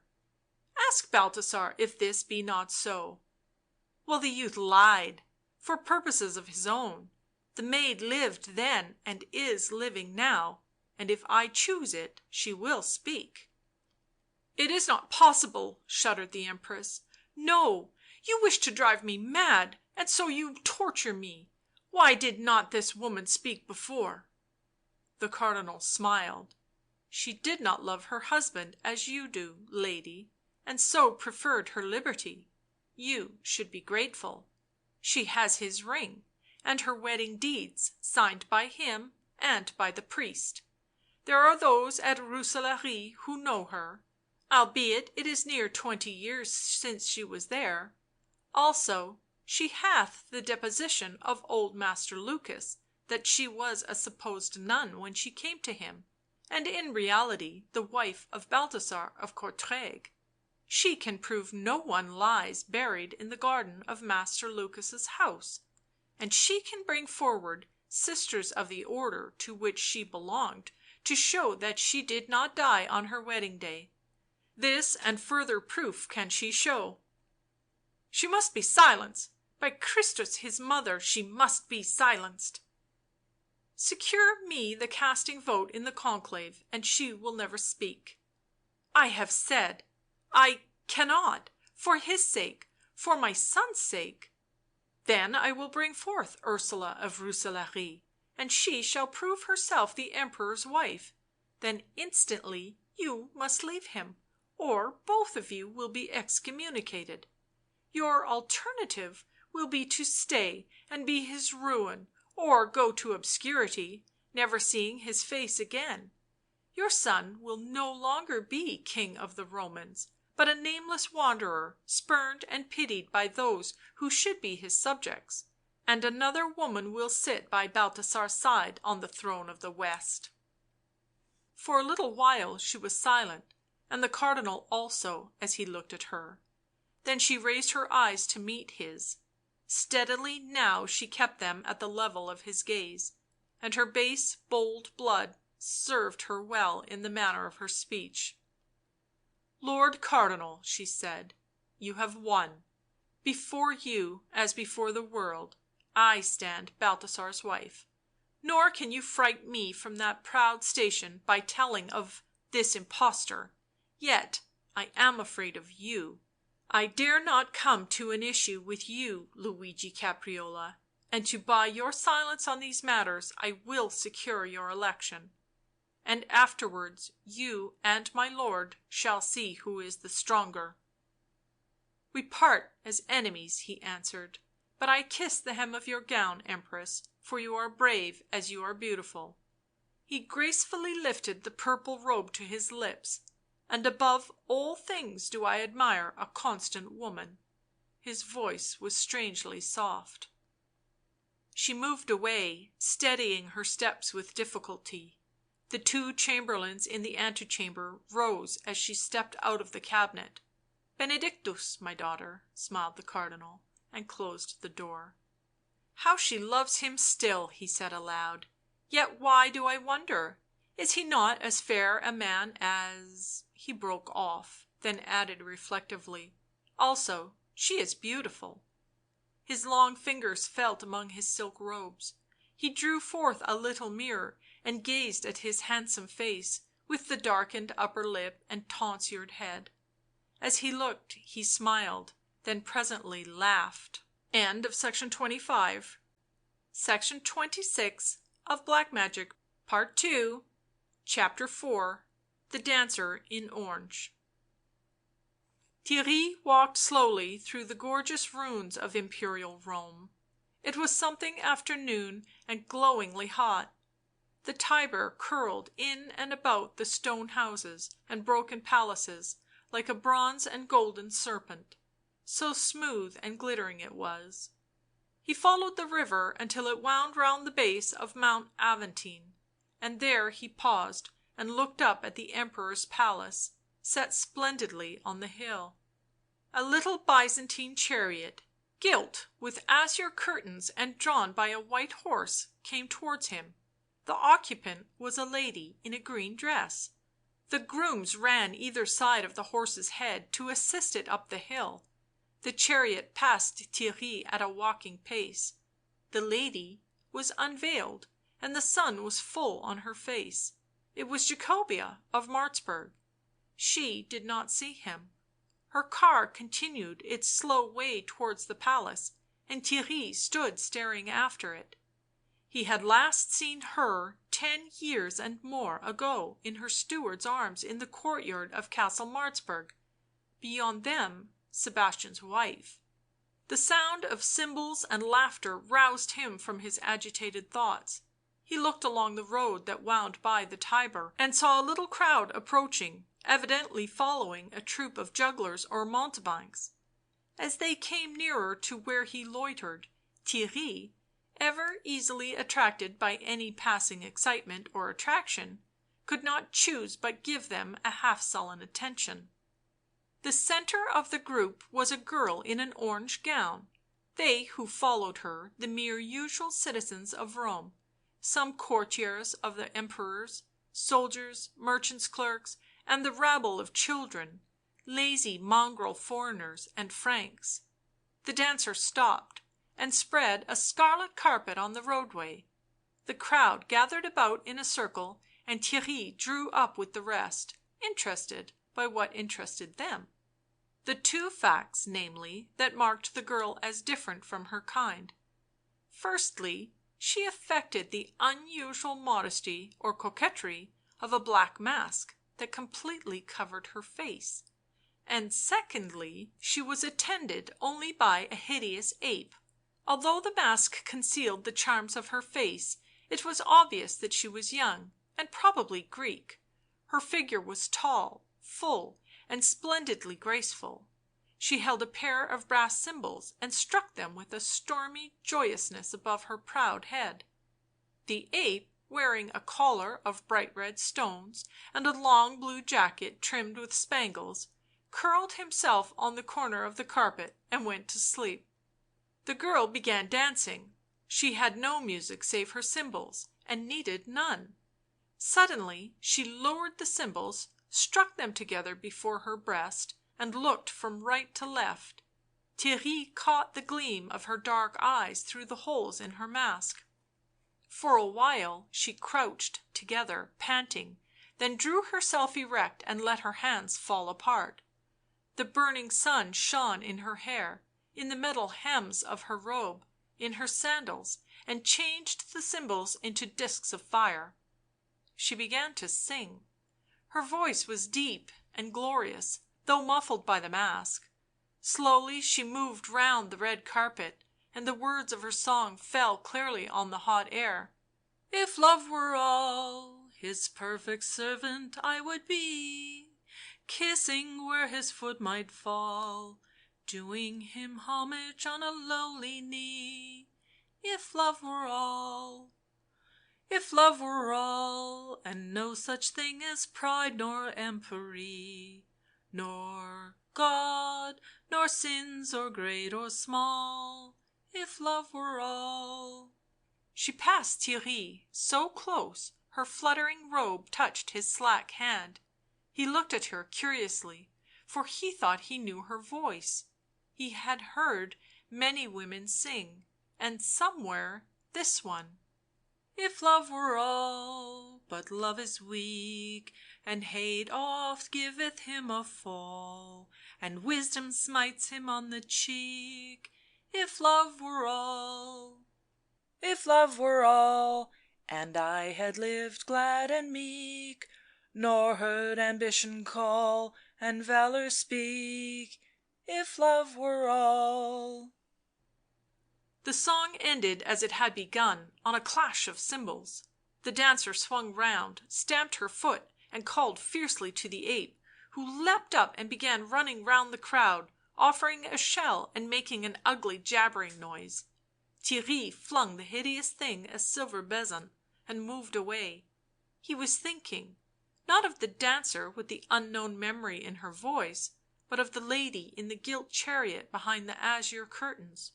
Jacobea, how little she had changed. A burst of laughter made him look round. He saw a quick picture, the girl's orange dress flashing in the strong sunlight, the ape on her shoulder hurling the contents of the shell in the air, which glittered for a second with silver pieces, and the jesting crowd closing round both.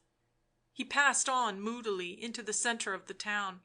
In the unrest and agitation of his thoughts he had determined to seek Cardinal Caprarola, since the Cardinal gave no sign of sending for him, even of remembering him.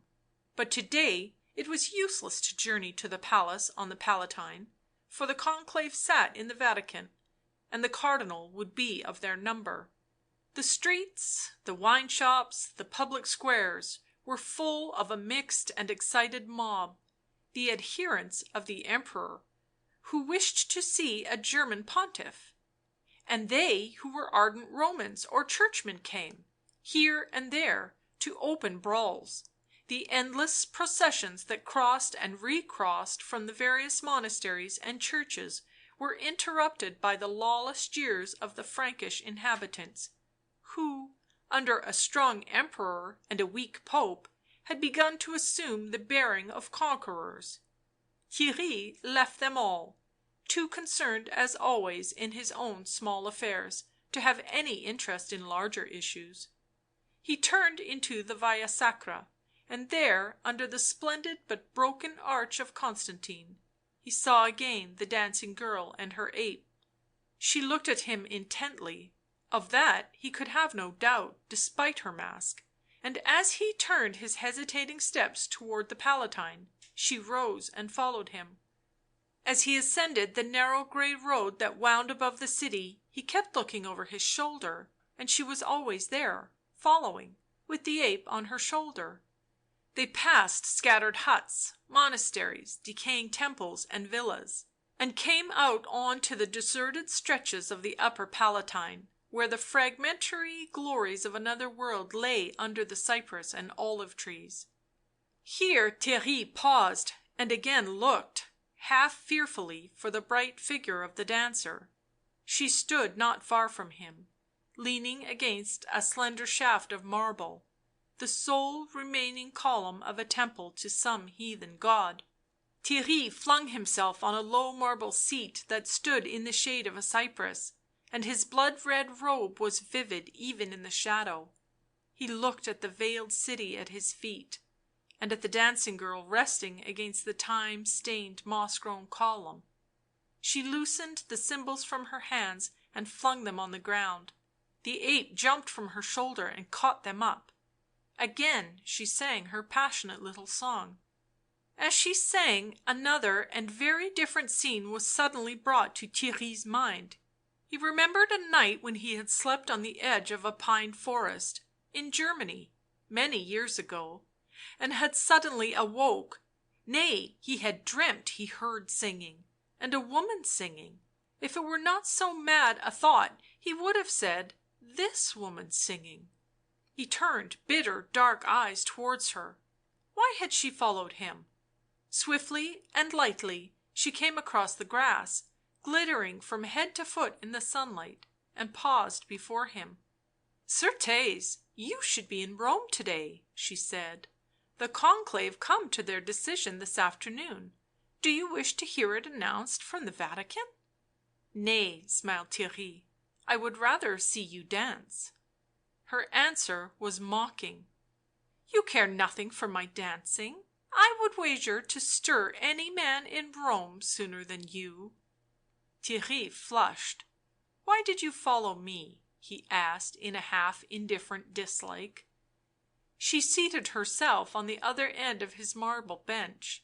My reasons are better than my dancing, and would, could I speak them, have more effect on you. She leant towards him across the length of the bench, and the perfume of her orange garments mingled with the odour of the violets.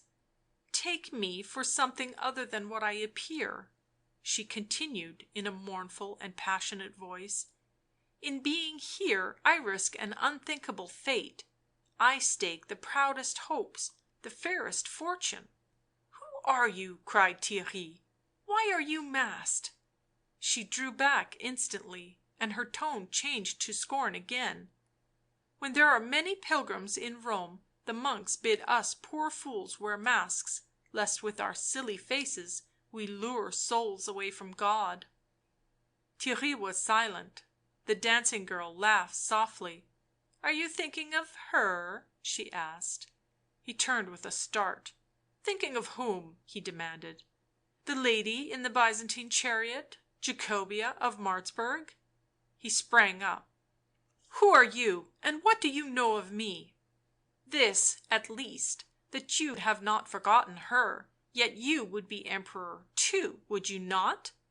"Ye are some witch," he said. "I come from Thessaly, where we have skill in magic," she answered, and now she sat erect, her yellow dress casting a glowing reflection into the marble. "And I tell you this," she added passionately, "if you would be Emperor, let that woman be. She will do nought for you. Let her go. This is a warning, Theirry of Dendermonde." His face flushed, his eyes sparkled. "Have I a chance of wearing the imperial crown?" he cried. "May I rule the West? Tell me that, witch." She whistled the ape on her side. "I am no witch, but I warn you to think no more of Jacobea of Martzburg." He answered hotly. "I love not to hear her name on your tongue. She is nothing to me. I need not your warning." The dancer rose. "For your own sake, forget her, Theirry of Dendermonde, and you may be indeed Emperor of the West and Caesar of the Romans." "How came you by your knowledge?" he asked, and clutched the cypress trunk. "I read your fortune in your eyes," she answered. "We in Thessaly have skill in these things, as I have said. Look at the city beneath us, is it not worth much to reign in it?" The gold vapour that lay about the distant hills seemed to be resolving into heavy menacing clouds. Theirry, following the direction of her slender pointing finger, gazed at the city and saw the clouds beyond. "A storm gathers," he said, and knew not why he shivered suddenly until his pearl earrings tinkled on the collar round his neck. The dancer laughed wildly and musically. "Come with me to the Piazza of St. Peter," she said, "and you shall hear strange words." With that she caught hold of his blood red garments and drew him towards the city. As they went down the road that wound through the glorious desolation, Theirry heard the sound of pattering feet and looked over his shoulder. It was the ape who followed them. He walked on his hind legs. How tall he was! Theirry had not thought him so large, nor of such a human semblance. The dancer was silent, and Theirry could not speak. When they entered the city gates, the dun coloured clouds had swallowed up the gold vapour and half covered the sky. As they crossed the Tiber and neared the Vatican, the last beams of the sun disappeared under the shadow of the oncoming storm. Enormous crowds were gathered in the Piazza of St. Peter. It seemed as if all Rome had assembled there. Many faces were turned towards the sky, and the sudden gloom that had overspread the city seemed to infect the people, for they were mostly silent, even sombre. The enormous and terrible ape cleared an easy way for himself through the crowd, and Theirry and the dancing girl followed until they had pushed through the press of people and found themselves under the windows of the Vatican. "I cannot see," she said, "not even the window." He, with an instinct to assist her, and an impulse to use his strength, caught her round the waist and lifted her up. For a second her breast touched his; he felt her heart beating violently behind her thin robe, and an extraordinary sensation took possession of him, occasioned by the touch of her, the sense of her in his arms. There was communicated, as if from her heart to his, a high and rapturous passion. It was the most terrible and the most splendid feeling he had ever known, at once an agony and a delight such as he had never dreamed of before. Unconsciously he gave an exclamation and loosened his hold. She slipped to the ground with a stifled and miserable cry. "Let me alone," she said wildly. "Let me alone." "Who are you?" he whispered excitedly, and tried to catch hold of her again, but the great ape came between them, and the seething crowd roughly pushed him. Cardinal Maria Orsini had stepped out on to one of the balconies of the Vatican. He looked over the expectant crowd, then up at the black and angry sky, and seemed for a moment to hesitate. When he spoke, His words fell into a great stillness.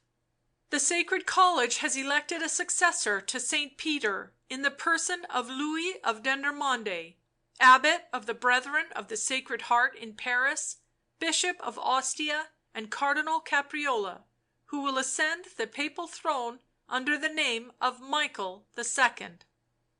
He finished. The cries of triumph from the Romans, the yells of rage from the Franks, were drowned in a sudden and awful peal of thunder. The lightning darted across the black heavens and fell on the Vatican and Castel San Angelo. The clouds were rent in two behind the temple of Mars the Avenger, and a thunderbolt fell with a hideous crash into the Forum of Augustus. Theirry, whipped with terror, turned with the frightened crowd to flee. He heard the dancing girl laugh and tried to snatch at her orange garments, but she swept by him and was lost in the surge. Rome quivered under the onslaught of the thunder, and the lightning alone lit the murky, hot gloom. " The reign of the Antichrist has begun!" shrieked Theirry, and laughed insanely. End of Section 26. Section 27 of Black Magic, Part 2, Chapter 5. The Pope. The chamber in the Vatican was so dimly, richly lit with jewelled and deep-coloured lamps that at first Theirry thought himself alone. He looked round and saw silver walls hung with tapestries of violet and gold, pillars with columns of sea-green marble and capitals of shining mosaic supported a roof encrusted with jasper and jade. The floor, of Numidian marble, was spread with Indian silk carpets.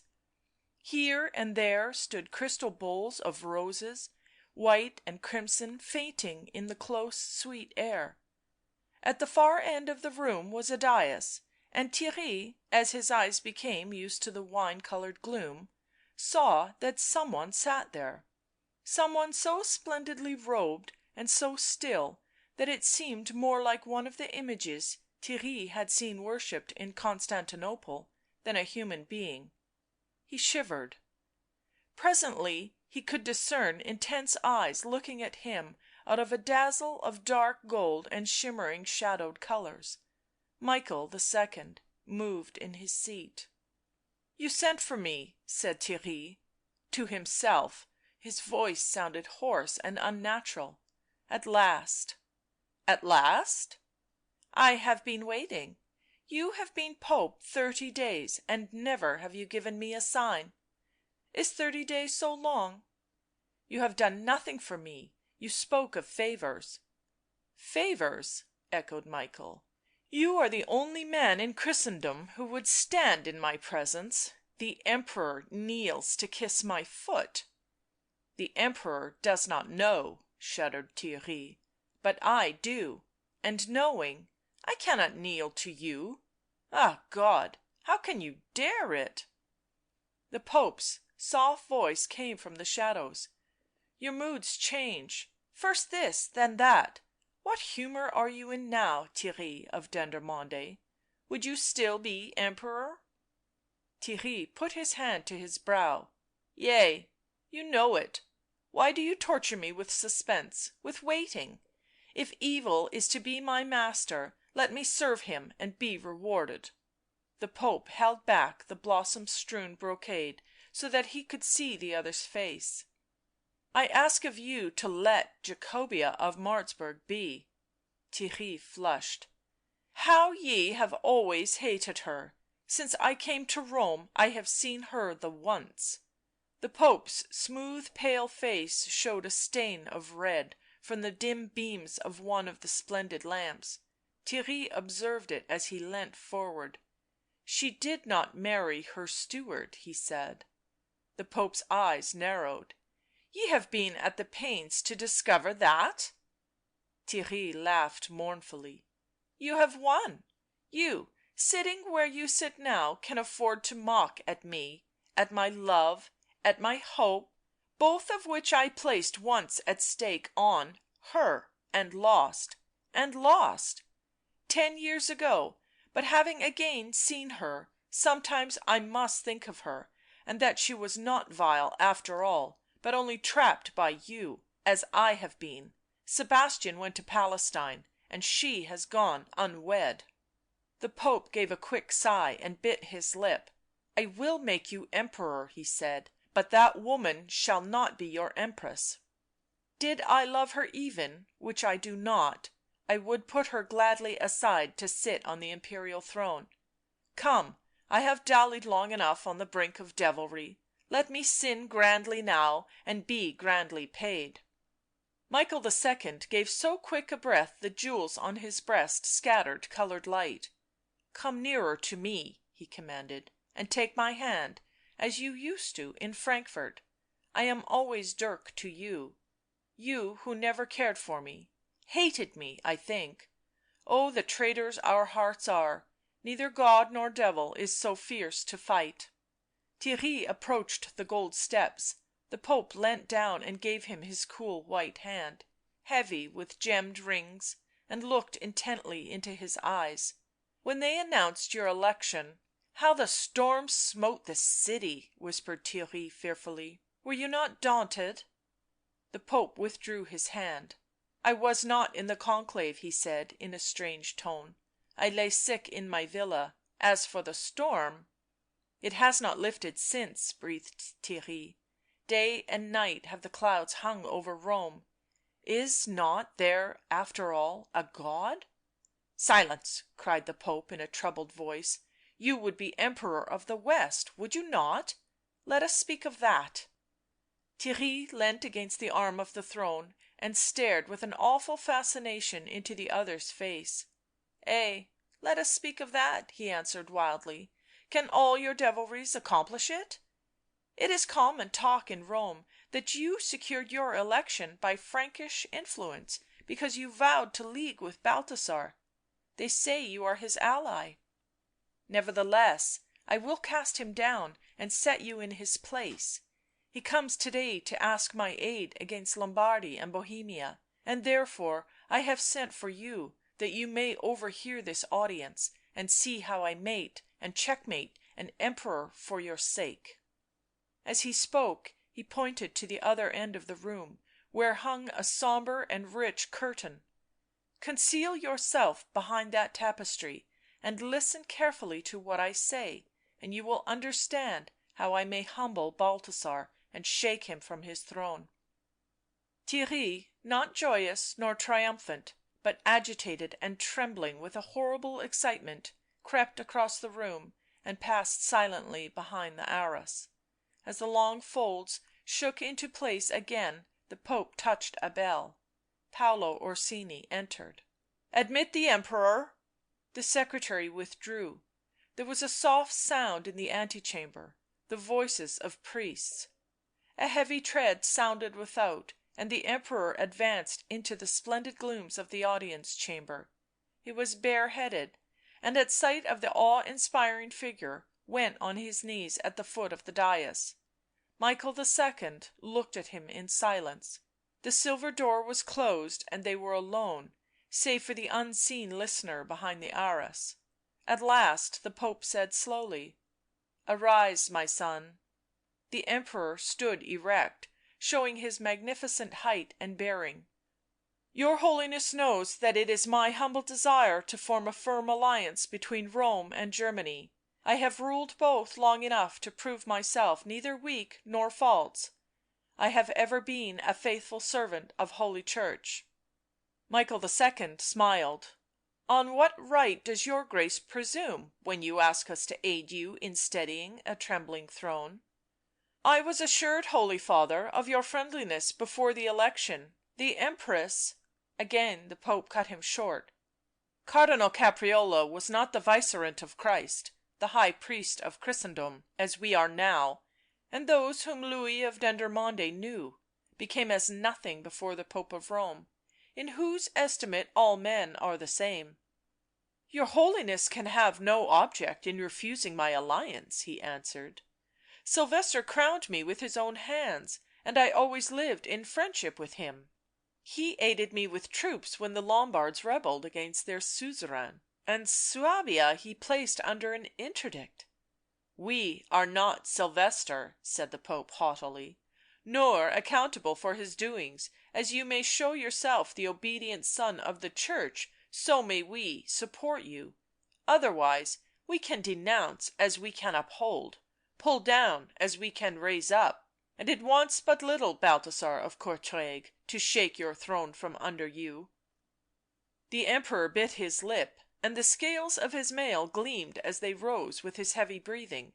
He knew that if the power of the Vatican was placed on the side of his enemies he was ruined. " In what way have I offended your Holiness?" he asked with what humility he could. " Ye have offended Heaven, for whom we stand," he answered, " and until by penitence ye assoil your soul we must hold you outcast from the mercies of the Church." " Tell me my sins," said Balthasar hoarsely, " and what I can do to blot them out. Masses, money, lands — none of these can make your peace with God and us, only one thing can avail there." " Tell it me," cried the Emperor eagerly. " If it be a crusade, surely I will go — after Lombardy is subdued." The Pope flashed a quick glance over him. " We want no knight erranty in the East. We demand this, that you put away the woman whom you call your wife." Balthasar stared with dilating eyes. " Saint Joris guard us," he muttered. " The woman whom I call my wife?" " Ysabeau, first wedded to the man whom you succeeded." " I do not understand, your Holiness." The Pope turned in his chair so that the lamplight made his robe one bright purple sheen. " Come here, my lord." The Emperor advanced to the gold steps. A slim fair hand was held out to him, holding between finger and thumb a ring set with a deep red stone. Balthasar of Courtrai looked at the ring; round the bezel 2 coats of arms were delicately engraved in the soft red gold. " Why," he said in a troubled way, " I know the ring — yea, it was made many years ago." " The woman to whom in your name it was given still lives." " Ursula of Rooselaare?" cried Balthasar. " Yea, Ursula of Rooselaare, your wife." " My first wife, who died before I had seen her, Holiness," stammered the Emperor. " Who told you she was dead?" continued the Pope. " A certain youth who for his ends, I think, lied. A wicked youth he was, and he died in Frankfort for compassing the death of the late Emperor — or escaped that end by firing his house — the tale grows faint with years. 'Twas he who told you Ursula of Rooselaare was dead, even showed you her grave, and you were content to take his word, and she was content to be silent." " Oh, Christus !" cried the Emperor. " Oh, Saint Joris ! But, Holy Father, this thing is impossible." He wrung his hands together and beat his mailed breast. " From whom had you this tale?" " From Ursula of Rooselaare." " It cannot be. Why was she silent all these years? Why did she allow me to take Ysabeau to wife?" A wild expression crossed the Pope's face; he looked beyond the Emperor with deep, soft eyes. " Because she loved another man." A pause fell for a second, then Michael II spoke again. " I think too she something hated you who had failed her and scorned her; there was her father also, who died shamefully by Ysabeau's command. She meant, I take it, to revenge that upon the Empress, and now perhaps her chance has come. Where is this woman who has so influenced your Holiness against me? An impostor — do not listen to her." " She speaks the truth, as God and devils know," flashed the Pope, " and we, with all the weight of Holy Church, will support her in the maintenance of her just rights. We also have no love for this Eastern woman who slew her lord." " Nay, that is false." Balthasar ground his teeth. " I know some said it of her, but it is a lie." " This to me," cried the Pope. " Beware how ye anger God's Vicegerent. I bend my neck for your Holiness to step on, so you do not ask me to listen to evil of the Empress. Ysabeau is not Empress, nor your wife; her son is not your heir, and you must presently part with both of them, or suffer the extremity of our wrath. Yea, the woman shall ye give into the hands of the executioner to suffer for the death of Melchoir, and the child shall ye turn away from you, and with pains and trouble shall ye search for Ursula of Rooselaare, and finding her, cause her to be acknowledged your wife and Empress of the West. That she lives I know, the rest is for you." " I have but one answer," said Balthasar, " and it would be the same did I deliver it in the face of God — that while I live and have breath to speak I shall proclaim Ysabeau and none other as my wife, and our son as an Empress's son, and my heir and successor. Kingdom and even life may your Holiness despoil me of, but neither the armies of the earth nor the angels of heaven shall take from me these two. This my answer to your Holiness." The Pope resumed his seat. " Ye dare to defy me?" he said.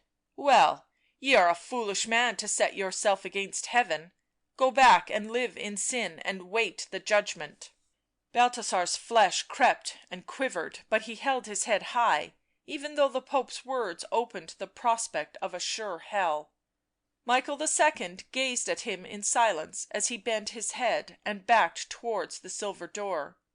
Presently he rose and descended from the dais, the dark arras was lifted cautiously, and Theirry crept into the room. " What you said was false?" whispered Theirry questioningly. The jewelled light flickered over the Pope's face. " Nay, it was true. Ursula of Rooselaare lives. I would like to see her. Who is it that she loves?" The Pope showed pale; he moved slowly across the room with his head bent. " A man for whose sake she puts her very life in jeopardy," he said in a low, passionate voice. " A man, I think, who is unworthy of her." The Pope lifted an arras that concealed an inner door. " The first move is made," he said. " Farewell now, I will acquaint you of the progress of your fortunes." He gave a slight, queer smile. " As for Ursula of Rooselaare, ye have seen her." " Seen her?" " Yea, she wears the disguise of a masked dancer in orange." With that he pointed Theirry to the concealed doorway, and turning, left him. Section 28 of Black Magic, Part 2, Chapter 6. San Giovanni in Laterano. In the palace on the Aventine Balthasar stood at a window looking over Rome.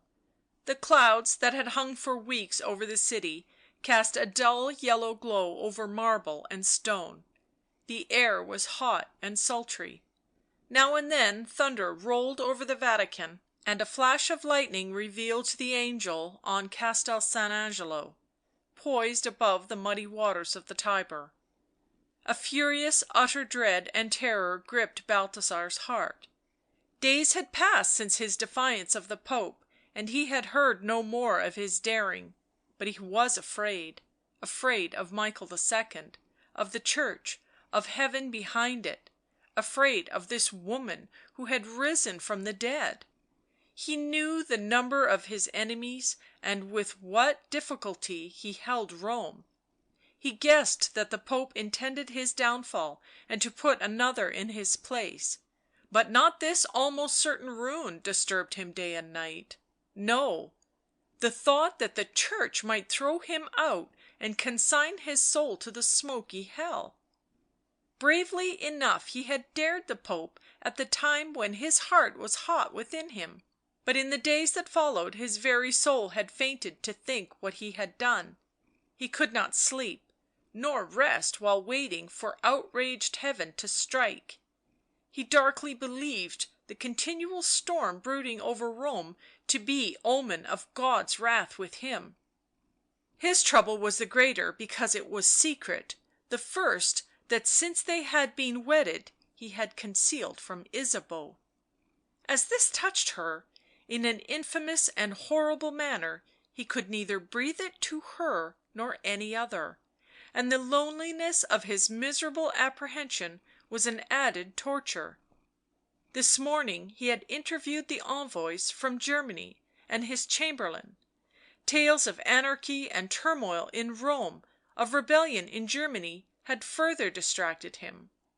Now alone in his little marble cabinet he stared across the gorgeous, storm-wrapped city.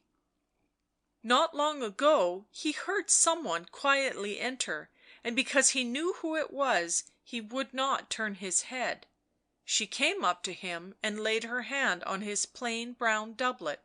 " Balthasar," she said, " will you never tell me what it is that sits so heavily on your heart?" He commanded his voice to answer. " Nothing, Ysabeau, nothing." " Oh, my lord !" she cried passionately. " No anguish is so bitter when shared." " Certes, you know my troubles, Ysabeau, the discontent, the factions, matter enough to make any man grave." " And the Pope," she said, raising her eyes to his. " Most of all it is the Pope."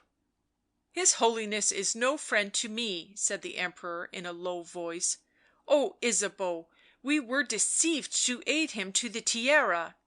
She shuddered. " I persuaded you — blame me — I was mad — I set your enemy in authority."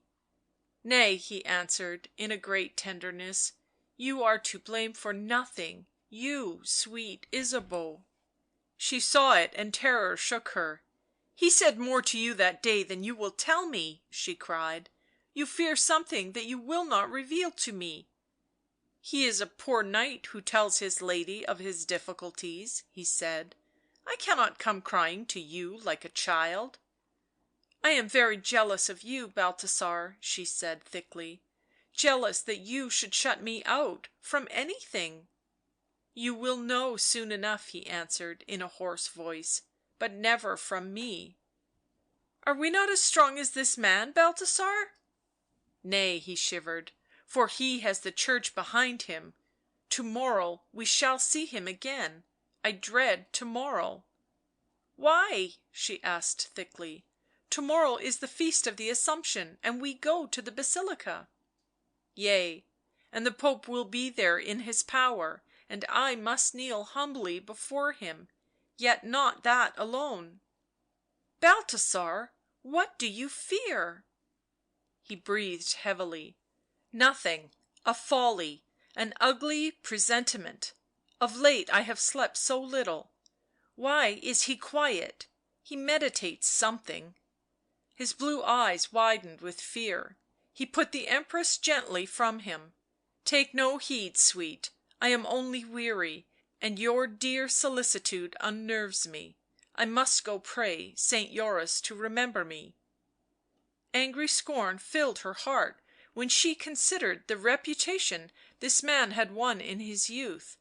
That indeed he still bore with some, yet it could not but stir her admiration to reflect what it must have cost a man of the Pope's nature to play the ascetic saint for so many years. But his piety had been well rewarded. The poor Flemish youth sat in the Vatican now, lord of her husband's fortunes and her own honour. Then she fell to pondering over the story of Ursula of Rooselaare, wondering where she was, where she had been these years, and how she had met Cardinal Caprarola. The Empress dwelt on these things till her head ached. She was interrupted by the entry of a lady tall and fair, leading a beautiful child by the hand — Jacobea of Martzburg and Ysabeau's son.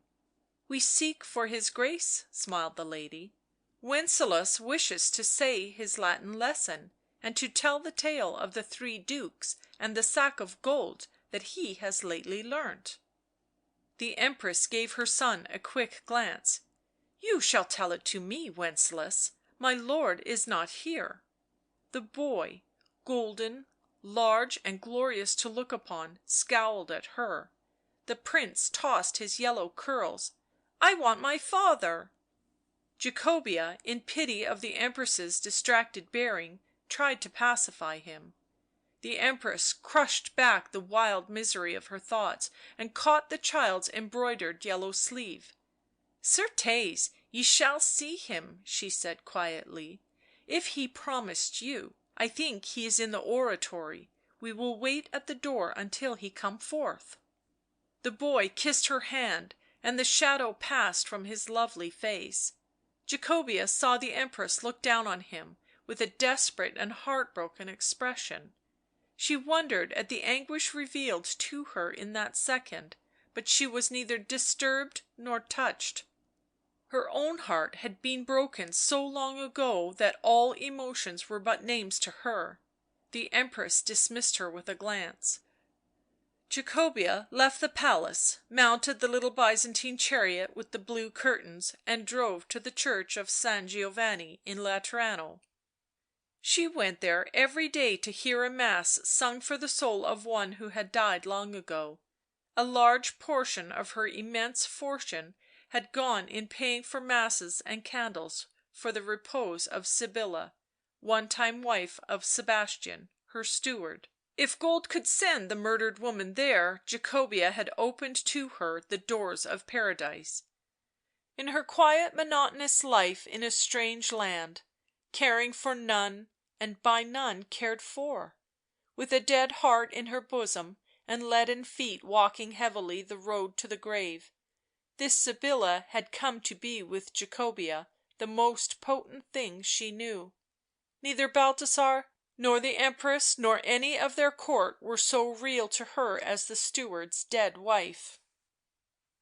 There were a few people in the church kneeling for the Angelus. Jacobea joined them, and fixed her eyes on the altar where a strong purple light glowed and flickered, bringing out points of gold in the moulding of the ancient arches. A deep hush held the scented stillness; the scattered bent figures were dark and motionless against the mystic clouds of incense and the soft bright lights. Monks in long brown habits came and stood in the chancel, the bell struck the hour, and young novices entered singing: "Angelus Domini nuntiavit Mariae, et concepit de Spiritu Sancto." The monks knelt and folded their hands on their breasts; the response, that still seemed very sweet to Jacobea, arose: "Ave Maria, gratia plena." A side door near Jacobea opened softly, and a man stepped into the church. A strong sense that the newcomer was observing her made Jacobea turn, almost unconsciously, her head towards him as she repeated the Ave Maria. A tall, richly dressed man was gazing at her intently; his face was in shadow, but she could see long pearls softly gleam in his ears. Priests and novices left the church, the monks filed out and bent figures rose; the man stepped from the shadows as Jacobea rose to her feet, and their eyes met. " You remember me?" asked Theirry faintly. " I have forgotten nothing," she answered calmly. " Why do you seek to recall yourself to me?" " I cannot see you and let you pass." " Are you free of the devils?" she asked, and crossed herself. Theirry winced; he remembered that she believed Dirk was dead, that she thought of the Pope as a holy man. " Forgive me," he murmured. "For what?" "Ah, that I did not understand you to be always a saintly woman." Jacobea laughed sadly. " You must not think of the past, though you may think of nothing else, even as I do. We might have been friends once, but the devil was too strong for us." At that moment Theirry hated Dirk passionately; he felt he could have been happy with this woman, and with her only in the whole world, and he loathed Dirk for making it impossible. As she moved towards the door he came beside her; then by a common impulse both stopped. Round one of the dark glittering pillars a brilliant figure flashed into the rich light, the masked dancer in orange. She stepped up to Theirry and laid her fingers on his scarlet sleeve. " How does Theirry of Dendermonde keep his word?" she mocked, and her eyes gleamed from their holes. " Is your heart of a feather's weight that it flutters this way and that with every breath of air?" " What does she mean?" asked Jacobea, as the man flushed and shuddered. " And what does she here in this attire?" The dancer turned to her swiftly. " What of one who drags his weary limbs beneath a Syrian sun in penitence for a deed ye urged him to?" she said in the same tone. Jacobea stepped back with a quick cry, and Theirry seized the dancer's arm. " Begone," he said threateningly. " I know you, or who you feign to be." She answered between laughter and fear. " Let me go, I have not hurt you. Why are you angry, my brave knight?" At the sound of her voice, that she in no way lowered, a monk came forward and sternly ordered her from the church. The dancer laughed. " So I am flung out of the house of God? Well, sir and sweet lady, will you come to the mass at the Basilica to morrow? Nay, do, it will be worth beholding — the Basilica to morrow — I shall be there." With that she darted before them and slipped from the church. Man and woman shuddered and knew not why. A peal of thunder rolled, the walls of the church shook, and an image of the Virgin was hurled to the marble pavement and shivered into fragments. Section 29 of Black Magic, Part II, Chapter 7 The Vengeance of Michael II. From every church and convent in Rome the bells rang out. It was the feast of the Assumption and holiday in the city. Strange heavy clouds still obscured the sky, and intermittent thunder echoed in the distance. The Basilica of St. Peter was crowded from end to end. The vast congregation all knelt upon the marble floor, save the Emperor and his wife, who sat under a violet canopy placed opposite the pulpit. Between them on a lower step of the dais stood their little son, gleaming in white satin and overawed by the glitter and the silence. Surrounding the throne were ladies, courtiers, Frankish knights, members of the council, German margraves, Italian nobles, envoys from France, Spain, and resplendent Greeks from the court of Basil. Theirry, kneeling in the press, distinguished the calm face of Jacobea of Martzburg among the dames of the Empress's retinue, but he sought in vain through the immense and varied crowd for the dancer in orange. A faint chant rose from the sacristy, jewelled crosses showed above the heads of the multitude as the monks entered holding them aloft. The fresh voices of the choristers came nearer, acolytes took their places round the altar, and the blue clouds of incense floated over the hushed multitude. The bells ceased. The rise and fall of singing filled the basilica. Cardinal Orsini, followed by a number of priests, went slowly down the aisle towards the open bronze doors. His brilliant dalmatica shivered into gleaming light as he moved; at the doors he paused. The pontifical train was arriving in a gorgeous dazzle of colour and motion. Michael II stepped from a gilt car drawn by 4 white oxen, whose polished horns were wreathed with roses white and red. Preceded by cardinals, the vivid tints of whose silk robes burnt in the golden brightness of the basilica, the Pope passed down the aisle, while the congregation crouched low on their knees and hid their faces. Emperor and Empress rose. He looked at his son, but she at the Pontiff, who took no heed of either. Monks, priests and novices moved away from the high altar, where the rows upon rows of candles shone like stars against the sparkling, incense laden air. He passed to his gold and ivory seat, and the cardinals took their places beside him. The Empress put her hand over her eyes, her jewels seemed so heavy they must drag her from the throne; the crown galled at her brow.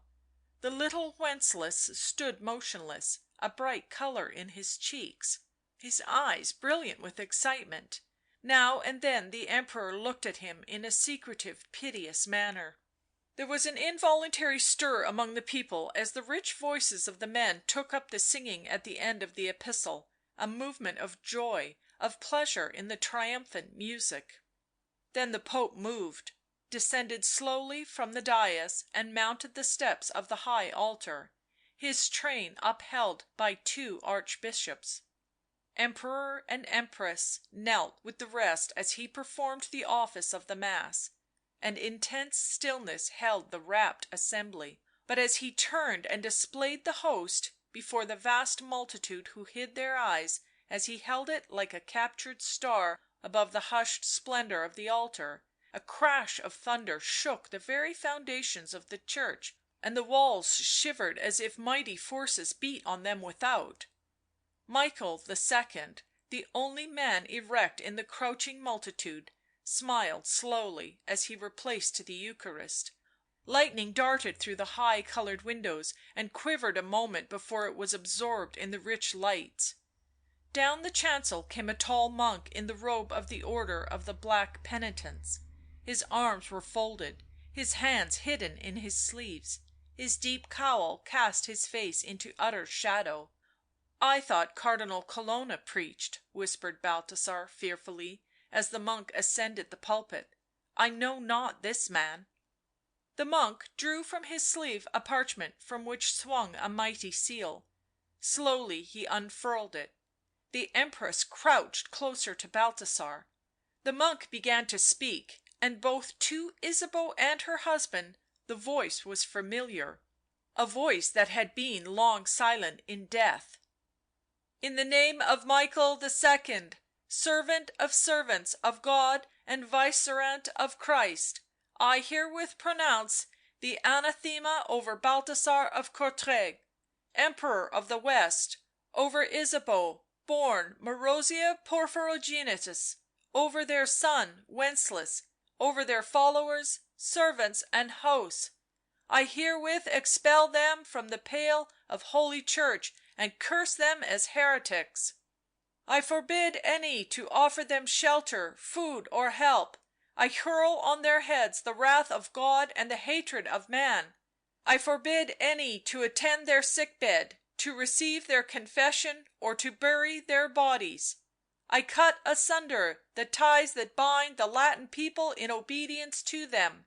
And I lay under an interdict any person, village, town or state that succours or aids them against our wrath. May they and their children and their children's children be blighted and cursed in life, and in death may they taste misery and desolation on the earth before they go to everlasting torment in hell." And now the cowled monk caught up one of the candles that lit the pulpit and held it aloft. "May their race perish with them and their memories be swallowed in oblivion, thus, as I extinguish this flame, may the hand of God extinguish them." He cast the candle on to the marble floor beneath the pulpit. The flame was immediately dashed out, a slow smoke curled an instant and vanished. "For Balthasar of Courtrai cherishes a murderess on the throne, and until he cast her forth and receive his true wife, this anathema rests upon his head." Emperor and Empress listened, holding each other's hands and staring at the monk. As he ended, and while the awe of utter fear held the assembly numb, Ysabeau rose. But at that same instant the monk tossed back his cowl and revealed the stern, pale features of Melchoir of Brabant, crowned with the imperial diadem. A frenzied shriek broke from the woman, and she fell across the steps of the throne. Her crown slipped from her fair head and dazzled up on the pavement. Groaning in anguish, Balthasar stood to raise her up. When he again looked at the pulpit it was empty. Ysabeau's cry had loosened the souls of the multitude; they rose to their feet and began to surge wildly towards the door. But the Pontiff rose, approached the altar and began calmly to chant the Gratias.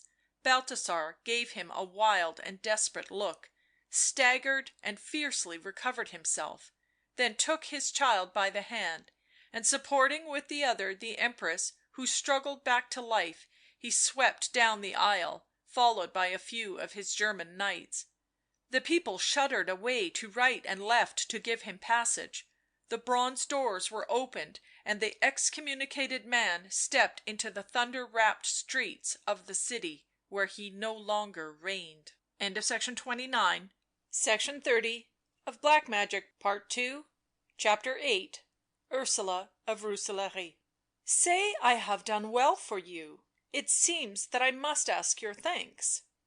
The Pope sat at a little table near the window of his private room in the Vatican, and rested his face on his hand. Leaning against the scarlet tapestries that covered the opposite wall was Theirry, clothed in chain mail and heavily armed.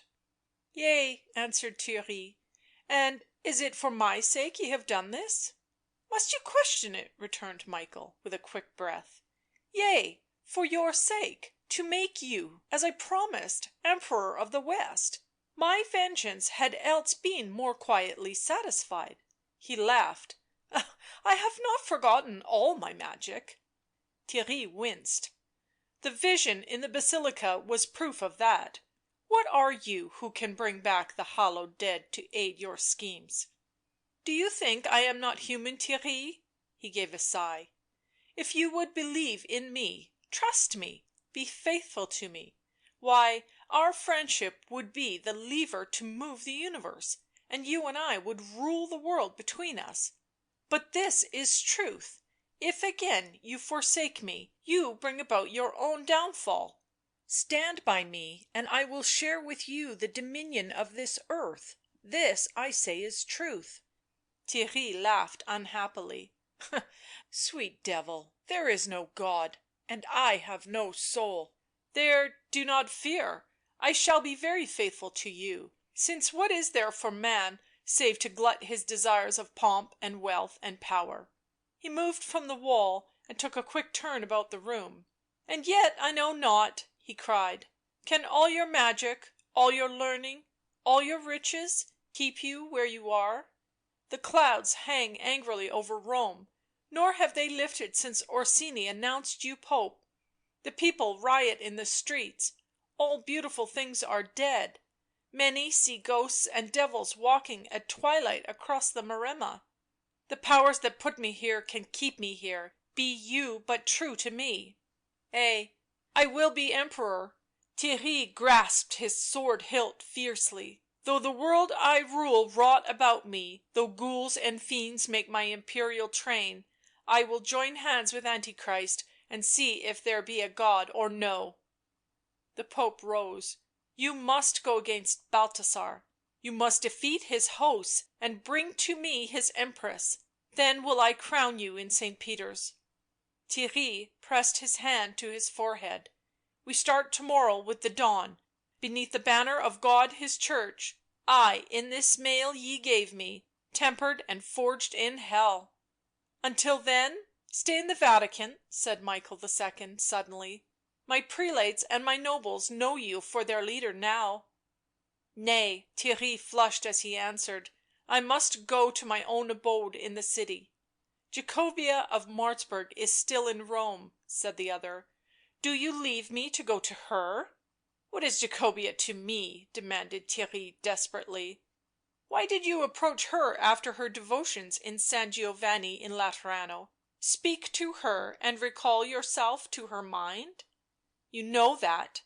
Ah, it was the dancer, your accomplice. What mystery is this?" he asked in a distracted way. " Why does not Ursula of Rooselaare come forth under her true name and confound the Emperor? Why does she follow me, and in such a guise?" Without looking at him Michael answered. " Maybe because she is very wise, maybe because she is a very fool. Let her pass, she has served her turn. You say you do not go to palter with Jacobea, then farewell until to morrow, I have much to do. Farewell, Theirry." Theirry left the rich scented chamber and the vast halls of the Vatican, and passed into the riotous and lawless streets of Rome. The storm that had hung so unnaturally long over the city had affected the people; bravos and assassins crept from their hiding places in the catacombs, or the Palatine, and flaunted in the streets. The wine shops were filled with mongrel soldiers of all nations, attracted by the declaration of war from the surrounding towns. Blasphemers mocked openly at the processions of monks and pilgrims that traversed the streets chanting the penitential psalms, or scourging themselves in an attempt to avert the wrath of heaven. Witches gathered in the low marshes of the Maremma and came at night into the city, trailing grey fever-laden vapour after them. The bell ropes began to rot in the churches, and the bells clattered from the steeples. The gold rusted on the altars, and mice gnawed the garments on the holy images of the saints. The people lived with reckless laughter and died with hopeless curses. And such, under Pope Michael II, was Rome, swiftly and in a moment.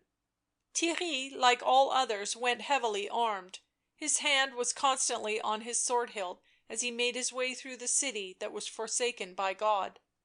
Theirry walked beyond the Appian Gate and stopped at a low convent building, above the portals of which hung a lamp, its gentle radiance like a star in the heavy noisome twilight. The gate that led into a courtyard stood half open. Theirry softly pushed it wider and entered. There were no lights in the convent windows, but it was not yet too dark for Theirry to distinguish the slim figure of a lady seated on a wooden bench, her hands passive in her lap. He latched the gate and softly crossed the lawn. " You said that I might come." Jacobea turned her head, unsmiling, unsurprised. " Ay, sir, this place is open to all." He seated himself beside her. " What do you do here?" he asked. " So little. There are 2 sisters here, and I help them. One can do nothing against the plague, but for the little forsaken children something, and something for the miserable sick." " The wretched of Rome are not in your keeping," he said eagerly. " It will mean your life. Why did you not go with the Empress?" She shook her head. " I was not needed. I suppose what they said of her was true. I cannot remember it clearly, but I think that when Melchoir died I knew it was her doing." " We must not dwell on the past," said Theirry. " Have you heard that I lead the Pope's army against Balthasar?" " Nay." Her eyes were on the white rose. " Jacobea, I shall be the Emperor." In the now complete dark they could scarcely see each other; there were no stars, and distant thunder rolled at intervals. Theirry timidly put out his hand and touched the fold of her dress where it lay along the seat. " I wish you would not stay here — it is so lonely — I think she would wish me to do this." " She?" he questioned. " Sybilla." " She is dead." " Yea, she died on a cold morning. It was so cold you could see your breath before you as you rode along, and the road was hard as glass. There was a yellow dawn that day, and the pine trees seemed frozen — they stood so motionless. You would not think it was 10 years ago. I wonder how long it seems to her." A silence fell upon them for a while. Then Theirry broke out desperately. " Jacobea, my heart is torn within me. To day I said there was no God, but when I sit by you "" Yea, there is a God," she answered quietly. " Be very sure of that." " Oh, Jacobea," he cried at last. " I am beyond all measure mean and vile. I know not what to do. I can be Emperor, yet as I sit here that seems to me as nothing." Jacobea rose slowly from the bench. " Why do you come to me?" " Because ye seem to me nearer heaven than anything I know." He followed her dim seen figure across the grass. She lifted the latch of the convent door and went before him into the building. For a while she left him in the passage, then returned with a pale lamp in her hand and conducted him into a small bare chamber, which seemed mean in contrast with the glowing splendour of his appearance. " The sisters are abroad," said Jacobea, " and I stay here in case any ring the bell for succour." She set her lamp on the wooden table and slowly turned her eyes on Theirry. " Sir, I am very selfish." She spoke with difficulty, as if she painfully forced expression. I have thought of myself for so many years, and somehow," she lightly touched her breast, " I cannot feel — for myself or for others — nothing seems real save Sybilla — nothing matters save her. Sometimes I cry for little things I find dying alone, for poor unnoticed miseries of animals and children, but for the rest — you must not blame me if I do not sympathise — that has gone from me, nor can I help you — God is far away beyond the stars — I do not think He can stoop to such as you and me — and I do not feel as if I should wake until I die." Theirry covered his eyes and moaned. Jacobea was not looking at him, but at the one bright thing in the room, a samite cushion worked with a scarlet lily that rested on a chair by the window. She took her gaze from the red flower and turned her tired grey eyes on him. The blood surged into his face, he clenched his hands and spoke passionately. " I will renounce the world — I will become a monk." " What was that?" asked Jacobea. One was singing without. Theirry's strained eyes glistened. " If love were all, His perfect servant I would be, Kissing where His foot might fall, Doing Him homage on a lowly knee. If love were all." Theirry turned and went out into the dark, hot night. He could see neither roses nor fountain, nor even the line of the convent wall against the sky, but the light above the gate revealed to him the dancer in orange, who leant against the stone arch of the entrance and sang to a strange long instrument that hung round her neck by a gleaming chain. At her feet the ape crouched, nodding himself to sleep. " What do you here?" he demanded fiercely. " The Pope's spy, you." " May I not come to worship here as well as another?" she answered. He caught her by the arms and held her against the stone gateway. " Now tell me the meaning of your disguise," he breathed, " and of your league with Michael II." She said a strange little word under her breath. The ape jumped up and tore away the man's hands, while the girl bent to a run and sped through the gate. Theirry gave a cry of pain and rage and glanced towards the convent. The door was closed, lady and lamp had disappeared in the darkness. " Shut out," whispered Theirry. " Shut out." He turned into the street and saw by the scattered lanterns along the Appian Way the figure of the dancer slipping fast towards the city gates. But he gained on her, and at the sound of his clattering step she looked round. " Ah!" she said. " I thought you had stayed with the sweet faced saint yonder." " She wants none of me," he panted. " But I mean to see your face to night." " I am not beautiful," answered the dancer, " and you have seen my face." " Seen your face!" " Certes, in the Basilica on the Fete." The ever gathering tempest was drawing near, with fitful flashes of lightning playing over his jewel like mail and her orange gown as they made their way through the ruins. " Do you wander here alone at night?" asked Theirry. " It is a vile place, a man might be afraid." " I have the ape," she said. " Where are we going?" asked Theirry. The wayside lanterns had ceased, he could see her only by the lightning gleams.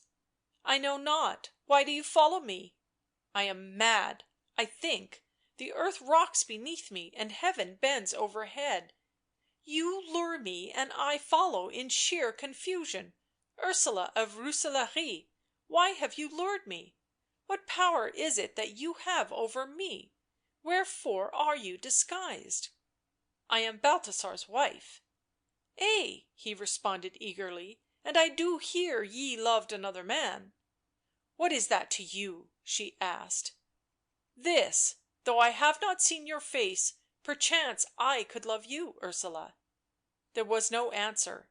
He felt her arm quiver under his hand, and heard the hems of her tunic tinkle against her buskins as if she trembled. At last she spoke, in a half swooning voice.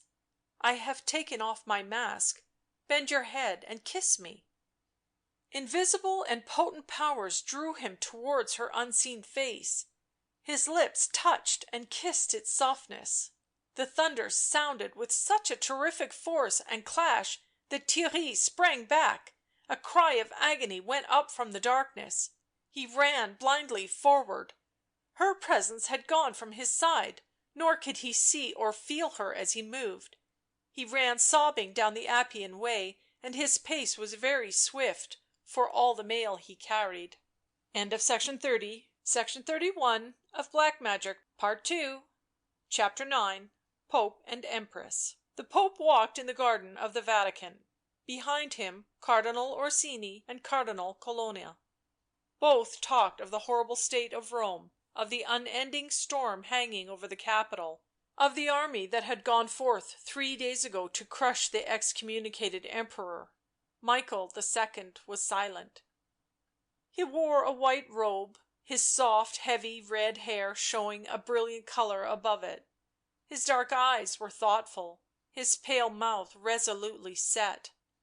The cardinals fell further behind and conversed with the greater ease.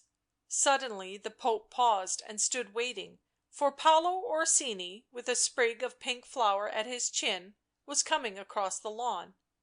Michael II tapped his gold-shod foot on the marble path. " What is it, Orsini?" " Your Holiness, a lady, who will neither unveil nor give her name, has obtained entry to the Vatican and desires to see your Holiness." Michael II reflected a moment, his slim fingers pulling at the laurel leaves beside him. " We will see her," he said at length. " Bring her here, Orsini." The yellow clouds broke over a brief spell of sunshine that fell across the Vatican gardens. Though the horizon was dark with a freshly gathering storm, Michael II seated himself on a bench where the sun gleamed. " Sirs," he said to the 2 cardinals, " stand by me and listen to what this woman may say." And picking a crimson rose from a thorny bush that brushed the seat, he considered it curiously, and only took his eyes from it when Paolo Orsini had returned and led the lady almost to his feet. Then he looked at her. She wore a dark rough dress, showing marks of ill usage, and over her face a thick veil. This she loosened as she knelt, and revealed the exceedingly fair, sad face of Ysabeau the Empress. Michael II went swiftly pale; he fixed large eyes on her. " What do you here, defying us?" he demanded. She rose. " I am not here in defiance. I have come to give myself up to punishment for the crime you denounced, the crime for which my lord now suffers. It did not occur to your Holiness," she added, facing him fearlessly, " that I should do this. You thought that he would never give me up, and you were right. Crown, life, heaven he would forfeit for love of me, but I will not take the sacrifice." At last Michael spoke. " Ye slew Melchoir of Brabant — ye confess it?" Her bosom heaved. " I am here to confess it."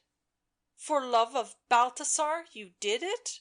" As for love of him I stand here now to take the consequences." The Pope cast the crushed rose from him. " Has Balthasar sent you here?" She smiled proudly. " I come without his knowledge." Her voice trembled a little. " I left a writing telling him where I had gone and why." Her hand crept to her brow. " Enough of that." Michael II rose. " Why have you done this?" he cried angrily. Ysabeau answered swiftly. " That you may take the curse off him. For my sin you cast him forth. Well, if I leave him, if I accept my punishment, if he be free to find the woman who can claim him, your Holiness must absolve him of the excommunication." " Had you told him to his face of your crime, would he have given you over to our wrath?" " Nay," she flashed. " It would have been only noble in him to refuse. But since of myself I have come, I pray you, Lord Pope, to send me to death and take the curse off him." Michael II looked at his hand. The stem of the red rose had scratched his finger, and a tiny drop of blood showed on the white flesh. You are a wicked woman by your own confession," he said, frowning. " Why should I show you any pity?" " I do not ask pity, but justice for the Emperor. I am the cause of the quarrel, and now ye have me ye can have no bitterness against him." He gave her a quick sidelong look. " Do you repent, Ysabeau?" She shook the clinging hood free of her yellow hair. " No, the gain was worth the sin, nor am I afraid of you nor Heaven. I am not of a faltering race, nor of a name easily ashamed. In my own eyes I am not abashed." Michael raised his head and their eyes met. " So you would die for him?" " When I was a child I was taught that they who live as kings and queens must not look for age. The flame soon burns away, leaving the ashes, and gorgeous years are like the flame — why should we taste the dust that follows? I have lived my life." He answered: " This shall not save Balthasar nor take our curse from off him. Theirry of Dendermonde has gone forth with many men and banners, and soon the Roman gates shall open to him and victory lead his charger through the streets. And his reward shall be the Latin world, his badge of triumph the Imperial crown. He is our choice to share with us the dominion of the West. Therefore no more of Balthasar. Ye might speak until the heavens fell, and still our hearts be as brass." He turned swiftly and caught the arm of Cardinal Orsini. " Away, my lord, we have given this Greek time enough." She clutched in her desperation at the priest's white garments. " Show some pity — Balthasar dies beneath your wrath." " Take her away," said Michael. " Cast her from Rome." He glared at her over his shoulder. " Doubtless the Eastern she cat will find it worse so to die than as Hugh of Rooselaare perished. Come on, my lords." " This your Christian priest?" she cried hoarsely, starting after the white figure; then, as she saw the guards approaching, she fell into an utter silence. As Michael II entered the Vatican the sun was again obscured, and the thunder rolled; he passed up the silver stairs to his cabinet and closed the door on all. The storm grew and rioted angrily in the sky. In the height of it came a messenger riding straight to the Vatican. Blood and dust were smeared on his clothes, and he was weary with swift travel. They brought him to the ebony cabinet and face to face with the Pope. " From Theirry of Dendermonde, your Holiness." " What says he? Victory?" " Balthasar of Courtrai is defeated; his army lies dead, men and horses, in the Vale of Tivoli, and his conqueror marches home to day." A shaft of lightning showed the ghastly face of Michael II, and a peal of thunder shook the messenger back against the wall. Section 32 of Black Magic, Part II, Chapter 10 Evening before the Coronation. The orange marble pillars, glowing in the light of 100 lamps, gave the chamber a dazzling brightness; the windows were screened by scarlet silk curtains, and crystal bowls of purple flowers stood on the serpentine floor. On a low gilt couch against the wall sat Theirry, his gold armour half concealed by a violet and ermine mantle; round his close dark hair was a wreath of red roses, and the long pearls in his ears glimmered with his movements. Opposite him, on a throne supported by basalt lions, was Michael II, robed in gold and silver tissues under a dalmatica of orange and crimson brocade. " It is done," he said in a low eager voice, " and to morrow I crown you in St. Peter's Church. Theirry, it is done." " Truly our fortunes are marvellous," answered Theirry. " To day, when I heard the princes elect me, an unknown adventurer, when I heard the mob of Rome shout for me, I thought I had gone mad." " Are you afraid of me?" the other asked. " Why do you so seldom look at me?"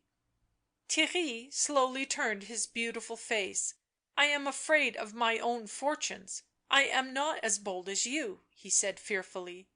You never hesitated to sin." The Pope moved, and his garments sparkled against the gleaming marble wall. " I do not sin," he smiled. " I am sin. I do no evil, for I am evil.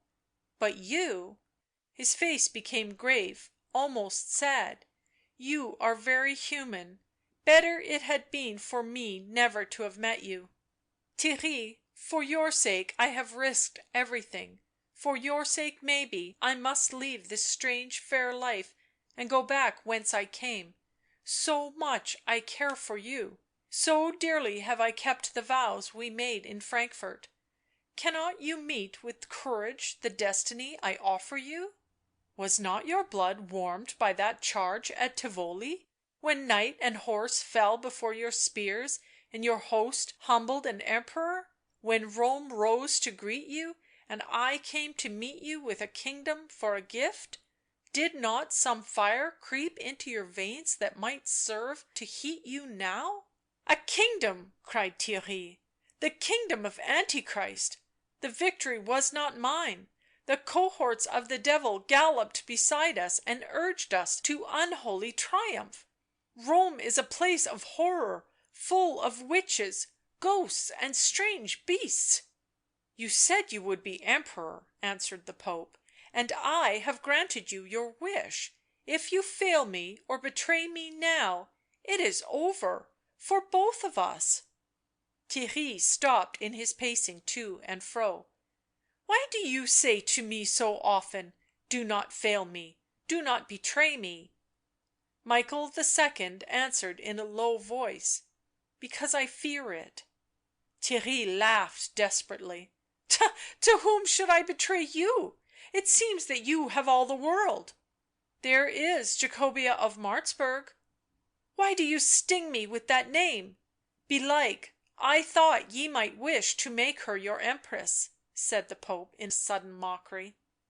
Theirry pressed his hand to his brow. " She believes in God — what is that to me?" he cried. " The other day you lied to me, saying you knew not where she was, and straightway ye visited her. This is your spy's work, Ursula of Rooselaare." " She will not trouble you again," answered Michael II. " Let her go." " I cannot — she said I have seen her face." " Well, if you have. Take it from me, she is not fair." " I do not think of her fairness," answered Theirry sullenly, " but of the mystery there is behind all of it — why you never told me of her before, and why she haunts me with witches in her train." The Pope looked at him curiously. " For one who has never been an ardent lover ye dwell much on women. I had rather you thought on battles and kingdoms. Had I been a — were I you, dancer and nun alike would be nothing to me compared with my coronation on the morrow. Would ye had never come my way to be my ruin and your own — would you were not such a sweet fair fool that I must love you, and so we make ourselves the mock of destiny by these complaints. Oh, if you have the desire to be king, show the courage to dare a kingly fate." " You must think me a coward," Theirry said, " and I have been very weak — but that, I think, is past. I have reached the summit of all the greatness I ever dreamed, and it confuses me. But when the Imperial crown is mine you shall find me bold enough." " Then are we great indeed! We shall join hands across the fairest dominion men ever ruled. Swabia is ours, Bohemia and Lombardy. France courts our alliance, Cyprus, the Isle of Candy and Malta town, in Rhodes they worship us, and Genoa town owns us master." He paused in his speech and stepped down from the throne. " Do you remember that day in Antwerp, Theirry, when we looked in the mirror?" he said, and his voice was tender and beautiful. " We hardly dared then to think of this." " We saw a gallows in that mirror," answered Theirry, " a gallows tree beside the triple crown." " It was for our enemies," cried Michael, " our enemies whom we have triumphed over.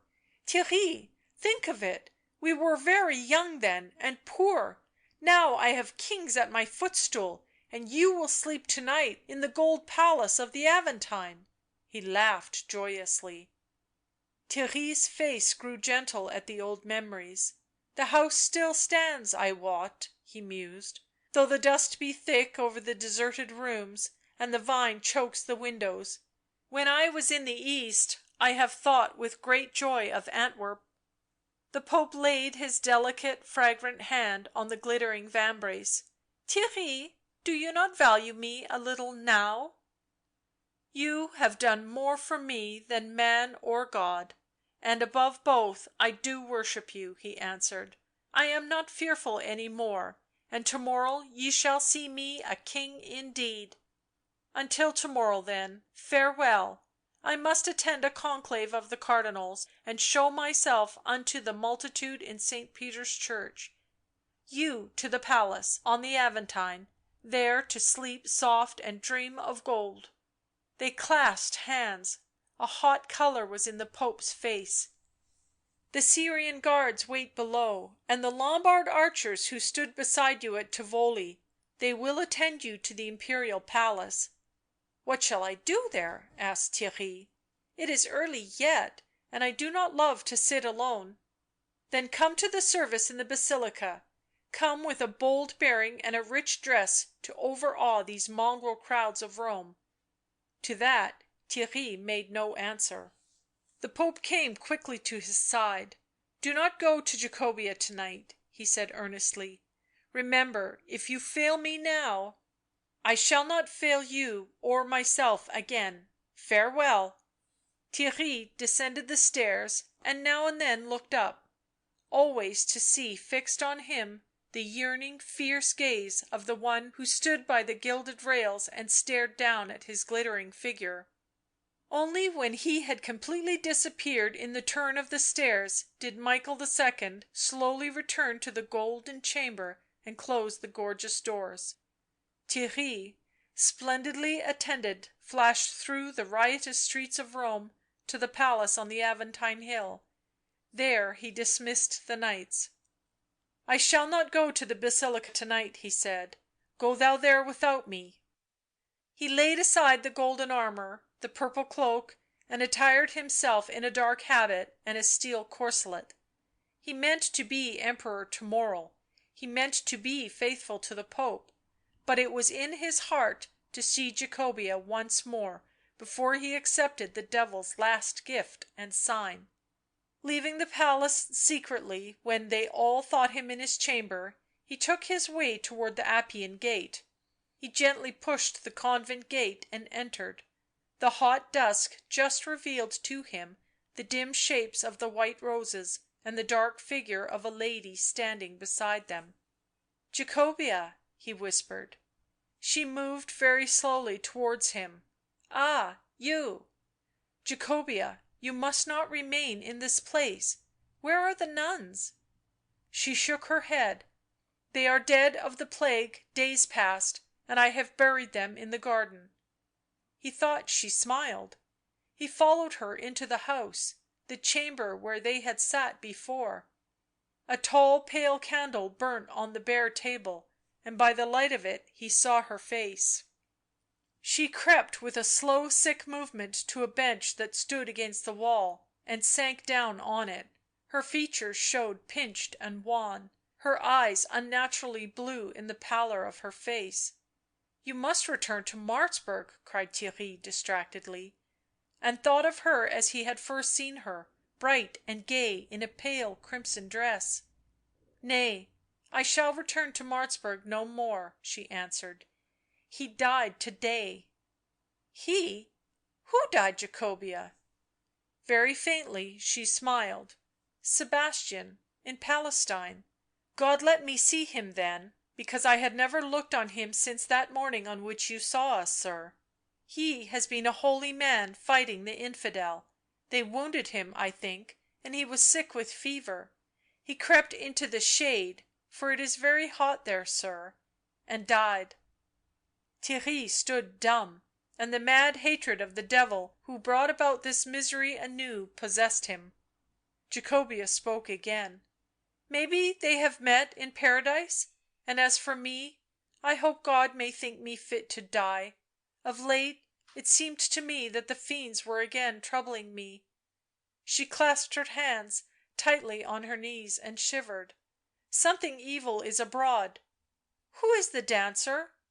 Last night I saw her crouching by my gate as I was making the grave of Sister Angela, and it seemed that she bewitched me as the young scholar did long ago." Theirry leant heavily against the table. " She is the Pope's spy and tool," he cried hoarsely. " Ursula of Rooselaare." Jacobea's dim eyes were bewildered. " Ah, Balthasar's wife," she faltered. " But the Pope's tool — how should he meddle with an evil thing?"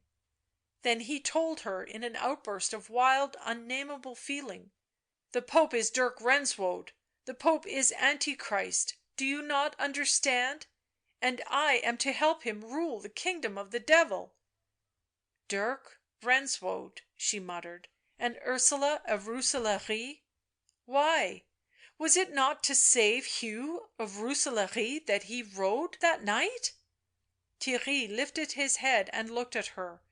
Her utterance was feeble and confused, her eyes glazing in a livid face. He clasped his hands tightly over hers. " What was Lord Hugh to him?" she asked. " Ursula's father?" " I do not understand," cried Theirry. " But it is very clear to me. I am dying. She loved you, loves you still — that such things should be." " Whom do you speak of, Jacobea?" he cried. She drooped towards him and he caught her in his arms. " The city is accursed," she gasped. " Give me Christian burial, if ever once you cared for me, and fly, fly." She strained and writhed in his frantic embrace. " And you never knew it was a woman," she whispered. " Pope and dancer." " God !" shrieked Theirry, and staggered to his feet, drawing her with him. She slipped from him to the bench. " Water — a crucifix — oh, I have forgot my prayers." She stretched out her hands towards a wooden crucifix that hung on the wall, caught hold of it, pressed her lips to the feet. " Sybilla," she said, and died with that name struggling in her throat. Theirry stepped back from her with a strangled shriek that seemed to tear the breath from his body, and staggered against the table. The lightning leapt in through the dark window and appeared to plunge like a sword into the breast of the dead woman. Dead, even as she uttered that horror, dead so suddenly. The plague had slain her; he did not wish to die, so he must leave this place. Was he not to be Emperor to morrow? He fell to laughing. He crawled across the room and stared at Jacobea. She was not beautiful. He noticed that her hands were torn and stained with earth from making the graves of the nuns. She had asked for Christian burial; he could not stay to give it to her. He fiercely hated her for what she had told him, yet he took up the ends of her yellow hair and kissed them. Again the thunder and lightning and wild howlings reached him from without, as ghosts and night hags wandered past to hold court within the accursed city. The candle shot up a long tongue of flame and went out. Theirry staggered across the darkness; a flash of lightning showed him the door. As the thunder crashed above the city he fled from the convent and from Rome. Section 33 of Black Magic, Part 2, Chapter 11 The Angels. In a ruined villa, shattered by the barbarians and crumbled by time, sat Ysabeau the Empress looking over the sunless Maremma. A few olive trees were all that shaded the bare expanse of marshy land, where great pools veiled with unhealthy vapours gleamed faintly under the heavy clouds. Here and there rose the straight roof of a forsaken convent, or the stately pillars of a deserted palace. There was no human being in sight. She had dwelt here for 3 days; at every sunrise a peasant girl, daring the excommunication, had brought her food. then fled with a frightened face.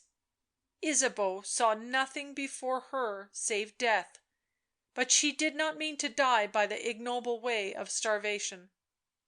She had not heard of the defeat of Balthasar at Tivoli, nor of the election of Theirry to the crown. Day and night she thought on her husband, and pondered how she still might possibly serve him. She did not hope to see him again; it never occurred to her to return to him. When she had fled his camp she had left a confession behind her; no Greek would have heeded it, but these Saxons, still to her foreigners, were different, and Balthasar had loved Melchoir of Brabant. She moved to the inner portion of the villa, and here she seated herself on the capital of a broken column, and a languid weariness subdued her proud spirit. Her head sank back against the stained wall, and she slept. When she woke the whole landscape was glowing with the soft red of sunset; there were faint voices coming from the outer room, and the sound of a man's tread. For a while she waited, then crept cautiously towards the shattered doorway that led into the other chamber. She gained it and gazed through. Sitting where she had just now sat, under the vine twisted columns, was a huge knight in defaced armour. His back was towards her, by his side his helmet stood, and the great glittering dragon that formed the crest shone in the setting sun.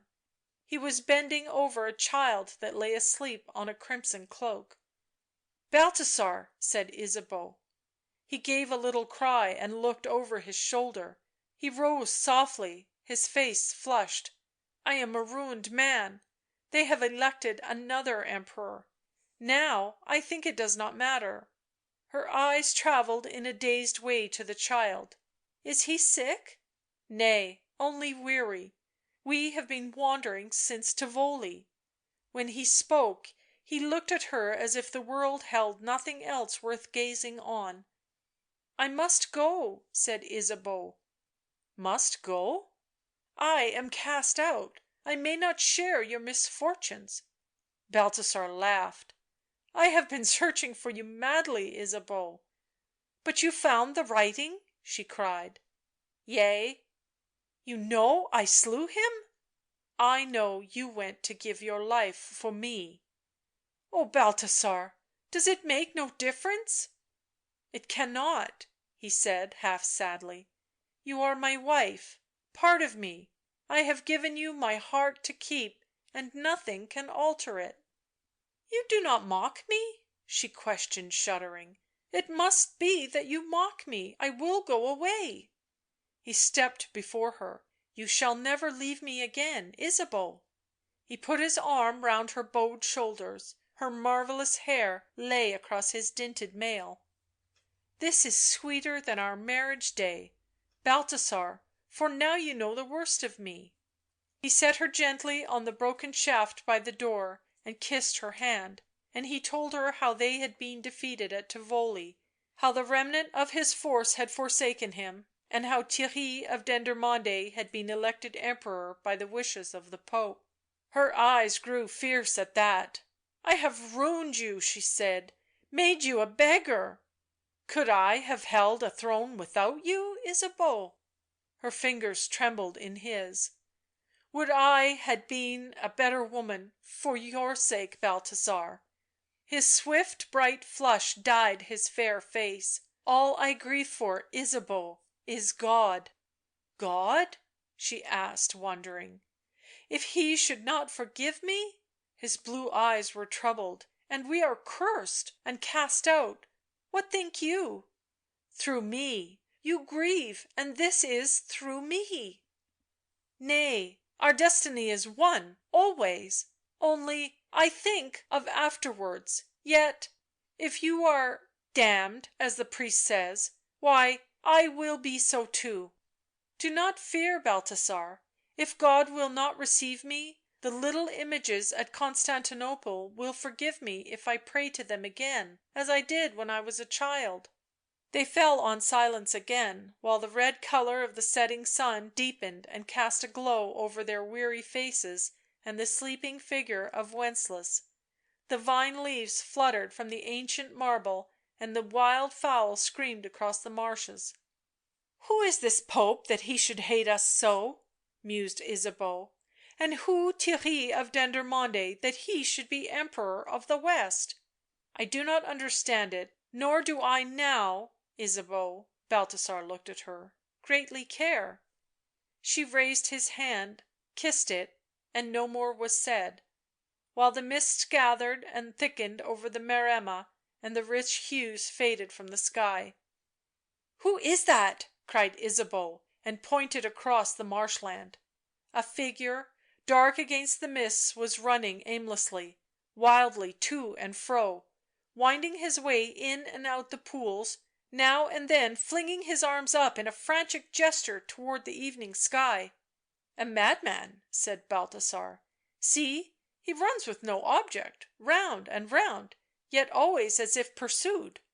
Suddenly, as if exhausted, the man stopped and stood still with hanging head and arms. The sun, burning to the horizon, made a vivid background to his tall dark figure, till the heavy noisome vapours rose to the level of the sunset, and the solitary motionless stranger was blotted from the view of the two watching in the ruined villa. " We must get away," said Balthasar resolutely. " This is a vile spot." " The man," whispered Ysabeau. Out of the dreary vapours, the forlorn and foul mists of the marches, he appeared, stumbling over the stones in his way. He caught hold of the slender pillar by the entrance, and stared at the three with distraught eyes. His clothes were dark, wet and soiled, his hair hung lank round a face hollow and pale, but of obvious beauty. " Theirry of Dendermonde!" exclaimed Balthasar.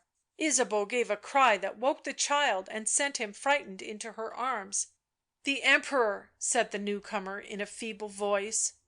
Balthasar answered fiercely. " Am I still Emperor to you? You who to day were to receive my crown in St. Peter's church?" Theirry shivered and crouched like one very cold. " Of my own will I fled from Rome, that city of the Devil." Balthasar stared at him. " You are the Emperor," said Theirry faintly, " and I pretend no longer to these wrongful honours, nor serve I any longer Antichrist." " He is mad !" cried Balthasar. " Nay," Ysabeau spoke eagerly. " Listen to him." Theirry moaned. " I have nothing to say. Give me a place to rest in." " Through you we have no place ourselves to rest in," answered Balthasar grimly. " No shelter save these broken walls you see.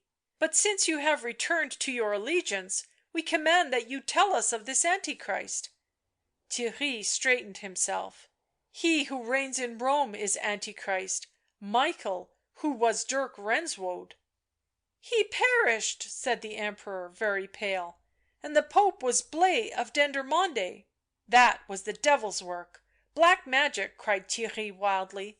" The youth Blaise died 10 years ago, and Dirk Renswoude took his place." " It is true," cried the Empress. " By what he said to me I know it true — now do I see it very clearly." Then Theirry began to speak; he told them in a thick expressionless voice all he knew of Dirk Renswoude; he did not mention Ursula of Rooselaare. As his tale went on the storm gathered till all light had vanished from the sky; the lightning rent a starless gloom. Theirry's voice suddenly strengthened. " Now turn against Rome, for all men will join you. A force of Lombards marches up from Trastevere, and the Saxons gather without the walls of the accursed city." A blue flash showed them his face; they heard him fall. After a while Balthasar made his way to him through the dark. " He has fainted," he said fearfully. " Is he belike mad?" " He speaks the hideous truth," whispered Ysabeau.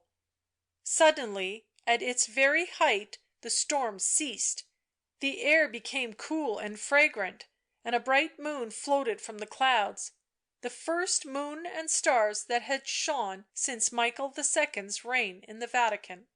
Balthasar looked at his wife. Neither dared to speak, but Wenceslas gave a panting sigh of relief at the lifting of the darkness. " My lord," he said, striving out of his mother's arms, " a goodly company comes across the marsh." A great awe and fear held them silent, and the wonderful silver shine of the moon lay over them like a spell. They saw, slowly approaching them, 2 knights and 2 ladies, who seemed to advance without motion across the marshland. The knights wore armour that shone like glass and long mantles of white samite; the dames were clad in silver tissue, and around their brows were close pressed wreaths of roses mingled red and white. They paused. Balthasar drew back before the great light they brought with them, and Ysabeau hid her face, for some of them she knew. On earth their names had been Melchoir, Sebastian, Jacobea and Sybilla. " Balthasar," said the foremost knight, " we are come from the courts of Paradise to bid you march against Rome. In that city reigns evil, permitted to punish a sinful people, but now her time is come. Go you to Viterbo, there you will find the Cardinal of Narbonne, whom God has ordained Pope, and with him an army; at the head of it storm Rome, and all the people shall join you in destroying Antichrist." Balthasar fell on his knees. " And the curse?" he cried. " 'Tis not the curse of God upon you, therefore be comforted, Balthasar of Courtrai, and at the dawn haste to Viterbo." With that they moved away and were absorbed into the silver light that transfigured the Maremma. Balthasar sprang to his feet shouting: " I am not excommunicate, I shall be Emperor again, the curse is lifted." Balthasar caught Theirry by the shoulder. " Did you see the vision — the angels?" Theirry came shuddering from his swoon. " I saw nothing — Ursula, Ursula." Section 34 of Black Magic, Part 2, Chapter 12, in the Vatican. In the ebony cabinet in the Vatican sat Michael II. An expression of utter anguish marked his face. Paolo Orsini entered. The Pope glanced at him without moving. " No news?" he asked. " None of the Lord Theirry, your Holiness." Michael II. moistened his lips. " They have searched everywhere?" " Throughout Rome, your Holiness. But "" He was armed, they said, when he left the palace. Have you sent to the convent I told you of, Saint Angela, beyond the Appian Gate?" " Yea, your Holiness," answered Orsini, " and they found nought but a dead woman." The Pope averted his eyes. " What did they with her?" Orsini lifted his brows. " Cast her into the plague pit, Holiness; that quarter is a charnel house." The Pope drew a deep breath. " Well, he is gone — I do not think him dead." He flung back his head. " But the game is over, is it not, Orsini? We fling down our pieces and say good night." His nostrils dilated, his eyes flashed; he brought his open hand softly on to the table. " What does your Holiness mean?" asked Orsini. " We mean that this puppet Emperor of ours has forsaken us, and that our position becomes perilous," answered the Pope. " Cardinal Narbonne, hurling defiance at us from Viterbo, grows stronger, and the mob — do not seek to deceive me, Orsini — the mob clamours against us?" " It is true, my lord." The Pope gave a terrible smile, and his beautiful eyes widened. " And the soldiers mutiny; the Saxons at Trastevere have joined Balthasar, and the Veronese have left me. We have not enough men to hold Rome an hour. Well, Orsini, you shall take a summons to the Cardinals, and we will hold a conclave, there to decide how we may meet our fortune." The secretary departed in silence. Mutterings, murmurings, howlings rose from the accursed city to the Pontiff's chamber. Lightning darted from the black heavens and thunder rolled round the hills of Rome. Michael II. walked to and fro in his gorgeous cabinet. In the 3 days since Theirry had fled the city his power had crumbled like a handful of sand. Rome had turned against him, and every hour men fell away from his cause. The devils, too, had forsaken him.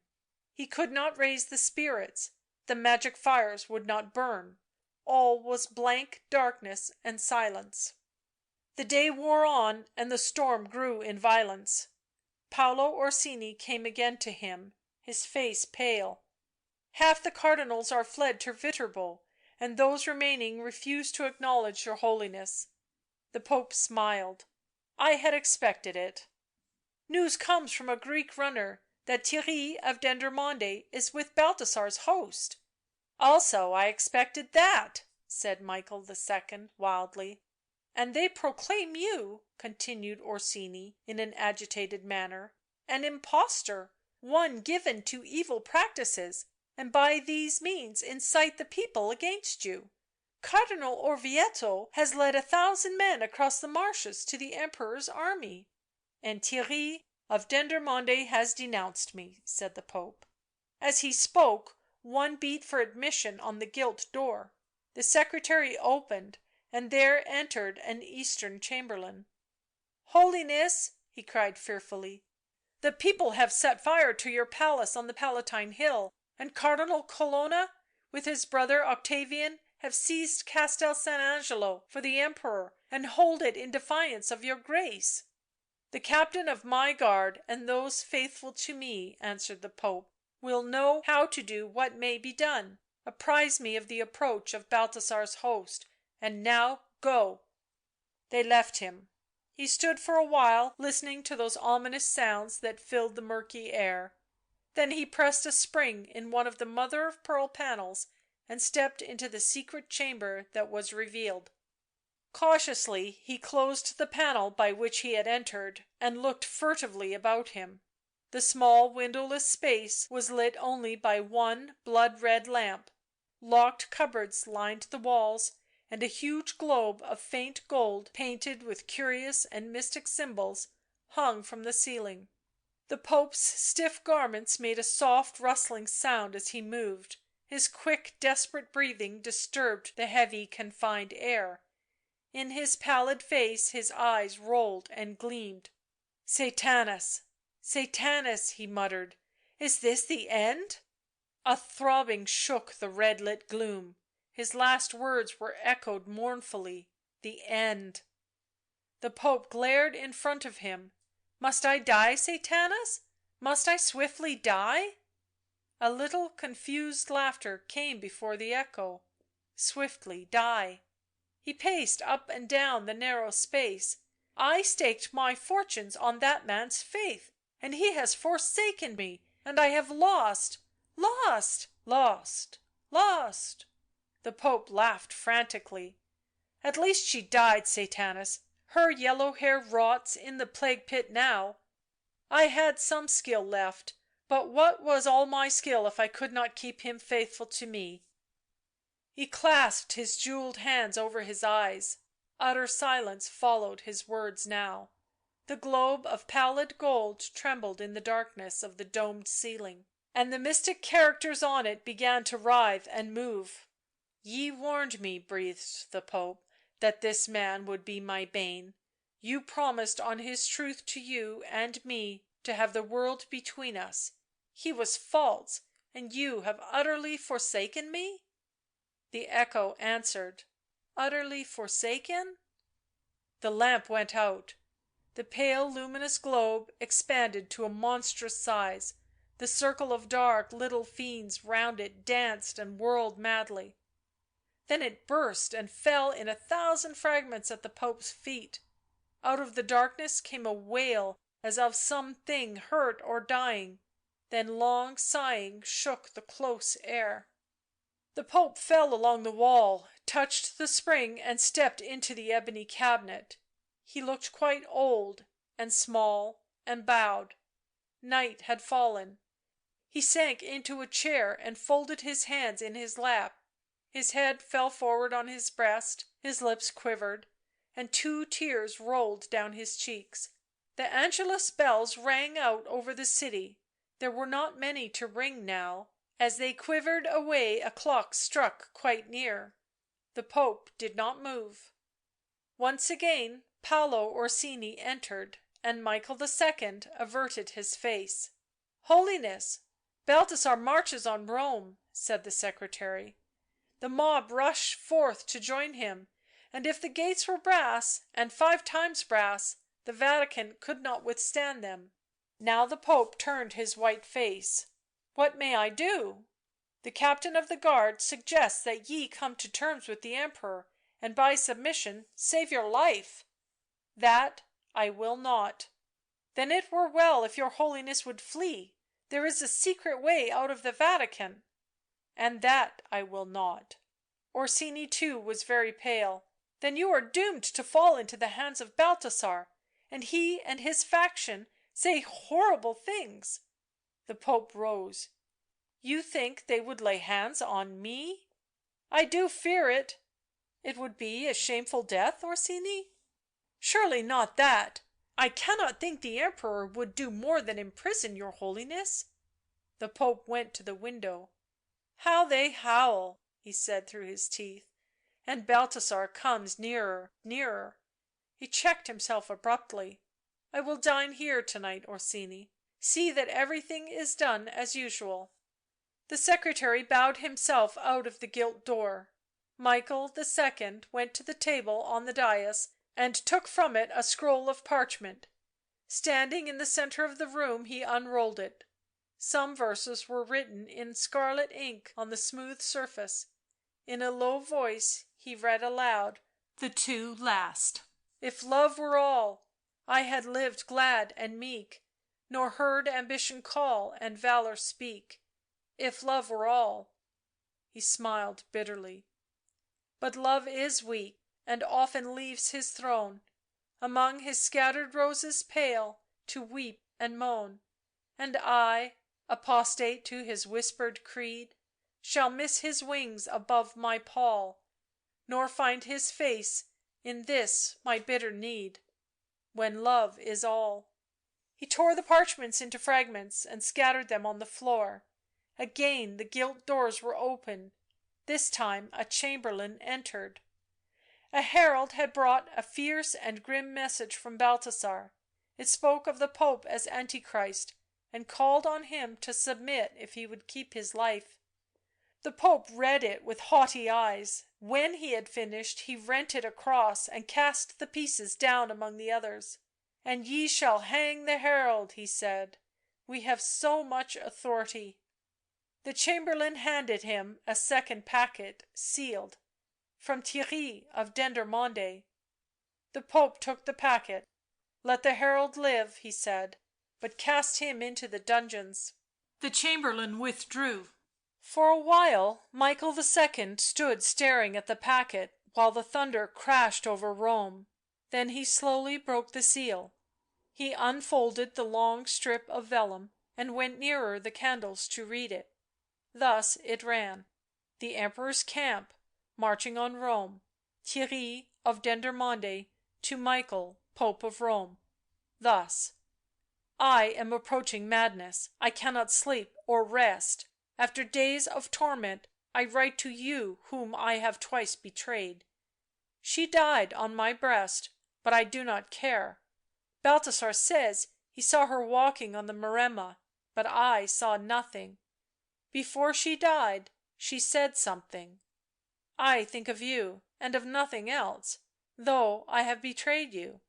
I have never uttered what she said; no one guesses. The uncertainty, the horror gnaw away at my heart, so I write this to you. This is my message: if you are a devil, be satisfied, for your devil's work is done; if you are a man, you have befriended, wronged me, and I have avenged myself; if you are that other thing you may be, then I know you love me, and that I kissed you once. If this last be true, as I do think it true, have some pity on my long ignorance, and believe I have it in me to love even as you have loved. Oh, Ursula, I know a city in India where we might live, and you forget you ever ruled in Rome. Yonder are other gods who are so old they have forgot to punish, and they would smile on you and me there, Ursula. Balthasar marches on the city, and you must be ruined and discovered, brought to an end so horrible. You have showed me a secret way out of the Vatican. Use it now, this night. I am in advance of the host. I shall be without the Appian Gate to night, and I have means whereby we may fly to the coast and there take ship to India. Until we meet, farewell, and in the name of all the passions you have roused in me, come." As the Pope read, all the colour slowly left his face. When he had finished, he mechanically rolled up the parchment, then unrolled it again. Thunder shook the Vatican, and the mob howled without. Again he read the letter. Then he thrust it into one of the candles and watched it blacken, curl, and burst into flame. He flung it on the marble floor and set his gold heel on it, grinding it into ashes. At the usual hour they served his sumptuous supper. When it was finished and removed, Paolo Orsini came again. " Will not your Holiness fly before it is too late?" All traces of anguish and woe had vanished from his master's features; he looked proud and beautiful. " I shall stay here, but let them who will seek safety." He dismissed Orsini and the attendants. It was now late in the evening and the thunder unceasing.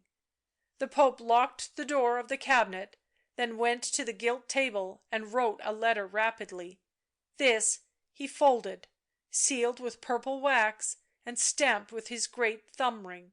He sat silent a little while after this, and stared with great luminous eyes before him, then roused himself and unlocked a drawer in the table. From this he took some documents, tied together with orange silk, and a ring with a red stone in it. One by one he burnt the parchments in the candle, and when they were reduced to a little pile of ashes, he cast the ring into the midst of it and turned away.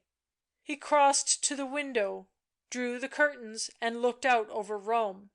In the black heavens above the black hills hung a huge meteor, a blazing globe of fire with a trail of flame. He took up one of the candles and went to the gold door that led to his bedchamber. Before he opened it he paused a moment; the candle flame lit his vivid eyes, his haughty face, his glittering vestments. He turned the handle and entered the dark, spacious room. Through the high, undraped window could clearly be seen the star that seemed to burn away the very sky. The Pope set the candle on a shelf where it showed dim glimpses of white and gold tapestries, walls of alabaster, a bed of purple and gilt, mysterious, gorgeous luxury. He returned to the cabinet and took from the bosom of his gown a little bottle of yellow jade; for the stopper a ruby served. The thunder crashed deafeningly, the lightning seemed to split the room in twain. The Pope stood still, listening. Then he blew out the candles and returned to his bedchamber. Softly he passed into the scented, splendid chamber and closed the door behind him. Section 35 of Black Magic, Part 2, Chapter 13. The Secret. The mob had stormed the Vatican. Octavian Colonna, with a handful of fighting men, ascended the undefended marble staircase. The papal guards lay slain in the courtyard, and in the entrance hall chamberlains, secretary, pages and priests fled or surrendered. With the Lord Colonna was Theirry of Dendermonde, who had entered Rome that morning by the Appian Gate and headed a faction of the lawless crowd in their wild attack on the Vatican. To himself he kept saying, " I shall know she did not come, I shall know she did not come." It was early morning; the terrific storm of last night still lingered over Rome; flashes of blue light divided the murky clouds, and the thunder hung about the Aventine. The Colonna grew afraid; he waited below in the gorgeous audience chamber and sent up to the Pope's apartments, demanding his submission and promising him safety. The overawed crowd retired into the courtyard and the piazza while Paolo Orsini ascended the silver stairs. He returned with this message: His Holiness's apartments were locked, nor could they make him hear. It was a common thought among the knights that Michael II had escaped. A monk offered to show them the secret passage where His Holiness might be even now. Many went, but Theirry followed the attendants to the gilt door of the ebony cabinet. They broke the lock and entered fearfully. On the floor, torn fragments of parchments, a pile of ashes with a ruby ring lying in the midst, nothing else. His Holiness is in his chamber, we dare not enter. They had always been afraid of him, even now his name held terror. The Colonna waits our news," cried Theirry wildly. I dare enter." They tiptoed to the other gilt door. It took them some time to remove the lock. When at last the door gave and swung open, they shrunk away, but Theirry passed into the chamber. The sombre light of dawn filled it, heavy shadows obscured the rich splendours of golden colours, of gleaming white walls. The men crept after him. It seemed to Theirry as if the world had stopped about them. On the magnificent purple bed lay the Pope, on his brow the tiara glittered, and on his breast the chasuble. The crozier lay by his side on the samite coverlet, and his feet glittered in their golden shoes. By the crozier was a letter and a jade bottle. The attendants shrieked and fled. Theirry crept to the bedside and took up the parchment. His name was over the top. He broke the seal. He read the fair writing: If I be a devil, I go whence I came. If a man, I lived as one and died as one. If a woman, I have known love, conquered it, and by it have been vanquished. Whatsoever I am, I perish on the heights, but I do not descend from them. I have known things in their fullness and will not stay to taste the dregs. So, to you greeting, and not for long farewell. The letter fell from Theirry's hand, fluttered and sank to the floor. He raised his eyes and saw through the window the meteor blazing over Rome. Dead. He looked now at the proud smooth face on the pillow, the gems of the papal crown gleaming above the red locks, the jewelled chasuble sparkling in the strengthening dawn, until he was nearly fooled into thinking the bosom heaved beneath. He was alone. At least he could know. The air was like incense, sweet and stifling. His blood seemed to beat in his brain with a little foolish sound of melody. A shaft of grey light fell over the splendours of the bed, the roses and dragons, hawks and hounds, sewn on the curtains and coverlets. From the Pope's garments rose a subtle and beautiful perfume. " Ursula," said Theirry. He bent over the bed until the pearls in his ears touched his cheeks. Without, the thunder muttered. To know? He lifted the dead Pope's arm. There seemed to be neither weight nor substance under the stiff silk. He dropped the sleeve. His cold fingers unclasped the heavy chasuble. Underneath lay perfumed samite, white and soft. An awful sensation crept through his veins. He thought that under these gorgeous vestments was nothing, nothing — ashes. He did not dare to uncover the bosom that lay, that must lie, under the gleaming samite. But he must know. He lifted up the fair crowned head to peer madly into the proud features. It came away in his hands, like crumbling wood that may preserve, till touched, the semblance of the carving. So the Pope's head parted from the trunk. Theirry smiled with horror and stared at what he held. Then it disappeared, fell into ashes before his eyes, and the tiara rolled on to the floor. Gone, like an image of smoke.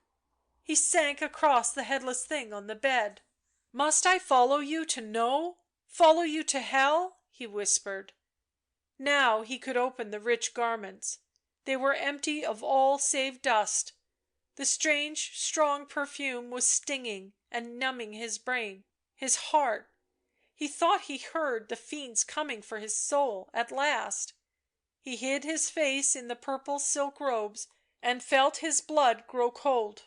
The room darkened about him; he knew he was being drawn downwards into eternity. He sighed and slipped from the bed on to the floor. As his last breath hovered on his lips the meteor vanished, the thunder clouds rolled away from a fair blue sky, and a glorious sunrise laughed over the city. The reign of the Antichrist was ended.